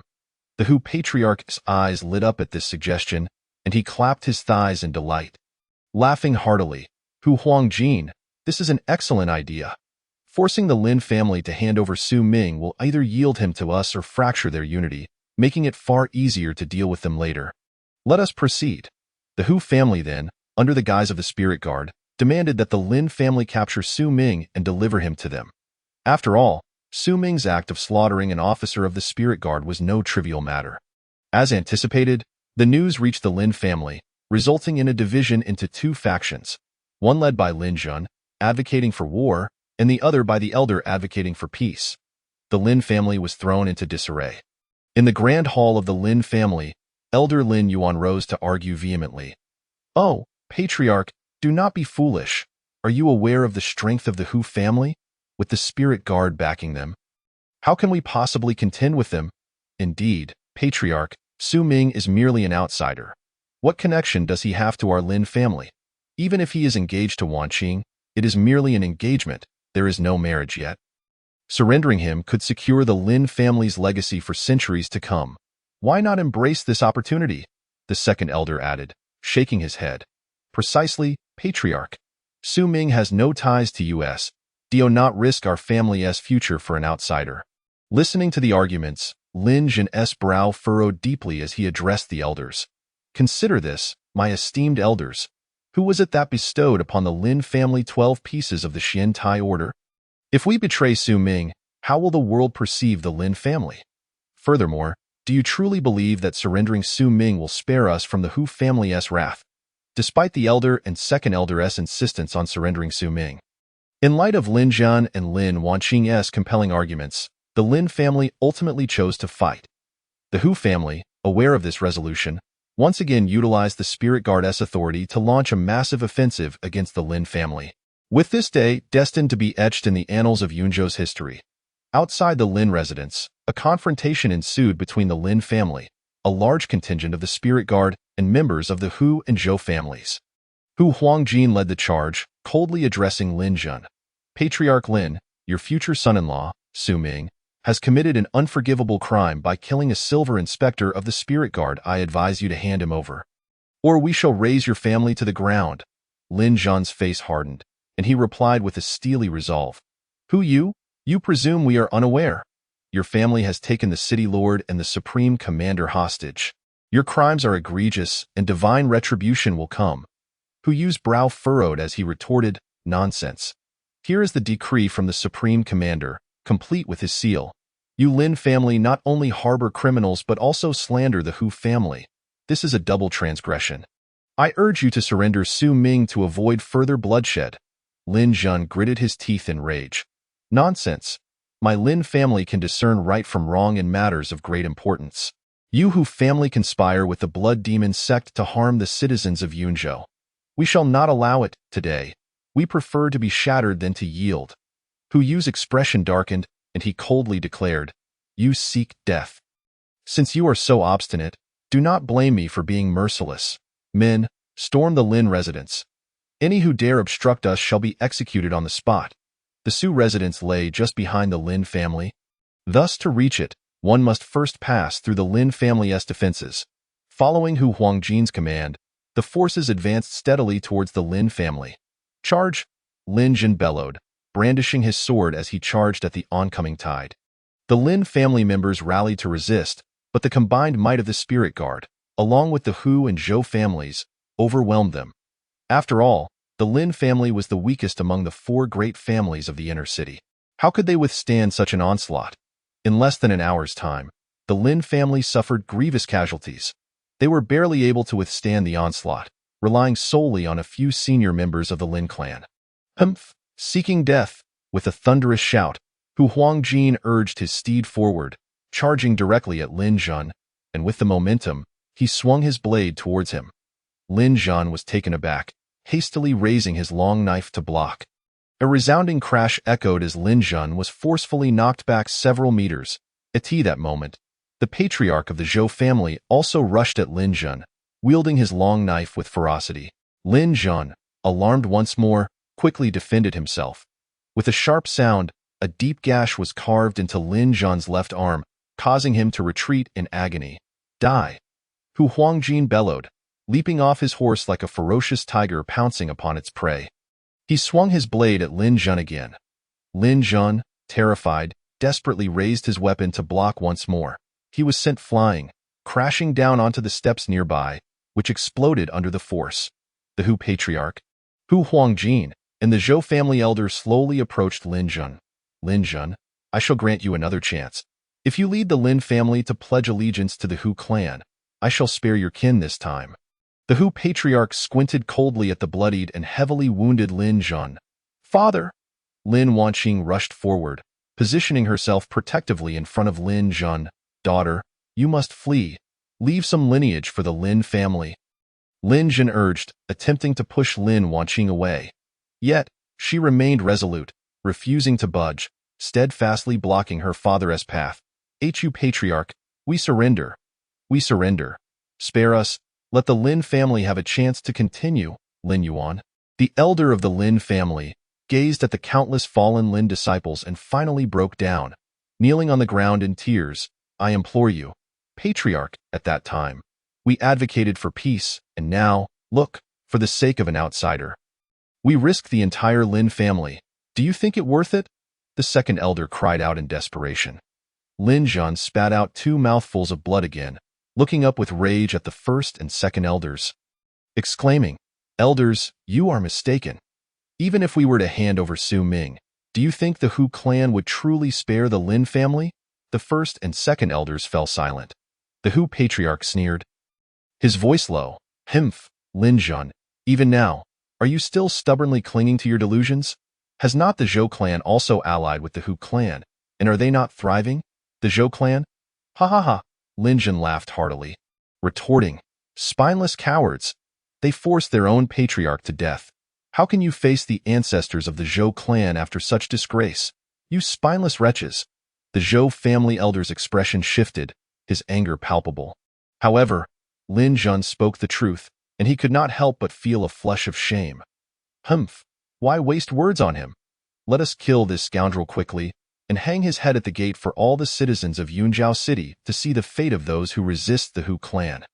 The Hu patriarch seemed to lose patience, his voice grave. Kill! The Zhou family elder, seemingly eager to vent his fury, shouted and slowly advanced with his knife drawn. Lin Wanqing stood firm with her sword, blocking Lin Zhan. Yet, how could she stand against the Zhou family elder? Die! The Zhou family elder roared, swinging his long knife down towards Lin Wanqing. Her delicate face paled, although she knew she could not withstand this blow. Fearing she would be cleaved in two, she still drew her sword, bracing it above her head. Swish, at that moment, a glimmering light shot towards the Zhou family elder. Sensing danger, he quickly halted his blade. Reversing it to guard his face, a crisp sound rang out as the knife clashed with the incoming light, the tremendous force sending his blade flying backward. Crack! The back of the knife struck the Zhou family elder's face, staggering him back, dizzy and disoriented. At this moment, the Zhou family elder bore a red mark on his face, a sight both comical and absurd. Lowering his gaze, he spotted a single leaf on the ground. His heart sinking in shock, the onlookers, too, beheld the leaf, their hearts gripped with fear. Merely a leaf had repelled the Zhou family elder. Had they not witnessed it with their own eyes, they would never have believed it. Chapter 65. How many of the Lin family have died? What does it matter to me? Amidst the astonished gazes of the crowd, a figure slowly emerged into view. This individual was masked, strolling leisurely towards them. In his hand, he held a single leaf, casually walking forth. Yet, the overwhelming aura emanating from him left everyone breathless. All eyes were drawn to this newcomer. Who are you? The Spirit Control Division is investigating. I implore you not to interfere. Hu Huangjin narrowed his eyes, speaking coldly, nuisance. The figure snorted dismissively, flicking his fingers to send the leaf whistling towards Hu Huangjin. Startled, Hu Huangjin swiftly raised his long knife to strike the leaf. The next moment, an astonishing event unfolded before their eyes. As the leaf met the blade, it produced a deafening metallic clash, sparks flying. The force of the impact sent the back of the knife crashing into Hu Huangjin's face, causing him to fall to the ground, dazed. Hu Huangjin struggled to regain his senses. The Hu Patriarch and Zhou family elders stared in shock at Su Ming. What does this mean? Merely a leaf could fell Hu Huangjin? This demonstrated the extraordinary power contained within that leaf. A rarity indeed. It suggested that this individual might be a master of the innate realm. Hu Huangjin, the Hu Patriarch, and the Zhou family elder exchanged fearful glances, each recognizing the terror reflected in their eyes. They had not anticipated the Lin family possessed such a figure. Could it be the Lin family elder, who had secluded himself for so long? Had he broken through to the innate realm? Yet, they had received confirmed news that the Lin family elder had already passed away. Hu Huangjin quickly scrambled to his feet, shaking his heavy head, exclaiming, Senior, who are you? I am Hu Huangjin, captain of the Spirit Control Division. I beseech you not to obstruct our investigation. The masked figure, however, paid him no heed, continuing his leisurely advance. The Hu clan members looked on in terror. As if facing a formidable foe, Hu Huangjin swallowed hard, turning to Lin Wanqing, seemingly coming to a realization, and shouted, Senior, you are not interested in this young lady, are you? If so, please take her. We shall not hinder you. Indeed, we shall not impede you, the Hu Patriarch echoed. The masked figure merely chuckled coldly, his eyes filled with amusement and mockery. Understanding the masked figure's stance, the three exchanged glances. Die! In unison, they raised their long knives, charging at the masked figure. Boom! At that instant, an immense force erupted from the masked figure, forming an invisible protective barrier that violently repelled them. As their blades struck the barrier, they were met with a tremendous force that sent them flying backward. Landing several meters away, cough, cough, they fell to the ground, spitting out blood, clearly wounded. Innate vigor. Hu Patriarch gasped internally. An innate realm master can generate innate vigor to protect themselves. This is the hallmark of such a powerful individual. This confirmed the reality that the person before them was indeed a master of the innate realm. Die! The masked figure uttered coldly, and a long sword appeared in his hand, darting towards the three with incredible speed. Swish, swish, with a few crisp sounds, three heads rolled onto the ground in just a single exchange. The Zhou Patriarch, Hu Patriarch, and Hu Huangjin had their heads severed by the masked figure. The Patriarch is dead. Hu Huangjin is dead. Flee, flee. Seeing this scene, some in the crowd were struck with terror, and they hurriedly fled. The Spirit Control Division members, along with those from the Hu and Zhou clans, scattered in panic, fearing the wrath of the masked killer would turn upon them. Lin Zhun, with Lin Wanqing's assistance, slowly rose and bowed to Su Ming, expressing his heartfelt gratitude. Thank you, Senior, for saving my life. Thank you for saving the Lin family. The elder Lin Yuan and others also bowed in appreciation. The masked figure, however, remained unmoved. Lin Zhen hesitated, then gestured invitingly, saying, Senior, please, let us converse inside. If it were possible to bring this innate realm powerhouse into the Lin family, then the Lin family would surely soar to unprecedented heights in the future. Even if the Spirit Suppression Division wished to act against the Lin family later on, they would have to think twice. The members of the Lin family held their breath, their eyes fixated on the masked figure. The masked individual nodded slightly and stepped towards the inner hall. Lin Zhan, the Grand Elder, the Second Elder, and Lin Wanqing, along with around 10 other high-ranking members of the Lin family, hurriedly entered. The remaining members were outside, cleaning up the battlefield. The Lin family had suffered severe losses this time, with many elite disciples perishing. Once seated in the inner hall, Lin Zhan respectfully offered a cup of tea to the masked figure, saying, "Senior, please enjoy this tea." The masked figure lifted his gaze to Lin Zhan, slowly removing his mask to reveal his true identity. "Su Ming, it's you?" the crowd exclaimed in astonishment, their expressions a vivid tapestry of emotions. Lin Wanqing's beautiful eyes widened in disbelief, while Lin Zhan was overwhelmed with joy, feeling elated for his earlier insistence. His prospective son-in-law was a powerhouse of the innate realm, which was monumental news for him. However, the Grand Elder and the Second Elder wore frozen expressions. They had never anticipated that this savior of the Lin family would turn out to be Su Ming. Suddenly, Grand Elder Lin Yuanting sprang to his feet, glaring furiously at Su Ming, gritting his teeth as he exclaimed, "Su Ming, you scoundrel! Since you have broken through to the innate realm, why did you not reveal yourself earlier? You have caused the Lin family to lose so many disciples in vain. It's utterly outrageous. Humph! How many members of the Lin family perish is of no concern to me," Su Ming retorted, turning sharply to face Lin Yuanting, his voice as cold as the biting winds of winter. "You?" Lin Yuanting was momentarily taken aback before erupting in fury, his aging face flushed with rage. "You are my Lin family's prospective son-in-law. You ought to consider the Lin family's interests. How dare you utter such rebellious words? You infuriate me." Su Ming let out a cold snort, narrowing his eyes as he glared at Lin Yuanting. Speaking in a low voice, "Humph, a prospective son-in-law is supposed to consider the Lin family? What a joke. When you were ready to hand me over, why didn't you acknowledge me as the Lin family's prospective son-in-law?" Although Su Ming had been in seclusion at home, he was still aware of the factions within the Lin family through the intelligence of Lu Feng and Zhang Hai. Since the Lin family had chosen to abandon him, why should he care about their affairs? From beginning to end, Su Ming had always been a self-serving individual. He would return respect to others in proportion to the respect they showed him. If anyone dared to act against him, he would not sit idly by. Moreover, Su Ming had only just successfully broken through the innate realm, and he would have never engaged in the conflicts among the clans without that breakthrough. After all, he could have genuinely struggled against a few attackers. As long as he saved Lin Wanqing and Lin Zhan, he had no interest in the rest. "You scoundrel! Were it not for the Lin family, where would you be today?"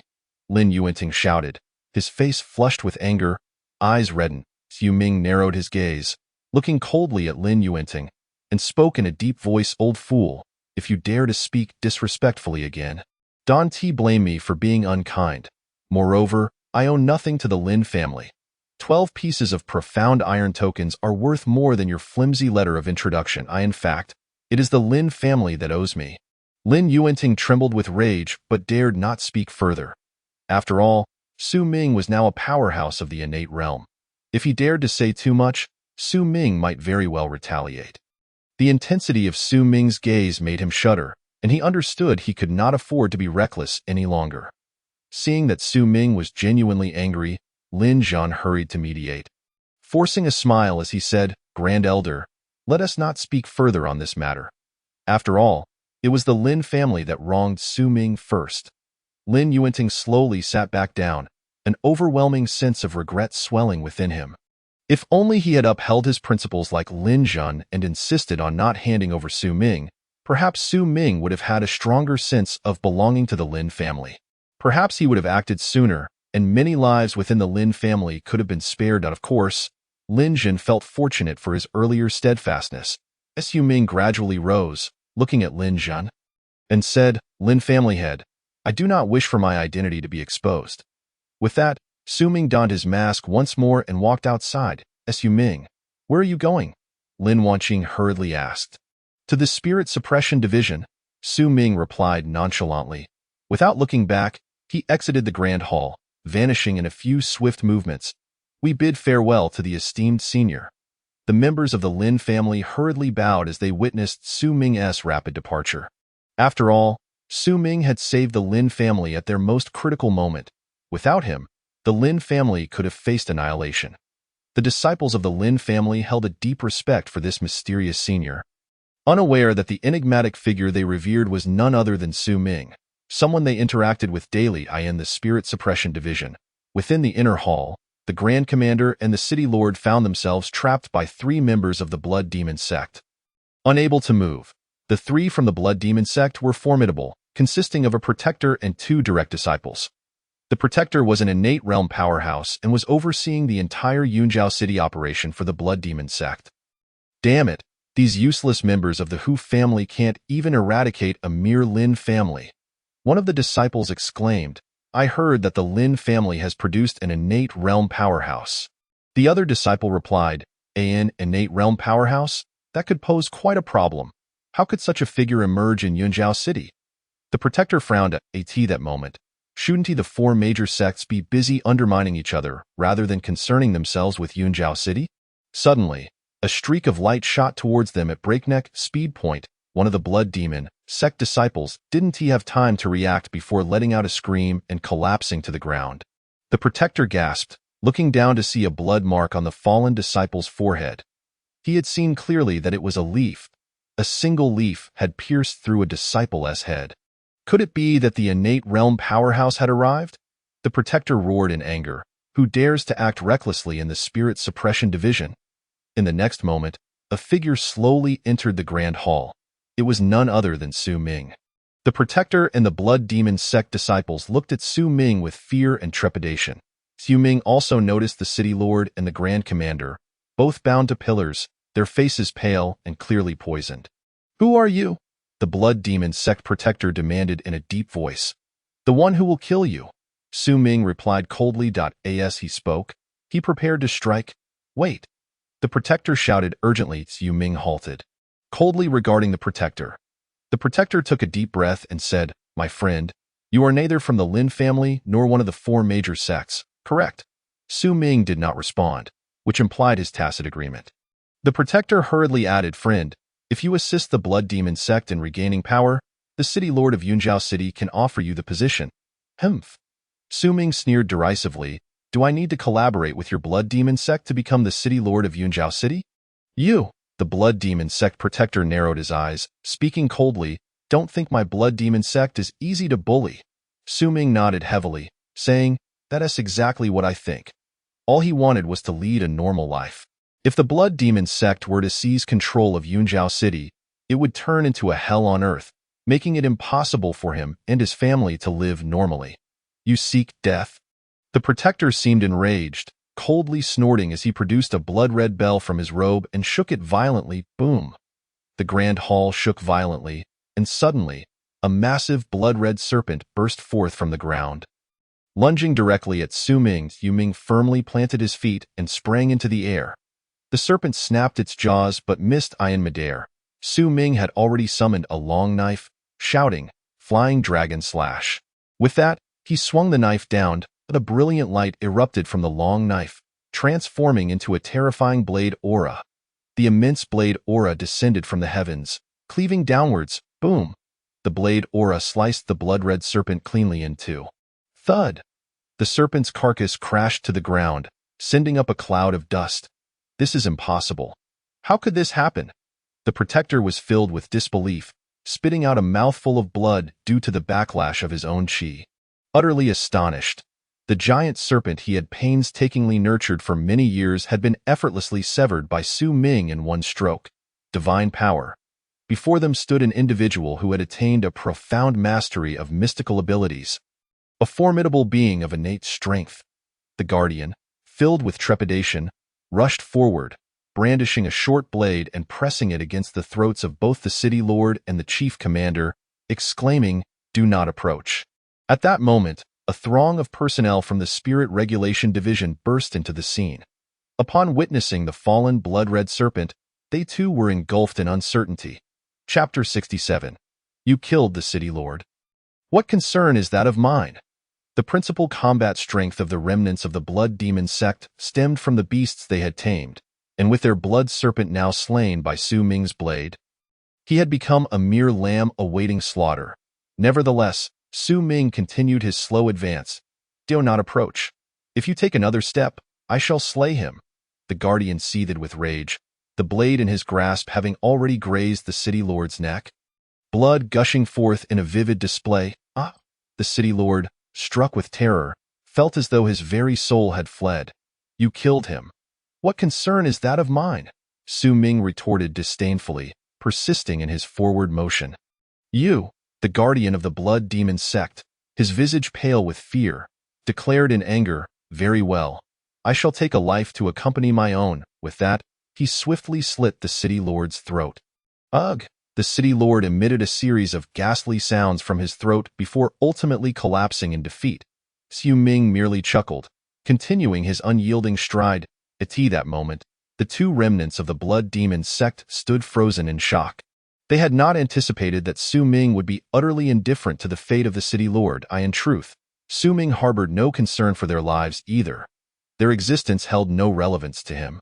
What he sought was to reclaim the Spirit Regulation Division and, with its aid, eradicate the unstable factor that was the Hu family.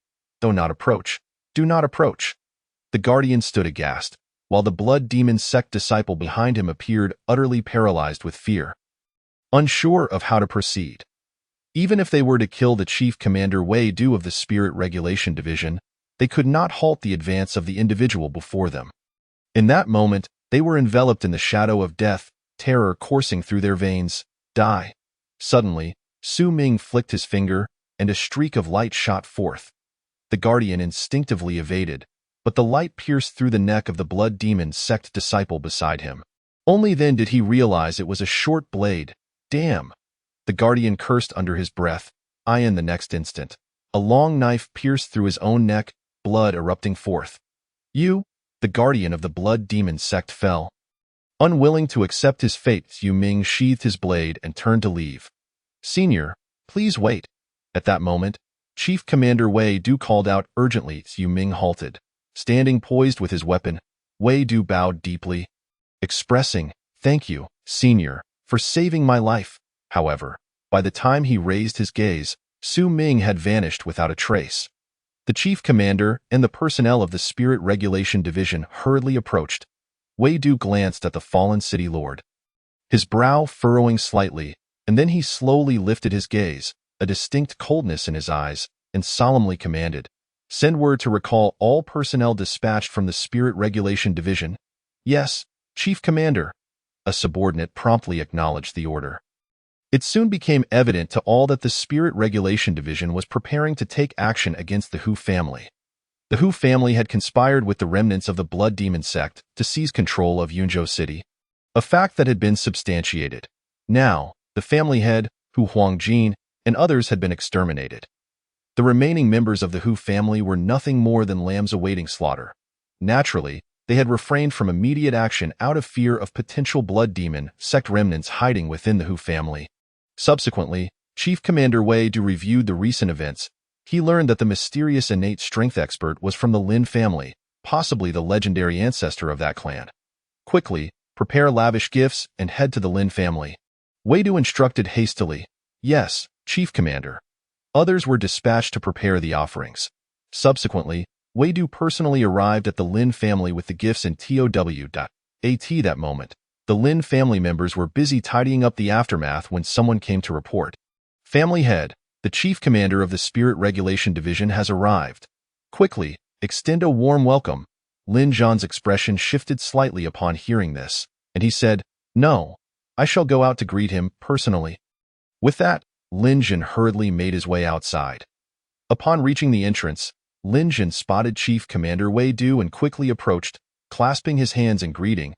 "It is an honor for my Lin family to receive your esteemed presence." "Chief Commander." Wei Du looked at Lin Zhan and smiled. "You are too kind, Lin family head." "Chief Commander, please."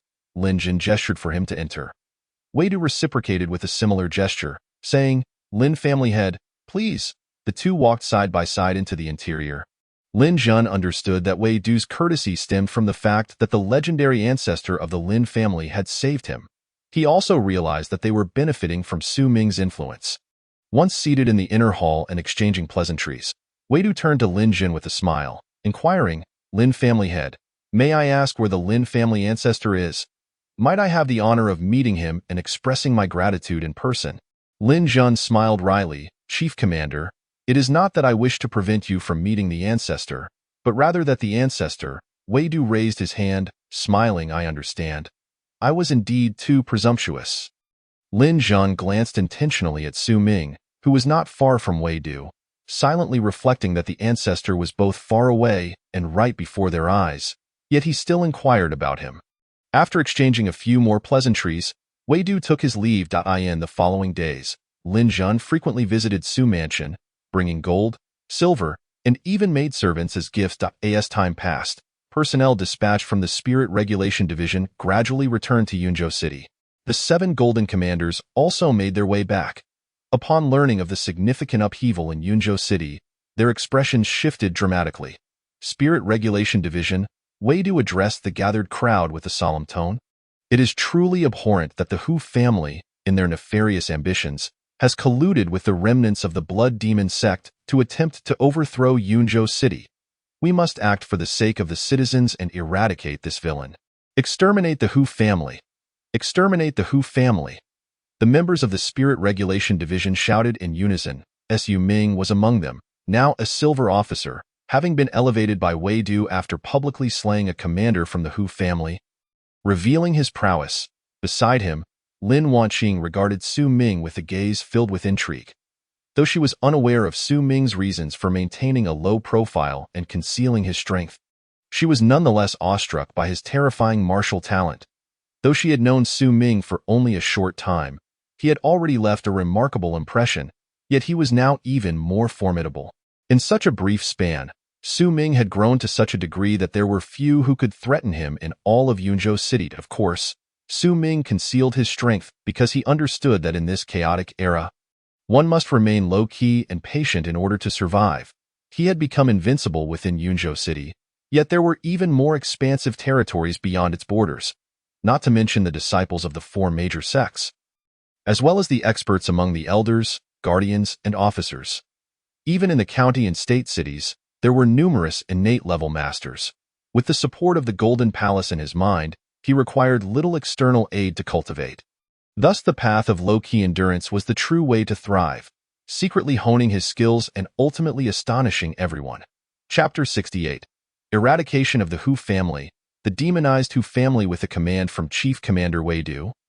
The Spirit Regulation Division assembled a vast force of officials and soldiers, led by the 7 Golden Commanders, marching forth in a grand display toward the Hu family estate.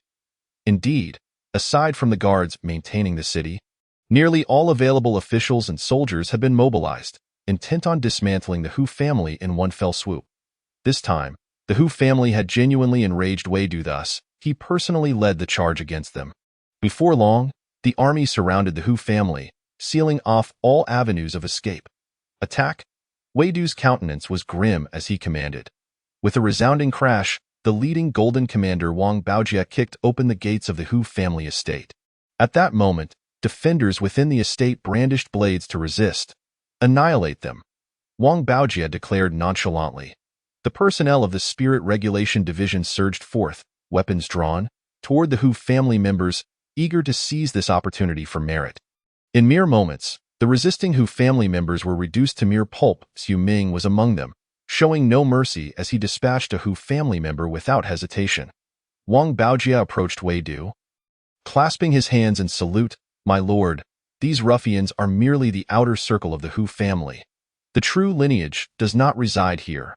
Wei Du stood with his hands clasped behind his back, his expression dark and resolute. "We shall scour the earth and eradicate the Hu family." It was clear that he harbored intense hatred for the Hu family. "Understood, my lord." Wang Baojie and the other 6 Golden Commanders acknowledged with respect. Subsequently, the 7 Golden Commanders organized their troops, directing their subordinates to search the vicinity. Su Ming and his companions followed Commander Wang Baojie. "Follow me," Wang Baojie called, leading the charge as they advanced. Eventually, the group discovered an entrance to an underground tunnel within a room. "Two of you, descend." Wang Baojie spoke in a deep voice. Two constables, under orders, leaped into the underground passage. The crowd outside waited anxiously. After approximately half an hour, one of the constables emerged from the tunnel. "Covered in blood, my lord, the remnants of the Hu family are inside," he uttered before collapsing, unconscious. The other constable had not returned, likely perishing within the depths of the passage. Wang Baojie, his face darkened, gritted his teeth and declared, "Humph! Press forward and exterminate all remnants of the Hu family." With that, he boldly jumped into the tunnel, unafraid of the Hu family's remaining scions, especially since one constable had successfully escaped. If that constable could evade danger, surely he could as well. As Wang Baojie descended into the underground passage, the others followed suit. Xu Ming, about to step forward, was suddenly shoved aside by another, who declared, "I will go first." Xu Ming frowned, narrowing his eyes at the intruder. This man was also a silver commander of the town spirit division, named Su Haiyuan, who prided himself on being the foremost silver commander and aimed to ascend to the position of gold commander. With one of the 8 gold commander positions finally vacant, he believed his chance had arrived. However, the emergence of Xu Ming, a dark horse who had publicly slain a silver commander, posed a significant threat to his ambitions. What are you staring at?" Su Haiyuan sneered, glaring at Xu Ming. "Fine, you go first." Yet, at that moment, Xu Ming stepped back. Behind him, Lin Wanqing looked at Su Haiyuan as if he were a fool. Had Su Haiyuan known Xu Ming's true identity, he might have been terrified. Xu Ming refrained from confronting Su Haiyuan, fearing the exposure of his identity, not wishing to attract the attention of powerful figures too soon and disrupt his growth. He could always settle accounts with Su Haiyuan later. At this level, Xu Ming deemed Su Haiyuan unworthy of his concern, akin to an elephant not bothering with an ant. Pathetic. Su Haiyuan arrogantly scoffed before jumping into the tunnel, followed closely by his subordinates. "Small fry getting ahead," Lin Jie exclaimed, her body trembling with anger, then turned to Xu Ming, urging, "Brother-in-law, why fear him? With the Lin family backing us, he is nothing." The Lin family currently dominated Yunzhou City, with the Bai family annihilated, and the Zhou and Hu families likely facing eradication. Soon, only the Lin family would remain, walking the streets with their heads held high. Lin Wanqing chuckled softly, advising, "Jier, there's no need to engage with him. We can address it later." Lin Jie's eyes sparkled with understanding. "Let us proceed." Xu Ming chuckled lightly and jumped into the tunnel, followed by the others. As they ventured deeper, the passage, initially narrow, gradually widened. Along the way, they encountered numerous damaged mechanisms and corpses, a testament to Wang Baojie's fierce advance. As they pressed onward, shouts and the clashing of weapons echoed from ahead. "Hurry!" Xu Ming called, quickening his pace toward the commotion. Upon arrival, a spacious area revealed itself, now a chaotic battleground. The Hu family and the town spirit division, along with the constables, were engaged in fierce combat. The Hu family members had transformed into various beastly forms, some sporting long lizard tails and sharp claws, others clad in crocodilian scales, while some had morphed into wolf-headed figures, moving with remarkable agility. This was the first encounter for the town's spirit division and constables with such monstrous transformations, leaving them deeply shaken. The battle intensified, and for a moment, the Hu family seemed to gain the upper hand. However, the town spirit division and the constables quickly steadied themselves and launched a counteroffensive. With a thunderous roar, a monstrous Hu family member, armored in tough scales, charged at Xu Ming. Seeking death, Xu Ming coldly scoffed, narrowing his eyes as he swung his blade with precision. With a single stroke, he cleaved the scaled beast in two. A sight witnessed by Su Haiyuan from a distance. His eyes widened in shock. This man's strength was formidable beyond measure. The vast underground realm descended into chaos as combatants clashed. Wang Baojie, with a fierce strike, dispatched a wolf-like Hu family member, ending the skirmish. The ground was littered with corpses and blood, grotesquely vivid. Chapter 69. A grueling battle against the Hu family, heavy casualties. Wang Baojie surveyed the carnage, his expression grave. Spitting in disgust, he cursed, "The Hu family scum truly are despicable. colluding with the remnants of the Blood Demon sect. How outrageous! Wang Baojia had a family in Yunzhou City. Should the Hu family and Blood Demon sect's conspiracy succeed, his loved ones might become collateral damage or even sacrificial offerings. This was a scenario he could not abide.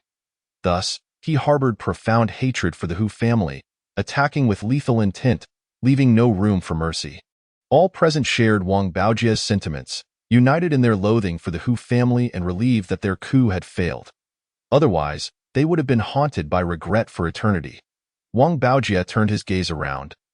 Noticing numerous openings in the vicinity, uncertain of where they led, he addressed the 8 silver commanders under his command. Each of you take a team and advance forward.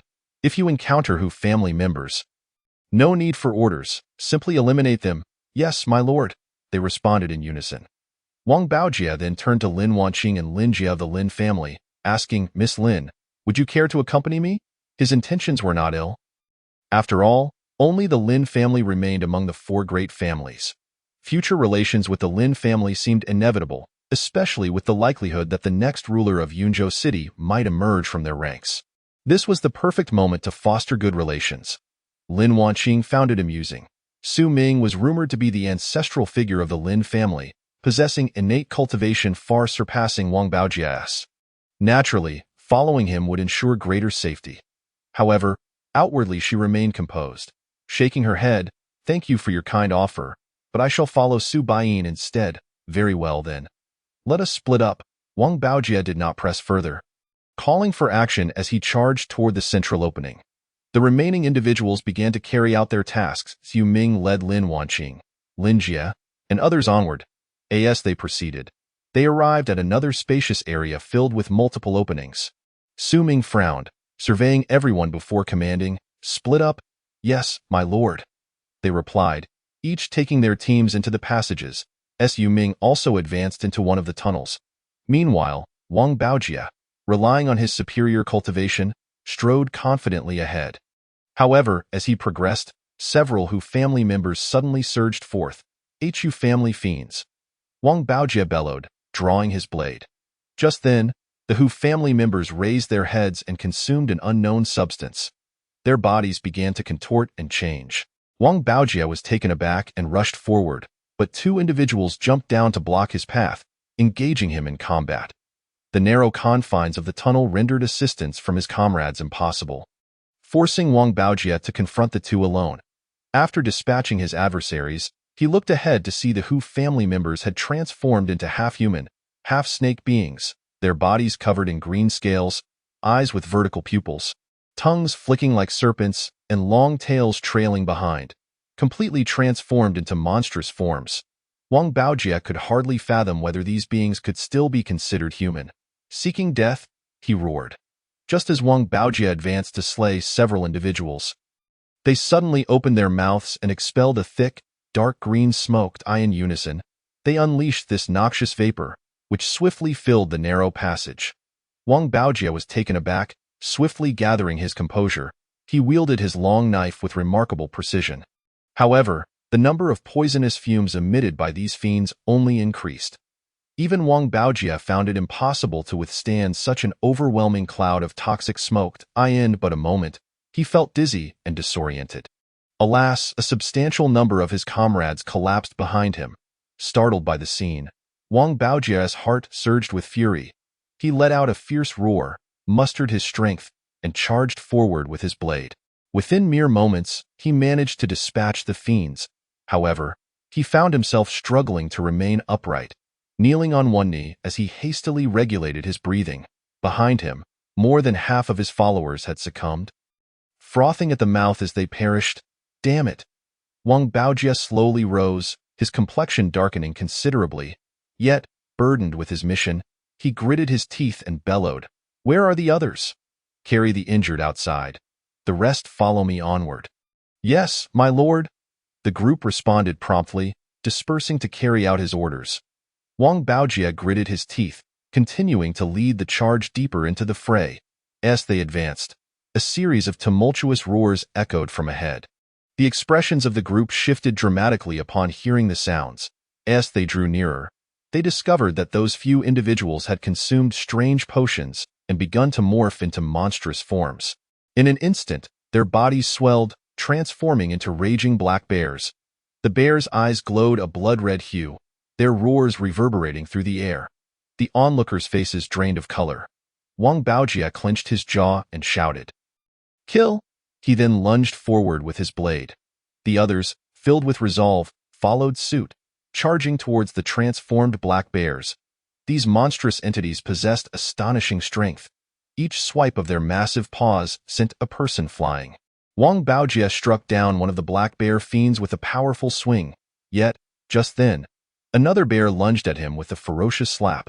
Wang Baojia was taken by surprise, quickly positioning his long knife before him to block the impact.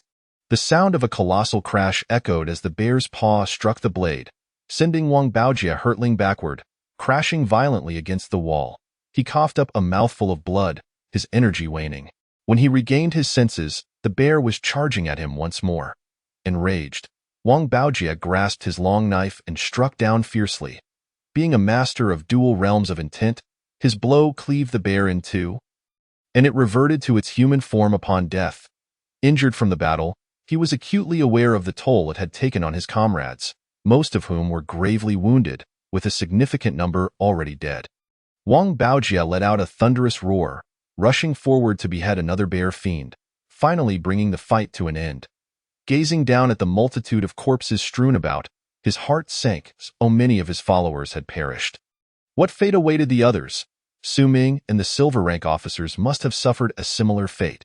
Chapter 70. Had Su Ming's entire contingent been annihilated? It was not that Wang Baojia lacked strength as a golden commander, but rather that the confined space hindered his full potential. The enemy's sudden ambush had caught them off guard, and the previous wave of venom had rendered him poisoned, significantly diminishing his combat prowess. Allowing the Hu family to exploit the situation, Wang Baojia's expression darkened as he solemnly declared, "Let us advance and eradicate the Hu family scoundrels." With that, he brandished his blade and strode toward an opening ahead. The others, equally filled with animosity toward the Hu family, hastened to follow. Before long, they arrived at a spacious cavern, where 5 or 6 Hu family members awaited them. Among them stood an elder of the Hu family. Upon seeing Wang Baojia and his men, the elder's countenance remained unperturbed, as if he had anticipated this very moment. The Hu elder rose and, tilting his head back, consumed a vial of potion in the next instant. He began to transform, morphing into a creature covered in gray fur. The other Hu family members quickly followed suit, drinking their potions and undergoing their own transformations. Kill! There was little time for words. With a thunderous roar, they charged at one another. The ensuing battle was chaotic and fierce. Despite his injuries and the poison coursing through him, Wang Baojia, a golden commander, proved formidable. The Hu elder's transformation did not render him a match for Wang Baojia. After a prolonged struggle, Wang Baojia seized the opportunity, roaring fiercely as he sliced through the elder's weapon, then thrust his blade deep into the elder's chest, creating a gaping wound from which blood gushed forth. With a decisive kick, he sent the Hu elder crashing against the wall, where he fell, violently retching blood. Yet, the elder slowly rose, a triumphant smile on his face, laughing maniacally, "You shall not be able to extinguish my Hu family. We will always hold a place in Yunzhou City. Arrogant fool." Wang Baojia seethed with fury, stepping forward to behead the Hu elder. With that, he charged at the remaining Hu family members, and in mere moments, Wang Baojia and his group had decimated them all. Nonetheless, unease gnawed at Wang Baojia's heart. For in front of them lay no further passage, revealing a clear dead end. The elder's demeanor and words had been unsettling, raising alarm bells within Wang Baojia. With the entirety of the Spirit Suppression Division mobilized alongside the Lin family to eradicate the Hu family, it seemed inevitable that they would be obliterated. Yet, the elder's confidence made Wang Baojia uneasy. Why was the Hu elder so certain of his family's survival? Did the Hu family harbor some insidious plot or means of escape? Conventional force alone would surely not suffice against the Spirit Suppression Division. Suddenly, realization struck Wang Baojia. If the Hu family lacked the ability to oppose the Spirit Suppression Division, they could only resort to one desperate measure: ensuring mutual destruction taking the entire Yunzhou city down with them. In such a scenario, even the Spirit Suppression Division would hesitate to strike with lethal force, allowing the Hu family to maintain a foothold within the city. Understanding this, Wang Baojia's expression shifted dramatically as he turned to leave. Shouting, "We must flee! Quickly, follow me!" The others, bewildered yet sensing the gravity of the situation, hurried to comply. Wang Baojia wasted no time. Retracing his steps with urgency, he rushed back to the original cavern, where many awaited him. Though most bore injuries and were moaning in agony, their numbers had diminished significantly, indicating a severe loss. Wang Baojia's face darkened as he silently counted the remaining individuals, his expression shifting to one of shock as he exclaimed, "Where is Su Baiyin?" Su Baiyin led a group into that passage and has yet to return. One of the silver rank officers replied hastily. Wang Baojia's expression soured further. Fears had manifested into reality. The Lin family's daughters, Lin Wanqing and Lin Jia, were with Su Ming. Should anything happen to them, he would surely incur the Lin family's wrath. More critically, he feared Su Ming had ventured into the very heart of the Hu family's stronghold, the core location from which they could unleash destruction upon Yunzhou City. Having grasped the Hu family's intentions, he understood that their extensive network of tunnels was designed to confound and delay them. They had suffered immense casualties, losing even 3 silver rank officers, and he himself was gravely injured. The defenses at the Hu family's core would undoubtedly be far more formidable, and Wang Baojia feared that Su Ming's group had already met their demise within the tunnels. Damn it, this is disastrous. Wang Baojia's expression was one of utmost despair as he turned to his followers, commanding, "Quickly inform the Grand Commander. We need reinforcements. The Hu family likely harbors a grand scheme." "Move swiftly." "Yes, my lord." A few individuals took their leave in haste. "Follow me." Wang Baojia's countenance was grim as he called out, disregarding his wounds, grasped his long knife, and hastened towards the direction of the tunnel where Su Ming was located. A flicker of despair flickered in Wang Baojia's heart, hoping that it was not too late. The Hu family had clearly calculated the timing. He had already diverted onto another path, consuming precious time, and feared that it might be too late for everything. However, as he pressed forward, he discovered numerous bodies strewn across the ground. Yet, none of these were from the Spirit Suppression Division or the constables. Instead, they were all members of the Hu family. What could this mean? The once lifeless ember in Wang Baojia's heart now reignited with hope, and he quickly summoned the others to advance rapidly. Meanwhile, 2 members of the Shentai clan rushed to the Grand Commander Wei Du, exclaiming, "Grand Commander, Wang Huangjin has sent us to report that he has uncovered a crucial stronghold of the Hu family. They likely possess some form of self-destructive measure. We implore you to dispatch reinforcements swiftly." One of the Shentai members relayed Wang Baojia's instructions verbatim. "Come, follow me quickly." Grand Commander Wei Du, understanding Wang Baojia's meticulous nature, recognized the gravity of the situation from his words and urgently called upon his men to head towards the tunnel. Chapter 71. The Conspiracy of the Hu Family and the Blood Demon Sect. The demon god emerges. As Su Ming and his group progressed through the tunnel, they encountered several members of the Hu family. Without uttering a word, these Hu family members tilted their heads back and drank down a potion. Instantly, their bodies began to contort and transform, sprouting scales and hissing like serpents, a truly grotesque sight. Simultaneously, several individuals surged forward. These were members of the Zhou family, who were now inextricably linked to the Hu family. Forced to follow them into darkness, armed with knives, they charged at Su Ming and his companions. The narrow passage posed a perilous threat. Should those transformed Hu family members release poison, the consequences would be dire. This was indeed the Hu family's tactic against the Spirit Suppression Division, a strategy that had previously inflicted significant losses on Wang Baojia's group. Seeing this, Su Ming wasted no time. With a flick of his finger, a green light shot forth. Bang, bang, bang. Those in the path of the green light exploded in a shower of blood, the scene freezing in time, and soon after, the transformed Hu family members fell lifeless to the ground. "Move," Su Ming commanded, leading his companions deeper into the fray.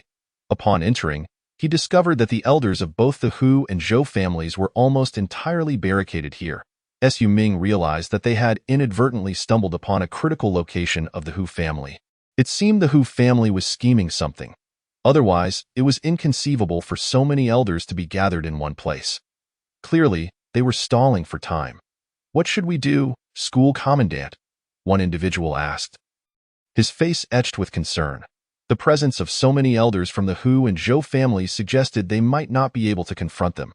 "Kill." Su Ming's response was succinct, and he lunged forward with ferocity.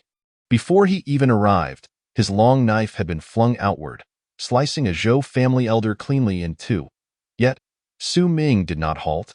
He pointed forward, directing his focus at a Hu family elder, who hurriedly raised his knife in defense.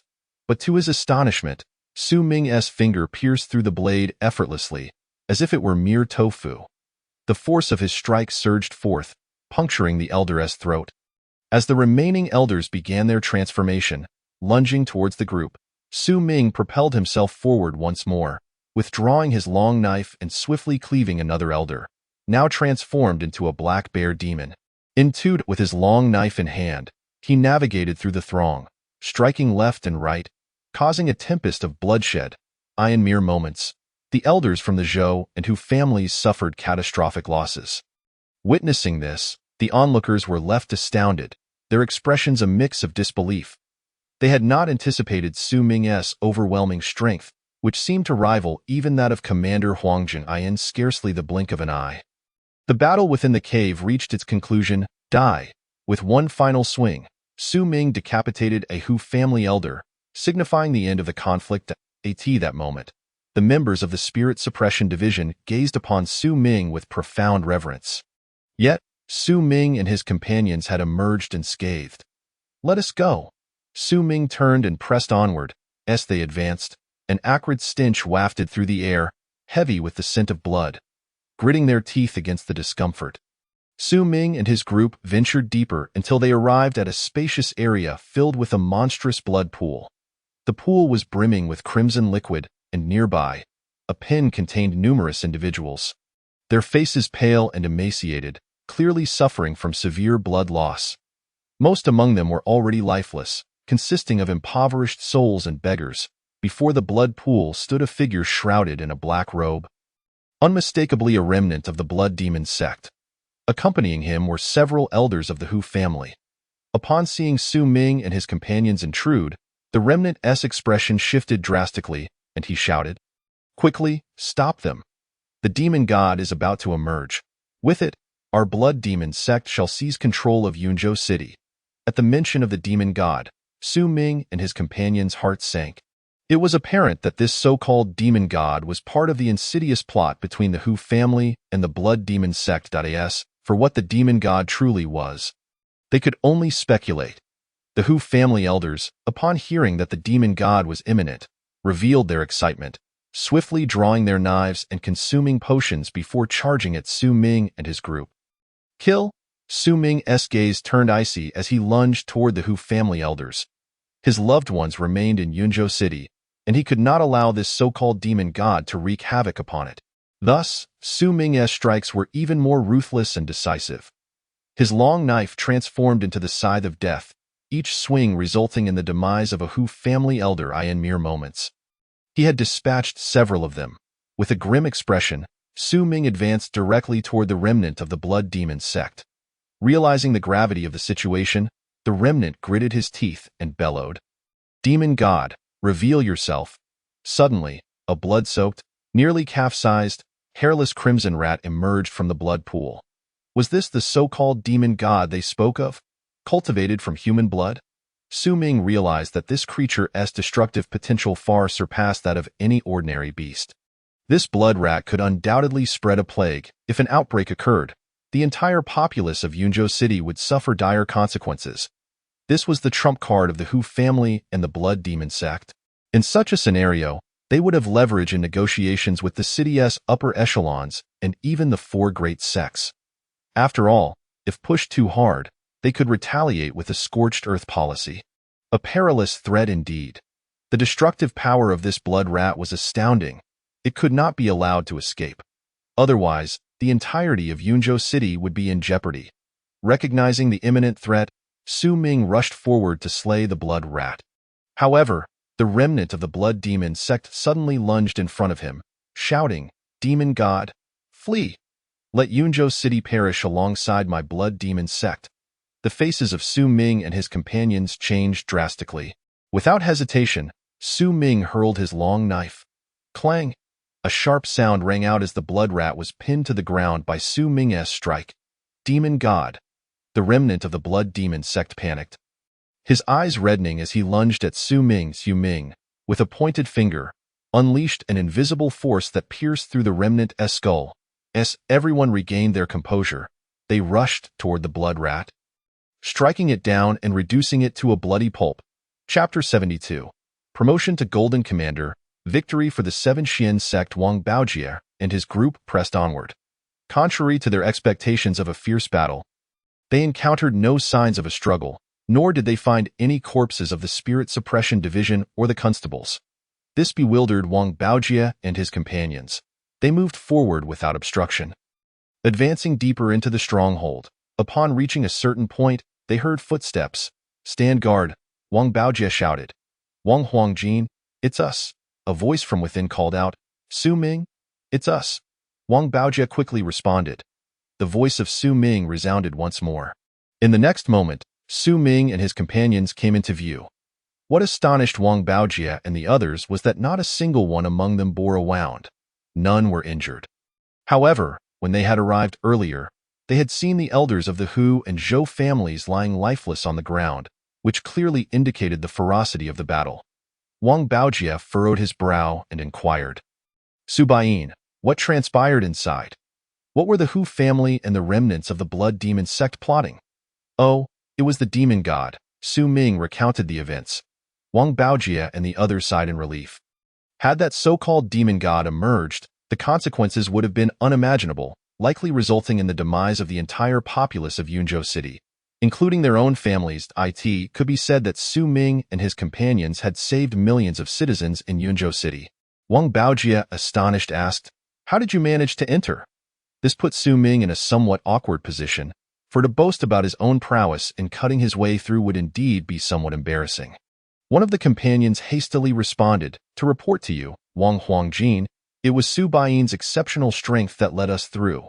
The individual then vividly recounted the events. Wang Baojie listened with a mixture of admiration and astonishment. His gaze towards Su Ming shifted dramatically. Su Ming's strength far surpassed his expectations. Even when he had led a charge, many had perished. Yet, in Su Ming's case, not a single casualty had occurred, indicating that Su Ming's abilities were even greater than his own. Previously, when Su Ming had slain Baiyin in the streets, many had speculated that his strength was comparable to that of the Golden Commanders. Little did they know that this was indeed the case. Of course, had Wang Baojie and the others known that Su Ming was already a preternatural powerhouse, it would have left them in utter disbelief. At that moment, a commotion arose outside as the Grand Commander Wei Du hurriedly approached with a group. Wang Baojie quietly relayed the circumstances to Wei Du. Wei Du, upon hearing, looked at Su Ming with incredulity, never having imagined that such a remarkable individual was among his ranks, hidden from view. However, had he known that Su Ming was the very Lin family ancestor he spoke of, it would have been intriguing to see his reaction. Thus, Wei Du had the Hu family's underground passage meticulously inspected, and after confirming that nothing was amiss, he departed from the spirit-suppressing division. To prevent any unforeseen circumstances, Wei Du ordered that the passage be flooded with water. Even if any Hu family members were inside, they would likely drown in the deluge. Thus, the chaos instigated by the Hu family finally came to a close. In the spirit-suppressing division, Wei Du addressed everyone with a smile, stating, "In this endeavor to eradicate the Hu family, one individual has made a significant contribution, and I hereby promote him to Golden Commander." The members of the spirit-suppressing division erupted in excitement, especially Su Haiyuan, who was determined to secure the position of Golden Commander for himself. Wei Du, with a beaming smile, announced, "This individual is none other than Su Ming." The crowd expressed their astonishment. They had not anticipated that Su Ming had ascended to the rank of Golden Commander. It was noteworthy that not long ago, Su Ming had merely been a lowly Xian Tai soldier. And now he had risen to the position of Silver Commander, which was already remarkable. Theo leap to Golden Commander was truly beyond anyone's expectations. Su Haiyuan's smile faltered, his expression twisted with resentment. His eyes filled with fury. He felt an overwhelming sense of injustice. Yet, this was now a reality, and he found himself powerless to alter it. With the eradication of the Hu family, Yunzhou City briefly returned to tranquility. Su Ming chose to enter seclusion once more. Now elevated to the Golden Commander of the Spirit-Suppressing Division, he no longer needed to undertake missions and spent his idle time cultivating at home.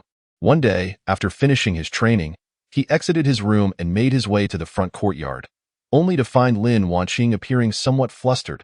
Su Ming chuckled lightly and approached her, asking, "Wanqing, what troubles you?" Upon seeing Su Ming, Lin Wanqing's face paled further, and she exclaimed, "Husband, it's dire.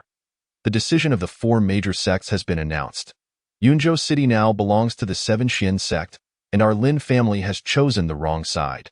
Su Ming's expression shifted slightly at this news. However, he reassured her, "Do not panic. The situation in Yunzhou City is different from before, with only the Lin family remaining among the 4 great families. The 7 Xian sect will likely consider this when they seek to hold the Lin family accountable." "Indeed." Lin Wanqing nodded uneasily. After a moment's hesitation, she said, "Husband, I must return to the family." "Very well, go." Su Ming nodded. Lin Wanqing hurriedly turned and left. With nothing pressing to occupy his time, Su Ming decided to take Lin Yu out for a stroll in the market. They entered a jewelry shop. While Su Ming was busy selecting adornments with Lin Yu, a voice called out, "Big brother Su, is that you?" Su Ming turned to see a little girl bouncing over, and he was taken aback. "Is that you? Your name is Luo?" The girl, none other than the one he had rescued in the woods, chimed, "Big brother Su, remember? I'm Luo Shang." The little girl pouted, seemingly displeased that Su Ming had forgotten her name. "Oh, Luo Shang." Su Ming nodded slightly. The little girl then noticed Lin Yu beside him, her brows furrowing as she asked, "Who is this sister?" Just as Su Ming was about to respond, Lin Yu beat him to it, saying, "Little sister, I am the concubine of your brother." One had to admit that Lin Yu was quite astute in social matters. The little girl's eyes lit up with delight as she murmured, "Just a concubine, huh?" At that moment, a person rushed into the shop, bowing to Su Ming, "Son-in-law, the young lady requests your immediate return.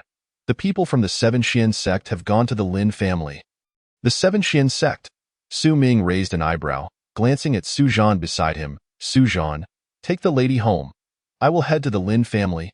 "Yes, young master," Su Zhan replied with a bow. Su Ming turned to leave. But the little girl followed closely behind him. Su Ming furrowed his brow and asked, "Luo Shang, why are you following me?"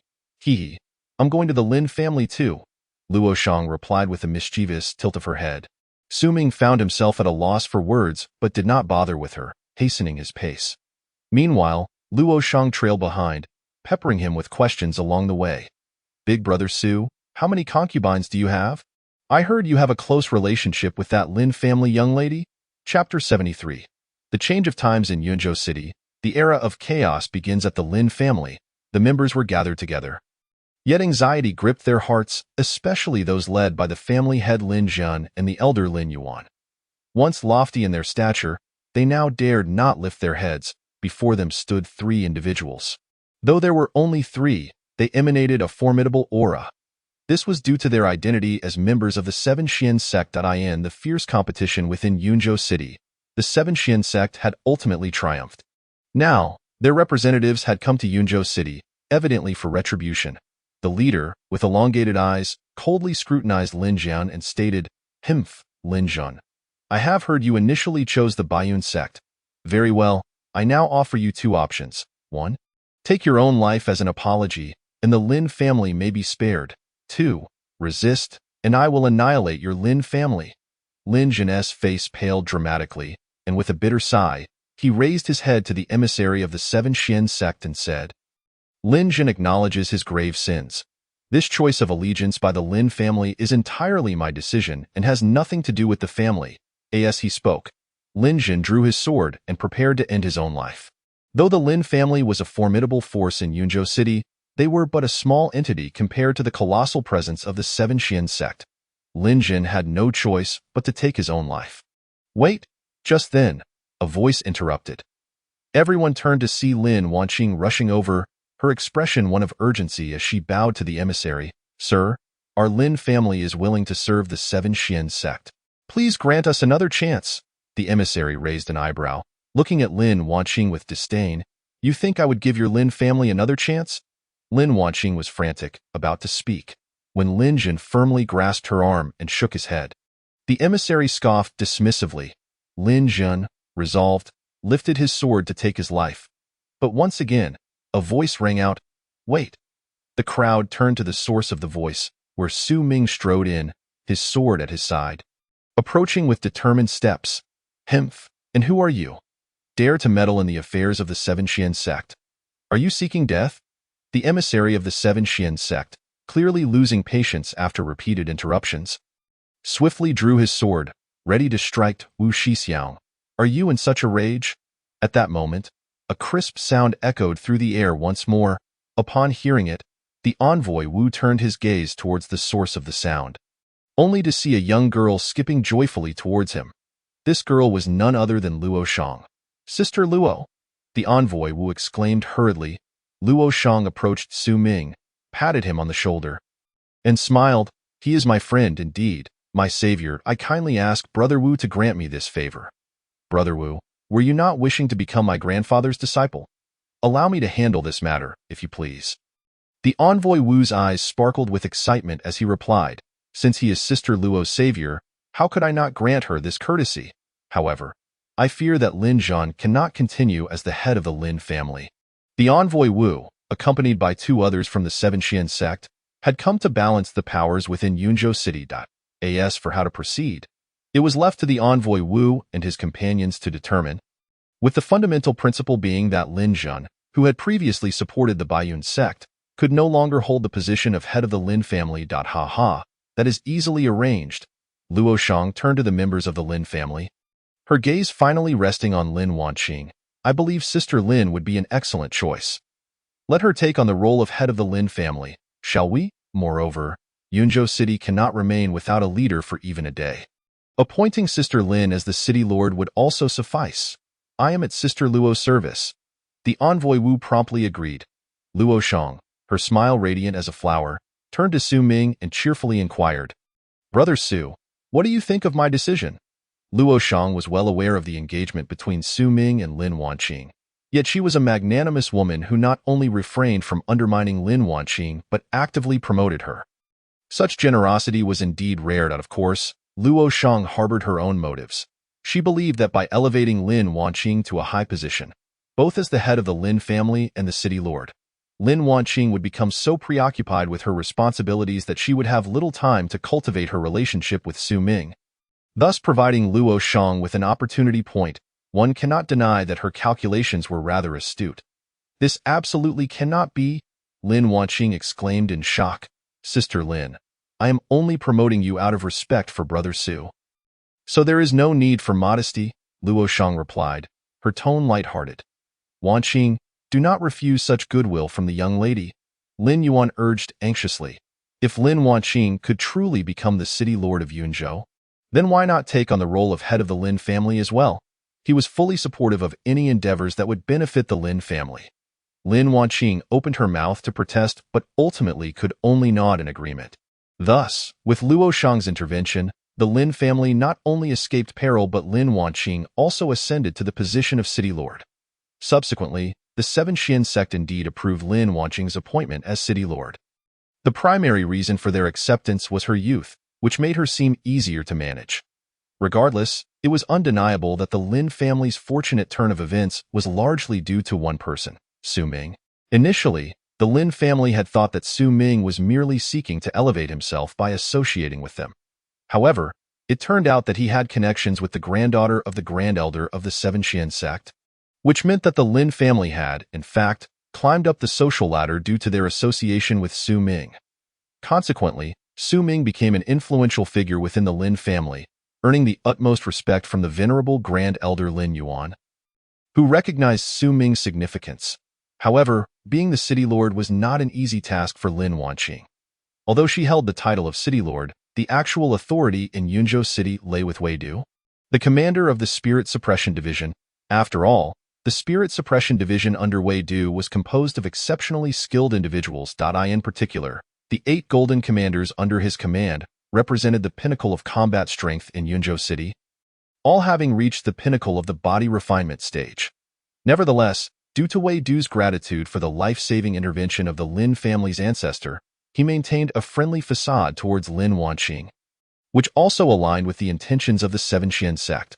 They sought to ensure a balance of power and cooperation between the Spirit Suppression Division's commander and the city lord to better manage the affairs of the Seven Xian sect. Thus, Yunzhou City entered a new era, and Lin Wanqing found herself overwhelmed with responsibilities. One day, she sat down with Wei Du. Commander Wei, I have received a letter from the Seven Xian sect summoning us to Hanyang City. Lin Wanqing said, handing a letter to Wei Du. He took the letter and frowned as he read it. Chapter 74. The first conference of the 8 cities, Lin City Lords betrothed the Seven Xian sect, was convening a meeting in Hanyang City, inviting the city lords and commanders of the 8 major cities to attend. Naturally, Lin Wanqing and Wei Du dared not refuse. Ever since the old emperor's passing and the ascension of the new emperor, the realm had descended into chaos, and Fufeng County was no exception. The 4 major sects had seized the opportunity to carve out territories from the court. Ultimately, the 40 cities of Fufeng County were divided among the 4 major sects and the county governor, with each sect claiming 8 cities. The county governor, relying on the remnants of his former authority, barely maintained control over the 8 cities, while the remaining 32 cities were equally divided among the 4 major sections. From that point forward, cities like Yunzhou and Hanyang came under the direct authority of the Seven Xian sect, rather than the county governor. Henceforth, any matters concerning these 8 cities would be reported first to the Seven Xian sect, which would then relay them further up the chain. The entire Dezhou dynasty had plunged into an era of chaos marked by feudal lords vying for power and sects rising in prominence. During this tumultuous time, the Seven Xian sect summoned the city lords and Spirit Suppression Division commanders to Hanyang City to assert its dominance over the 8 cities. Lin Wanqing and Wei Du had no choice but to attend. Consequently, they gathered a group of people and set out for Hanyang City, with Su Ming among them. Their entourage included 4 golden commanders, and with such a formidable group, they encountered no trouble from bandits along the way. Their journey proceeded smoothly until they reached Hanyang City, the most powerful and well-established of the 8 cities under the Seven Xian sect. This was precisely why the Seven Xian sect chose Hanyang City for the inaugural conference of the 8 cities.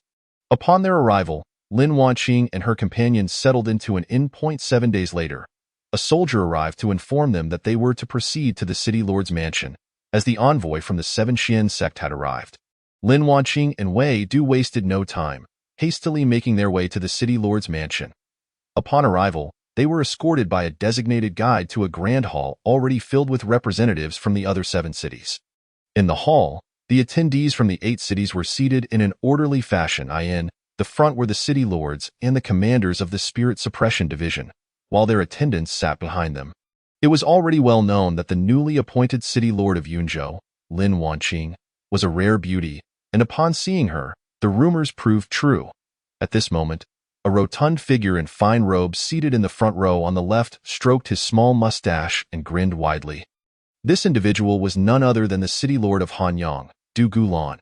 Upon hearing his words, laughter erupted among the crowd. Du Gulan, the city lord of Hanyang, had come forth to compliment Lin Wanqing's beauty, though his words carried an undertone of jest. This caused Lin Wanqing's delicate features to darken momentarily. However, as the legitimate daughter of the Lin family, she was accustomed to the intrigues of the court. Instead of displaying anger, she composed herself and replied gracefully with a faint smile, "Thank you, City Lord Du Gu, for your kind words." Behind her, Su Ming glanced at Du Gulan. The individuals present were all prominent figures. Yunzhou City was the weakest among the 8 cities, and it was said that Hanyang City boasted innate realm experts among its ranks. There was not a single ordinary person in attendance. Although Du Gulan's personal strength was not particularly formidable, it was rumored that he had 2 innate realm experts under his command, known as his left and right guardians. Despite the jovial demeanor he presented, he was known to be ruthless in his dealings. He had effectively taken control of the commander of the Spirit Suppression Division in Hanyang City, making it clear that the entire city was aligned with his authority. At that moment, the envoy from the Seven Xian sect had yet to arrive, and the atmosphere was relatively relaxed. Du Gulan poured himself a cup of wine, his gaze fixed on Lin Wanqing as he said, "City Lord Lin, to be honest, I have admired you for a long time, but our paths have never crossed. Now that I have finally met you, I am utterly smitten. If you are willing, the position of my City Lord's wife can be yours. What do you say?" Everyone present was astute enough to recognize that Du Gulan's intentions went beyond mere flattery. While Lin Wanqing was indeed an exceptional beauty, those gathered were not unfamiliar with charming women. Du Gulan, in the presence of the crowd, boldly sought to marry Lin Wanqing, not out of genuine affection for her, but rather as a strategic maneuver for Yuzhou City. Should he wed Lin Wanqing, he could rightfully reclaim Yuzhou City under his command. Behind him, Su Ming felt his pupils constrict slightly as he glanced up at Du Gulan. Prior to their departure, Su Ming's group had been furnished with comprehensive dossiers on the prominent figures of the 8 cities. The information on the leaders of Suyang and Sanzhou was exceedingly detailed. Thus, it was implausible that the Lord of Hanyang City was unaware of Su Ming and Lin Wanqing's relationship. This indicated that Du Gulan was fully cognizant of their identities, yet still audaciously made such an unreasonable demand, which was utterly outrageous. Naturally, it was also possible that he simply looked down upon Su Ming altogether. At that moment, another burly man furrowed his brow and bellowed, "Brother Dugu, I have long admired Lord Lin. I implore you to grant me this favor. I am willing to offer you 10,000 gold as a gift. Please do not compete with me for Lord Lin." The speaker was Li Tianyang, the Lord of Tianyang City. Tianyang City ranked second in overall strength among the 8 cities, making it a rival of Hanyang City. The other 6 lords and the Grand Commander exchanged glances, sipping their drinks without intervening, adopting a mere spectator's stance. Su Ming also cast a glance at Li Tianyang but remained silent. He understood that these individuals harbored ulterior motives, and Lin Wanqing would never acquiesce to them. As anticipated, the next moment, Lin Wanqing chuckled lightly, raised a cup, took a delicate sip, and with a smile, declared, "Thank you, lords, for your generous affections towards me, but regrettably, I am already betrothed." A wave of murmurs swept through the grand hall. The assembly was taken aback by the courage demonstrated by this female lord, who dared to publicly reject the advances of the 2 most powerful lords among the 8 cities. In an instant, the expressions of Du Gulan and Li Tianyang darkened. Du Gulan glanced behind Lin Wanqing at her companions, his gaze lingering momentarily on Su Ming before returning to Lin Wanqing as he inquired with a smile, "Oh, what a pity! I wonder which fortunate fellow has the honor of marrying such a beauty as Lord Lin." "Indeed," Li Tianyang chimed in, his tone laced with envy. Lin Wanqing smiled again, turning to Su Ming, and said, "This is Su Ming, a golden commander in the Spirit Town division of Yuzhou City, and my fiancé." Instantly, all eyes in the hall turned towards Su Ming. Chapter 75. The envoy from the Seven Xian sect seeks to station troops in Yuzhou City? At this moment, Su Ming was leisurely sipping his drink. "So, Lord Lin has a penchant for such pretty boys." Du Gulan was the first to break the silence. Su Ming narrowed his eyes and shot a cold glare at Du Gulan.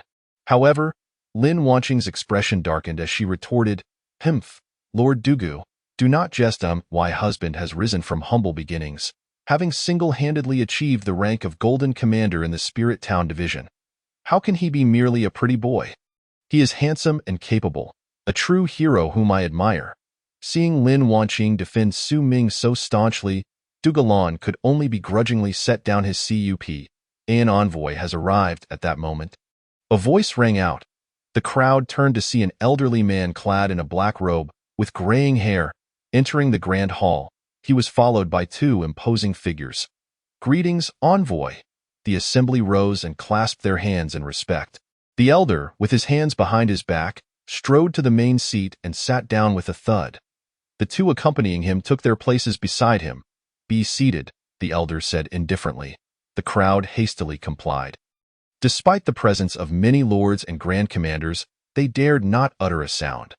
The Seven Xian sect wielded immense power, with its elite disciples being innate level masters, not to mention its core disciples, stewards, protectors, and elders, among whom the core disciples were formidable figures of the Purple Mansion realm. A single purple mansion master could match an entire army in the face of the Seven Xian sect. These lords and grand commanders were indeed insignificant. Certainly, the imperial court was also tremendously powerful. For instance, the strength of the regional governor of Fufeng was not inferior to the overall might of the Seven Xian sect. After all, it represented the consolidated strength of an entire region, which was only natural. The elder surveyed the crowd and said blandly, "I am Yin Zhuang, a steward of the Seven Xian sect. These two are my personal disciples, Su Yugue and Qi Hai. We have been dispatched by the sect to oversee matters with you, and shall likely be in frequent contact henceforth." "Yes, sir." The lords and grand commanders rose and bowed deeply to Yin Zhuang. Su Ming understood that this was the Seven Xian sect establishing a connection with the 8 lords and grand commanders present. From the moment the lords and grand commanders rose, it signified their severance from the imperial court. With the Seven Xian sect now being their sole superior, naturally, this was Yin Zhuang's primary objective. If any lord or grand commander resisted the authority of the Seven Xian sect, they would likely serve as a cautionary example. Yin Zhuang nodded in satisfaction, his gaze finally resting on Lin Wanqing as he asked, "Are you the lord of Yuzhou City?" "Yes, I am." Lin Wanqing promptly rose and bowed. Yin Zhuang frowned slightly, evidently displeased, and remarked, "Yuzhou City is situated in a region of turmoil. As a woman, can you truly safeguard it?" Lin Wanqing quickly assured him, "Envoy, you need not worry, I can." Yin Zhuang's brow remained furrowed, his gaze piercing as he continued, "Yuzhou City is the gateway to our Seven Xian sect's domain. Can you really defend it?" Lin Wanqing's brows knitted together in concern, about to respond when Du Galan interjected, "Envoy, Yuzhou City is located in a critical area, bearing great geographical significance." He then turned to Lin Wanqing and added, "It borders Fengyang City of the Baiyun sect, Dingyuan City of the Luyun sect, and Shangdong City of the Taijian sect. Be aware that the strengths of these 3 cities are formidable. It may not be easy for Lord Lin to defend Yuzhou City." One must admit, Du Galan was quite shrewd. His words drew a frown from Yin Zhuang. Noticing this, Du Galan hastily bowed to Yin Zhuang, saying, "We lords of the 8 cities stand united. I am willing to send troops to assist Lord Lin in defending the city." Su Ming's brow furrowed. He was well aware of Du Galan's ulterior motives. This man was merely seizing the opportunity to station his own troops in Yuzhou City under the guise of aiding its defense, a ploy to secure a share of its resources. Once ensconced, it would be challenging to dislodge them later. Su Ming recognized that everyone present understood the underlying intentions, including Yin Zhuang. However, for Yin Zhuang, the specifics of who governed Yuzhou City or any disputes among the 8 lords were of little concern. What mattered to him was maintaining territorial control under the Seven Xian sect. As long as the foundation remained secure, the tributes from the 8 cities to the Seven Xian sect would not dwindle, thereby bolstering its strength. Moreover, Yin Zhuang believed that Lin Wanqing might struggle to defend Yuzhou City. As Yin Zhuang prepared to speak, Lin Wanqing interjected, rising to assert, "Envoy, rest assured, I will undoubtedly safeguard Yuzhou City." Du Galan turned to glance at Lin Wanqing, then refocused on Yin Zhuang, bowing as he said, "Envoy, military campaigns are not merely words. You are aware that Yuzhou City has not been peaceful of late, plagued by large-scale monster upheavals and the remnants of the Blood Demon sect colluding with the aristocracy to overthrow it, leading to a significant reduction in its strength. Defending Yuzhou City may not be an easy task."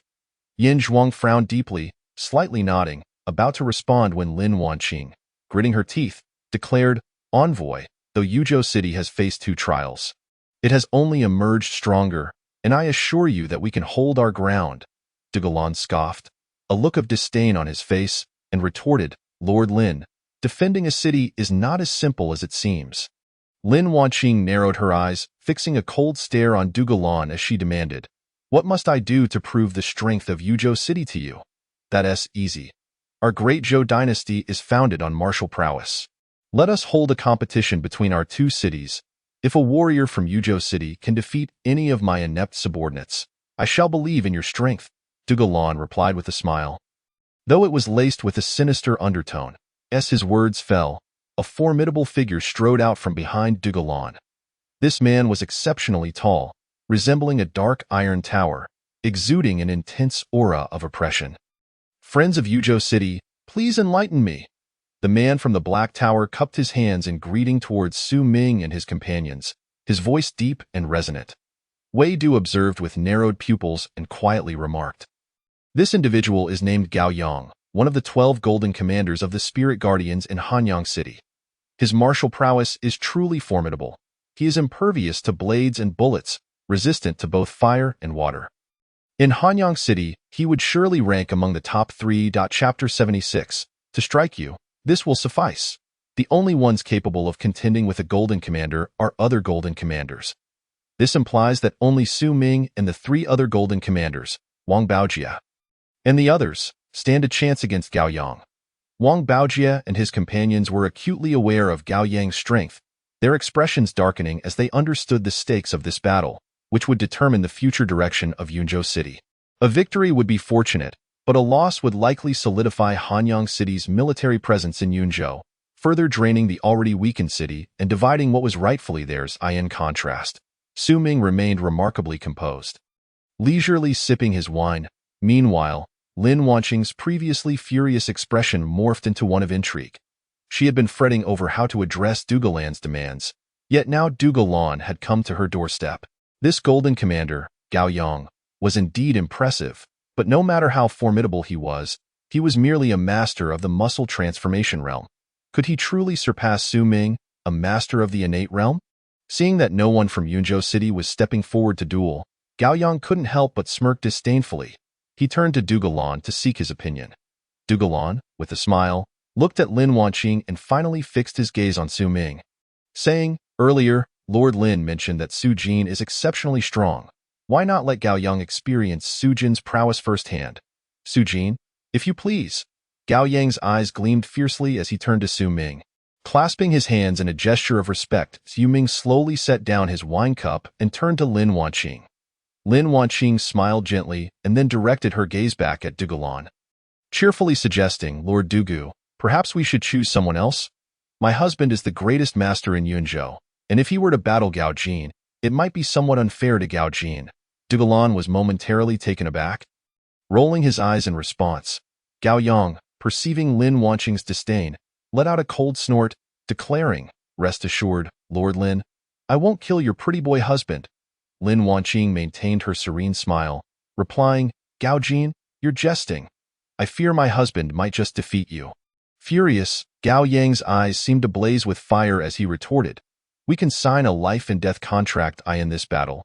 Fate shall decide." With that, he turned to Su Ming, his tone haughty, "Su Jin, do you dare to sign? If not, you can simply hide behind your woman." Wang Baojia and the other 2 golden commanders trembled with indignation. However, Su Ming stood up leisurely, looking at Gao Yang as if he were a fool, and said, "Dare? Why wouldn't I? Very well, bring forth the pen and paper. Let us sign the life-and-death contract," Gao Yang shouted. Soon, a servant approached with the necessary materials. After the contract was drafted, Gao Yang stepped forward confidently, signing his name with a flourish.